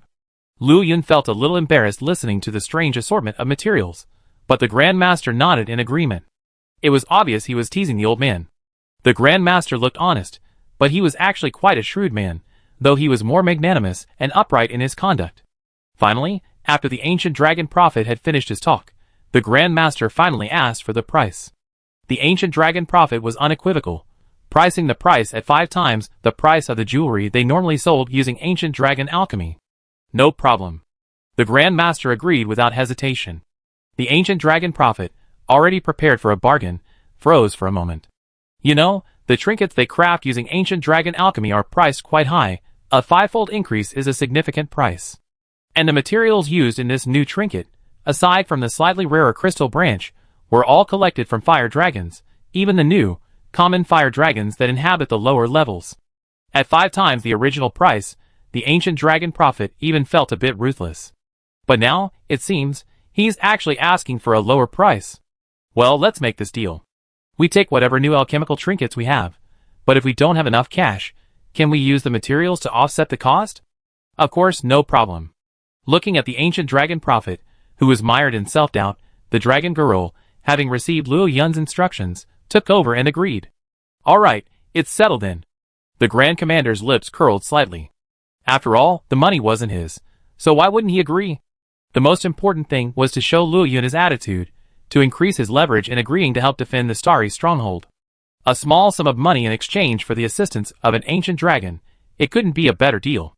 And this time, he wouldn't miss it. No lateness. This sentence was now his motto. Roar.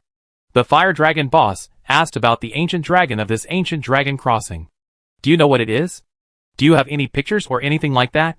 The dragon girl quickly translated, then looked at Luo Yun with a bit of surprise. She perceived that Luo Yun had originally only needed a name, and the picture was added as a last-minute supplement. After all, the Hunter Guild's current names for some ancient dragons differ from those of the ancient dragons, so the dragon girl wondered why Luo Yun only needed a name in the first place. Picture? Yes. How could someone delivering intelligence not bring a picture? They were just hoping to get some information from the ancient dragons. We named this monster the Floating Mountain Dragon. It was first discovered in a special area of the old world called the Ancient Pagoda. The guild has assigned it a high danger rating. As the scroll unfolded, Liu Yun's pupils narrowed inward, like a cross-eyed rooster, as he stared at the abstract, stick-like drawing. Oh my god, I'm going to fight the Floating Dragon? Liu Yun looked at the captain in disbelief. With the limited manpower the investigation team had, lacking defensive equipment like the dragon spear, and even lacking favorable terrain and conditions, how could they possibly fight this thing? Honestly, even with the addition of the Mist Dragon, Liu Yun wasn't entirely confident. After all, the Floating Dragon was a restricted ancient dragon, while its weaknesses were obvious, possessing essentially all the shortcomings of a supersized ancient dragon. Its movement speed was slow, and its attack methods were limited. It possessed the vitality, energy, and stamina of a restricted monster. To fight such a monster, one would need to possess 5 or more ordinary ancient dragons, or the Starry Stronghold would have a sufficient level of anti-ancient dragon level defensive equipment to be confident of repelling it. That's right, repel it. To kill it, one would need to be willing to fight to the death, or, like in the future Blue Star, take advantage of favorable conditions, and draw a newly born Dark Lantern Dragon, which couldn't yet fly long distances, into a fatal fight. Otherwise, a monster of this caliber would be truly difficult to kill. As if sensing the quirk in Liu Yun's eyes, the Grand Commander smirked and continued, in addition to you, we also invited the good mantises from the ancient ruins basin. If Lady Yaji, a rare species, is willing to join the battle, then we're confident. Clearly, the data on the Floating Dragon provided by the Starry Sky Stronghold indicated that it holds a very high ecological niche among ancient dragons. This is why they decided to invite all the high-end combatants they currently know of. Roar! No! Liu Yun flatly rejected the request. Yaji's current state wasn't suitable for such a dangerous battle. But he had no intention of retreating. After all, this was Fuyue Dragon, an ancient dragon that enjoyed an indiscriminate diet, particularly fond of forests and lakes. Liu Yun couldn't bet against it not being interested in ancient trees. Rather than potentially engaging in a battle in the ancient tree area, it would be better to bring the battle directly to the coast. Furthermore, besides him and Xiaolong, given the current relationship between Good Mantis and the investigation team, they would likely also participate. Besides, with such a large and dangerous ancient dragon crossing to the New World, it was impossible for nature's consciousness not to express its presence. So this battle was worth fighting. He also had the opportunity to test out the highly anticipated trait he extracted over the years. Force can infuse flames with new energy unique to him, unleashing all the power contained within them in an instant. A very powerful trait, especially one highly compatible with Liu Yun's current strength and usual fighting style. Liu Yun tried to instantly fire a fireball, then detonated it using the forced ability. Although the subsequent burning and high-temperature damage were lost, the power of that instantaneous explosion was already comparable to the power of his charged fireballs. One could imagine that if he fully accumulated his power, then concentrated and compressed the calamity flames, and finally detonated it using forced ability, the power would surpass all his previous techniques. It would become his ultimate killer move, and the approaching Fuyue Dragon, whose speed wasn't particularly fast, would be Liu Yun's perfect target. Although he wasn't able to invite both Liu Yun and his wife, Liu Yun agreed, which was a huge gain. Then let's set off tonight. Going early will allow us to make preparations sooner. With that, the Grand Commander turned and left, a mixture of excitement and worry. Roar! Wait, there's extra money. The dragon girl translated Liu Yun's roar almost simultaneously. Don't worry, old friend. The enemy we face this time is of a high caliber. We guarantee you be satisfied with the reward. The Grand Commander left without looking back. Behind him, a mysterious glint flashed in Liu Yun's eyes. That was enough. We were facing a reincarnated ancient dragon, and the reward. Hee hee. Chapter 359. It must be said that the ancient dragon prophet was quite capable. By the time they set out that evening, they had managed to craft 5 new alchemical items using only the few remaining materials. One of these items was surprisingly powerful, attack +1, shorten +1, challenge +1. This immediately drew a burst of exclamations. The assembled hunters stared at this new alchemical trinket with sparkling eyes, swallowing their saliva. Rest assured, we pay you all the subsequent rewards later. Just put them in the account for now. Under the hunters' intense gazes, the Grand Commander pocketed the alchemical trinkets and said, these new alchemical trinkets will be stored in the warehouse after the battle. If you're interested, Please use your research points to purchase them from the supply squad leader. Now, let's brace ourselves and return to the starry base as quickly as possible. Accompanied by the hunters' cheers, the Grand Commander took the lead, whistling to summon the tame pterosaurs captive in the ancient tree. With each whistle, a flock of pterosaurs soared over the research base, and the hunters unfurled their grappling hooks and soared into the air. Luo Yun, already in the sky, watched the pterosaurs soar. With a flap of their wings, the previously opposing air currents instantly shifted direction. With the tailwind, each pterosaur flapped its wings and flew rapidly towards the starry base. Elsewhere in the ancient forest, in an ancient ruin where a deep pit had been dug out, dust flew everywhere. Amidst bursts of roars, huge metal parts rose into the air, pulled by silk threads. They were held up by the mantis's palm-like tail, and also rushed towards the direction of the star stronghold. The sky paled, a glimmer of light illuminating the sea. At the starry stronghold harbor, a smaller liaison ship set sail, its mission to patrol the coastal waters in the hope of finding any trace of the floating U-Dragon. Based on the speed comparison between the liaison ship and the other vessel, when the floating U-Dragon was sighted, it would likely reach the New World within the next 2 days. The starry stronghold was bustling with activity, with nearly everyone mobilized to rebuild the defenses originally intended to resist the Steel Dragon and reinforce some buildings. Under the guidance of the supply team, they moved and set up various equipment in an orderly manner, like army ants. Everyone's face was filled with tension, and any conversations they had were limited to work-related matters. It was clear that everyone knew what they were facing this time. Mount the cannons high up, and move all the shells up there. Mount as many crossbows as you can. No rails are needed, just secure them.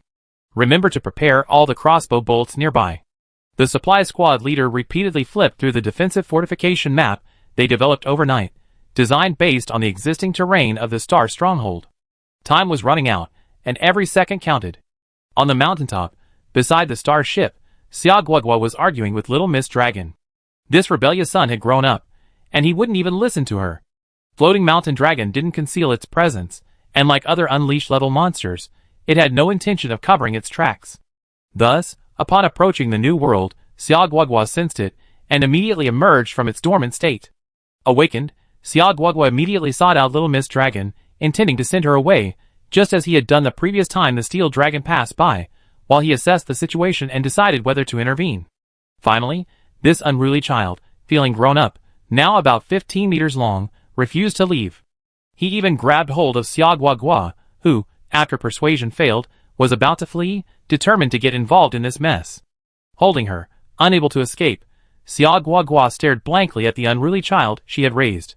She suddenly wondered if she was finally getting her comeuppance for years of stealing his food. How could neither of her 2 children be like her? They hadn't learned the habit of seeking good fortune and avoiding harm. It's all that irresponsible guy's fault. Xia Guogua cursed inwardly, wondering if she had changed.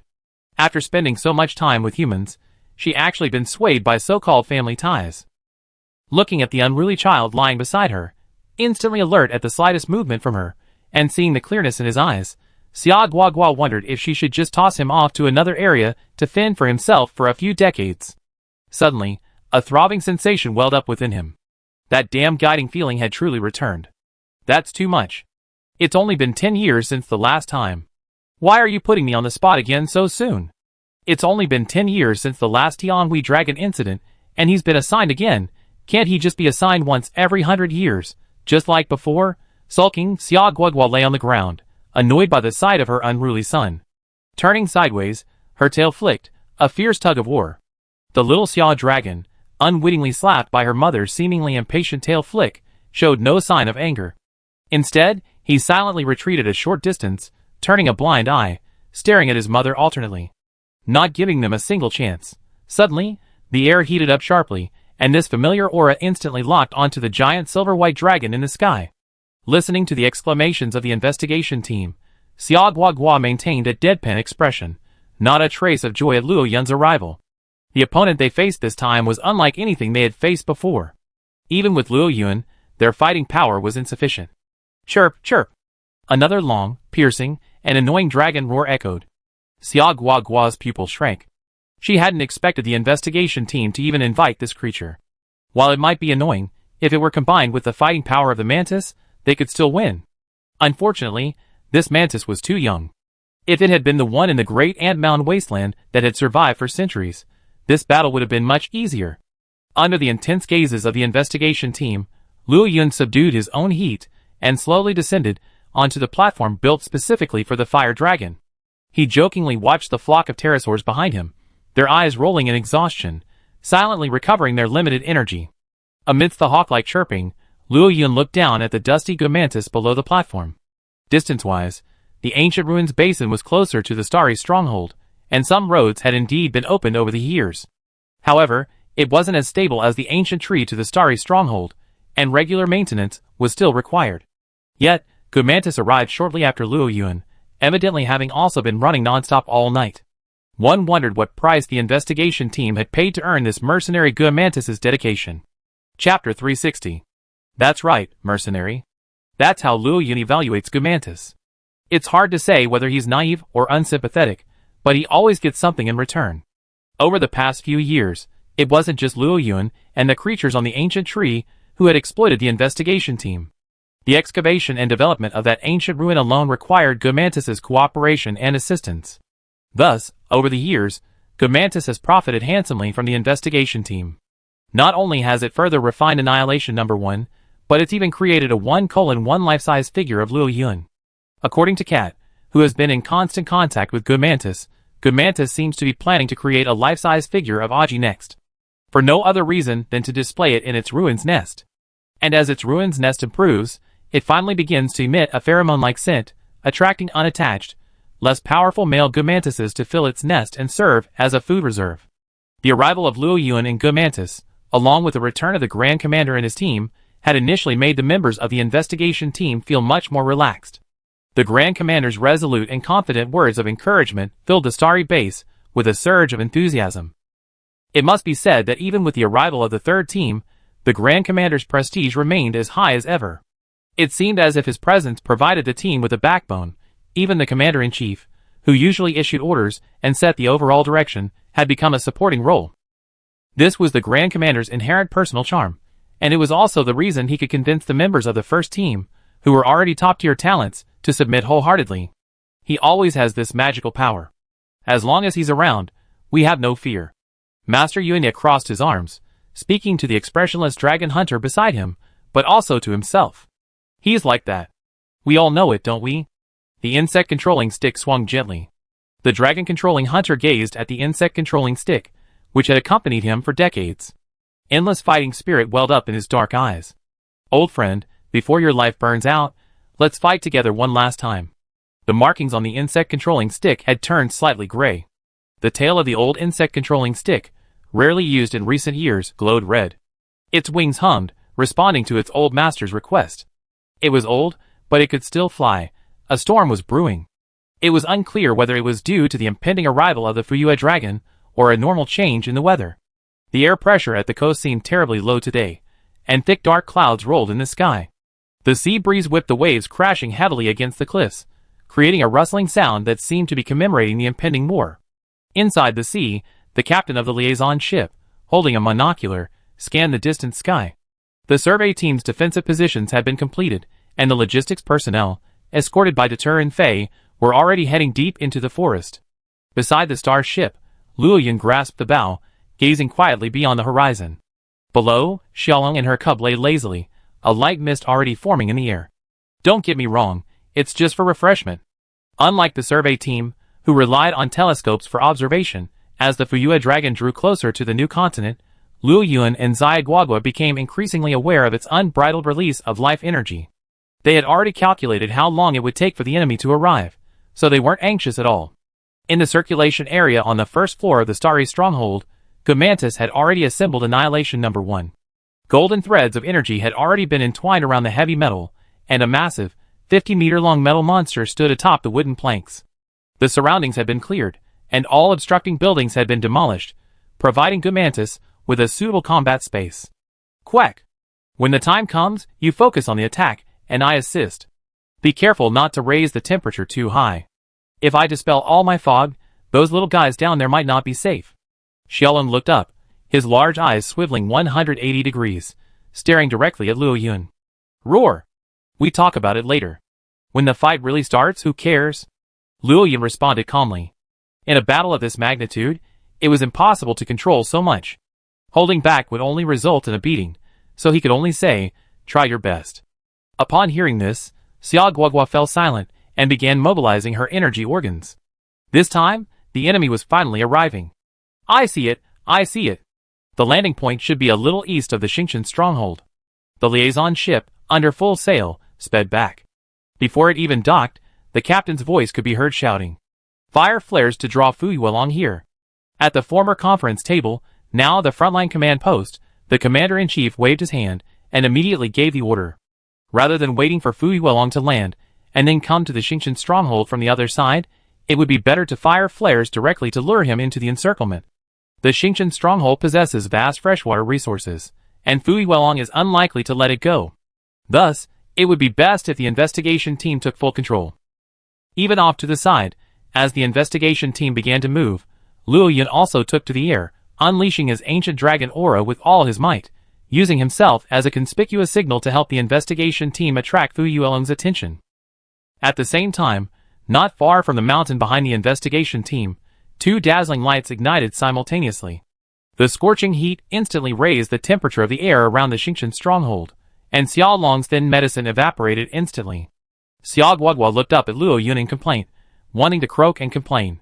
We agreed to take it easy, so how could the temperature suddenly rise so high? But it turned out that the heat wasn't Luo Yun's fault. The familiar Flame King Dragon couple also released their auras, clearly the other ancient dragons sent to intercept them. Xia Guogua retreated again. Okay. Counting the 4 ancient dragons and Gumantis, a near unrestricted ancient dragon, it's clear that nature seems somewhat unwelcome to this uninvited guest. This lineup is clearly intended to repel the enemy, rather than teach them a lesson, flex their muscles, and then let them in, as they did with the ancient dragons at Ancient Dragon Ferry. The wind suddenly died.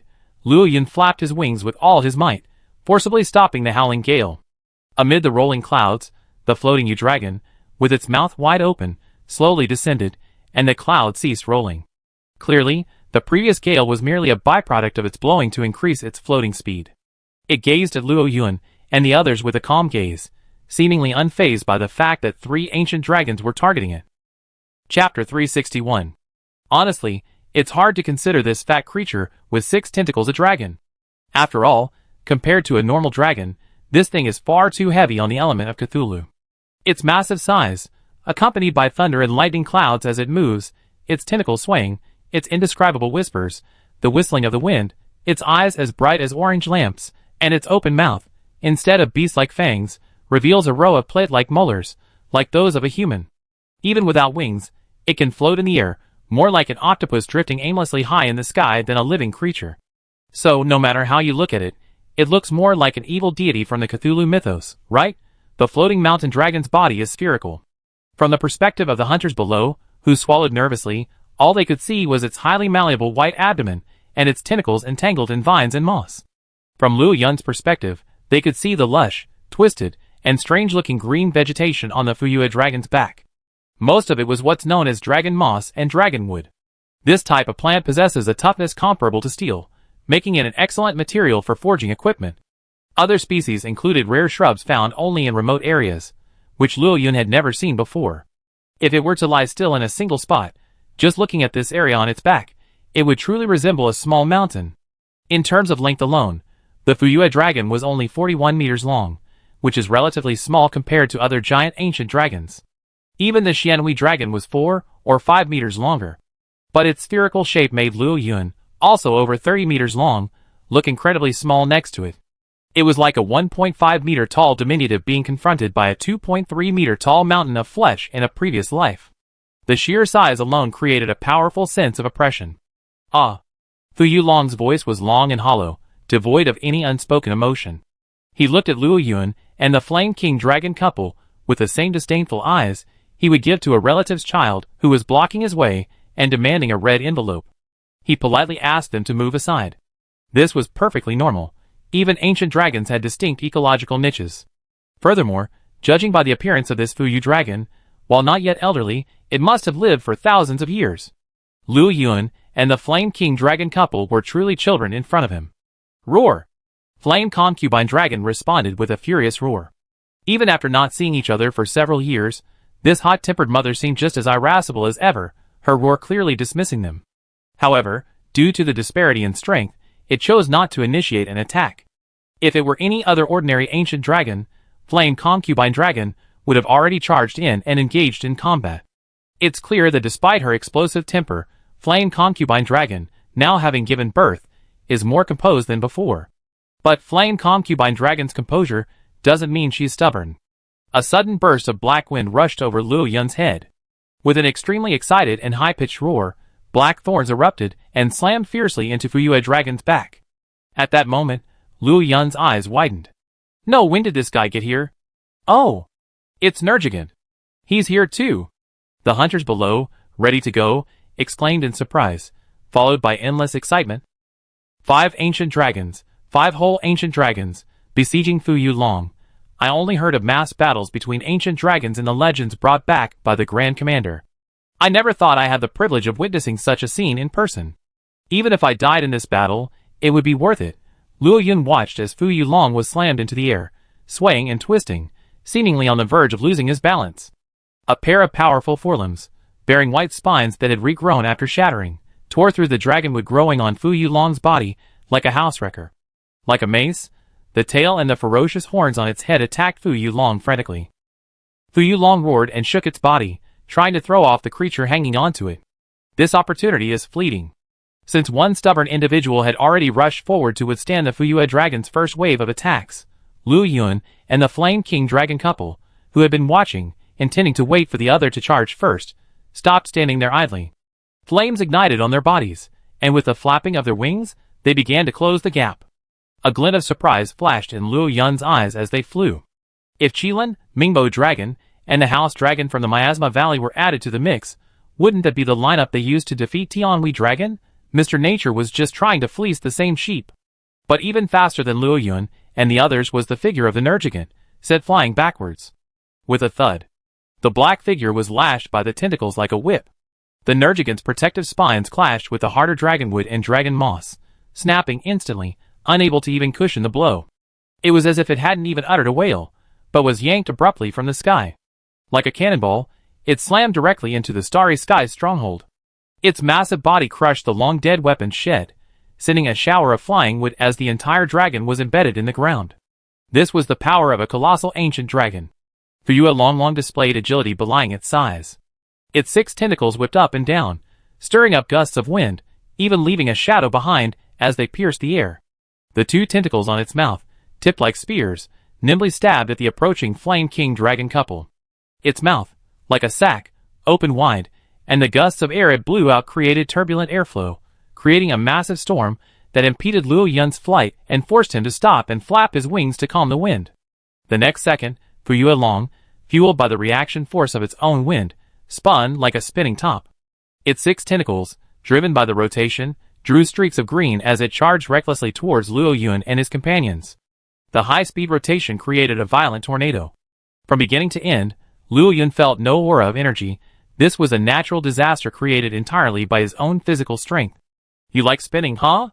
Then I let you spin as much as you want. Unaffected by the storm, Luo Yun used the air currents to accelerate his speed. He soared headfirst, circling Fuyue Dragon at high speed.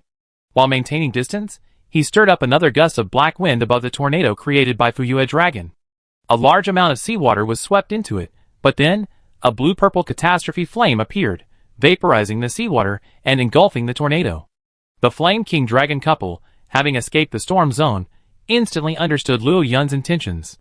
With 2 roars, they exhaled blue and orange flames, dyeing the fire tornado 3 different colors. Chapter 362. Even from a distance, the intense heat could still be felt at the starry stronghold, the flames illuminating the sky and earth. At this point, the battlefield was still at sea. Vast swathes of seawater were swept up, then evaporated, mixing with the dark clouds brought by the floating mountain dragon. It instantly condensed high in the sky, then heated by the intense heat of the flames as it was hurled away by the turbulent winds. So, when heavy drops of rain fell on the starry stronghold, the hunters, who hadn't had time to don their helmets and armor, gasped. Hiss! It's so hot! They had never imagined they would one day encounter scorching rain. Put on all your armor. Everyone, brace yourself and prepare for the attack.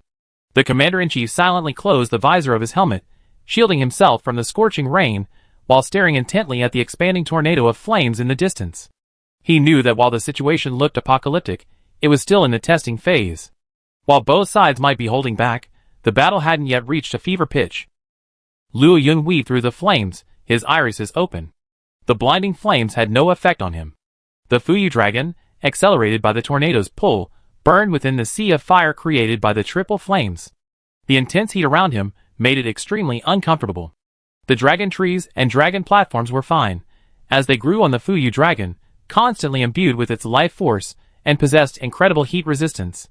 However, the other vines and flammable shrubs ignited directly, igniting a raging fire within the dragon's body. Inside the fire tornado, the Fuyu dragon sensed something was amiss, and forcibly slowed its rotation with its own strength. However, its 6 tentacles continued to dance vigorously, forcing a dark green barrier through the sea of fire through sheer force and speed. A burst of black and red gas erupted from Fuyu Elong's body, forming a pitch-black sphere under its rotation. The overwhelming dragon energy instantly blocked the flames of Luo Yun and the Flame King dragon couple, not only extinguishing the flames on his back but also, driven by Fuyu Elong, attempting to break free from the flaming tornado. Luo Yun obscured Fuyu Elong's vision with a sea of fire, attempting several attempts to penetrate its outer defenses from all directions. However, both his flaming breath and the sharp scales embedded in the tornado were blasted away by Fuyu Elong's tentacles. As the tornado's controller, Luo Yun clearly sensed that Fuyu Elong was forcing its way out of the flaming tornado with sheer force. Even if Luo Yun increased the tornado's rotational speed, it would have little effect on Fuyu Elong, now enveloped in dragon energy. If he couldn't trap it, then he wouldn't. In an instant, Luo Yun made a decision. He swiftly broke free from the flame tornado, his force special ability activated. A vast amount of unknown energy surged from Luo Yun's body, and he could clearly feel the energy draining away. The next second, the flame tornado suddenly seemed to be disturbed. Its previously regular rotation suddenly began to twist and overlap, like a tape being interrupted, causing a sense of discomfort. Roar! He flapped his wings away from the tornado, shouting a warning to the Flame King dragon couple, who were still injecting flames into the flame tornado. The Flame King dragon couple was a little confused, but fortunately, they had worked together before and knew each other well, so they knew the other would not give random orders. They had also noticed the abnormality in the flame tornado, and Luo Yun's panicked escape was also a factor. Without a word, the Flame King dragon couple stopped breathing and turned to flee. Without Luo Yun's control, the fire tornado began to drastically deform. The 3 flames rapidly swirled and merged, intensified by an unknown force, ultimately emitting a faint incandescent hue. As Fuyu Elong's silhouette gradually appeared on the fire tornado's surface, its energy reserves had reached their limit. The wind suddenly stopped. As if paused, the fire tornado, maintaining its extremely distorted form, instantly collapsed, followed by a burst of blinding white light. A vast amount of seawater evaporated, forming a massive hole on the surface. The dark clouds in the sky began to disperse, shattered into tiny fragments by the violent impact, and finally vanished into the sky. Hi! A tsunami is coming! Prepare for impact. Panic cries echoed through the starry stronghold, followed by a deafening roar. A terrifying shockwave tore through the structures that hadn't yet been fully demolished.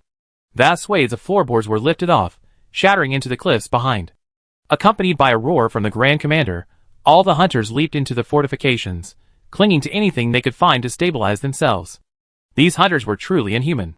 Facing the aftermath of this nuclear-like explosion, even fences and crossbow beds that hadn't been properly secured were torn apart by the shockwave. But none of the hunters were injured. Though somewhat dusty, they immediately stood up again after the shockwave subsided, leaping out of the fortifications and quickly repositioning their equipment that had been dislodged by the impact.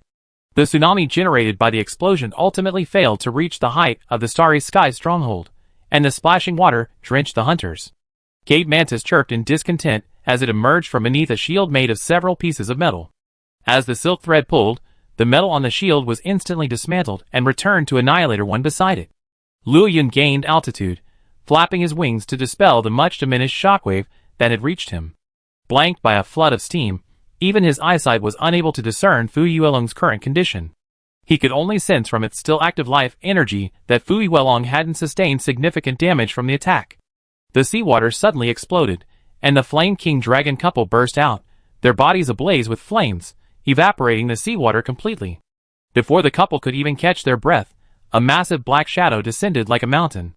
Unavoidable, the Flame King Dragon's teeth clashed, instantly extinguishing the remaining flames around it, and sending a massive cloud of flammable dust belching out.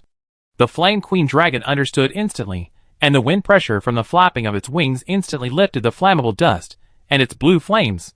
Continuous explosions echoed from the distance, slowing the floating mountain dragon's charge. This bought them a brief moment to dodge. Chapter 363. Boom! Like a meteorite falling into the sea, a massive splash of water erupted, extinguishing the flame still burning on Fu Yulong's body.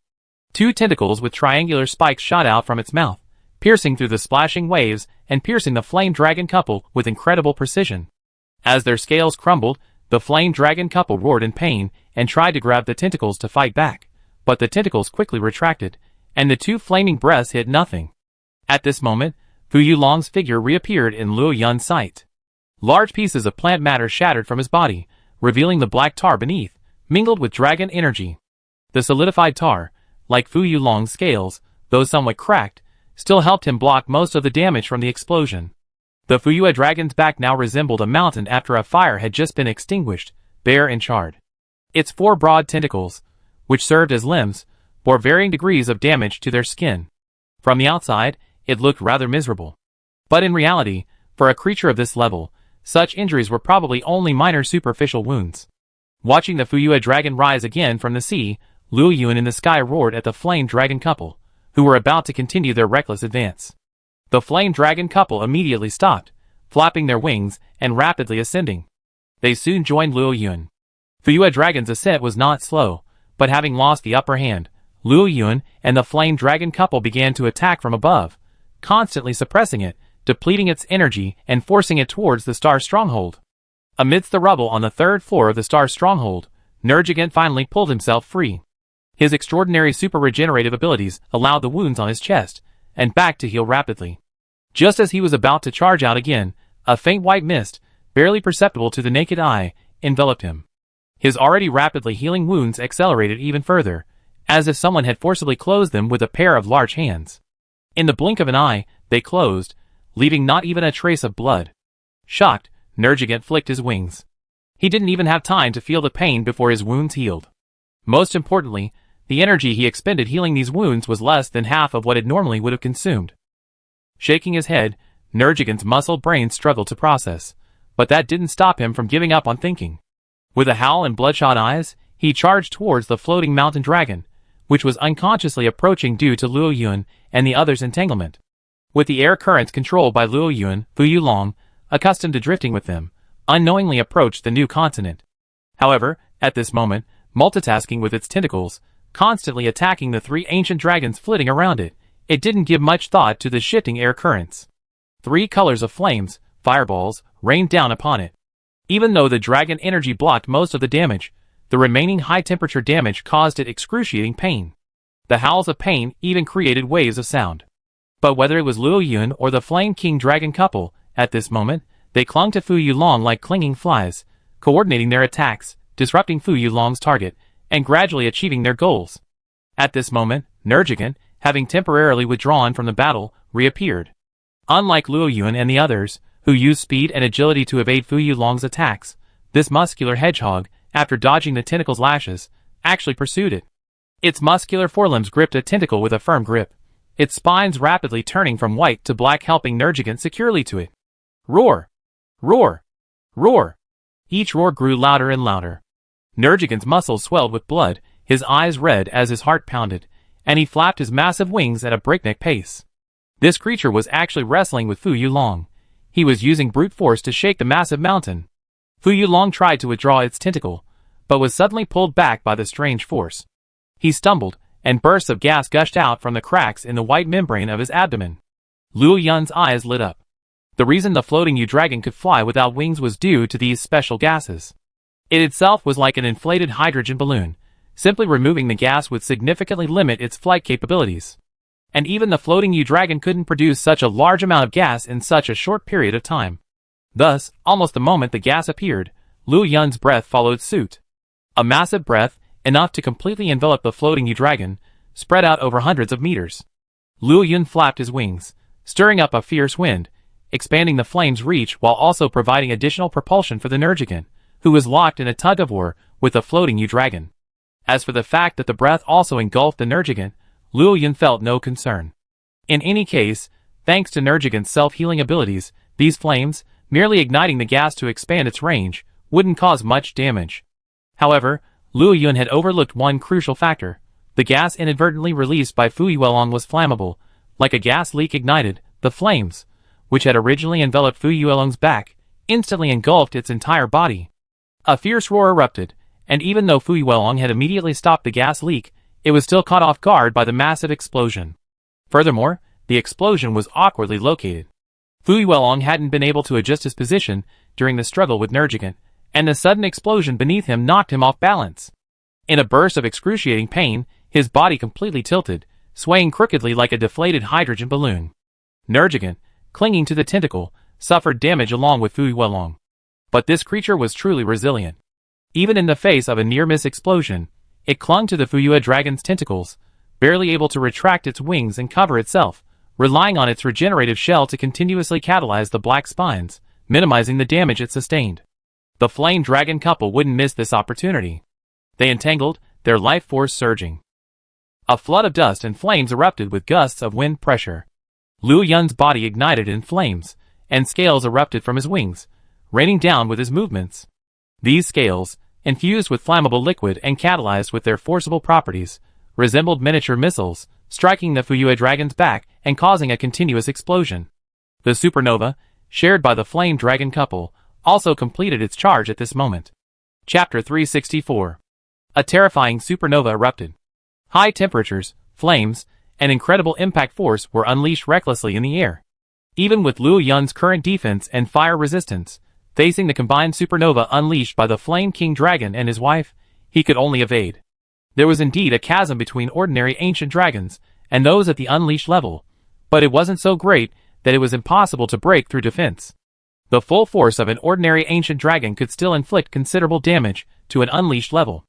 The deafening roar sent tinnitus through the hunters at the distant star stronghold, not to mention the floating mountain dragon, which bore the brunt of the first wave of damage. Already unstable, he was struck by the supernova's blast. Even with his black tar shell as protection and the broken dragonwood on his body that withstood the initial impact, he still glided and plummeted like a plane under attack. Nergigant, firmly anchored to the tentacle of the floating mountain dragon, was in even greater distress. Already suffering from the gas explosion, Nergigant was further impacted by the supernova explosion. Even though floating mountain dragon had suffered the most damage, the aftermath of the supernova still inflicted immense suffering on Nergigant. The regenerative shell on its back constantly regenerated, only to be damaged again. This torture, like a torture of slow slicing, constantly irritated Nergigant. He longed to let go, but the thorns on his arm piercing the tentacle prevented Nergigant from releasing his grip immediately. Thus, driven by the floating mountain dragon, Nergigant crashed into the star stronghold below. "Get out of the way! Get out of the way!"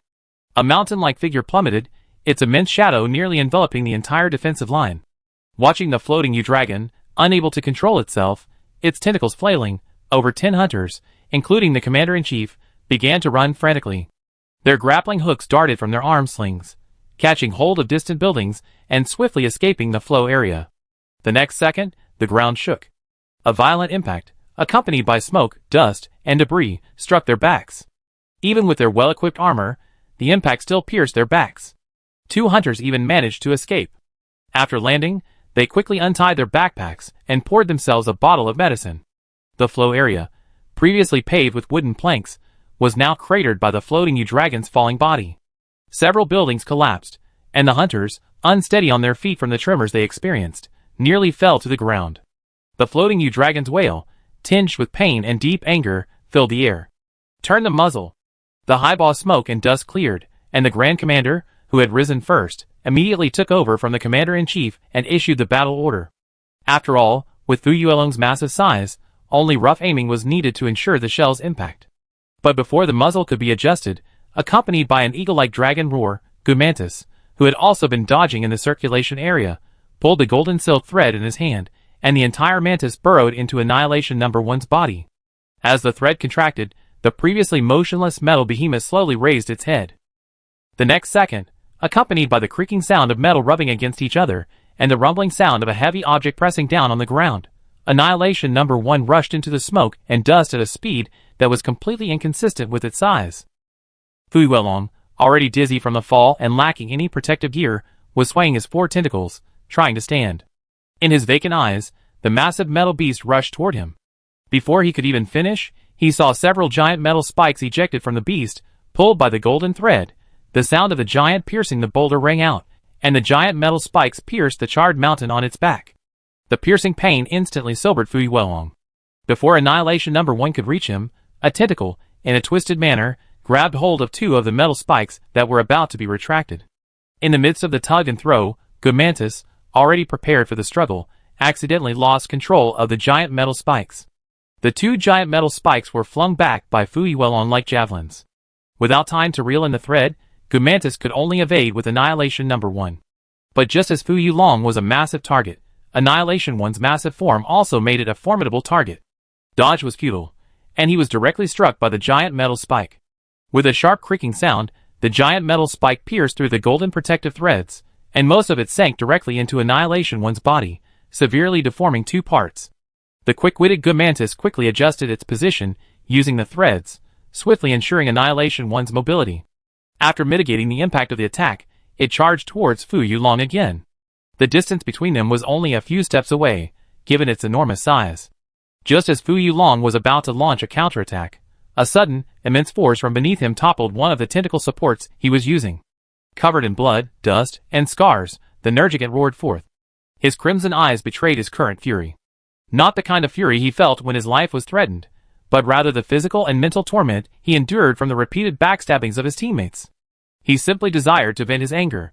Without waiting for his own injuries to heal, Nergigant pounced upon Fu Yuedragon's back, furiously pounding the charred area ripped apart by the supernova. Attacked from both sides, Fu Yuedragon's counterattack was abruptly halted. Annihilator Number 1's massive metallic form slammed directly into it. The combined impact of the charge, and the incredible strength of the mantis caused the newly risen Fu Yuedragon to slump lower. The claws on its 4 tentacles gripped the ground tightly, leaving 4 deep scratches in the circulation area before finally coming to a stop on the edge of the cliff. Ah! At this moment, Fu Yuelong was also enraged, completely ignoring the Nergigant wreaking havoc on his back. He left only 2 tentacles to grip the ground, his 2 forelimbs catching the metal wings of Annihilation 1. The pointed tentacles on his beard-like mouth instantly wrapped around Annihilation 1's neck, the remaining parts beginning to indiscriminately attack the golden threads of energy flowing through Annihilation 1's body. The golden threads of the mantis, the key to its control of the ruined city, were being severely damaged. As they were being decimated, the metal-forming Annihilation 1 began to deform under Fu Yuelong's frenzied attacks, even threatening the mantis within Annihilation 1's body.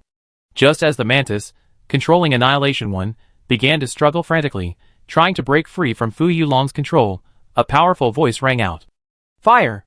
Chapter 365. Over 10 5-shot cannons, some of which had been removed from the ship and had been emptied of their resources, were fired with the roar of gunpowder. Thanks to the proactive interception by the mantis, the investigation team had ample time to take aim. Thus, the shells accurately passed over the mantis and landed on the floating dragon. This all-round coverage immediately interrupted the Nergigant, who was in the middle of his assault. Angry, he decided to teach these ants, who had disturbed the dragon, a lesson. In battle, it was common sense for an ancient dragon to first clear out the surrounding monsters. However, after roaring, Nergigant was about to charge forward when he spotted the Grand Commander. An ancient dragon's memory was not to be underestimated. The Grand Commander, despite his small size, had made a deep impression on Nergigant during the battle, so naturally, he remembered him. After all, it was the Grand Commander who had once single-handedly defended him, and even inflicted considerable damage. Nergigant's instinctive ability to calculate energy consumption and acquisition was now resurfacing. It was clear that beings like the Grand Commander, who could barely detect any energy fluctuations yet still inflict damage on him, were one of Nergigant's most detested beings. With such a besiege being before him, Nergigant truly didn't want to waste any extra energy and cause trouble for the Grand Commander and his men. However, within the artillery barrage, Nergigant couldn't find a suitable opportunity to intervene, and could only fly in midair, waiting for the artillery fire to end. Binding rounds, fire! On the custom crossbow bed, the hunter adjusted the firing angle of the 1.5-meter-long barbed crossbow bolts. As 6 binding rounds were released, the bolts, driven by their immense kinetic energy, pierced through the floating mountain dragon's tarred skin and pierced directly into the mountain's interior, lodging securely. The rope, infused with a large amount of mantis silk, instantly tightened under the mechanical wheel, firmly binding Fu Yuelong's massive body in place. It was unknown how long the restraints would last, but it was clear that now was their time to attack. Charge! The hunters leaped from the platform, using every possible means to increase their speed, charging towards Fu Yuelong like a mayfly shaking a tree. Fu Yuelong, wrestling with the mantis, naturally noticed the presence of the investigation team. But given his ecological niche, he naturally looked down on such ants. Even in that ancient civilization, only a few of the most powerful fighters could make him fear them. As long as he avoided areas equipped with advanced equipment, even those man-made behemoths could only repel him. So, even though he had been isolated from this nascent human civilization for thousands of years, Fu Yuelong still looked down on it. After all, this civilization was still far from the heights of that ancient civilization. However, the performance of the investigation team soon shattered his expectations. The swordsman who arrived first, stepping on Annihilation One's body, leaped high onto the tentacle tightly wrapped around Annihilation One. He grasped the burning wings with both hands, took a deep breath, and a faint red glow suddenly appeared on the blade. The next second, the swordsman wielded his great sword, unleashing a powerful air blade that only a katana warrior could unleash. A dragon-like blow descended, accompanied by an explosion of air ninja, and the rich fire energy of the burning wings exploded on the Fu Yuelong's tentacle. The intense pain caused the Fu Yuelong's tentacle, which was about to sever the wires around Annihilation One's neck, to loosen. Seizing this opportunity, Mantis immediately broke free from Fu Yuelong's restraints. Its massive metallic head rose high, and as Mantis yanked the silk thread furiously, its massive horn slammed into Fu Yuelong's forehead. The dull metallic sound startled some hunters still charging, unaware of the attack. They instinctively covered their ears and halted their charge. Fu Yuelong closed his eyes in agony, his mouth wide open, a roaring roar. His head felt as if struck by a sledgehammer. This absolute physical attack penetrated even his outer defenses, impacting his inner core. But the next second, Fu Yuelong's mouth closed again, though not of its own accord. Rather, the dragon hunter, having gathered energy and prepared himself, rode the hunting insect into the sky. With a spear-like insect club in his hand, he descended from the air with determination, piercing Fu Yuelong's defenses and piercing his head. It looked like a tiny needle stuck in the head. Never mind the damage, the pain was there. The swordsmanship master and dragon hunter's performance encouraged the hunters, showing them that even without the aid of large equipment, it was still possible to inflict damage on such a massive creature. One after another, they howled and attacked the floating dragon's tentacles and white belly. Meanwhile, the mantis continued to press forward, and Nergigant, finding an opening, also charged forward. Up in the sky, Luo Yun and the Flame King dragon couple, circling to recover their strength, saw this and abandoned the idea of stopping the floating dragon from taking flight again. They swooped down, intending to join the attack. But who could have imagined that the next second, the membrane on the floating dragon's abdomen suddenly opened, releasing a torrent of gas. Its mouth suddenly opened, but no breath was seen. The commander-in-chief, who hadn't participated in the attack, saw this and felt a sense of foreboding. Retreat! Stay away from the floating dragon. Though unsure of what would happen next, the commander-in-chief trusted his instincts and immediately ordered a retreat. The hunters, already at the head of the attack, obeyed the order, but their retreat was slow. The next moment, dozens of blue, charged balls up to a meter in diameter flew from the floating dragon's mouth. Luo Yun, who was diving, instantly stopped his movements and let out a dragon roar, calling out to the Flame King dragon couple, who were also diving. The others might not have known what those things were, but Luo Yun knew they were oversized lightning bugs, symbiotically living with the floating dragon, multiplying and growing within its body. Under normal circumstances, these lightning bugs would only be useful for clearing out minor enemies. In a duel between ancient dragons, these massive lightning bugs were insufficient. After all, these lightning bugs had fully adapted to the living environment within the floating dragon. Once freed from the dragon, they would quickly explode. The power of that explosion could only cause considerable damage to ordinary monsters. But when combined with the gas emitted by the floating dragon, it was a completely different matter. That gas was different from the one ignited by Luo Yun. It was the floating dragon's unique explosive gas, imbued with a vast amount of dragon attribute energy. As expected, as the giant lightning bugs turned from blue to yellow, followed by a chaotic flow of electricity, they exploded, and the ignited explosive gas instantly exploded, mingling with strands of black and red. The starry stronghold was instantly struck by a second major earthquake. Some of the hunters, who had retreated, slowly leaped forward, attempting to avoid the impact of the explosion by falling to the ground. The Grand Commander and the Sword Master, however, made a different choice. One with a shield, the other with a sword, each blocking the way in front of a group of hunters. The dragon hunter fell from the sky, stumbling and losing his balance. Just when he thought he was about to take a direct hit, the Commander-in-Chief rushed over, sword in hand, shield raised in front of him. The next moment, an explosion occurred. Chapter 366. The starry stronghold, already battered by countless destruction, trembled once more in the blast. The massive water wheel, once barely able to hold itself aloft above the waterfall, saw its support shatter, and the converted cabins nestled against the mountainside collapsed abruptly. It could be said that regardless of the final outcome of this battle, the starry stronghold had been returned to its pre-liberation state. At this point, only the distant plantation, the starry ship atop the mountain, and the weapons and cat pavilion, both constructed of sturdy materials and serving as a dining hall, remained intact. In a puff of black mist, a large black hedgehog drooped its limbs in despair, allowing itself to free fall into the sea. He was present in every explosion, and each time, he was one of the dragons closest to it. The tearing pain in his body was far less than the mental devastation of the Nergigant. As a melee-oriented ancient dragon, he hated this most, being pushed away by various energy attacks. Can't we just have a good, hearty, close-quarters fight? With this resentment in mind, Nergigant cooled himself with the seawater while waiting for his injuries to heal. The Dragon Attribute energy explosion didn't create a lingering cloud of smoke and dust. It quickly dissipated, and Fu Yuelong was seen venting his anger by clinging tightly to Gomantis's heavily deformed Annihilator 1. The restraining grenades that had previously bound it snapped, and Fu Yuelong regained mobility. At this point, the golden threads controlling the various components of Annihilator 1 had been severely damaged by the explosion. Many parts barely held together, and the parts that could still be controlled by the threads were unable to withstand Fu Yuelong's attacks. Furthermore, the recent close-range explosion had left Gomantis still somewhat dazed within Annihilation 1.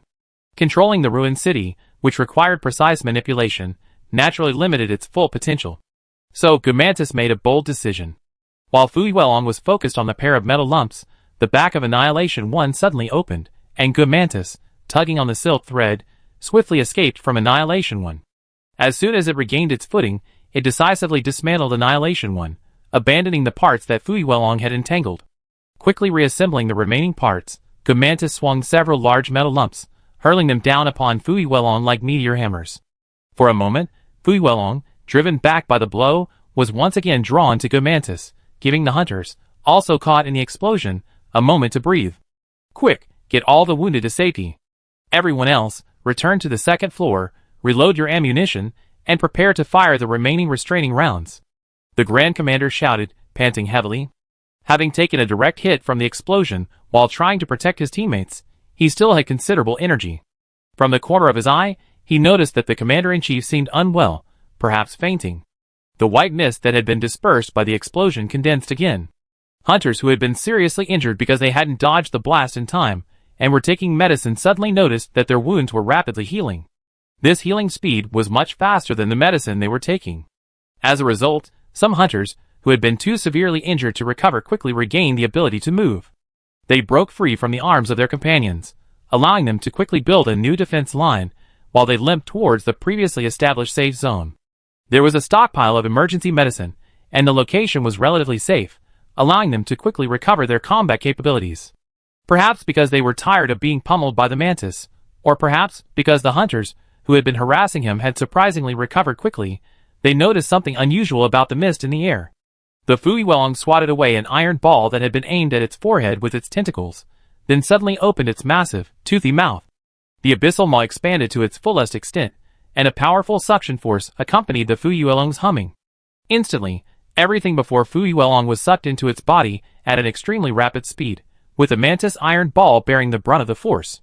In the mantis's crimson compound eyes, its ruined city components were sucked into Fu Yuelong's body.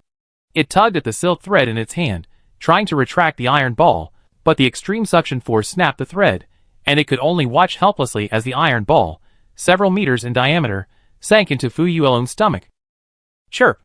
The mantis had never been so angry before. The endless rage nearly burned away its sanity, the very thing it depended on for survival. At that moment, the mantis even felt the urge to rush into the Fuyue dragon's mouth and extract all the parts of its ruined city. Dragon suction. This was the Fuyue dragon's way of feeding, and it was also its most powerful move for clearing out the mobs. Not only did its attack range extend greatly, but the suction force was also incredibly strong. A hunter sucked into its stomach was practically dead. Thankfully, the investigation team, armed with information on the Fuyue dragon, had already considered this signature attack method in their initial response, and thus successfully avoided the initial suction. Just as Fu Yuelong turned around, intending to reverse its attack and devour all the hunters, a purple, poisonous breath suddenly appeared out of nowhere. Xiao Xiaolong appeared in the distance, crouching as low as she could, her limbs firmly planted on the ground, resisting the suction while continuously exhaling purple poisonous mist. "Wait! Why are you there?" Xiao Guogua was startled by Xiao Xiaolong's sudden appearance. She had clearly instructed Xiao Xiaolong to stay in the safe area beside the star ship before the battle began. How could this rebellious son, while she wasn't paying attention, run onto the front lines and even attack Fu Yuelong? Is he really that brave? Xiao Guogua was increasingly convinced that this rebellious son had inherited none of their Xiaolong personality. Xiao Xiaolong had no time to speculate about his mother's thoughts. He had simply been caught by surprise, and had no choice but to act. Watching the battle between the ancient dragons, Xiao Xiaolong's blood boiled with excitement. She had originally planned to use her invisibility to see if she could spit a few sips of poison nearby, just to consider herself a participant. Unexpectedly, Fuilong, after its explosion, had the ability to breathe in the dragon's breath. Xiao Xiaolong, who happened to be within Fuilong's attack range, had an idea, to create a large amount of poison and force Fuilong to swallow it, thus forcing Fuilong to stop breathing. However, Xiao Xiaolong was still too young. For Fuilong, swallowing this amount of poison mist was no problem at all. Chapter 367. Seeing his cheek sore from vomiting, Fu Yulong continued to breathe, and Xiao Xiaolong sensed something was wrong. Suddenly, an even larger venomous mist appeared from the side.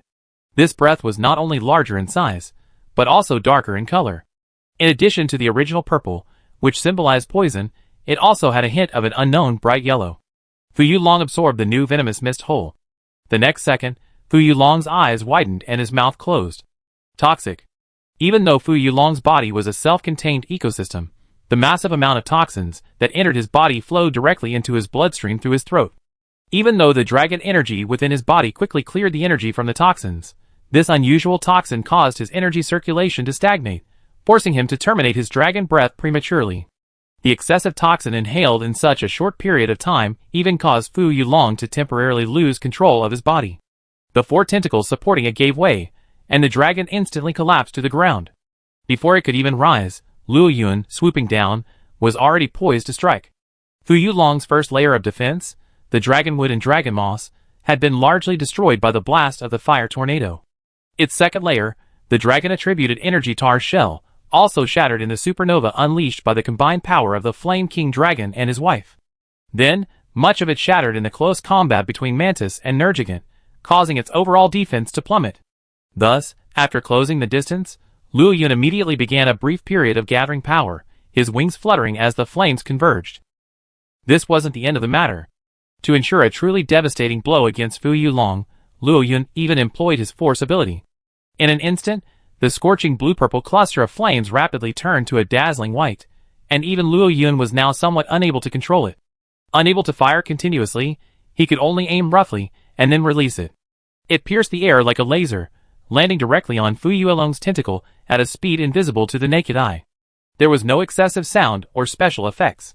On Fu Yuelong's tentacle, the flesh melted away like snow where it had been struck, and the entire arm was instantly pierced. The white laser pierced the earth, penetrating countless meters underground before disappearing. Then he felt a slight discomfort, a sense of emptiness as a large amount of unknown energy was drained away, sweeping through Luo Yun. In contrast, Fu Yuelong let out an extremely miserable roar. What did it feel like to have a hole more than 2 meters long pierced through his arm? Luo Yun didn't know, but he knew that Fu Yuelong was now furious. He had sensed a fatal threat from Luo Yun's attack. Unlike the conventional battle method of ancient dragons clashing energies, ultimately destroying each other through wear and tear, Luo Yun's attack genuinely frightened Fu Yulong. Fu Yulong's body rapidly expanded, releasing a large amount of dragon attribute energy, as if preparing for another massive explosion. However, having already revealed her presence, Xia Guoguo naturally stopped slacking off and rapidly released a large amount of mist to counteract Fu Yulong's dragon attribute energy. Instantly, the starry stronghold was shrouded in mist, significantly obstructing vision. But the expected massive lightning bug was never released. Suddenly, Luo Yun felt a shift in the airflow around him, and instinctively tried to calm it and move away. A powerful suction force trapped him. Before Luo Yun could break free, a floating dragon, inflated like a ball, sprang out from the dense fog, its mouth wide open, aiming at Luo Yun and increasing its suction force. Amidst the howling wind, Luo Yun felt as if he were trapped in a steel dragon's hurricane. While he could calm the airflow, even break free through brute force, it would take time. While one side was being slowed down, the other was being accelerated by the suction. In short, Luo Yun was practically frozen. Before he could escape the suction, the Fu dragon had already rushed before him. Luo Yun's eyes glared, and he decisively abandoned any attempt to break free. A blinding white light ignited from his wings, and with low frequency, high-speed vibrations, he charged towards the floating dragon without retreating. Close combat. I, Luo Yun, am no ordinary fighter. Ideals are full of promise, but reality is harsh. Luo Yun's hot blade wing slashed against Fu Yuelong, leaving 2 deep wounds. However, facing a nimble opponent like Luo Yun, Fu Yuelong, in a rage, chose the most injurious, yet most effective, tactic. Trade wound for wound. Letting Luo Yun's rapid slashes leave scars upon scars, Fu Yuelong offered no defense. No matter how many blows he took, he continued to use his tentacles to launch various attacks at Luo Yun. Adding to this, Fu Yuelong's constant use of dragon breath to disrupt Luo Yun's movements. In just a few seconds, Fu Yuelong, despite being struck by 7 hot blade wings, successfully pulled Luo Yun towards the starry stronghold with a single tentacle. At this moment, Luo Yun experienced the same treatment that Nergigant had initially endured. It slammed into the ground like a cannonball. Although it possessed various properties to enhance its defenses, even with such incredible force, Luo Yun still felt a tightness in his chest, followed by a surge of intense pain. While it wasn't enough to render him incapable of combat, it was the first time in nearly 10 years that Luo Yun had sustained such severe injuries, and for a moment, he was still somewhat unaccustomed. Most importantly, Luo Yun had originally assumed that his layered defenses would be sufficient for close combat. In fact, facing a melee-focused ancient dragon like Nergigant, he shouldn't suffer too much. But Fu Yuelong's tentacle jerked him awake. His defenses were still pierceable, far from being enough for him to become complacent. Having secured his victory, Fu Yuelong was about to press on, when he was intercepted by the flame dragon couple and Nergigant, who had re-emerged from the sea, his fighting spirit restored. The battle raged once again. Luo Yun emerged from the ruins. Healed by the mist dragon's medicinal mist, his wounds healed quickly, and the shattered scales rapidly regrew thanks to the multi-scale properties. Although his bones still ached slightly, the stimulating hormones in his body obliterated the pain. Luo Yun soared into the air again, joining the fray. The battle lasted from dawn to dusk. It must be said that the stamina of an ancient dragon at the unleashed level was incredible. After fighting all day, they still had plenty of energy. Above all, Luo Yun and the Flame King dragon couple joined forces. After pressing down on the ground, Gumantis, Mist Dragon, and the hunters from the survey team would quickly close in. Interspersed throughout the battle were the constant melee attacks of the Nergigant, but Fuyue Dragon not only held its own, but even managed to fight back. After a prolonged battle, he began to understand that, with this lineup blocking his way, entering the new world was clearly unrealistic. To put it simply, this tough and powerful guy finally showed signs of retreating. Chapter 368. Fu Yuelong had never imagined that the new world would welcome him with such a lineup. 5 ancient dragons. More than enough to rival most unrestricted level ancient dragons, not to mention a Gumantis and a subadult mist dragon. Those little creatures called humans also displayed a fighting power once only found in large, densely populated settlements. What heinous deeds had he committed to deserve such a display? Fu Yuelong was puzzled, but he knew clearly that his physical condition was no longer sufficient to force his way into the new world. Especially since the tentacle pierced by the silver ancient dragon was worsening due to the ongoing battle, and the other ancient dragon's cunning attacks against that tentacle. If this continued, even the resilience of an unrestricted level ancient dragon wouldn't be enough to fully recover. To sacrifice so much just to enter a continent with more abundant life energy was clearly uneconomical. Having made his decision, Fu Yuelong began to change his fighting style. This was a retreat, not a flight. There was no need for a panicked escape. He only needed to show the intention to leave, and the creatures present would understand. For a moment, As Fu Yulong began to consciously move away from the coast, retreating back to the sea, and focusing his attacks primarily on driving back the enemy, with the exception of Nergigant, the other dragons instantly understood Fu Yulong's intentions and began to reduce their attack frequency, gradually withdrawing from the battle. Below, inside the starry stronghold, the Grand Commander's right hand trembled as he gripped the giant shield. After a day of intense combat, and against a being of Fu Yulong's caliber, even though he and the other hunters weren't the primary attackers, Fu Yulong wouldn't focus too much attention on them. But the aftermath of the battle between the ancient dragons and the terrifying power of the floating dragon alone still put immense pressure on him. It could be said that he barely managed to hold on with all his might. This battle had lasted far too long. Normally, when facing a monster like this, large-scale weapons would be the primary weapon, and the hunters would simply seize the opportunity to attack and damage the opponent's vital organs, increasing their chances of a successful repulse. Unlike now, the large-scale weapons quickly ran out of ammunition, and the hunters then charged forward physically to engage the enemy head-on. This was a tremendous drain on the hunters, both physically and mentally. Like the hunters, the mantis on the ground was also in the same boat. At this moment, the physical disparity between the ancient dragon level and the ancient dragon was fully demonstrated. At the end of the day, the several ancient dragons in the sky were still able to maintain the same fighting intensity as at the beginning, with their speed and energy output remaining at normal levels. However, the iron balls swung by the mantis were no longer as swift and powerful. In the previous collision, the iron balls were not even able to repel the floating dragon. The number of golden threads it spewed began to decrease, and the frequency of its attacks also dropped significantly. It is undeniable that at the beginning, the mantis posed a greater threat to the floating dragon than the nemesis, which was also engaged in close combat. The floating dragon focused much of its energy on the mantis. Unfortunately, later in the fight, when faced with the simultaneous attacks of the mantis and nemesis, the floating dragon began to focus on defending against the nemesis's attacks. Chi. The mantis panted heavily, dragging several huge iron balls to its side, not even using its tail to hold them up.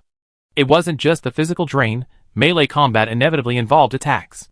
While the good mantis's defenses rivaled those of an ancient dragon, its vitality was far inferior. For Luo Yuan and the others, a single tentacle attack would only take a few breaths before they could charge forward again. Such injuries wouldn't even affect their movements. However, after taking several hits, the good mantis took a long time to recover, and the injuries even hampered its movements in subsequent battles. Thus, if anyone wanted Fu Yulong to leave quickly, the good mantis was definitely second. The first, needless to say, was Xia Guogua, who was forced to face the enemy head-on. As Fu Yulong retreated further and further from the starry stronghold, Nergigant grew increasingly anxious. Luo Yuan and the others began to halt their attacks, only Nergigant remained, eyes reddened, charging relentlessly at Fu Yulong. Without Luo Yuan and the others holding it back, Fu Yulong had more energy to deal with Nergigant. After being whipped back by the tentacles once again, Nergigant flew backwards through the clouds. Pain. So much pain. It wasn't just physical pain, his heart was in even greater pain. In today's battle, as the dragon primarily engaged in close combat, he had endured Fu Yue Dragon's most brutal blow. His spines broke and grew and broke again. Because white spines were useless in battle, Nergigant used his energy to transform them into black spines the moment they sprouted. Adding to the constant regeneration to recover from his injuries, his regenerative shell was shattered several times, and only with the help of Xia Guogua's medicinal mist did he regain his strength. It could be said that in this prolonged battle of attrition, his energy depletion was even greater than his previous attack by Cult Dragon. After paying so much, only to let this giant escape, Nergigant couldn't accept this. Roar, roar, roar! Amidst the resentful roar, Nergigant's eyes burned crimson. Whether it was the surge of blood or the energy within his body, he forcibly halted his backward flight and launched a reckless, suicidal attack on the receding Fu Yue Dragon. Unfortunately, with such a stark disparity in power, a mere burst of energy couldn't bridge the chasm. Finally, Luo Yuan and the others watched as Nergigant was once again slammed into the sea by Fu Yue Dragon, remaining motionless. Not dead. Carefully sensing Nergigant's life force, he noticed it floating quietly on the surface. He couldn't tell if it had fainted or had given up completely. The latter was more likely. After a brief thought, Luo Yuan dismissed Nergigant. From a distance, the four ancient dragons watched as the massive figure of the floating mountain dragon shrank into a black dot, vanishing into the horizon. A sense of relief washed over them. The next second, aching rippled through every joint in their bodies. the pain suppressed by hormones during the battle bursting back into focus. Thankfully, the healing effect of the Xiaoguagua medicinal mist prevented them from falling from the sky. Just as they were about to return to the starry sky stronghold, the Nergigant on the sea surface suddenly stirred. It suddenly soared from the sea, flapping its wings furiously as it flew towards Luo Yun and the others. The ancient dragons, well aware of the nature of this giant black hedgehog, needed no further communication. Some of the scattered positions regrouped. Chapter 369. When Nergigant returned to the sky, his eyes crimsoned as he glanced over.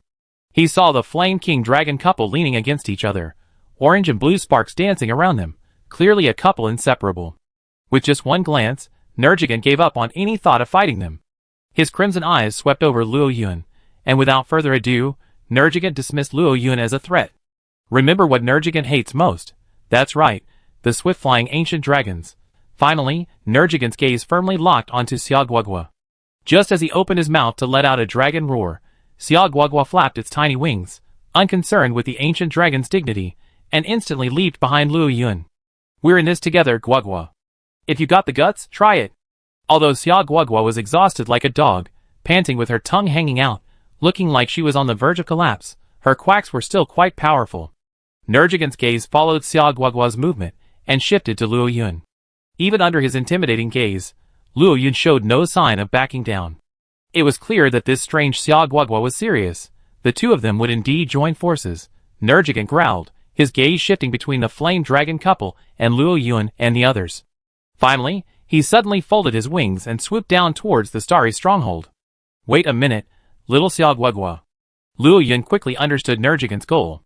He couldn't find an opportunity with Luo Yun and the others, so he planned to use the little Xiaoguagua, who had been playing a supporting role in the battle, to make up for his losses. Just as he was about to follow, Luo Yun subconsciously turned back to look at Xiaoguagua, only to find that his large eyes showed no trace of worry. He even quacked with relief when Luo Yun glanced at him. Well, with Mistletoe freaking out like this, Luo Yun understood something. He slowed his dive, and leisurely descended toward the starry sky stronghold. Sure enough, soon, the roar of Nergigant reached the sky from within the starry sky stronghold. That sound, TSK. When Luo Yun landed on the cliffs of the starry sky stronghold, he saw the remaining hunters of the investigation team, led by the Grand Leader, surrounding Nergigant. Nearby, Mantis was also eyeing Nergigant with eager eyes. As for little Mistletoe, no one could see its presence, nor could they sense its life energy. It was obvious that it had long since disappeared into hiding. Nergigant, having gained nothing, showed no interest in Mantis, a powerful fighter with little life energy. He'd been beaten for nothing today. Looking at Nergigant, his face torn between wanting to get angry but unwilling to waste any more energy on futile action, he finally gave in after a brief moment of rage. Luo Yun felt that boss nature had indeed gone too far this time. But for some reason, seeing the giant black hedgehog suffer such a setback, he felt a certain sense of satisfaction. Reluctantly, Nergigant finally flapped its wings and, under the wary gaze of the hunters, flew away dejectedly. The Grand Commander watched Nergigant's retreating form, and he actually wanted to stop it. For some reason, he felt that Nergigant was inextricably linked to the ancient dragon fairy, even if this feeling was unfounded. Unfortunately, he also understood that, given the current situation at the Starry Stronghold, it was impossible to stop it. He could only silently sheath his weapons, as he had always done, and sighed deeply as he gazed at the rubble around him. After a major battle, the star base, save for the star ship at the top, was virtually unsustainable. All facilities were essentially destroyed, and even the circulation area, nearly a quarter of it collapsed in the explosions and earthquakes. The current star base could be described as a return to the pre-liberation era.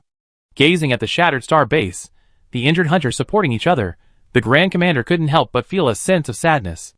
Sure, but in such an atmosphere, there was always an inappropriate sound. Turning to look at the seemingly amused Gumantis, the Grand Commander understood what he was feeling. A surge of anger surfaced, but he quickly suppressed it. Forget it. A debt is always a burden. So, I just pay it. Mumbling softly to himself, after adjusting his composure, the Grand Commander took the initiative to walk towards Gumantis. He needed to communicate with Gumantis. If the Starry Base wanted to rebuild quickly, he couldn't do without him. As for Luo Yun, he could only wait until the situation stabilized before communicating again. At night, tents of various sizes were set up on a relatively flat patch of land next to the first floor circulation area of the Starry Base. Bonfires lit beside the tents. Good Mantis slept carefree in his nest of silk threads, unresponsive to the sounds coming from the nearby tent area. Aboard the starry ship, bracing against the sea breeze, the Grand Commander's face remained calm, his hands folded across his chest, his gaze fixed on the horizon, quietly awaiting news from within the cabin. The swordsman wiped his blade, his eyes occasionally glancing toward the brightly lit cabin. Beside him, a sturdy little boy, his eyes red, nervously stared at the cabin door. The dragon hunter cradled the lifeless, stiffened hunter insect, his head lowered, his thoughts unsettled. Soon, as the cabin door opened and Master Uenya emerged, several people's gazes immediately turned, silently questioning him. Master Uenya opened his mouth several times, then finally shook his head. That leg can't be saved. Clang. The swordsman paused, his wrist armor clacking against the polished blade, his voice a little hoarse. Is there really no way? Master Uenya remained silent, his attitude telling. The little boy beside him finally burst into tears. The dragon hunter placed Hunter Insect's body back in his bag, and stared blankly at the cabin, seemingly catching sight of the unconscious commander through the door. After a long pause he said, I will not leave the New World. I will uncover the secret of the ancient dragon fairy, even if it costs me my life. The Grand Commander didn't comment on the dragon hunter's words, but patted him firmly on the shoulder. It speaks volumes. Originally, the dragon hunter had planned to return to the old world after this battle, awaiting the arrival of the 4th Regiment. The insect hunter who had followed him for decades had died, and he had been ready to retire, but now, he had given up on that idea. Not to mention the decades of friendship, the fact that the Commander-in-Chief paid for his mistake with that leg alone was enough to haunt him forever. And the only way the dragon hunter could repay the Commander-in-Chief was to serve as his partner, fulfilling their shared dream and uncovering the secret of the ancient dragon fairy. Chapter 370. The next day, the Commander-in-Chief slowly awoke from his coma. Thanks to the mastery of his body acquired through years of hunter training, he didn't need to do anything to notice the discomfort in his legs. Lifting the blankets, he saw the Commander-in-Chief's eyes dim considerably, and he struggled to get out of bed. The Grand Commander, upon hearing the commotion, hurried into the room. Although they had just experienced a fierce battle the previous day, as high-ranking members of the Survey Corps, they had only rested briefly the previous night, and had risen early this morning to begin working on the star base. Only the Grand Commander had temporarily taken over the Commander-in-Chief's duties, processing various reports and issuing corresponding orders aboard the still permanent starship. So, when the Commander-in-Chief made some noise, the Grand Commander, who was working in the office next door, immediately noticed and quickly dropped his work and came over. Carlos. The Grand Commander looked at his old friend, standing on one foot, feeling a pang of pain in his heart. Although he knew his friend was a resilient man, how many people could truly accept such a reality, not to mention the Commander-in-Chief, once a top hunter and possessing his own pride. It's okay. Before the Grand Commander could continue, a faint smile crossed his face. I never expected to survive such a confrontation. It's only a broken leg. I'm truly lucky. The Commander-in-Chief's tone was relaxed, as if he was truly grateful for having saved his life. Seeing the Grand Commander still seeming hesitant to speak, the Commander-in-Chief attempted a couple of hops on one foot. This movement suddenly intensified the pain in his broken leg, causing cold sweat to stream down his forehead. The Grand Commander immediately helped the Commander-in-Chief to the bed. Shit, it really hurts. Carlos, don't be like that. As a friend of decades, how could the Grand Commander not see that the Commander-in-Chief was forcing a smile? Ah. With a sigh, the Commander-in-Chief, after recovering, stared at his leg, lost in thought. The Grand Commander, beside him, was unsure what to say. After a long while, the little boy entered with a bowl of porridge. Seeing the Commander-in-Chief, now awake and sitting beside him, sighing silently, his eyes welled up, but he fought back the tears. Grandpa, it's time to eat. For him, his grandmother had passed away, and at the Commander-in-Chief's request, his parents had returned to the old world with her ashes. His only relative here was his grandfather, whom he had always held in such high esteem. But now? Don't worry, I'm fine. The Commander-in-Chief rubbed the other boy's head, looking at the boy's face, which was almost identical to his own as a child, and suddenly asked in a deep voice, Noah, do you want to go to the old road and live with your parents? Then the boy looked up. What about you, Grandpa? The Commander-in-Chief looked at his broken leg. After a long silence, he said in a low, firm voice, I will stay here. I will stay in the New World until I am a handful of ashes. The Commander-in-Chief had spent most of his life in the New World. To him, the New World had become his second home. Besides, his ideal is here. Grandpa won't leave, then neither will I.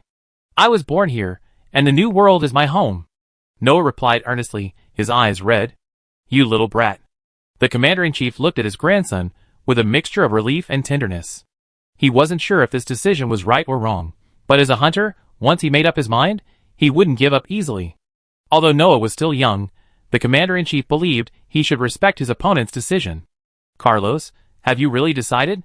The Grand Captain, sitting nearby, interjected. After all, every injured or severely wounded hunter ultimately chooses to return to the old world.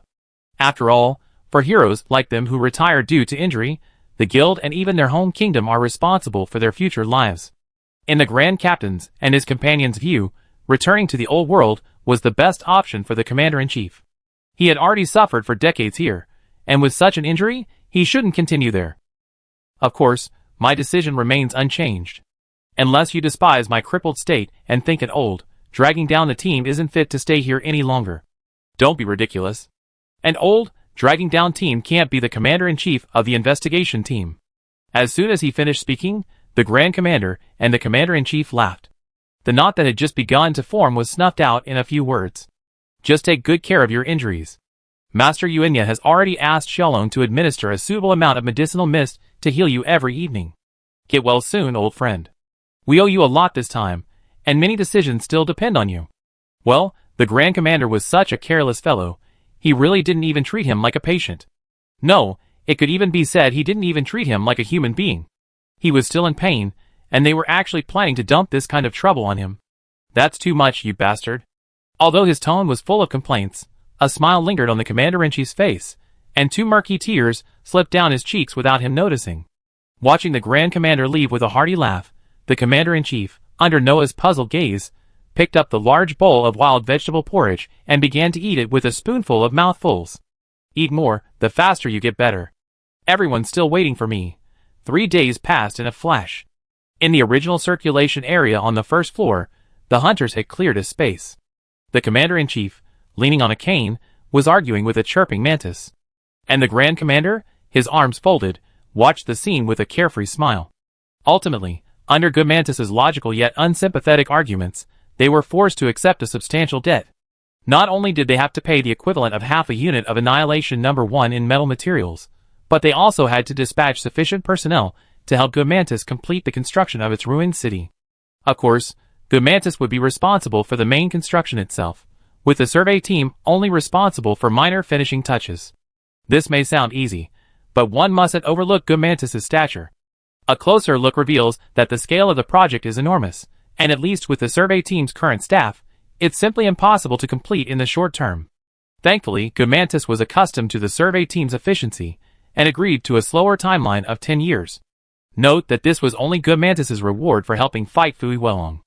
Helping the survey team rebuild the Starry Sky stronghold was a separate price. Watching Good Mantis happily depart after receiving his desired reward, the commander-in-chief sat down on the wooden stake, feeling exhausted. Looking at the heartless Grand Commander standing beside him, he said unhappily, "Next time you do it." "Never mind, I continue communicating with it." He was halfway through his words when, recalling the great success he once had the Grand Commander in charge of negotiations, the Commander-in-Chief gave up the idea. Next, it's the Blazing Sun Dragon. Chapter 371. To be honest, compared to the Mantis, the humane Luo Yun was actually even more troublesome for the Commander-in-Chief and his men.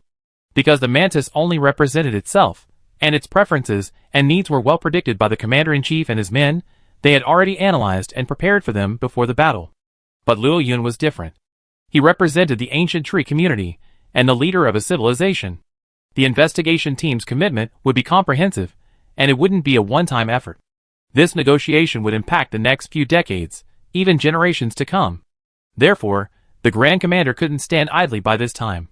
When they returned to the starship, they found Luo Yun, who had been waiting for a long time, resting his eyes. After mentally reviewing the plan they had long ago, they stepped forward and, with the help of the returning cat, began the second round of negotiations. An hour later, watching Luo Yun soar high in the sky, the Commander-in-Chief and the Grand Commander exchanged bewildered glances. "It's been over 10 years, and you never told me the Blazing Sun Dragon would be so difficult." During the negotiations, I felt like I wasn't dealing with an ancient dragon, but a human like us. The Commander-in-Chief's voice was a little hoarse. The outcome of the negotiations truly exceeded his expectations. I won't go into the specifics, but simply put, for at least the next 10 years, the logistical support for the fire dragons in the ancient tree will be virtually seamless. All resource consumption will be handled by the survey team.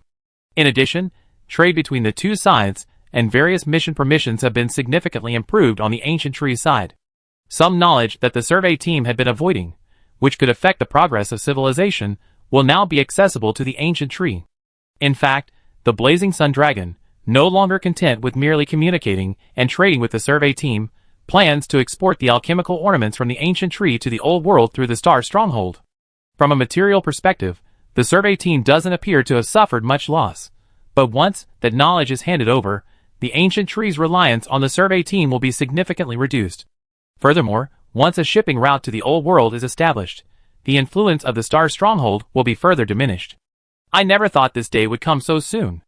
Although he knew that the exchange of civilizations would eventually lead to this outcome over time, now that he had taken the initiative to drive this process, the Commander-in-Chief felt a little disappointed. Manpower. We need a lot of logistics personnel. Didn't the liaison ship send a letter saying the fourth mission would be expanded to 5 ships? I'm starting a letter now. 5 ships are simply not enough. We better go for 8, no. 10. And only logistics personnel, no more scholars. Looking at the gnashing Commander-in-Chief, the Grand Commander silently took 2 steps back. He had also read the letter brought by the liaison ship. Of the original 5 ships, 4 were hunters and logistics personnel, and the remaining 1 was scholars from the Dragon Calendar Academy and the Scribe Corps. But after signing so many treaties today, the survey team has directly incurred a huge debt. Scholars, please don't mess around at this time. The survey team already has enough scholars. What they need more is logistics personnel to help the survey team pay off its debts as quickly as possible. Otherwise, whether the survey team will become the Ancient Dragon Survey Team or the New World Workers Group in the future will be a real question mark. Carlos, calm down. The route is still too dangerous. 10 ships isn't realistic. 8 is enough. Any more, and the guild won't be able to gather enough. The captain of the liaison ship, who had originally intended to come up and ask if he could help, twitched his lips slightly when he heard this. Wow, a full ship has nearly 40 people, 8 ships would have 320, and that's just the logistics elite. Even in the old world, taking out so many logistics elites at once would be a real challenge for the guild, not to mention the kingdom. However, thinking about the hunter's discussion about monster rewards, the captain couldn't say much. He understood the Grand Master's feelings. He could only turn around and leave silently, leaving the 2 men above to calm down. Luo Yun soared through the sky, eager to return home, heading towards the ancient tree. The other dragons didn't know about his battle with the Fuyue dragon, but he felt relieved. Aside from not employing wide-area attacks or using the sunlight, Luo Yun unleashed every last ounce of his power, unleashing his full firepower on the Fuyue dragon, a perfect, large target. This battle also gave him a good understanding of his current strength. Besides that hidden trump card, his current strength, compared to other ancient dragons, could be considered a formidable force. If one were to rank him, he'd probably be in the super ancient dragon tier. In particular, that beam, powerful enough to threaten even a restricted level monster, would probably rank highly among super ancient dragons. At the very least, he's no less powerful than a certain giant black hedgehog. Not to mention the subsequent compensation from the investigation team, he finally no longer had to worry about the ancient tree fire dragons infighting. Well, at least not for 10 years. As Luo Yun continued to accelerate, he soon returned to the ancient tree. After spending time with Yaji as usual, he finally got to eat the long-desired mushroom pig. Perhaps because she knew Luo Yun was facing an unusually powerful enemy on this trip. Even though Yaji was a bit irritable due to her pregnancy, she restrained herself and allowed Luo Yun to rub and lick her. After venting her anger, she finally drove Luo Yun out of the depths of her lair. Later, upon hearing the news of Luo Yun's return, the fire dragon leader Detail and his companions arrived at his lair. While eating, Luo Yun explained his findings and the various negotiation terms with the investigation team. With Luo Yun's command, the ancient tree quickly moved, and a large number of cats followed the members of the investigation team, who had received the news and sought refuge there, heading towards the Starry Sky stronghold. Among the terms negotiated with the investigation team, the ancient tree also provided full support for the reconstruction of the Starry stronghold, free of charge. The cats, the ancient dragon prophet, and Luo Yun all agreed on this point. Compared to the future rewards, these sacrifices were worth it. In addition to the cats, the fire dragons also deployed in large numbers. After all, the Starry Stronghold had already contracted all their logistical needs for the next 10 years, and at Luo Yun's suggestion, they felt obligated to show their support. Escorting these men, and the reconstruction supplies, was a token of Luo Yun's appreciation. This time, with the support of the Mantis Pavilion and the Ancient Tree, the Starry Stronghold had been rebuilt from the ruins to a considerable size in just 2 years. While not as impressive as before, it was at least sufficient to welcome the fourth group and provide for their basic needs. Just as the fourth group was about to follow the mythical beast Qilin to the New World, a major event was taking place within the Ancient Tree. The little creature that had been in Aji's belly for several years had finally absorbed enough energy, and was ready to emerge. Chapter 372. Today, the sky is clear and blue, the sun blazed brightly above, and the warmth in the air made the fire dragons feel quite comfortable. Even at high altitude, the temperature difference wasn't so great as to cause discomfort to their scales. Atop the Ancient Tree, within a vast nest embodying the rugged aesthetic of the Ancient Tree fire dragons, Yaji closed her eyes tightly. Within the nest, woven from ice-blue crystal vines and a multitude of crystal-like leaves known as Taijing buds, she continuously mobilized her energy to meet the needs of the egg within her. Luo Yun stood tall, vigilantly guarding Yaji, his blue eyes scanning the surroundings. At this moment, they were the only ones in this vast nest. It was a genetic instinct, something even Luo Yun couldn't avoid. When Yaji gave birth, he subconsciously released his own pressure, driving away all nearby creatures and eliminating any possibility of disrupting her labor. Without a doubt, at this moment, anyone who dared enter the nest would be met with Luo Yun's merciless breath of calamity. Luckily, the fire dragon Rathalos were well versed in such matters. When Luo Yun lost control of his instincts for the first time and displayed his furious temper, the fire dragon Rathalos tacitly left the nest and blew the summons, summoning most of the fire dragon Rathalos from the Ancient Tree. They formed a circle around the nest, blocking any inquiring gazes. The Ancient Tree Research Base, the Fire Dragon Ecological Survey Team, and the Reproduction Habits Team 1, the medical team that cared for the fire dragon eggs, ensured the survival rate of the young, and recorded the mutation progress of the new generation of the Ancient Tree fire dragons, had received the news and arrived outside Luo Yun's nest early. As soon as they arrived, they were stopped outside by the cats. Even though Luo Yun hadn't issued such an order, both the ancient dragons and the Rathalos were well aware that data on the Fire Dragon King's offspring must not be leaked. Whatever the investigation team could learn through daily observations in the future was up to them. But obtaining more detailed data was impossible. After all, Luo Yun was the foundation of the Ancient Tree's ecosystem, and the ultimate guarantee of that ecosystem. Therefore, it was possible to trace Luo Yun's specific data back to its source through the detailed data of his offspring. Thus, even though the Ancient Tree and the investigation team were close allies, they couldn't allow the team inside, even if there was a problem with the dragon egg they had laid this time. The scholars on the investigation team were merely overzealous, but not foolish, so they didn't do anything embarrassing for either side. Instead, like the ancient dragons, they quietly waited outside for news from the lair. At the same time, over the sea off the New World, dark clouds gathered, and bolts of lightning descended from the sky, creating a thunderstorm in the sea. A large number of giant sea fish, unable to escape by diving deeper into the sea, were engulfed by the lightning and floated to the surface, belly up. Amid the thunderstorm, the mythical Qilin loomed, its hooves riven with lightning as it raced across the surface. From time to time, its 10-meter-long body transformed into lightning, vanishing on the spot, only to reappear in the distance the next second. The dark clouds in the sky, following the Qilin's movements, rapidly spread toward the New World. Outside the thunderstorm, 7 massive keel-bearing warships, heavily armed with artillery and crossbows, cut through the waves, following the Qilin's path. The violent remnant of lightning on the sea surface was blocked by the keel at the bottom of the giant ship. All that could be seen were huge nets cast from the ships, and amidst the coordinated shouts, a large number of fish, belly up, were hauled aboard. Everyone, hurry up and complete the preliminary processing of these fish as soon as possible. Upon arrival in the New World, we immediately begin turning them into reserve food. We have so many people in the 4th Regiment, we can't let our predecessors in the New World lag behind. The leader of the 4th Regiment was a capable woman of merchant origin. She had a natural instinct for numbers. After joining the Hunters Guild, she was responsible for the distribution of supplies between several kingdoms. The joint letter signed by the Commander-in-Chief and the Grand Master immediately attracted the attention of the Hunters Guild after the captain of the liaison ship safely returned to the Old World. After contacting the kingdom, The guild negotiated and ultimately canceled the ship of scholars due to time constraints. They also temporarily deployed a number of logistics personnel with extensive field resource survey experience, ultimately securing the manpower for the 7 ships. Despite the large number of members and the high demand for supplies on the 4th group, they were luckier than the previous groups. During their journey, the Chilan acted like a legitimate electric fishing machine, electrocuting everything it touched. The abundant marine fish provided the 4th group with a substantial food supply, sometimes even filling their warehouses. Furthermore, the Chilan couldn't fly.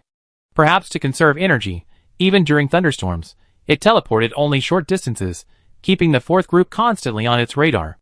They didn't have to constantly monitor the sky for unusual phenomena, locate the ancient dragon's position, and painstakingly ensure their course, as the previous 3 groups had to do. Got it! Accompanied by a sound from the observation tower, the flagship carrying the leader of the 4th Regiment immediately raised a flag, intending to fire a signal flare as soon as they approached the new world. After a long period of adrift at sea, the members of the 4th Regiment were both physically and mentally exhausted. Now that they were finally nearing arrival, they couldn't help but cheer. In contrast to the 4th Regiment's joyful mood, Luo Yun's mood soured as the strong winds and dark clouds outside blew. Today's weather had been ideal for childbirth, so Luo Yun had been content to stay in the nest with Yaji during her labor. Unexpectedly, the sunny weather had suddenly turned gloomy. Gazing at Yaji, who lay in the nest, her breathing increasingly rapid, Luo Yun's heart still surged with anger, even though he knew her condition had nothing to do with the sudden cold snap. He lowered his head and licked Yaji's forehead. Under the gaze of Yaji, whose eyes, now clearly weary, opened, Luo Yun flew out of the nest. Deter, standing guard outside, was nearly toppled by a gust of wind as he watched Luo Yun transform into a streak of white, soaring into the sky and plunging into the dark clouds. The next second, a warm ray of light pierced the dark clouds, and then, as if in a chain reaction, the dark clouds were sliced apart by the light. The approaching thunderstorm died down in the light, and the rain that had just fallen dissipated. The hole created by the light grew larger and larger, and after a resounding dragon roar, the wind died down. The sky cleared again, and in the nest, perhaps sensing the familiar warmth, or perhaps sensing its father's displeasure, the silver egg with icy blue patterns, still absorbing nutrients from its mother, finally made the effort to emerge from her womb. Chapter 373. Perhaps it was because the boss of nature had finally learned to be considerate of his employees. This moment marked a significant turning point for Luo Yun in this world. Or perhaps it was because the ancient forests of the troubled New World had been the landing site for several consecutive ancient dragon crossings, and the forest's ecology was no longer suited to such a major impact in a short period of time. Thus, the Chilan simply passed by from the other side, and the proper welcome ceremony for the ancient dragons arriving from the ancient dragon crossing was not performed in the ancient forest. Even though Luo Yun suddenly dispelled the thunderstorm in the sky, the Chilan scurrying from the treetops merely glanced in Luo Yun's direction with curiosity, before silently darting deeper into the continent. In the great canyon separating the coral plateau from the ancient forest, a sleeping golden lion suddenly awakened, as if it had sensed the presence of its nemesis. Above the ancient tree, although Luo Yun was venting his repressed emotions in this way, his attention was always focused on the ancient tree. The moment Aji laid the egg, he sensed a life force separating from her. With a roar of excitement, he swooped down. Frightened, Detel and the ancient dragons guarding the lair entrance scrambled to avoid him, but they were still knocked to the ground by the fierce wind unleashed by Luo Yun. However, they had no complaints. After all, hearing Luo Yun's excited dragon roar, they knew that Aji, the master within the lair, had successfully given birth. This meant that the ancient tree would soon welcome one, or even several, young masters. Indeed, in the hearts of the fire dragon Detels, Luo Yun was incredibly special, and his offspring were naturally different from those of other fire dragons. In their eyes, this was their future master, or their offspring's future master. There was no such thing as releasing them to fend for themselves once they reached a certain age. Even if Luo Yun decided to follow the fire dragon's breeding method in the future, many young Detels would likely choose to leave with their young master. As for whether these young masters could lead the other Detels to survive in this cruel new world, that wasn't even a question. How could a young master, inheriting Luo Yun's bloodline, be a weakling? The offspring of a god would be, at best, a demigod. The moment Luo Yun entered the nest, he immediately controlled his emotions. With a flap of his wings, he completely dissipated the wind pressure from the high-speed dive, stepped carefully onto the ground, and approached the depths of the nest. When he arrived at the crystal nest, he immediately spotted Yaji, who was resting with her eyes closed, exhausted. Beside her lay 2 silver-white dragon eggs, significantly larger than ordinary fire dragon eggs. Strangely, one of them, besides silver, also had an icy blue pattern. The other was simply silver. Just as Luo Yun was about to get closer to examine the 2 dragon eggs, he suddenly realized something. In his perception, apart from Yaji, only the patterned dragon egg showed signs of life. The other egg was completely motionless, clearly dead. This made Luo Yun's slightly open mouth freeze. He had always believed himself to be special. Furthermore, Yaji had been pregnant for so long, and her energy was abundant. Even if she had given birth to fewer eggs, there shouldn't have been any dead eggs. But he hadn't expected this to happen. With a soft groan, Yaji slowly opened his eyes. He looked warily at Luo Yun first, then his gaze settled on the 2 dragon eggs he painstakingly laid. Roar! Luo Yun growled softly, debating whether to tell Yaji that one of the eggs was dead.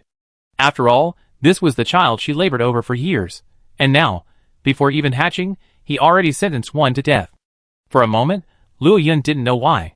Even though he completely assimilated into his monster identity, the upbringing he received in his previous life, along with his previous outlook on life and values, made him feel deeply uncomfortable. Yeah. After pondering for a long moment, Luo Yun decided to tell her the truth. Although this was his first time as a father, he could still vividly remember how the other female fire dragons in the pack had reacted during the dragon egg crisis. A short pain is worse than a long one. It would be better to just let Yaji give up that unrealistic fantasy.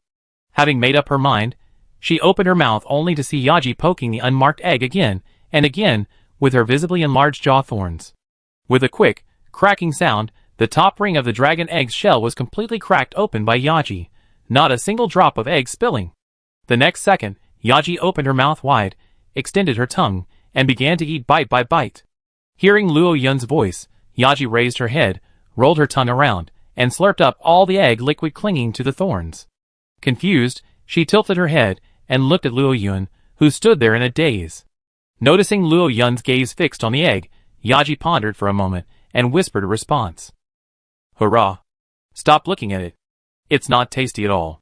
After saying that, he ignored Luo Yun's troubled gaze and quickened his swallowing pace, devouring the entire dragon egg in no time. Afterward, Yaji's weakened condition visibly improved. When Yaji's gaze fell on the other patterned dragon egg, Luo Yun's heart trembled. He thought Yaji wasn't satisfied with just one and was planning to eat the other. Just as he was about to stop her, he saw Yaji lovingly protecting the dragon egg beneath her body. Even the explosive flame bag was faintly emitting a calamity flame, raising her body temperature and keeping the dragon egg at a comfortable ambient temperature. Luo Yun's eyelids twitched. So Yaji knew the egg was dead. So all his recent emotions were just a facade. He'd been acting out all along, a one-man show. This was a bit awkward. Roar! At that moment, Yaji suddenly growled. Luo Yun, regaining his composure, thought something was wrong with the egg again. But seeing Yaji's slightly annoyed gaze, he finally realized what was happening and roared out of the nest. Soon, the cats, who had been prepared long ago, pushed carts in with carefully prepared ingredients and special cat food. Yaji guarded the dragon egg, swallowing it with gusto. Luo Yun wanted to get closer to get a closer look at his future child, but was met with a furious roar from Yaji. Alright, Luo Yun compromised, stepping aside. The female dragon, having just given birth, was at her most volatile. Besides herself, even Luo Yun wouldn't allow anyone else to get too close to the dragon egg. At this moment, Luo Yun felt that his family status was seriously threatened. His original expectant mood quickly changed, and his good mood disappeared in an instant. He stared at the dragon egg with his eyes fixed, and began to think about something in his mind. Chapter 374. At night, Luo Yun's lair atop the ancient tree. On the central partition connecting the nest's interior to the exterior, Luo Yun's enormous silver dragon head quietly peeked out, gazing at Yaji, who slept deep within the lair. The bright moonlight filtered through the vents onto her golden scales, adding a touch of elegance to the luxurious gold. Luo Yun's gaze then shifted, settling on the silver dragon egg beside Yaji, subtly absorbing life energy. It was this little creature that had caused Luo Yun to be banished from this lair for the first time since it was built. Why? He was the mighty king of fire dragons, the ruler of the ancient tree, yet he could one day be outshined by an egg. Although this was much better than other female fire dragons, who would even forbid male fire dragons from entering their lair in the first few days after laying eggs, at least Yaji simply forbade Luo Yun from getting too close to the eggs. But Luo Yun simply couldn't tolerate this humiliation. Luo Yun, determined, had just stepped into the depths of the nest when he saw Yaji, who had been asleep, suddenly raise her head in alarm, her eyes fixed on Luo Yun's direction, growling softly. Seeing this, Luo Yun ultimately didn't move forward. Instead, he silently retreated, returning to the makeshift vine nest the cats had made for him that afternoon, and helplessly crouched down. All around, the fire dragon detail guards patrolling the nest's perimeter watched the scene silently, their smiles etched in their lips. As expected, even the noble fire dragon master has moments of helplessness. Luo Yun, like this, made the cats feel even more real. Starry stronghold. What? So much debt. The newly appointed head of logistics and head of the materials squad, the 4th Regiment's leader, pressed the thick stack of parchment in her hands onto the conference table in disbelief, her eyes widening as she stared at the commander-in-chief behind the long table. Out of respect for the head of the regiment and her ability, the former head of the materials squad promptly resigned upon the 4th Regiment's arrival, happily handing over all responsibilities to the head of the 4th Regiment. Then, he immediately and fawningly transferred back to the Ecological Research Institute. At first, the head of the 4th Regiment felt somewhat apologetic for having usurped the position of this veteran upon her arrival. But after carefully poring over the documents she had been handed over for the entire afternoon, she suddenly felt unwell. What had the guild said when their 4th Corps arrived? The construction of the New World outpost had reached a critical juncture, but due to a shortage of manpower, a large number of logistics personnel were needed to strengthen the foundation and ensure the best possible preparations for the large-scale deployment of combat personnel. The 4th Corps' mission was, therefore, both heavy and crucial. Thus, every member of the 4th Corps came with the goal of building the new city outpost into an excellent outpost and contributing to the future progress of the New World investigation. But this pile of parchment told her that outpost construction was still a minor issue. The most important thing was to quickly pay off the debt owed to the ancient ruins basin and the ancient tree. After receiving a definitive reply from the commander-in-chief, the 4th Corps leader's vision darkened, and he suddenly understood why the previous supply squad leader had so readily handed over everything. So there was such a huge pit waiting for her. I'm sorry, you're taking on such a huge task right off the bat. It's truly our fault. The situation in the New World is indeed like this. The ancient tree and the mantis have truly helped us a lot. We can't ruin this relationship. So please, the commander-in-chief said softly, a hint of guilt. The leader of the 4th Regiment took a deep breath. I understand. Now that she's here, there's no time to complain. It's just that this feeling of working for a monster just feels strange. Perhaps she's not used to it yet.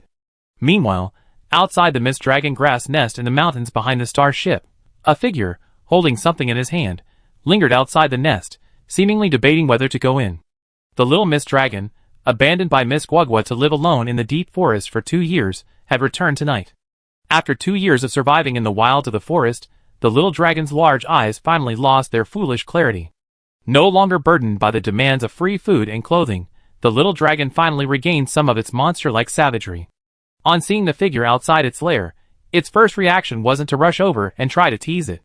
Instead, it quietly hid, restrained its presence, and approached the figure. Only through the moonlight did the little dragon catch sight of the face that seemed to have aged in its memory. After carefully searching its memory, its eyes suddenly widened, and its gaze instantly cleared. Quack! Compared to its youthful appearance 2 years ago, the little dragon's roar was now much more powerful. It immediately appeared, tackled the person, and repeatedly licked their face with its tongue, as if it had seen a family member. Wild beasts cherish almost lifelong memories of the creatures they grew close to in their childhood. Little Miss Dragon never expected this old friend, who had been gone for 10 years, would actually return. He remembered clearly that when his mother snatched his food from him as a child, leaving him nearly starving, it was this kind-hearted person who fed him.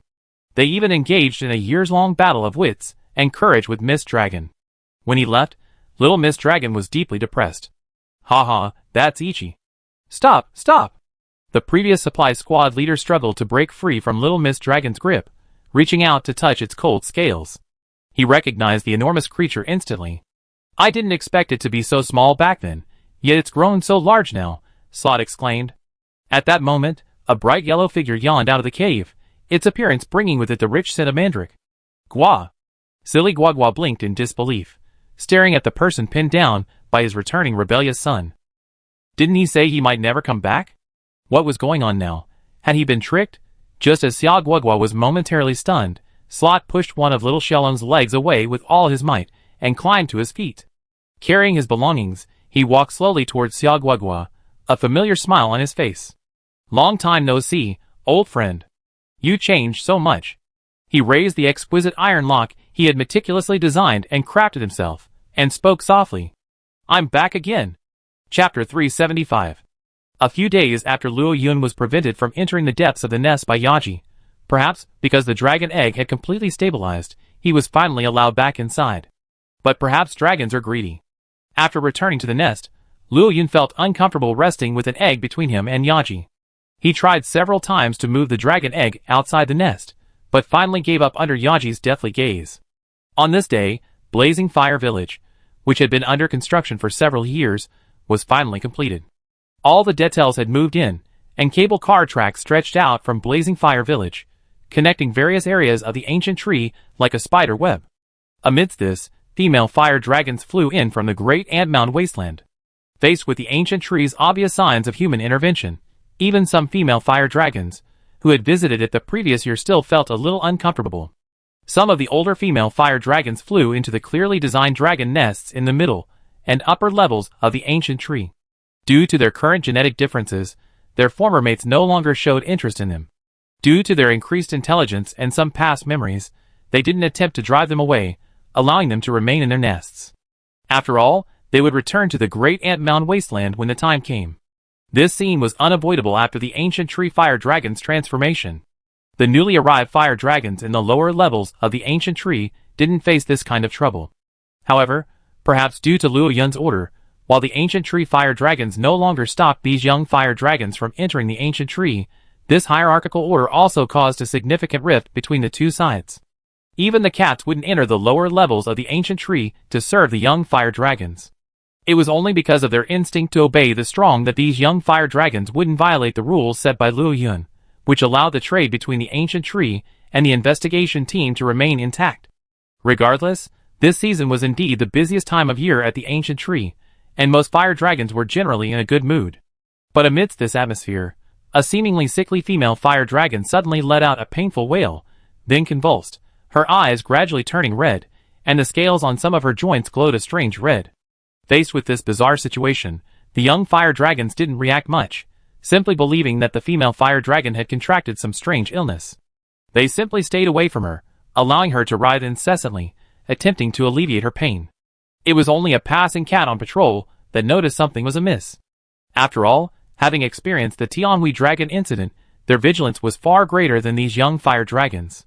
So, they immediately blew the dragon calling horn, and soon the ancient fire dragons of the tree fire dragon flock flew over. But at that moment, perhaps due to the unusually abundant energy within the ancient fire dragon, something attracted the crevices between the female fire dragon's scales, and butterflies radiating crimson light flew out from her scales. Dozens of them gathered into a group, and flew rapidly towards the ancient fire dragon. Roar! Without hesitation, the ancient fire dragon unleashed a burst of flames. However, a surprising scene unfolded. These red butterflies, seemingly easily swatted to death, unexpectedly emerged from the flames unharmed. The red glow on them seemed to possess a unique energy, counteracting the flame's energy in the same way as dragon energy. The ancient tree fire dragon let out a low roar and, with a flick of its wings, quickly dodged the approaching swarm of butterflies. Instinctively sensing something amiss, it flapped its wings, disrupting the airflow, and then spitted flames, attempting to destroy the butterflies. But these unknown butterflies were indeed peculiar. Flying amidst the ancient tree fire dragon's ever-intensifying flames, it took ages to kill even one or two. Such activity naturally wouldn't go unnoticed by Luo Yun, who routinely patrolled his territory atop the ancient tree. Swooping directly toward the flames, the fire dragons also patrolling their territory gave way, some even following him. When Luo Yun arrived, he noticed that some butterflies had quietly evaded the ancient tree fire dragon's sight, and were about to attach themselves to it. Roar! Accompanied by a resounding dragon roar, Luo Yun flapped his wings rapidly, and a crimson-silver scale slashed past the ancient tree fire dragon like a flying knife, slicing through the butterflies like a heavy rain. But the next second, the butterflies, decimated by Luo Yun, turned around like jackals smelling blood, fearlessly turning and flying towards Luo Yun in droves. This thing looked very familiar to Luo Yun. It was even more formidable than the crazy dragon virus of the Tianhui dragon. It's called gnawing worm. This thing is actually less dangerous than the mad dragon virus. After all, its spread and devastating effects are much milder than the almost certain death of the mad dragon virus. Like the lemon-melting black mist, this thing allows the host to retain their sanity before death, unleashing their potential and enhancing their strength. It can be said that before the gnawing worm absorbs sufficient vital energy from the host, it and the host have a symbiotic relationship. Of course, this refers to the small, butterfly-like larvae in front of us. The mature gnawing worm is a different story. The mature gnawing worm's appearance is nothing short of beautiful. It's a pure scarlet, winged sandworm, a truly terrifying sight. And the most outrageous thing is that unlike the mad dragon virus, which was created by the heavenly dragon, the gnawing worm and the abyss dragon actually have a symbiotic relationship. Simply put, the gnawing worm is a special creature that coexists with a forbidden-level ancient dragon. Even if the symbiotic partner, the abyss dragon, dies, this creature can still choose another creature to coexist with. Of course, this presupposes that the new symbiotic ancient dragon can withstand the various negative effects of the gnawing insect's toxicity, but Luo Yun had absolutely no desire to try. After all, even the noble knight, the primordial silver dragon, in his weakened state after the battle with the abyss dragon, only lasted a few decades before being completely corrupted by the gnawing insects. Luo Yun did not want to follow in their footsteps and be labeled a corrupted king in the future. Therefore, when he saw the red gnawing insects flying towards him, Luo Yun responded without hesitation with Jie Yin. Chapter 376. Perhaps because these gnawing insects were still mere larvae, facing the intense heat of the tribulation flame, even with their special energy, they were still burned to ash. But, having finally encountered a feast like Luo Yun, how could these gnawing insects give up so easily? Amid the painful howls of the monstrous female fire dragon, the glowing red parts of its body shone again. One by one, the gnawing insect larvae absorbed its essence, rapidly hatching. Fluttering their scarlet wings, like moths to a flame, they swarmed from all directions, attempting to approach Luo Yun. Seeing this, Luo Yun's body ignited with tribulation flame, and instead of retreating, he flew towards the swarm of gnawing insects. His wings glowed white. Under the ultra-high temperature of his heat-blade wings, the gnawing insects were reduced to ash at the slightest contact. Disconnected from their original symbiotic host, only the ability to absorb vital energy remained in their genes. Such instinctive gnawing insects were undoubtedly unintelligent. With Luo Yun's deliberate swatting, the gnawing insects parasitizing the female fire dragon were quickly eliminated. After completing this, Luo Yun carefully sensed his own body, confirming that no gnawing insect larvae had successfully broken through his flaming body and parasitized him. He then subsided his heat, and slowly descended in front of the female fire dragon, which had recently lost a significant amount of vital energy. Faced with Luo Yun's over 30-meter-long frame, the young female fire dragon instinctively lowered her head like a malnourished chick. Roar! A dragon roar, devoid of any emotion, erupted from Luo Yun's mouth. The female fire dragon looked up in disbelief, a whimpering sound emanating from her throat. After meeting those cold blue eyes, it could only lower its head in pain, its body trembling slightly as it turned. Looking back every few steps, it gradually moved away from the ancient tree. It had been expelled. There was no other way. Even though Luo Yun's presence had seemingly forcibly driven all the gnawing insects from its body, Luo Yun couldn't guarantee that there wouldn't be a single gnawing insect egg left in its body. For the sake of the tribe's safe development, it had no choice but to expel it. Watching the female fire dragon fly away from the ancient tree, Luo Yun's muscles began to relax. His azure eyes scanned the surrounding fire dragons, especially those fresh from the great Ant Mound wasteland. Were they, like the female fire dragon, infested with parasites? One by one, the fire dragons lowered their heads under Luo Yun's gaze. Unable to make a decision, Luo Yun spread his wings and flew back to the top of the ancient tree. He hadn't expected that the creature accompanying the Qilin ancient dragon's crossing would be something as thorny as a gnawing worm. However, when he realized that the gnawing worm's most suitable symbiotic partner, the dark abyss dragon, seemed to be a poor swimmer, he felt more at ease. Could it be possible that a dark abyss dragon would appear in the new world? There weren't so many unforbidden monsters in the world. Even without the dark abyss dragon's involvement, many things needed to be prepared for. Although gnawing worms posed no danger to an ancient dragon unless it was in a weakened state and infested in large numbers, and could even plunder the worm's vital energy, achieving a strange victory, for an ordinary monster, contact with them was essentially a sure death. This creature has always coexisted with the unforbidden ancient dragon, and its toxicity is unbearable for non-ancient dragon creatures. Thus, while Luo Yun was pondering, several orders were quickly issued. The investigation team, now deeply bound to the ancient tree, also sensed the information contained within almost the instant Luo Yun issued the order and briefly inquired with the cats of Blazing Fire Village. Soon understanding the entire story, Luo Yun's eyes narrowed slightly as a hunter on a pterosaur flew out of Blazing Fire Village.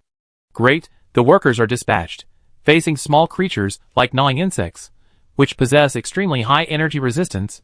Large monsters are more difficult to deal with. For hunters, who are agile yet possess powerful physical damage, dealing with these insects is much easier. In the watery swamps of the Great Ant Mound Wasteland, dozens of scarlet gnawing insects fluttered around a monstrous merman dragon. It was the culprit that brought the gnawing insects to the New World.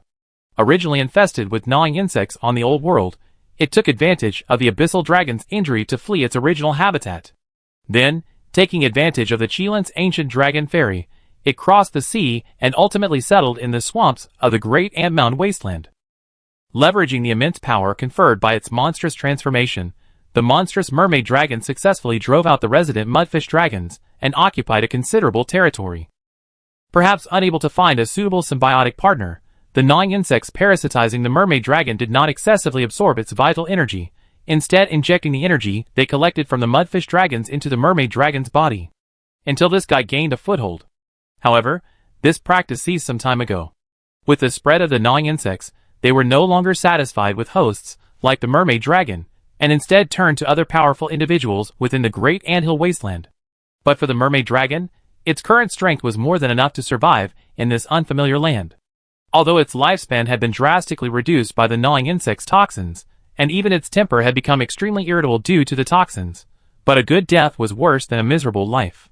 If it had willingly waited for death here, it would not have risked following the Qilin here. But its life had come to an end today. Silently enduring the ravages of the toxins, while patrolling its new territory and leaving its mark, the mermaid dragon did not notice the large black hedgehog in the sky. When it heard a rapid sound of breaking through the air, the nergigant had already soared above it. Even though the mermaid dragon, greatly enhanced by the gnawing insects, and even surpassing its ecological niche in terms of strength, still had little resistance against a monster like the nergigant. It was pressed hard into the swamp, several spines piercing its body. In less than a minute, this new swamp tyrant, a decidedly alien species, was slain by the nergigant. Looking at the soundless mermaid dragon, the nergigant licked its lips with its tongue, then stood there, its muscles relaxed. It waited, waiting for these little red insects to actively parasitize it. Just as Luo Yun had experienced, with the mermaid dragon's death, the gnawing insects that had been parasitizing its body emerged from their cocoons, continuously converging on the nergigant. The nergigant retracted its spines, allowing these adorable little insects to cling to it. Soon, the swarm of small creatures had covered nearly half of the nergigant's body. The gnawing insect's toxins contained a paralyzing component, so nergigant felt almost no pain. Sensing his life force being absorbed by these tiny creatures, the big black hedgehog's eyes lit up. Knowing it was time, he immediately reversed his energy, invading the gnawing insects instead. Almost instantly, the gnawing insects' bodies rapidly shrank, and the vital energy plundered by the mermaid dragon was quickly absorbed by nergigant. As one of the few ancient dragons capable of absorbing energy through food, the gnawing insects' predatory abilities pale in comparison to him. As large numbers of gnawing insects fell off, their carcasses absorbed by the swamp, nergigant displayed a look of relief. At that moment, he felt that Father Nature still loved him. Although it was 2 years late, this buffet of compensation had finally arrived. Chapter 377. Several days passed, and no signs of gnawing insects infesting the ancient tree were found. This caused Luo Yun to lower his guard, but also led to some doubts. Although he didn't know much about gnawing insects, and only remembered some basic information from his previous life, the more he thought about it, the more he felt something was amiss. The female fire dragon's condition at the time was clearly deeply parasitic, entering a monstrous state. If Luo Yun hadn't appeared and drawn out the gnawing insects lurking within it, she might have actually entered a monstrous state right then and there. However, in Luo Yun's memory, gnawing insects wouldn't normally parasitize ordinary monsters like these. They were very selective, and the monsters they could coexist with were very limited. For hundreds of years, the most perfect symbiotic partner was the Abyss Dragon, an ancient dragon at the unrestricted level. Their symbiosis had even reached an inseparable level. The Abyssal Dragon releases a large number of gnawing insects, which it uses to collect life energy from surrounding creatures. These gnawing insects then feed on the life energy they receive. In this process, the gnawing insects also extract food from the abyssal dragon's body that is suitable for their own reproduction and survival. If the abyssal dragon is the abyssal devil of the monster hunter world, then the gnawing insects are its followers, a biological scourge. Unlike the dragon of Tenkai, the gnawing insects are not as destructive to the ecosystem. In addition to the abyssal dragon, the gnawing insects can also form a symbiotic relationship with the silver dragon, or more accurately, the primordial silver dragon. Aside from these two ancient dragons, the gnawing insects could hardly find any other suitable hosts. That presents a problem. When possessed, the gnawing insects instinctively harvest the monster's life energy and won't forcibly parasitize other creatures, nor will they even brutally transform monsters into breeding grounds. Only when left without a host would they choose to adapt to their environment and forcibly evolve into this form.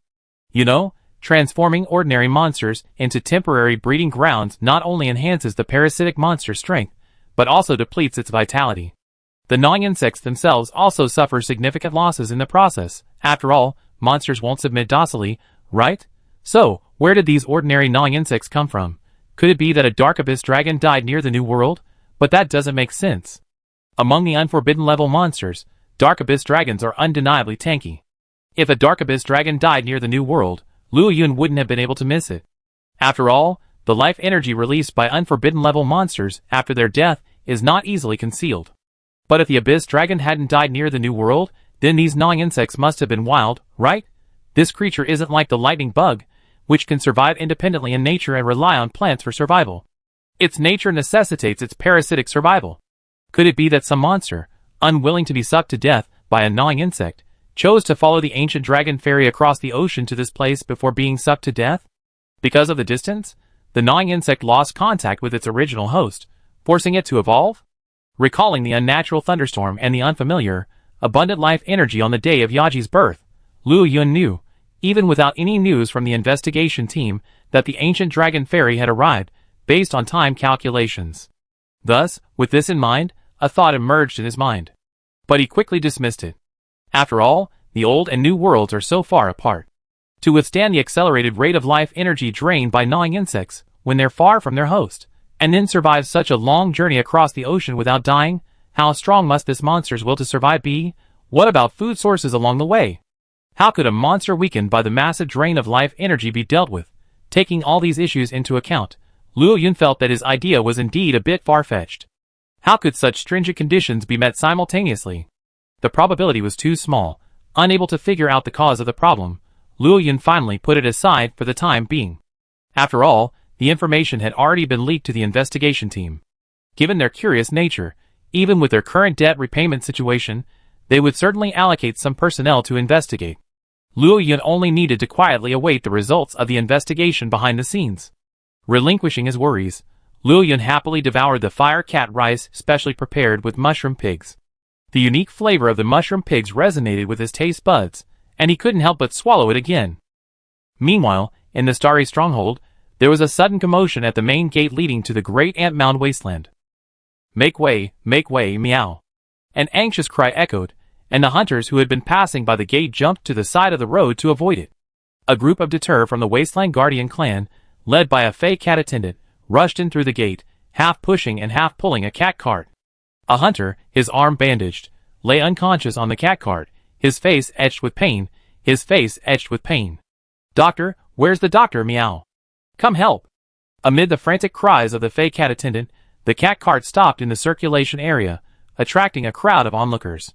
Soon, several doctors from the 4th Corps emerged from the cable car and scurried over to the sick hunter. Without further ado, they began providing emergency treatment on the spot. It's so hot. His temperature is too high. He needs to be cooled down quickly. There are no signs of severe trauma. After a quick examination, the hunter was given some medicine and then taken to the logistics department. In the crowd, a repairman from a remote kingdom in the old world watched the hunter being carried away with a wave of unease. It was mainly because the hunter's current appearance brought back some very painful memories. Plague, the repairman muttered, his body shuddering subconsciously. He would never forget the scene of the village's guardian hunter being attacked by the scarlet bugs and bringing the plague back to the village, causing the village, which had been passed down for centuries, to disappear in just 1 year. The repairman clenched his fists, thought for a moment, put down his tools, and, amid the puzzled voices of his colleagues, walked towards the meeting room where the commander-in-chief was. Chapter 378. What? Plague? The commander-in-chief, who was writing a report on the Black Eclipse Dragon, suddenly rose from his chair and quickly walked over to the repairman. The metal prosthetic leg under his feet made a subtle grinding sound as it moved so quickly. In the area around Sky Mountain in the Old World, traces of the Black Eclipse Dragon have been confirmed. A ship sailing nearby was even attacked by a Black Eclipse Dragon, suffering heavy damage. Subsequently, monsters infected with dragon madness began to appear near Sky Mountain. Originally, with the previous director of the Ecological Research Institute in charge, the guild quickly identified the relevant targets and launched a subjugation campaign against the Black Eclipse Dragon. However, for unknown reasons, the defeat of the Black Eclipse Dragon failed to curb the dragon madness, but instead intensified. Consequently, the Old World sent the Fourth Corps to deliver a message, hoping they could find more relevant information. Coincidentally, after the Tianhui Dragon incident, research on dragon madness in the New World has continued unabated. Although the corpses of the dragon madness monsters have long been consumed, some biological samples have been successfully preserved. Just as I was lamenting the calamities of the Old World, word suddenly spread that a hunter might have contracted the plague. This news truly gave the commander a momentary panic. The Monster Hunter World's tech tree was a bit off, boasting a decent understanding of conventional toxins and trauma, and with the help of alchemy, pharmacy had also developed quite well. But facing something like the plague, it was truly helpless. Facing an epidemic, humans often relied on the inherently strong constitution of this world to withstand it. However, facing the plague the repairman mentioned, which could render an entire village deserted, if not handled properly, the newly rebuilt Star Stronghold would likely suffer even greater losses. Huh? The commander-in-chief exhaled slowly, calming himself. He then stared directly into the eyes of the 4th Regiment repairman and asked again, "Let me confirm again. Are you absolutely certain it's a plague?" The repairman's face was troubled. He carefully recalled the hunter's symptoms, and finally spoke with difficulty, 80% likely. The symptoms are so similar. According to the kingdom's announcement, the source of this plague appears to be a red insect, brought about by an ancient dragon named the Silver Dew Dragon. So, as long as we can determine whether the hunter encountered the insects you described before falling ill, we can determine whether it's a plague. The commander-in-chief continued. Red bugs? I remember the emergency report from the ancient tree yesterday mentioned something similar. It seems to have been caused by a female fire dragon that came from the great anthill wasteland to the ancient tree. That female fire dragon was eventually driven away by the blazing sun dragon. The commander-in-chief muttered to himself as he sent someone to the medical department to investigate the situation.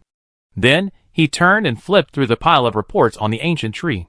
Another creature that even the blazing sun dragon has personally dealt with? It seems an investigation is necessary. The mutated female fire dragon came from the great anthill wasteland, and his own hunter had also been on a mission there, becoming what he is now. The commander-in-chief had a vague feeling that there was a connection. Amidst the flurry of activity, the sky gradually darkened. The commander-in-chief finally pulled himself out of his busy schedule and looked over to the swordsman, who was currently instructing his grandson in swordplay. After greeting him, he headed to the infirmary with a heavy heart. It had been a whole day, and no one had come to inform him of the hunter's condition. It looked as if things were getting worse. But at that moment, the infirmary's door was completely shut, with only a masked healer sitting outside. Commander-in-chief. The healer stood up and, facing the approaching commander, extended a hand to stop him. What's wrong? The commander-in-chief paused, looking at the healer anxiously. Please stay away from the infirmary for the time being. The patient's condition is not good. We suspect it's the plague. Hearing this, the commander-in-chief clenched his fists, but his expression remained calm. Although he had been mentally prepared thanks to the repairman's warning, he still held on to a certain hope when things were still uncertain. Even now, even though the doctors had reached their conclusion, the commander-in-chief's heart still sank. We tried many different medicines, including extracts from the anti-infective fruit, but none of them have had much effect. Seeing the commander-in-chief remain silent, the doctor instinctively began to report, but was interrupted by the commander-in-chief's raised hand. He stared at the closed door of the infirmary, his voice a little hoarse. Doctors, are you all in there? Yes, it's a plague after all. The doctor, who was guarding the door, remained silent for a moment. The tightly closed door of the infirmary indicated the doctor's response plan. I understand.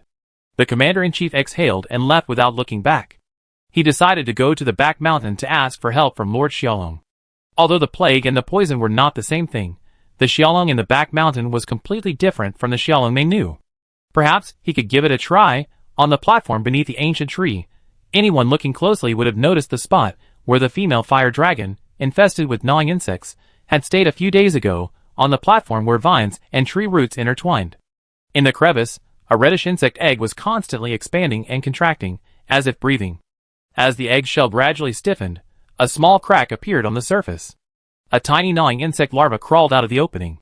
In the ancient tree, which constantly filtered and radiated gentle life energy, this gnawing insect larva, which should have died upon leaving its host, miraculously survived and successfully hatched.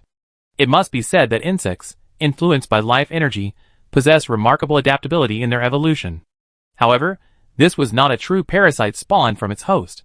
Even if this larva successfully hatched, it would be powerless to flap its wings, and could only wriggle along the ground like a caterpillar. If nothing unexpected happened, this parasite, deprived of food and energy, would soon die quietly that night, becoming part of the ancient tree's nutrient supply. But something unexpected happened. As the parasite larva continued to move through the vines, it suddenly fell through an inconspicuous pit and landed on a newly grown Taijing branch within the hollow. Already starved for energy, the parasite sensed the gentle life energy from the ancient tree emanating from the Taijing branch. It instinctively opened its mouth, biting through the leaf's surface and greedily sucking the sap from it. Chapter 379.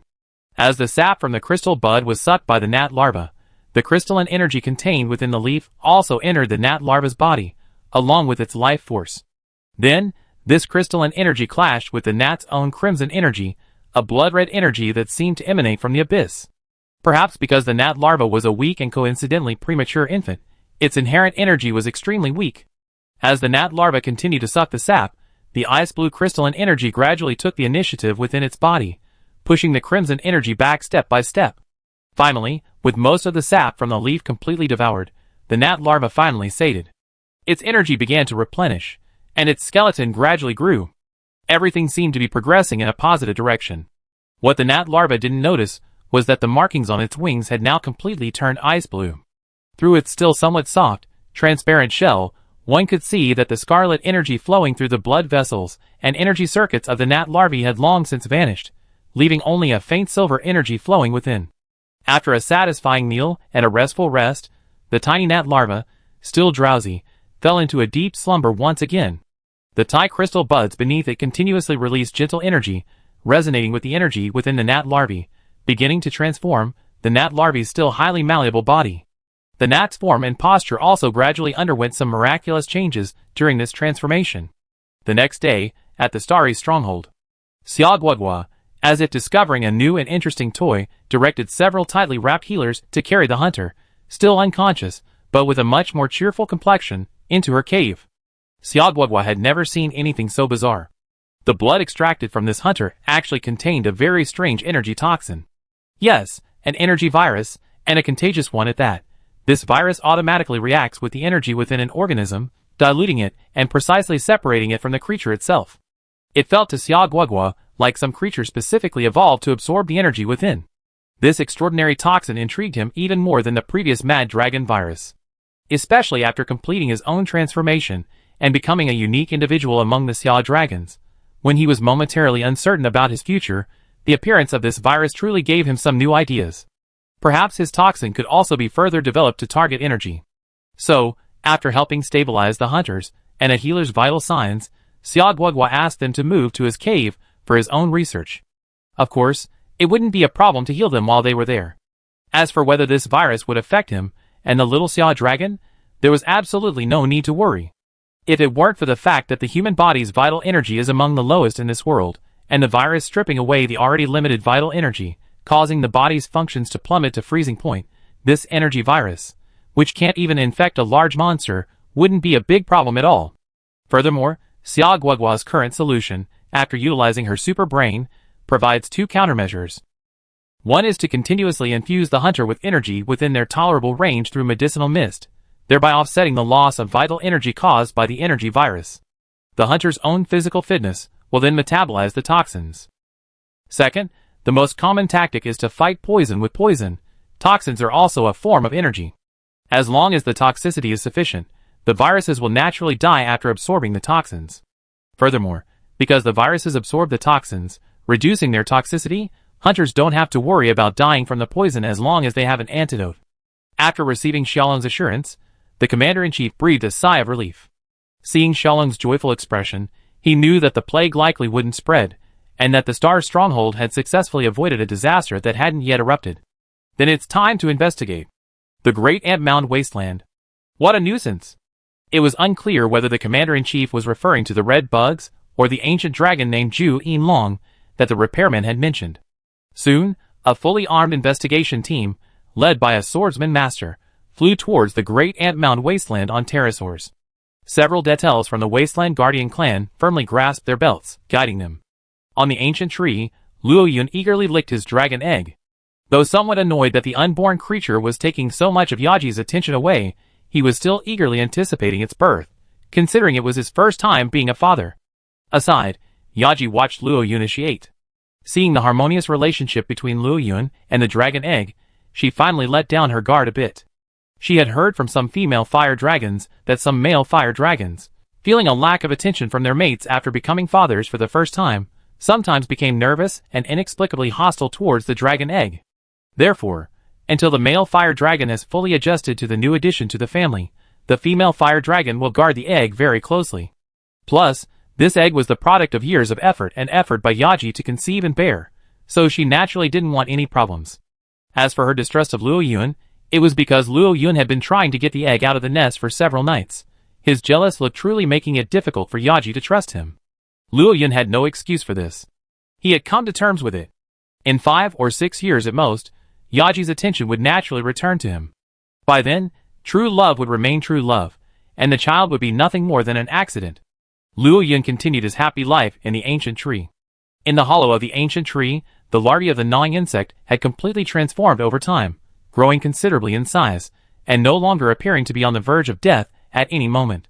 In appearance, aside from its slender frame, its body showed virtually no signs of gnawing insects. Its overall color palette had transformed into a blend of blue and silver. Its ferocious mouthparts gradually flattened, evolving to be more suitable for sucking tree sap. The edges of its ice blue wings also began to show transparent crystallization, like the buds of Tai crystal. And these changes weren't completely stopped. Under the influence of the miraculous life energy and the domineering Tai crystal energy, its mode of survival would continue to transform until it completely adapted to and relied on the ancient tree environment. Chapter 380. As the sun rose and the moon set, within the ancient tree, Cat, following the ancient dragon youth, carrying a medicine basket, followed the method she had learned to pick Taijing buds. She plucked a juicy-looking Taijing bud and placed it in the basket on her back. Over the years, since the first Taijing bud was discovered by the ancient dragon prophet, numerous Taijing buds have gradually emerged from the ancient tree. The closer to the top of the ancient tree, the more numerous these buds become, even faintly spreading toward the canopy outside the tree's hollow. Later, as research on Taijing buds deepened, it was discovered that they were not only highly suitable for the material requirements of ancient dragon alchemy, but also possessed excellent heat resistance and flexibility. Therefore, they were also widely used in the construction of fire dragon lairs. Huh? What's this, meow? I never seen a bug like this before, meow. The cat used a knife to break off the tip of a Taijing branch and discovered 2-centimeter-long insect eggs hidden beneath the leaves. A silver insect, its shell almost crystal clear and patterned with blue, lay quietly beside the eggs. The short beak was now piercing the leaves, continuously sucking the sap. Even through the insect's body, the cat could clearly see the sap flowing from the leaves through the beak into the insect's body. Ah! It's a pest, meow. Instantly, the cat identified the insect as a pest. The Taijing branch had been around for several years, and cats had previously experimented with using the leftover alchemical residue to cultivate insects, to see if they could increase the yield or create new varieties. After a series of experiments, they discovered that no insects were interested in the item. Even the most savvy of eaters wouldn't even try. This result both silenced and relieved the cats. Although the expected results weren't achieved, it also meant they wouldn't have to deploy personnel to carry out pest control on the Taijing buds, the strategic material touted by the ancient dragon prophet. But now, what did it see? Unbeknownst to them, pests had appeared. I can't stand this. Just as the cat raised its knife, about to swat the offending pest to death, the voice of the young ancient dragon leader rang out from above. Wait! The young ancient dragon leader stopped the cat and, under the cat's puzzled gaze, cautiously crouched down beside the insect, fearing that his movements would be too large and startle it. The young ancient dragon leader adjusted his glasses on his nose, and carefully sensed the energy flow of the insect before him. As an assistant to the ancient dragon prophet, he also possessed a profound alchemical talent, and was therefore well aware of the unique nature of the Tai crystal bud. The Tai crystal bud, a unique product of the ancient tree's transformation under the influence of the fire dragon boss's might, adapting to his presence, could be considered a completely new species. Logically, such a completely new species wouldn't have produced insects that fed on its sap so quickly. Furthermore, from his perception, the energy within this insect was remarkably identical to that within the Tai crystal bud, perfectly absorbing the blended life energy within it. This insect seems quite promising. Thinking of this, the ancient dragon youth quietly reached out, attempting to grab the insect from behind. Suddenly, the insect, happily feeding, noticed the ancient dragon youth's movements and instantly stopped sucking. The next second, a streak of energy flashed across the crystallized edge of its wing. "Be careful, meow." The cat pounced, grabbing the ancient dragon youth's arm. Pulling hard, the ancient dragon youth's palm brushed against the edge of the insect's suddenly open, folded wings. Hiss! "That's hot." The ancient dragon youth, belatedly realizing the situation, gasped and looked at his withdrawn palm. A small, red mark remained. It had only brushed against the insect's wings, not making full contact. Otherwise, it might not have been just a red mark, but a direct burn. This insect. The ancient dragon youth, regretting his carelessness, looked with lingering fear at the butterfly-like insect facing them, slowly fluttering its wings. Under its gently swaying wings, tiny specks of ice-blue crystals fell like dusty scales. Those crystals that landed on the Taijing branches were invisible, but some of the powdery crystals that drifted outside burned into the soil, emitting a small wisp of white smoke. What the hell is this thing? Just as the ancient dragon youth watched the insect warily, the crystals on its wings solidified again. With a silent flap of its wings, it took flight again. With a wingspan of 15 centimeters, and its beak bent and folded, the insect looked dreamily beautiful. "What are you doing, meow?" Cat raised its knife, and let out a menacing shashasha cry at the insect slowly flying toward them. Although it hadn't completed the training required of a cat follower, not even being considered a follower cat, and its aptitude was so poor that it couldn't even utilize the fire-controlling sweat glands unique to the ancient tree fire dragon clan cats, it was still a deterror with some combat training, so it should have no problem dealing with this insect. Instantly, after Cat displayed hostility, the insect suddenly accelerated. In a flash of blue light, it easily dodged Cat's wielding knife, and, before Cat's disbelieving gaze, instantly appeared on its neck. The curled beak flung out again, piercing the skin beneath Cat's neck like a mosquito bite. "Cantaloupe!" the ancient dragon youth exclaimed, watching Cat's eyes widen. He ignored the lingering pain in his palm, and rolled up his sleeve, to swat at the insect on Cat's neck. But this time, the attack missed. The insect flapped its wings, easily dodging the ancient dragon youth's attack. After arcing through the air, it swayed and landed back on the Taijing branch. The ancient dragon youth didn't bother to continue attacking, and hurriedly checked on the cat. Unexpectedly, the cat's front paws and ear tips suddenly burst into flames. I'm using fire, meow." The cat pinched its paw pads in disbelief. The blazing flames didn't hurt it at all, but instead felt warm and comfortable. "How do you feel?" The ancient dragon youth withdrew his hand and asked cautiously. "I feel great, meow. I never felt better than now, meow." The cat's mind shifted, and its sweat glands stopped secreting flammable sweat. A careful feeling revealed a sense of refreshment, as if its body was in much better shape than usual. "But, this bug seems tired, meow." Hearing this, the ancient dragon youth's gaze shifted from the cat to the bug that had returned to its position on the Taijing branch. Although the bug had returned to its initial state, folding its wings and absorbing the sap, its movements had slowed considerably, and its listless appearance suggested it had consumed too much energy. Combining the cat's sudden ability to wield fire with the bug's appearance after stinging it, the ancient dragon youth's mind quickly connected the two events, and he came to a conclusion. This bug is actually transmitting energy. And it's the same energy as the details of the ancient tree fire dragons. Research. We must research. Chapter 381. When the ancient dragon youth and cat emerged from the passage, both looked cautious. There was no other way. After all, a silver butterfly, the size of a palm, was dangling from Cat's head.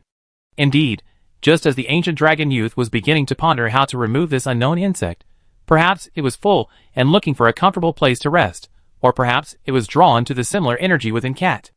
Just as the ancient dragon youth was at a loss, unable to figure out how to deal with the high-temperature scale powder without harming the insect suddenly flew swayingly over Cat's head, resting there like an ornament. Woo! What's that, meow? Why is it perched on my head, meow?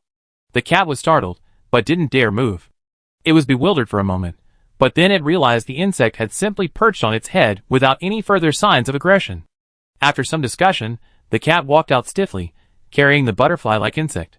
Cantaloupe, your new ornament is beautiful, meow. It's not beautiful at all, meow. Is it alive, meow? Such a docile butterfly. Not docile at all, meow. Along the way, many cats familiar with Cantaloupe offered compliments, either genuine or friendly, whenever they saw the butterfly perched atop it. They all considered it Cantaloupe's new headpiece. After all, she was the younger sister of Xiangxuan, the special liaison for the Mantis Club. With such an accomplished older sister as a role model, it was only natural for her to have some unique talents. Only Cantaloupe was on the verge of tears, responding with a slightly sobbing tone and a bitter face, trying to let the other cats know how much pain it felt. But it was obvious that everyone thought it was just being modest, or perhaps a little shy. Back in the alchemy hut of Blazing Fire Village, the ancient dragon youth told the ancient dragon prophet what had happened and his own conjectures. The ancient dragon prophet's wrinkled eyes suddenly opened, and with shining eyes he looked at Cantaloupe, who sat upright in a chair, neck stiff and not daring to move, and the insect on his head. Wait a minute, I go get some things. With that, the ancient dragon prophet immediately stood up, nimbly walked into the inner room, and soon returned with a large cage. Perhaps because he had fallen asleep, the process of removing the insect from Cantaloupe's head and placing it in a cage with insulated tweezers went very smoothly. Afterward, the ancient dragon prophet looked at Cantaloupe, who had collapsed into a puddle of cat puddle on the chair, and gave a kind smile. Even the ancient dragon prophet, a man of advanced age and indifferent to many things, was moved by the adorable cat. Prophet, should we go to the fire dragon boss? After all, the power within this insect. Yes. The ancient dragon prophet replied without further consideration. If it were just an ordinary new species, such a small matter wouldn't need to be reported to Luo Yun. However, this insect clearly has a certain connection to Luo Yun's power, and it can even allow a talentless cat like Xianghua to successfully wield fire. This is a major event that could affect the tribe. Even without any research, such a matter must be reported to Luo Yun. Even if they had other ideas, they had to inform Luo Yun, who would make the decision. After the cantaloupe had recovered from the puddle, the ancient dragon youth took the cage and quickly boarded the cable car to Luo Yun's expanded lair, or rather, a palace adorned with the aesthetics of the ancient tree fire dragons. Recently, because his dragon egg's vitality had become increasingly vibrant, Luo Yun had consciously reduced his time outdoors. Yaji remained closely guarded by the egg, and the cats provided all the food.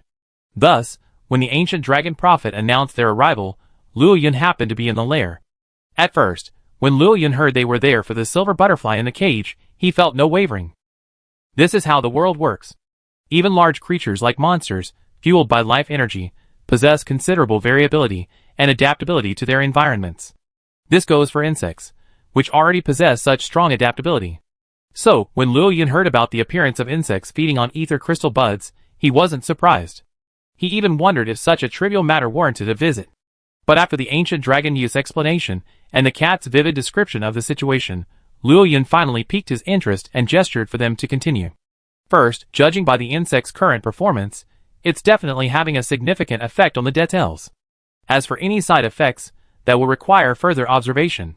I'm currently considering another possible use for this insect. The ancient dragon prophet's dull voice slowly emerged, unhurriedly articulating his thoughts.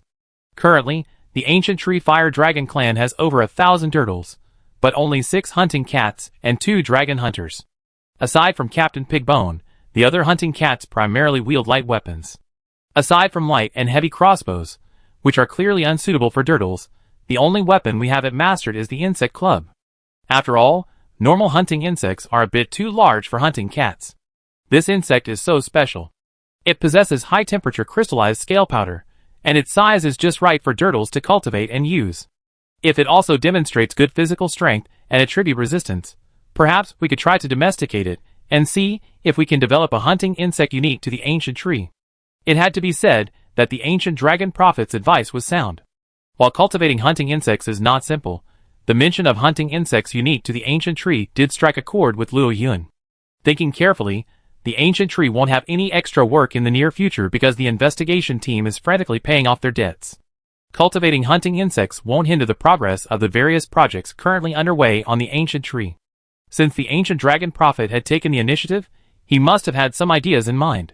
So why not let him try? It wouldn't be a problem anyway. Having made his decision, Luo Yun gave a soft growl of agreement. But just then, the insect in the cage, previously dormant, seemed to be awakened by Luo Yun's voice. Its folded wings fluttered slightly, and it flew around the cage, as if taking in its surroundings. Finally, the front of its head faced Luo Yun, its tiny eyes growing increasingly frantic, its entire body agitated. Accompanied by the humming sound of its wings, a deluge of blue scale powder erupted. As the cage was stained with the powder, the metal frame instantly turned red. Then, before the ancient dragon prophet's wide-eyed eyes, it melted the metal cage. At that moment, he finally understood the true nature of the high temperature in the ancient dragon youth's and Cantaloupe's mouths. Meow! Protect the boss, meow! A burst of meows followed, and the cats from the fire dragon guard, standing guard around the insect, rushed at breakneck speed. After pulling aside the ancient dragon prophet and the others, they drew their weapons and attacked the insect. However, the insect was incredibly agile, easily dodging the cat's attacks. It soared high into the air, staring intently at Luo Yun, as if making a final decision. Just as the cat pulled out its boomerang, intending to bring it down, the insect arced and swiftly flew out of Luo Yun's lair. Chapter 382. Hurry, follow! We can't let this dangerous little creature get away, meow! The fire dragon detail guards reacted immediately, calling out for their men to give chase. The danger it spoke of wasn't meant for Luo Yun. After all, in their eyes, Luo Yun was a god, who had never been defeated and had repeatedly saved the ancient tree from disaster. While the insect's high temperature was certainly impressive, it was nothing compared to Luo Yun's. Thus, the cats were worried that the insect had already demonstrated enough lethality to threaten the dragon egg deep within Luo Yun's nest. Furthermore, given its small size, they couldn't allow such a dangerous insect, which could easily invade their nest, to appear on the top of the ancient tree. Unfortunately, the insect flew so fast that the cats could only see its silhouette weaving through the dense branches before it vanished from their sight. Keep searching. We must find the insect's nest, meow. Times call for desperate measures. Even if the insects didn't show much hostility, the cats, at this time, didn't mind assuming the insect's utmost malice. Better kill 1,000 by mistake than let one go. Just as the cats, guided by the ancient dragon youth, arrived at the tree trunk passage where the insects had first been discovered, a hollow in the tree trunk, further down from that location, was covered in large clusters of crystal buds. The mere wisps of sunlight that filtered and illuminated the entire cavity, resembling a secret realm of crystal plants. At that moment, the alienated gnawing insect that had returned from Luo Yun's nest was crouching on a leaf, its wings rubbing against each other, producing bursts of low-pitched sounds.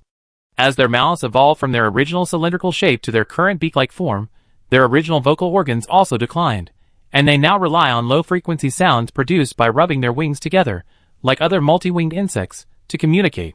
And right in front of this mutated gnawing insect stood a large mutated gnawing insect, with a wingspan of 40 centimeters, and a body length of 15 centimeters. It was the mother of all the mutated gnawing insects currently living on the ancient tree, the same gnawing insect larva that had nearly died. Unlike other mutated gnawing insects, its exoskeleton was a darker color, and its body was less transparent. The crystallization on its massive wings wasn't limited to the edges. Even the ridges on the wings were covered with crystals resembling sharp gemstones. After this rapid communication, the mutated gnawing insect mother excitedly fluttered her wings. In an instant, mutated gnawing insects flew out from the tie crystal branches, and at the queen's command, they began to soar towards the only exit. In the sunlight, they resembled elves from a fantasy world, their transparent wings shimmering in a blue light. At this moment, the mutated gnawing worm queens were truly blissful. This instinct, etched deep within their genes over countless years, had persisted, even under the influence of unknown energies, even after mutating to this degree. The instinct to seek symbiosis remained undiminished. Even though they had found a perfect habitat for reproduction and development, finding a host with whom they could coexist remained the most pressing concern for these demonic worms from the abyss.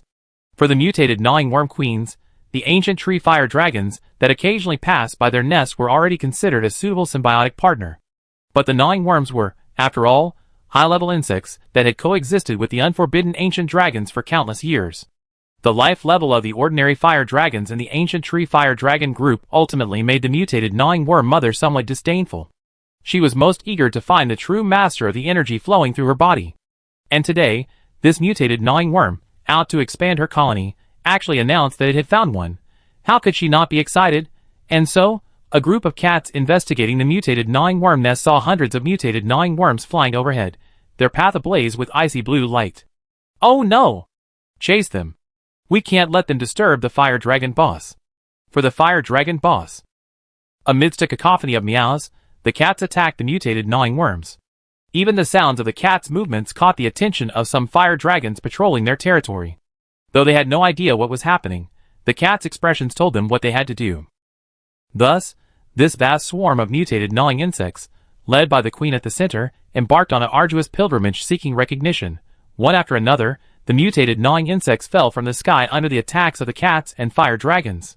Even the hunters from the survey team, who had sensed the movement and rushed to support them, had not expected these insects to be so formidable. Though they were merely passively defending, allowing the fire dragons and cats to attack, these insects showed no sign of fleeing. Combined with their formidable physical defenses and incredible resistance to attributes, even a swarm of cats and several fire dragons could not halt their advance. What staggered the hunters was that the fire attacks, so formidable to them, were ineffective against these insects. Even if they occasionally managed to knock one down, it was simply the impact of the exploding fireballs. Gnawing insects, after all, were specialized insects that harvested life energy for the abyss dragons. They were a disaster for non-ancient dragon-level monsters. Other insects, however, had to be sneaky in order to parasitize large monsters, relying on their small size to do so. Gnawing insects, on the other hand, were openly and forcefully parasitizing and then forcibly absorbing the monster's essence. The original gnawing insects already had this ability, not to mention the mutated gnawing insects, now boasting maximum fire resistance. While their original abilities had been replaced by an unknown energy source, it was unclear how much stronger they were compared to the original species, but the foundation was still there. If it weren't for the urgent need to reach their destination, the fire dragons blocking their path would have been no match for these mutated gnawing insects. The gnawing insects were incredibly fast. By the time Tonkatsu received the news and organized his men to pull together a makeshift net woven from mantis silk, the mutated gnawing insects had already unleashed their full force, gathering into a cloud and charging forward. The heat around the cloud subtly distorted the air, creating a distant image of a vast ball of blue flame suspended in the air. Prepare to meet the enemy. Just as Tonkatsu's team drew their weapons, their ears ablaze with flames, preparing to charge the cloud head-on, Luo Yun slowly emerged from the shadows of the nest, his head held high, as he gazed silently at the blue fireball rising high in the sky not far away. Chapter 383. The real master appears. Luo Yun's appearance immediately captured the attention of all the mutant gnawing insects. They sensed the scorching energy, like the scorching sun. This unknown energy, originating from the same source within them, yet more concentrated and abundant, instantly triggered their nerves. Without even the mother insect issuing a command, the swarm of mutant gnawing insects flapped their wings, rapidly charging towards Luo Yun.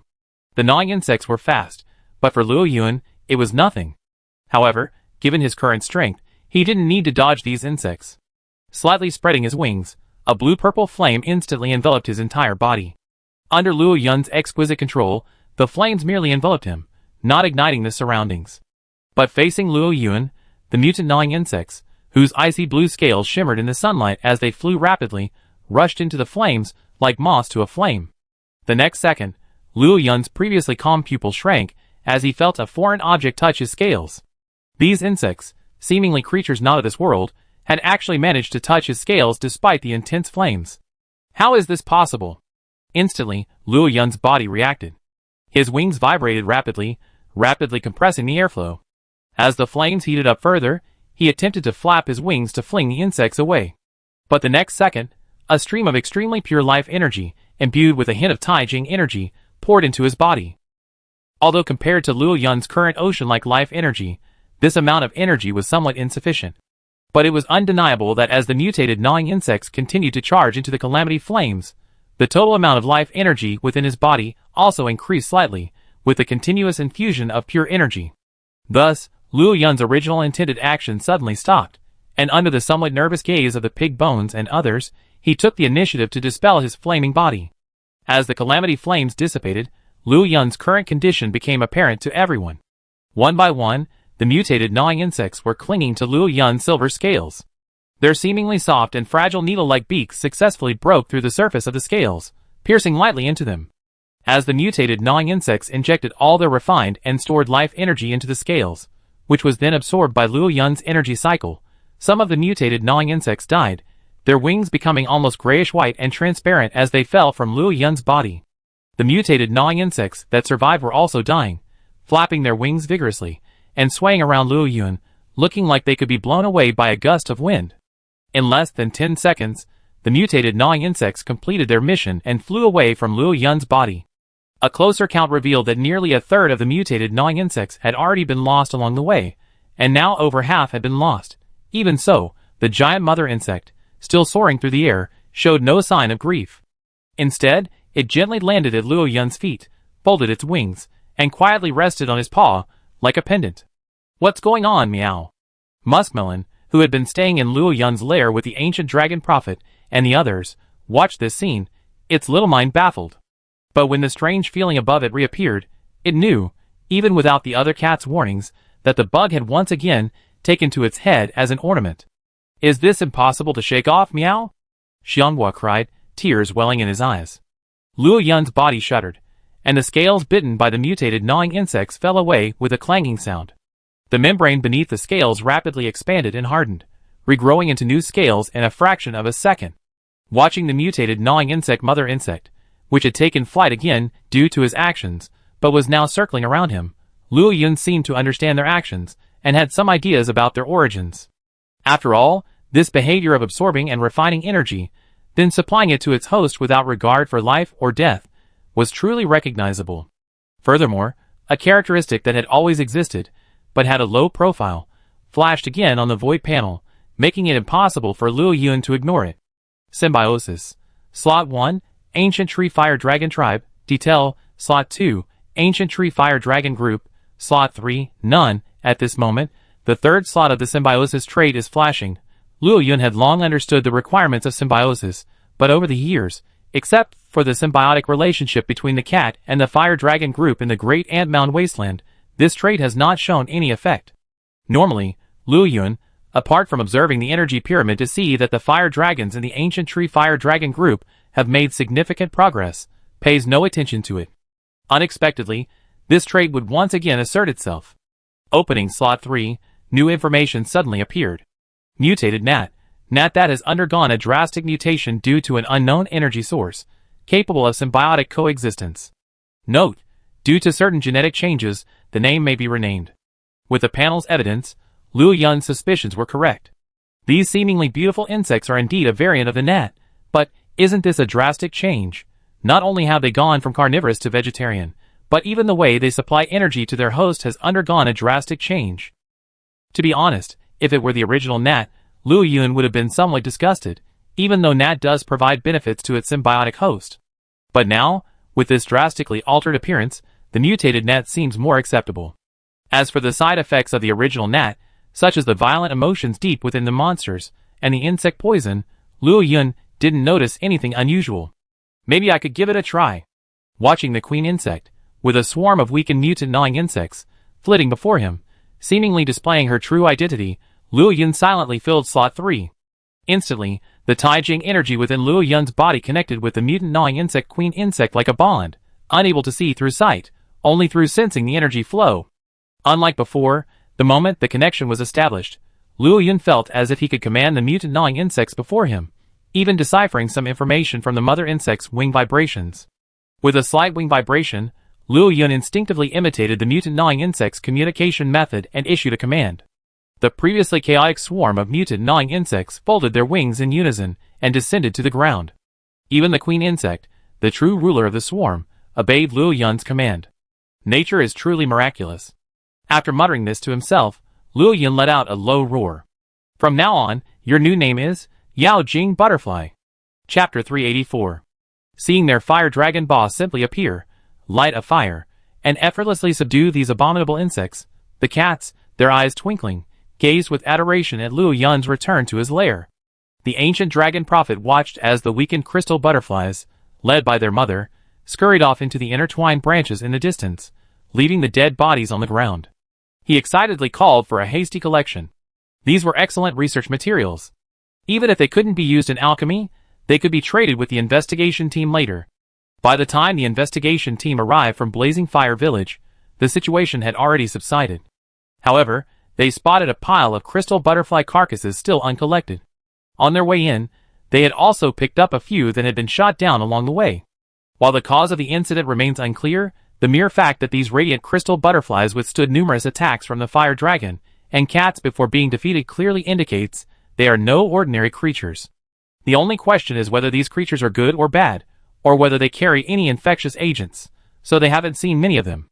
They only collected a few carcasses and stored them safely, intending to hand them over to scholars for further research. The belatedly arriving investigation team inquired with the cats of the Fire Dragon Guard, but only learned that the Fire Dragon boss had resolved the matter. Besides the Fire Dragon boss, no one else, nor any of the cats, has any additional information regarding the radiant crystal butterflies. The only known fact is that these butterflies, seemingly from another world, were named radiant crystal butterflies by the Fire Dragon boss. In other words, if they wanted to know more about the Yao crystal butterfly, they either had to research it themselves or ask the Blazing Sun Dragon. But they weren't the Grand Commander, and they didn't have the qualifications or the ability to communicate with the Blazing Sun Dragon in person. The next day, Luo Yun awoke from a deep sleep, deftly avoiding the dragon eggs beside him, and left the nest. Off to the side, Yaji opened one eye alertly. After confirming that the noise was Luo Yun's, she tilted her head and placed it next to the dragon eggs, continuing to sleep. As Luo Yun emerged from the depths of the nest, a dozen Yao crystal butterflies, under the vigilant watchful eyes of the Fire Dragon Guard, flew to his side. Just one day later, the Yao crystal butterfly, which had been so weak, was now revitalized. Life energy is truly miraculous. Luo Yun initially thought these Yao Jing butterflies were supplying him with the life energy they gathered. He secretly wondered if their numbers were too small. After all, there had been a swarm of them yesterday, and they only provided so little.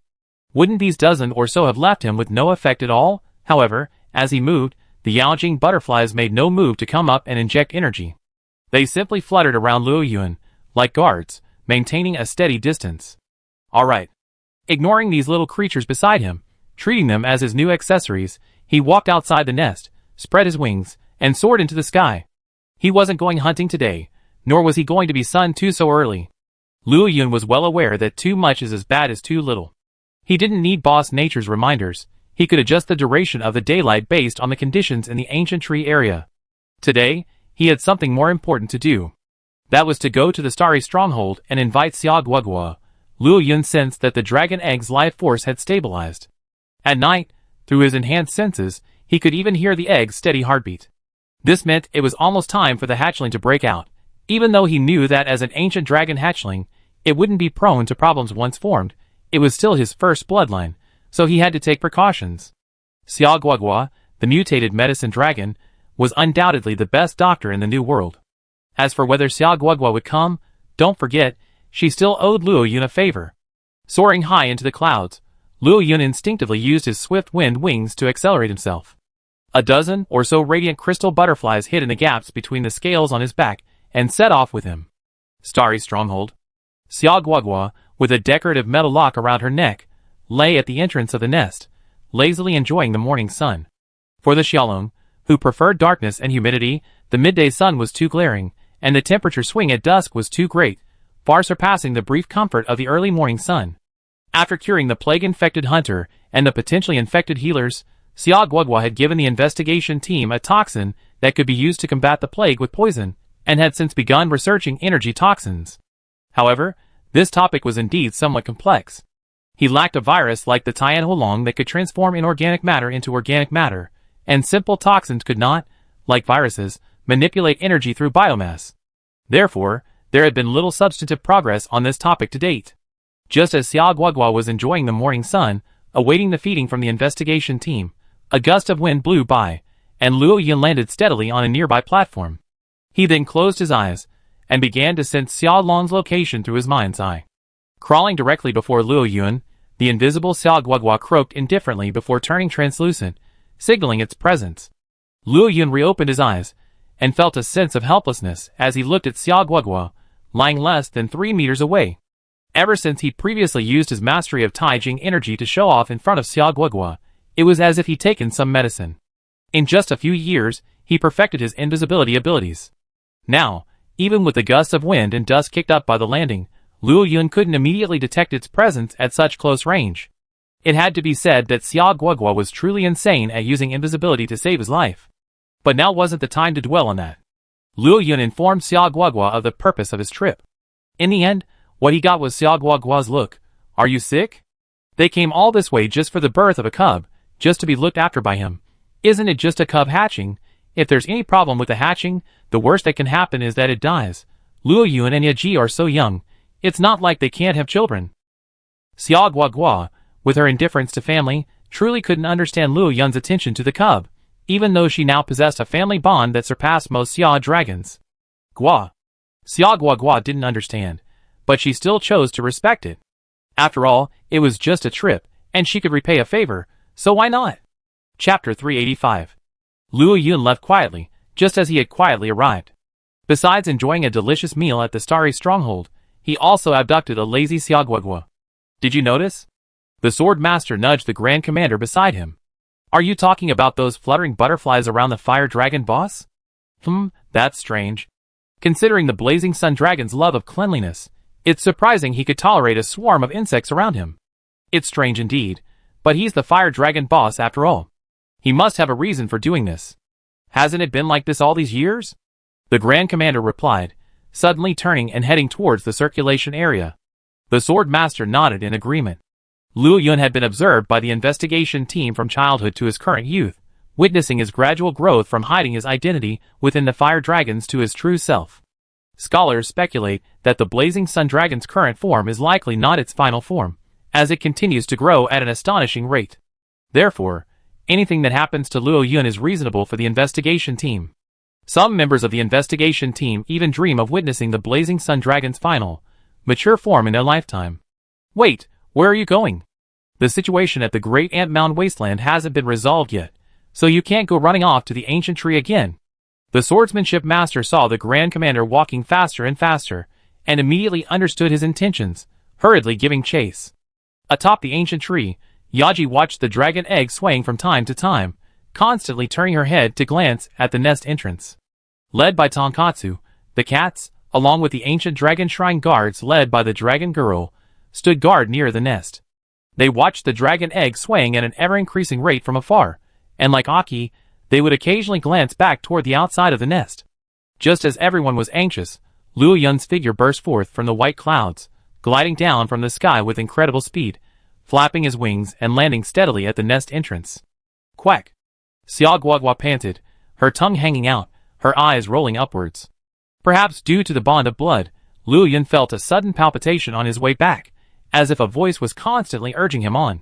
So, halfway through the return journey, Luo Yun unleashed his wind wings at full power, creating a continuous stream of vortexes to accelerate himself. He was fine, but Xia Guoguo, accompanying him, was in great trouble. Having never experienced this kind of flight, he was nearly injured by the vortex's staged acceleration. Even after landing, his wings were still trembling slightly, and all his strength was used to balance his body. "Boss, you're finally back." Inside, the dragon egg. Tanya didn't need to explain, Luo Yun already understood the situation. He turned to the translucent Xia, gave a low growl, and trotted quickly into the nest. Yaji let out a muffled growl of complaint, then laid down in front of the dragon egg, her azure eyes fixed on it unblinkingly, a low hum echoing from her nose, as if cheering on the little life within. Luo Yun followed suit, lying down opposite Yaji, watching the dragon egg sway every few seconds from a close distance, humming softly. When he first crossed over, he was still just an egg, but his body had already matured, easily breaking through the shell and emerging. Therefore, it was unclear whether the dragon egg's current appearance was normal. As for comparing it to ordinary fire dragon eggs, it was completely meaningless. Ordinary fire dragon cubs lacked the same vigorous vitality as his cubs, and the hardness of dragon egg shells was completely different. Thus, Luo Yun could only turn to Xia Guoguo, who had followed him in. But when he met Xia Guoguo's clear, glazed eyes, Luo Yun knew he couldn't count on her. Quack! What a rude look. My eggs are free-range. How could I possibly know what a cub looks like when it hatches? Though she didn't say anything, Xia Guoguo immediately understood what Luo Yun meant and croaked twice in exasperation. But under Yaji's deathly gaze, she quickly shut up again. Silence returned to the nest. As time passed, the temperature within the nest began to rise slowly and steadily. The cats were fine, but the ancient dragons began to retreat towards the outside of the nest. The culprit behind all this wasn't Luo Yun or Yaji, but the dragon egg, which was shaking with increasing frequency and amplitude. Luo Yun watched helplessly as the patterns on the dragon egg began to illuminate with faint energy circuits, the top of the egg gradually turning red, as if scorched by the intense heat within. Although he could clearly sense that the life within the dragon egg had fully formed, the eggshell now felt like a cage, tightly locking the life within. The shaking was accelerating, as if the cub within was desperately trying to break free. Roar! Yaji roared agitatedly. The sound caused the dragon egg to shake even more violently. The top of the shell felt like a red-hot iron, seemingly ready to crack at any moment, yet it refused to break. Luo Yun could even faintly hear the distressed, childish sound of the cub within. Luo Yun's heart tightened, and he looked at Xiao Guogua. Before she could even utter a word, Xiao Guogua was already approaching on her 4 short legs. Yaji's body subconsciously tensed, but years of improvement had given her an intelligence comparable to that of a human. She forced her mind to suppress her instincts, allowing Xiao Guogua, a threat, to approach the dragon egg. Xiao Guogua opened her mouth slightly, exhaling a cloud of orange-yellow mist. The mist landed on the dragon egg, evaporating from the intense heat of the shell with a sizzling sound. However, this high temperature was too much for Xiao Guogua. As the medicinal mist, mingled with a trace of its unique life energy, successfully seeped into the eggshell, Xiao Guogua quickly grasped the current situation through that tiny connection. She rolled her eyes speechlessly, and before Luo Yun could react, she suddenly stuck out her tongue and slammed it against the top of the dragon egg. Then, amidst the roars of Yaji and Luo Yun, she quickly retreated, croaking loudly, motioning them to look at their dragon egg. Amidst the clamor, several crisp sounds echoed. Luo Yun reacted and quickly looked down. Xiao Guogua's pounding had successfully cracked the top of the dragon egg. The crack then widened, and with a very childish whine, a large, silvery white head, still drenched in egg liquid, successfully broke free from the shell. The little fellow greedily breathed in the fresh air from the outside, looking as if he was almost suffocated. He closed his eyes, opened his mouth with 2 sharp thorns at the corners, and cried out. Chapter 386. The little creature's cry soothed the rage of Luo Yun and his wife, and also halted the movement of the guards outside the nest, who had heard the noise, and were about to rush over. Watching Yaji frantically lower her head to lick the egg liquid from her cub, Luo Yun's open mouth slightly closed, and he stared at the prepared Xiao Guogua, creating a sudden awkward atmosphere. Folding his wings stiffly, Luo Yun looked away. Roar! What just happened? The change of subject was so abrupt, Xiao Guogua didn't bother to dwell on it. After all, he had already prepared himself mentally before he attacked, and had predicted the Luo Yun couple's reaction, which was why he had retreated so far in the first place. Quack! It's obvious, quack. That little guy nearly suffocated, quack. I'm not saying anything, quack, but your little one is too greedy, quack. It's already absorbing so much energy before it's even born. It can't absorb it all, so the rest is absorbed by the eggshell. This makes the inside of the eggshell extremely hard due to some unknown energy, and it also has a strong energy resistance. In the end, its power alone is unable to break through from the inside, quack. Xiao Quack explained briefly, and Luo Yun understood. Normal ancient dragons don't usually lay just 1 egg. Although the gestation period is generally several years, the mother's energy is absorbed by multiple eggs. After the energy is distributed, it is naturally normal. And this little one, not only is it a single child, but it has also absorbed so much energy on its own. Too much is as bad as too little, and this is reflected in its body. With Yaji's licking, the little one's panic was finally calmed. Its nostrils kept sniffing the surroundings, instinctively collecting information. Xiao Guogua consciously entered a state of perfect invisibility, concealing her own presence so that the little creature, whose eyes hadn't yet opened, could fully absorb the scent of its parents. After a long while, the little creature's soft scales hardened slightly, and subtle angles finally appeared on its round head. Then, exerting strength again, it stumbled out of the eggshell, which was only 1/3 broken. Smelling the scent, it struggled to open its bare wings, which were disproportionate to its body, and huddled in the warmth of its nest. It opened its mouth and began to quack. Faced with this little creature, Yaji was momentarily at a loss. She frantically leaned over and licked it, hoping to calm it, but it showed no sign of appreciating the effort. It simply kept its head raised and its mouth wide open, croaking.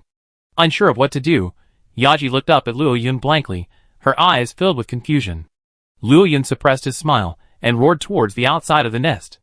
Soon, a cat arrived, pushing a small cart filled with steaming liquid food. These were all nutritious meals carefully prepared by the cat chefs for the little one. As the cat carefully fed the food to the little one with a spoon designed to resemble a female fire dragon's beak, it finally calmed down and began to swallow with eager gulps. Watching the scene, Luo Yun felt a wave of emotion. Thinking back to that time, when he had hatched from his egg in that tree hole, his eyes still closed, he instinctively opened his mouth and howled for food. But after waiting for a long time, there was no food, and he couldn't smell the mother dragon. Finally, starving to death, his strong desire to survive forced him to drag his frail body out of the eggshell with difficulty. Relying on his underdeveloped sense of smell, he stumbled upon a mushroom. Fortunately, even as a newborn cub, its teeth were fully developed, allowing him to successfully chew the mushrooms and devour his first meal, which was devoid of nutrition compared to the meat of this world.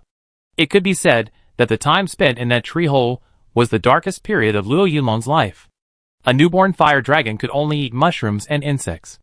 Even the best of talent couldn't withstand such a decline. Furthermore, at that time, Luo Yun was just an ordinary fire dragon cub. Luckily, there was Yaji. Luo Yun looked at Yaji, who lowered her head, carefully supervising the cat feeding the little creature. Her deep blue eyes were filled with maternal love, just as always. When Yaji first found him, she had given him the same look as she fed him. Thinking of this, Luo Yun unconsciously moved to Yaji's side, spread one wing, and slowly enveloped her. He lowered his head and pressed his cheek against hers, quietly watching the little creature purr with satisfaction as it ate. My heart warmed. Soon, the small bucket of food was gone, but the little creature still kept its mouth open, whimpering. There was nothing the cat, feeding, could do. She looked at Luo Yun and, with his permission, quickly brought another small bucket. A fire dragon cub wasn't a foolish bird chick. It wouldn't open its mouth to beg for food even when it couldn't eat anymore, driven by instinct. So Luo Yun wasn't worried about the little creature overeating. Soon, the second stream of liquid food arrived, but there was a problem. After tasting the food, the little creature actually shook its head and spit it out. Then, to the cat's bewildered expression, it opened its mouth to beg for food again. This. Roar! Feed a little more. Luo Yun folded his wings, soothing Yaji, who was agitated by the little creature's actions, and asked Mao Mao to try feeding it a little more. The result was the same. The little creature vomited again. It's all from the same pot, the same food as before, meow. Mao Mao quickly explained without waiting for Luo Yun to ask. That was even more unusual. He was eating just now, so why wouldn't he eat again? What was this little creature doing? Luo Yun was puzzled and wanted Xia Guogua to help. But then, among the dozen or so Yao Jing butterflies flying around Luo Yun, a smaller one broke away from the group and flew out. As Luo Yun stared, it suddenly flew into the little creature's mouth. As the little creature's mouth closed, Luo Yun could clearly hear the sound of the Yao Jing butterfly being crushed and chewed. As the little creature swallowed, it devoured a crystal butterfly, absorbing a small portion of the purest, mixed life energy stored within it. Only then did the little creature contentedly lower its head, curl its tail, and yawn as it drifted off to sleep. The cat was surprised. It had never imagined that a creature would willingly give up its life to become food for another. Luo Yun pondered. The crystal butterfly's predecessor, the gnawing worm, was not only a life energy collector for the abyss dragon, but also a source of food for it, filling its stomach while also absorbing the life energy it collected. Thus, the crystal butterfly's behavior made sense. But could this little creature have just begged for a crystal butterfly? How unexpected. Chapter 387. The birth of the little creature caused a sensation within the ancient tree. Not only did the investigation team want to observe closely to see if the offspring of the Blazing Sun Dragon, like the original Blazing Sun Dragon, were just ordinary fire dragons, but even the other fire dragons in the group were filled with curiosity, with the exception of a certain great fire dragon. It was currently busy working with the black fire dragon to quickly produce its own offspring. However, as a special species, its fertility was even lower than that of rare species. After all these years, there was still no sign of any offspring. However, given the couple's physical condition, it was only a matter of time. At this moment, in the canopy of Blazing Fire Village, in a training ground connected to a nearby cliff, Xianghua, holding an insect-controlling stick that was much taller than him, directed the Yao Jing butterfly to attack. The people present watched Xianghua repeatedly step on the Yao Jing butterfly to soar into the sky, their hearts sweating. After extensive testing, The crystal butterfly was confirmed to possess nearly all the stats superior to currently known hunting insects, even possessing flame scales powerful enough to inflict damage on large monsters. It lacked only obedience and, crucially, energy-gathering capabilities. Cantaloupe, currently the best acquaintance with the crystal butterflies in Deter, volunteered to be a test subject, training and cultivating hunting insects alongside his crystal butterfly companions. Today was the day for it to test its achievements. As flames ignited at the tips of Cantaloupe's ears, the blade of the insect-controlling staff, crafted to its height and build, also ignited with a brilliant flame. A spear pierced the head of a 10-meter-long beast constructed from ancient tree branches. The fluttering crystal butterfly suddenly sprayed its hot scales toward the beast's eyes, igniting its face and allowing Cantaloupe to successfully step on it and return to the ground. Clap, clap, clap! Applause erupted at the edge of the training ground. The hunters from the survey team, currently without a mission, gazed eagerly at the Yaojing butterfly perched atop Cantaloupe. I hadn't expected such a formidable hunting insect to appear on the ancient tree. Its flight speed, energy harvesting efficiency, and physical strength made it extremely valuable for cultivation. Its stunning flame scales were a particular highlight. I hadn't expected that in these decades in the New World, the first wave of enhancements would be those insect club hunters. The several hunters present could only gaze enviously at the lone insect club hunter in the crowd. Family, who knew, although the insect club was touted as a perfect weapon, in reality, its users had to devote considerable time to cultivating the hunting insects, in addition to regular weapon maintenance. The effort they put in far exceeded that of hunters using other weapons, but in the end, it was always a step behind other weapons in battles against large monsters. Furthermore, it was often hampered by extreme terrain, preventing the hunting insects from fully unleashing their full potential. But from now on, he could proudly declare that their insect stick masters had risen to prominence.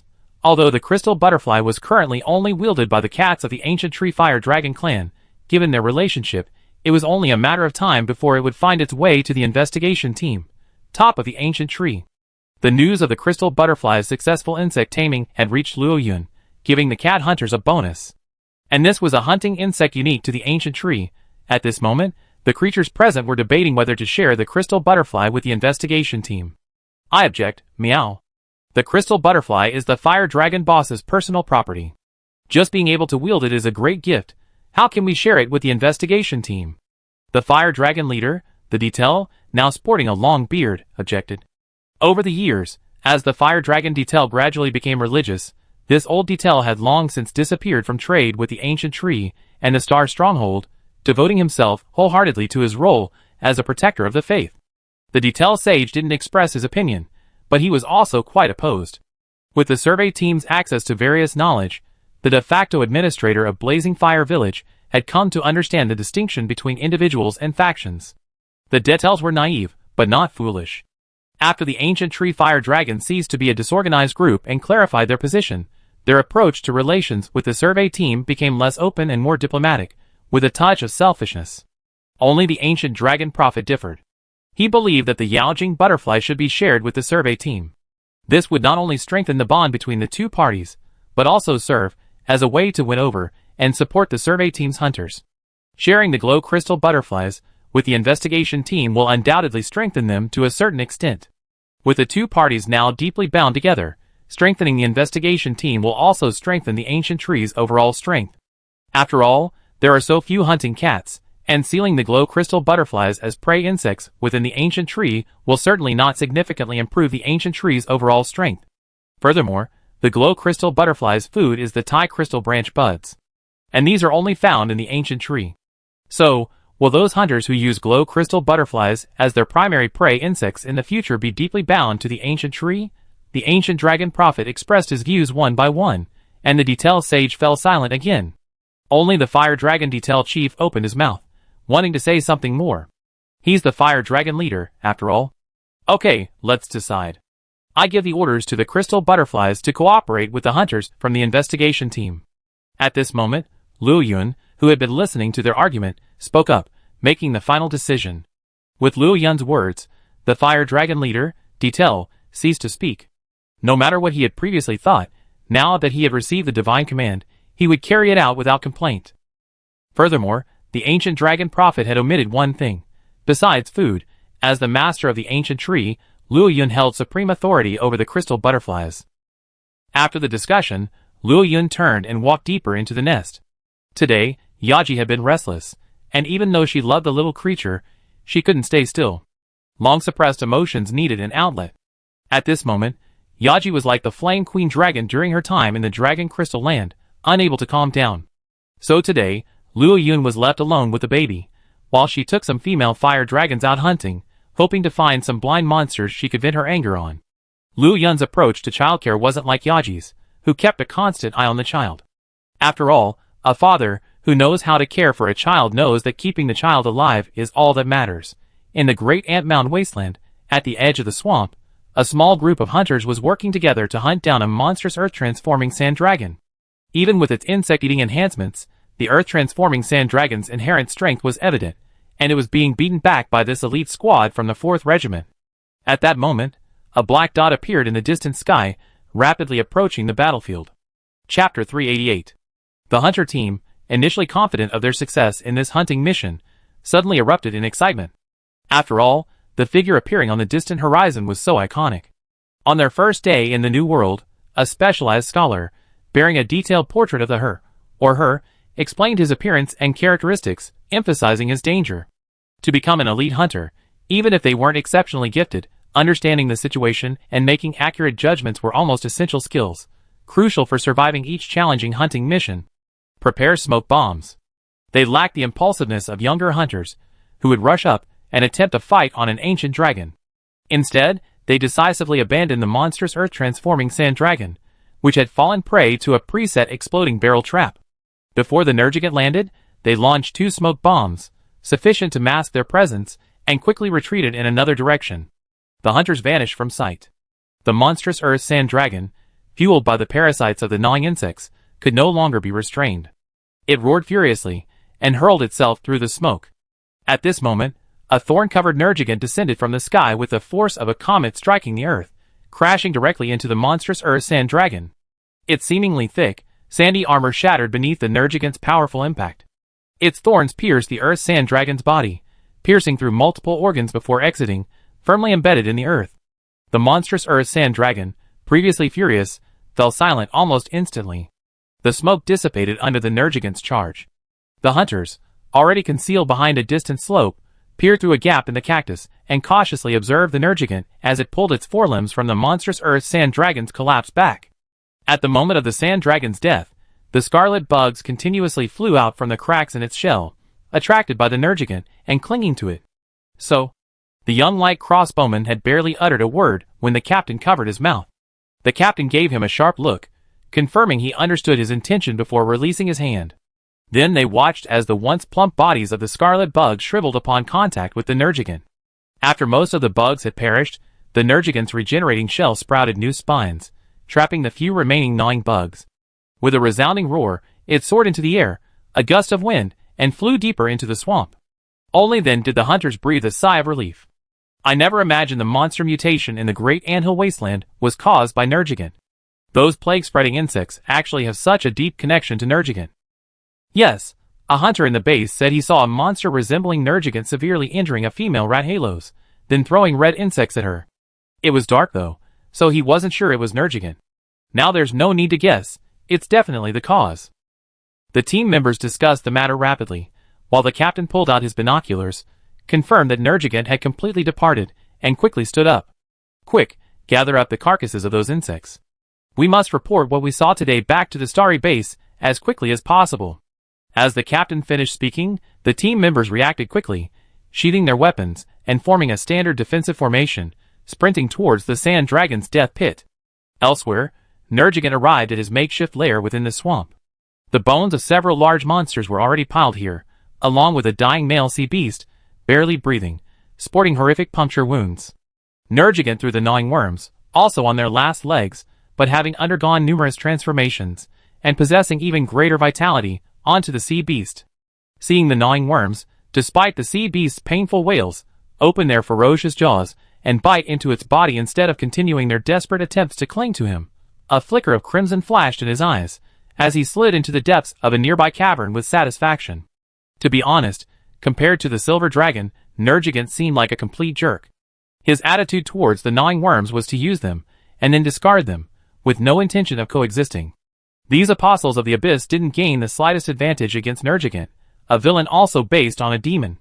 Of course, failing to gain an advantage is one thing, whether or not it could have any impact on Nergigant is another. Over time, the apostles from the abyss have subtly corroded the knight's armor and tarnished his noble spirit, ultimately transforming the silver-white knight into a scarlet demon, corrupted by this ominous power. Even the primordial silver dragon, a powerful opponent capable of rivaling the unleashed abyssal dragon and a fierce pursuer, could not completely resist the gnawing insect's ravages. Even though Nergigant had been absorbing the gnawing insect's life energy, the accumulation of their unique poison gradually broke through the ancient dragon's mental defenses. Among the ancient dragons, the already frenzied Nergigant was unwittingly drawn to its inner fury, and was showing signs of spiraling out of control. Currently, Nergigant seemed to be in control, but as long as he couldn't let go of the life energy extracted and refined by the gnawing insects, and couldn't abandon this method of obtaining energy without the painstaking pursuit of ancient dragons, sooner or later, like the knight, he would be gradually induced to fall, eventually actively coexisting with the gnawing insects. What? You actually saw it? At the conference table, the Grand Commander gazed in disbelief at the returning hunter team. Recently, gnawing insects were rampant in the Great Ant Mound Wasteland. Although scholars conducted urgent research and determined that gnawing insects, after forcibly parasitizing monsters, would also become exhausted and consume a significant amount of vitality, they concluded that under this survival model, neither the gnawing insects nor the monsters would ultimately survive, and it would not cause a rapid ecological collapse. In an environment like the New World, where monsters are so active, things will surely return to normal over time.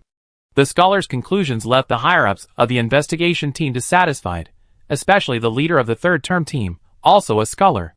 She believed the investigation team wasn't just there to investigate ancient dragon fairy, and that they shouldn't ignore the ecology of the New World. Hunters exist not only to protect human civilization, but also to maintain the ecosystem. Therefore, even if there's even the slightest possibility of ecological collapse, they can't just ignore it and allow it to develop unchecked. Chapter 389. The third core leader's speech was unanimously endorsed by the higher-ups of the investigation team. Therefore, after the Commander-in-Chief's summary, the Star Stronghold began allocating its already limited manpower to encircle and suppress the monstrous monsters. Clearly, the results were encouraging. With the investigation team's efforts, coupled with intelligence from the Rathalos, the Guardians of the Wasteland, they successfully confined the monstrous monsters to the swamp area. According to the Ecological Research Institute, this level of confinement was sufficient. Without external interference, nature could handle the rest on its own. However, a drunken hunter had previously claimed to have seen Nergigant feeding gnawing insects on other monsters at night. Yes, gnawing insects. This term was passed down from the ancient tree. The investigation team continued to use this name for the scarlet worms, and passed it back to the old world. This news had already stirred up renewed turmoil in the Starry Stronghold, which had thought the matter was settled. However, subsequent investigations revealed no trace of the female fire dragon suspected of being infested with gnawing insects, nor any sign of Nergigant, prompting everyone to breathe a sigh of relief. But now, a team of hunters had unexpectedly told them that what they had seen was true, that the gnawing insects had indeed been brought by Nergigant. Even if they hadn't been brought by Nergigant, they were definitely connected to it. The matter involved an ancient dragon, and Nergigant had always been the focus of the investigation team. This news was nothing short of a devastating earthquake. Ancient dragon fairy, dragons chasing ancient dragons, and scarlet ominous insects. Why are they all converging on him? Could these gnawing insects also be part of the ancient dragon fairy? Or are they Nergigant's possessions? Master Yuanya, who had just returned to rest for a while, pack up his supplies, and head back to the Grand Canyon, speculated gravely. Unfortunately, we haven't found anything related to Nergigant among the recovered gnawing insect carcasses. At this moment, the leader of the 3rd Regiment, wearing glasses and holding a pipe, approached. Overhearing Master Yuanya's speculation, he shook his head and responded calmly. According to the research base's urgent analysis of the gnawing insect carcasses, we discovered that these gnawing insects died after being drained of their internal energy. We also compared the gnawing insects' residual energy with the spines left by Nergigant and found no connection. The leader of the 3rd Regiment sat down, tapping the edge of the pipe with his fingers, making a crisp sound. Based on previous research on ancient dragons, they have a certain impact on their surroundings. If this small creature is truly connected to an ancient dragon, even an ancient dragon like Nergigant, which isn't known for its environmental energy, would have an impact on it, at least a certain energetic connection. Therefore, We can't jump to conclusions without further investigation. The 3rd Regiment's leader's words left the others lost in thought. After a long pause, the Grand Leader finally spoke. Then how about this? From now on, the Sword Master and I will lead the team deep into the Great Ant Mound Wasteland Swamp for an investigation. I leave the logistics to you. The Commander-in-Chief nodded and was about to agree, but the 3rd Regiment's leader interrupted at the right moment. In that case, our research base will serve as your logistics support, providing close-range logistical support. After he finished speaking, the Commander-in-Chief looked at the 3rd Regiment's leader with some concern. Over the years, because the Star Stronghold has been paying off its debts, and there is an ancient tree research base, the leader of the 3rd Phase group has been silent for almost 10 years. He is just like an ordinary scholar, doing research and issuing some small tasks. It wasn't until the arrival of the 4th Regiment, when manpower was barely sufficient and the need for scholars to perform logistical work was eliminated, that a plan proposed earlier by the 3rd Regiment's leader began to unfold. The Mobile Research Base Plan. This plan, derived from the Flying Over the Grand Canyon plan proposed earlier by the 3rd Regiment's leader, was finally finalized after numerous refinements. The 3rd Regiment's flagship, the massive keel ship used for library storage, was converted into a hot air balloon airship. This would allow the 3rd Regiment's flagship, the massive keel ship used for library storage, to be deployed deep into the new world encircled by the Grand Canyon once hunters began to have a surplus. Secondly, it would serve as logistical support for hunters conducting long-distance investigations, allowing the scholars to quickly analyze and investigate the hunters' findings. Is the hot air balloon test truly safe? Although the increased logistics staff and technical expertise brought in a significant number of people, this was still a new world with limited resources. The research team had to make do with local materials and construct a highly unconventional airship, which carried considerable risks. We already conducted 3 test flights. There's no problem. The leader of the 3rd Regiment, who had been lukewarm until then, finally cracked a smile and spoke with a higher voice after mentioning the 3 test flights. In that case, let's do this. I issue the mission, and you have to choose the personnel. The Commander-in-Chief said no more. In the New World, everything carries risks. After the ancient tree fire dragons left the Great Anthill Wasteland, their descendants were unable to defend their settlement. Later, they were dispersed and completely lost contact with the investigation team. The transport routes once jointly established by the investigation team and the fire dragons had been abandoned. Now, the furthest they could reach was Luo Yuan and Yaji's former lair. Therefore, if the Grand Commander and the Sword Master led their team deeper into the swamp, relying solely on manpower to transport supplies would be a daunting task. Why not try using the mobile research base? This would also help them gain experience for future flights across the Grand Canyon. With the Commander-in-Chief's approval, the 3rd Regiment's leader finally smiled. After a slight bow, he quickly walked towards the Ecological Research Institute. While the Starry Stronghold was still discussing how to conduct the investigation and where to begin, Luo Yuan, now a loving father, finally put down the little creature, curled up in a ball and thrashing on his wings, nearly crying. Looking at the tearful little creature, vividly demonstrating the meaning of when the child is safest, the father is the most dangerous factor, Luo Yuan turned his head away, pretending not to notice. With a low growl, he warned the little creature not to complain again after Yaji returned, or he would continue to play with it like a ball. Then, he carefully sensed the message from the long-silvered master of nature. As Luo Yuan had suspected, the little creature was born with ancient dragon blood. Although it looked like an ordinary silver dragon cub, a closer look revealed sharp bony protrusions on either side of its mouth, similar to Luo Yuan's. The long tail behind it didn't end in a tail club with multiple spikes like a silver dragon's, but instead had neatly arranged tail spines like Poseidon's trident. The patterns on its tender wings were also light blue, not silver gray. These differences betrayed the fact that the little creature was born an ancient dragon cub. Compared to Luo Yuan and Yaji, who had endured a difficult upbringing, it was as if it had been born in Rome. Thus, the little creature's intelligence was far superior to that of an ordinary fire dragon cub, and it easily understood Luo Yuan's meaning. Thus, the little creature simply shrunk its head in response to Luo Yuan's warning. Of course you have to listen to what you say, but you have to file a complaint. Chapter 390. Luo Yuan knew exactly what the little guy was thinking. Don't be fooled by his timid appearance now. When Yaji returns and complains, he won't hesitate. However, Luo Yuan was also pleased to see this. The little guy's IQ was too high, and without siblings, he was destined to be isolated from other fire dragon cubs. Therefore, apart from his parents, his childhood was destined to be a lonely one. In the world of Monster Hunter, creatures are so pure that they are like a basin of clear water. Any stain from childhood would muddy it. Thus, whether influenced by the fire dragon's family values or Luo Yun's own thinking, he made this unbecoming choice. As for the little guy, when he turns 5 and has independent hunting skills and leaves the nest, Luo Yun will no longer need to worry about him. After all, he's only leaving Luo Yun's nest, not the ancient tree. At the age of 5, Luo Yun and Yaji had already secured a good nesting spot in the ancient tree. As Luo Yun's offspring, born as an ancient dragon cub, with such a high starting point, it would be a bit unreasonable if they couldn't secure a place in the ancient tree. Furthermore, by that time, whether the little one would actually want to live in the ancient tree was still a question. At least given the abilities of an ancient dragon cub, a 5-year-old is more than capable of surviving independently in this harsh world. Ignoring the little one curled up in the nest, clutching its tail, Luo Yun's eyes grew fiercer. This time, the information provided by Boss Nature was much clearer than before. Of course, it wasn't a direct target, but rather an area. Great Ant Mound Wasteland.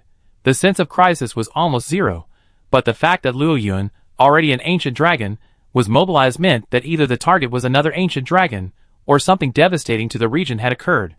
Ordinary monsters, or the investigation team alone were no longer able to handle the situation, and an ancient dragon intervention was needed to launch a major cleansing. Just as Xiao Guogua had done in the northern part of the ancient tree forest and the coral plateau. But Luo Yun was puzzled why Xiao Guogua wasn't tasked with such a large-scale cleansing. You know, this type of cleansing targets regional creatures with a clear scope, making ancient dragons like Mist Dragon and Mist Barrier Corpse Dragon most suitable. Meanwhile, dragons like Luo Yun, Flame King Dragon, and Steel Dragon were more suited to causing ecological disasters. Don't think that causing disasters is against nature's will. Natural disasters are part of the natural cycle, otherwise, there wouldn't be so many ancient dragons that symbolize natural disasters. Luo Yun thought about it, but couldn't come up with a reason to send him. Finally, he called the Sage Detail and inquired about the Great Ant Mound Wasteland. Then, he began to form a hypothesis. Recently, the star base has been clearing out monsters infested with gnawing insects in the wasteland. Now Luo Yun understood. The New World's life energy is so abundant that even gnawing insects in the ancient trees can transform into luminous crystal butterflies. So, in the Great Ant Mound Wasteland, the gnawing insects must be even more resilient, even surviving in non-symbiotic conditions. It's possible they could even expand their parasitic range, threatening the local ecology. As for sending Luo Yun to deal with the problem, one possibility is the existence of the luminous crystal butterflies. Another possibility is that the ancient dragons previously assigned to deal with the problem were not diligent enough, leading to the gnawing insects infestation. Consequently, Boss Nature had no choice but to reselect him, the diligent and hard-working dragon. At this thought, Luo Yun's mind almost instantly flashed to Xiao Guogua.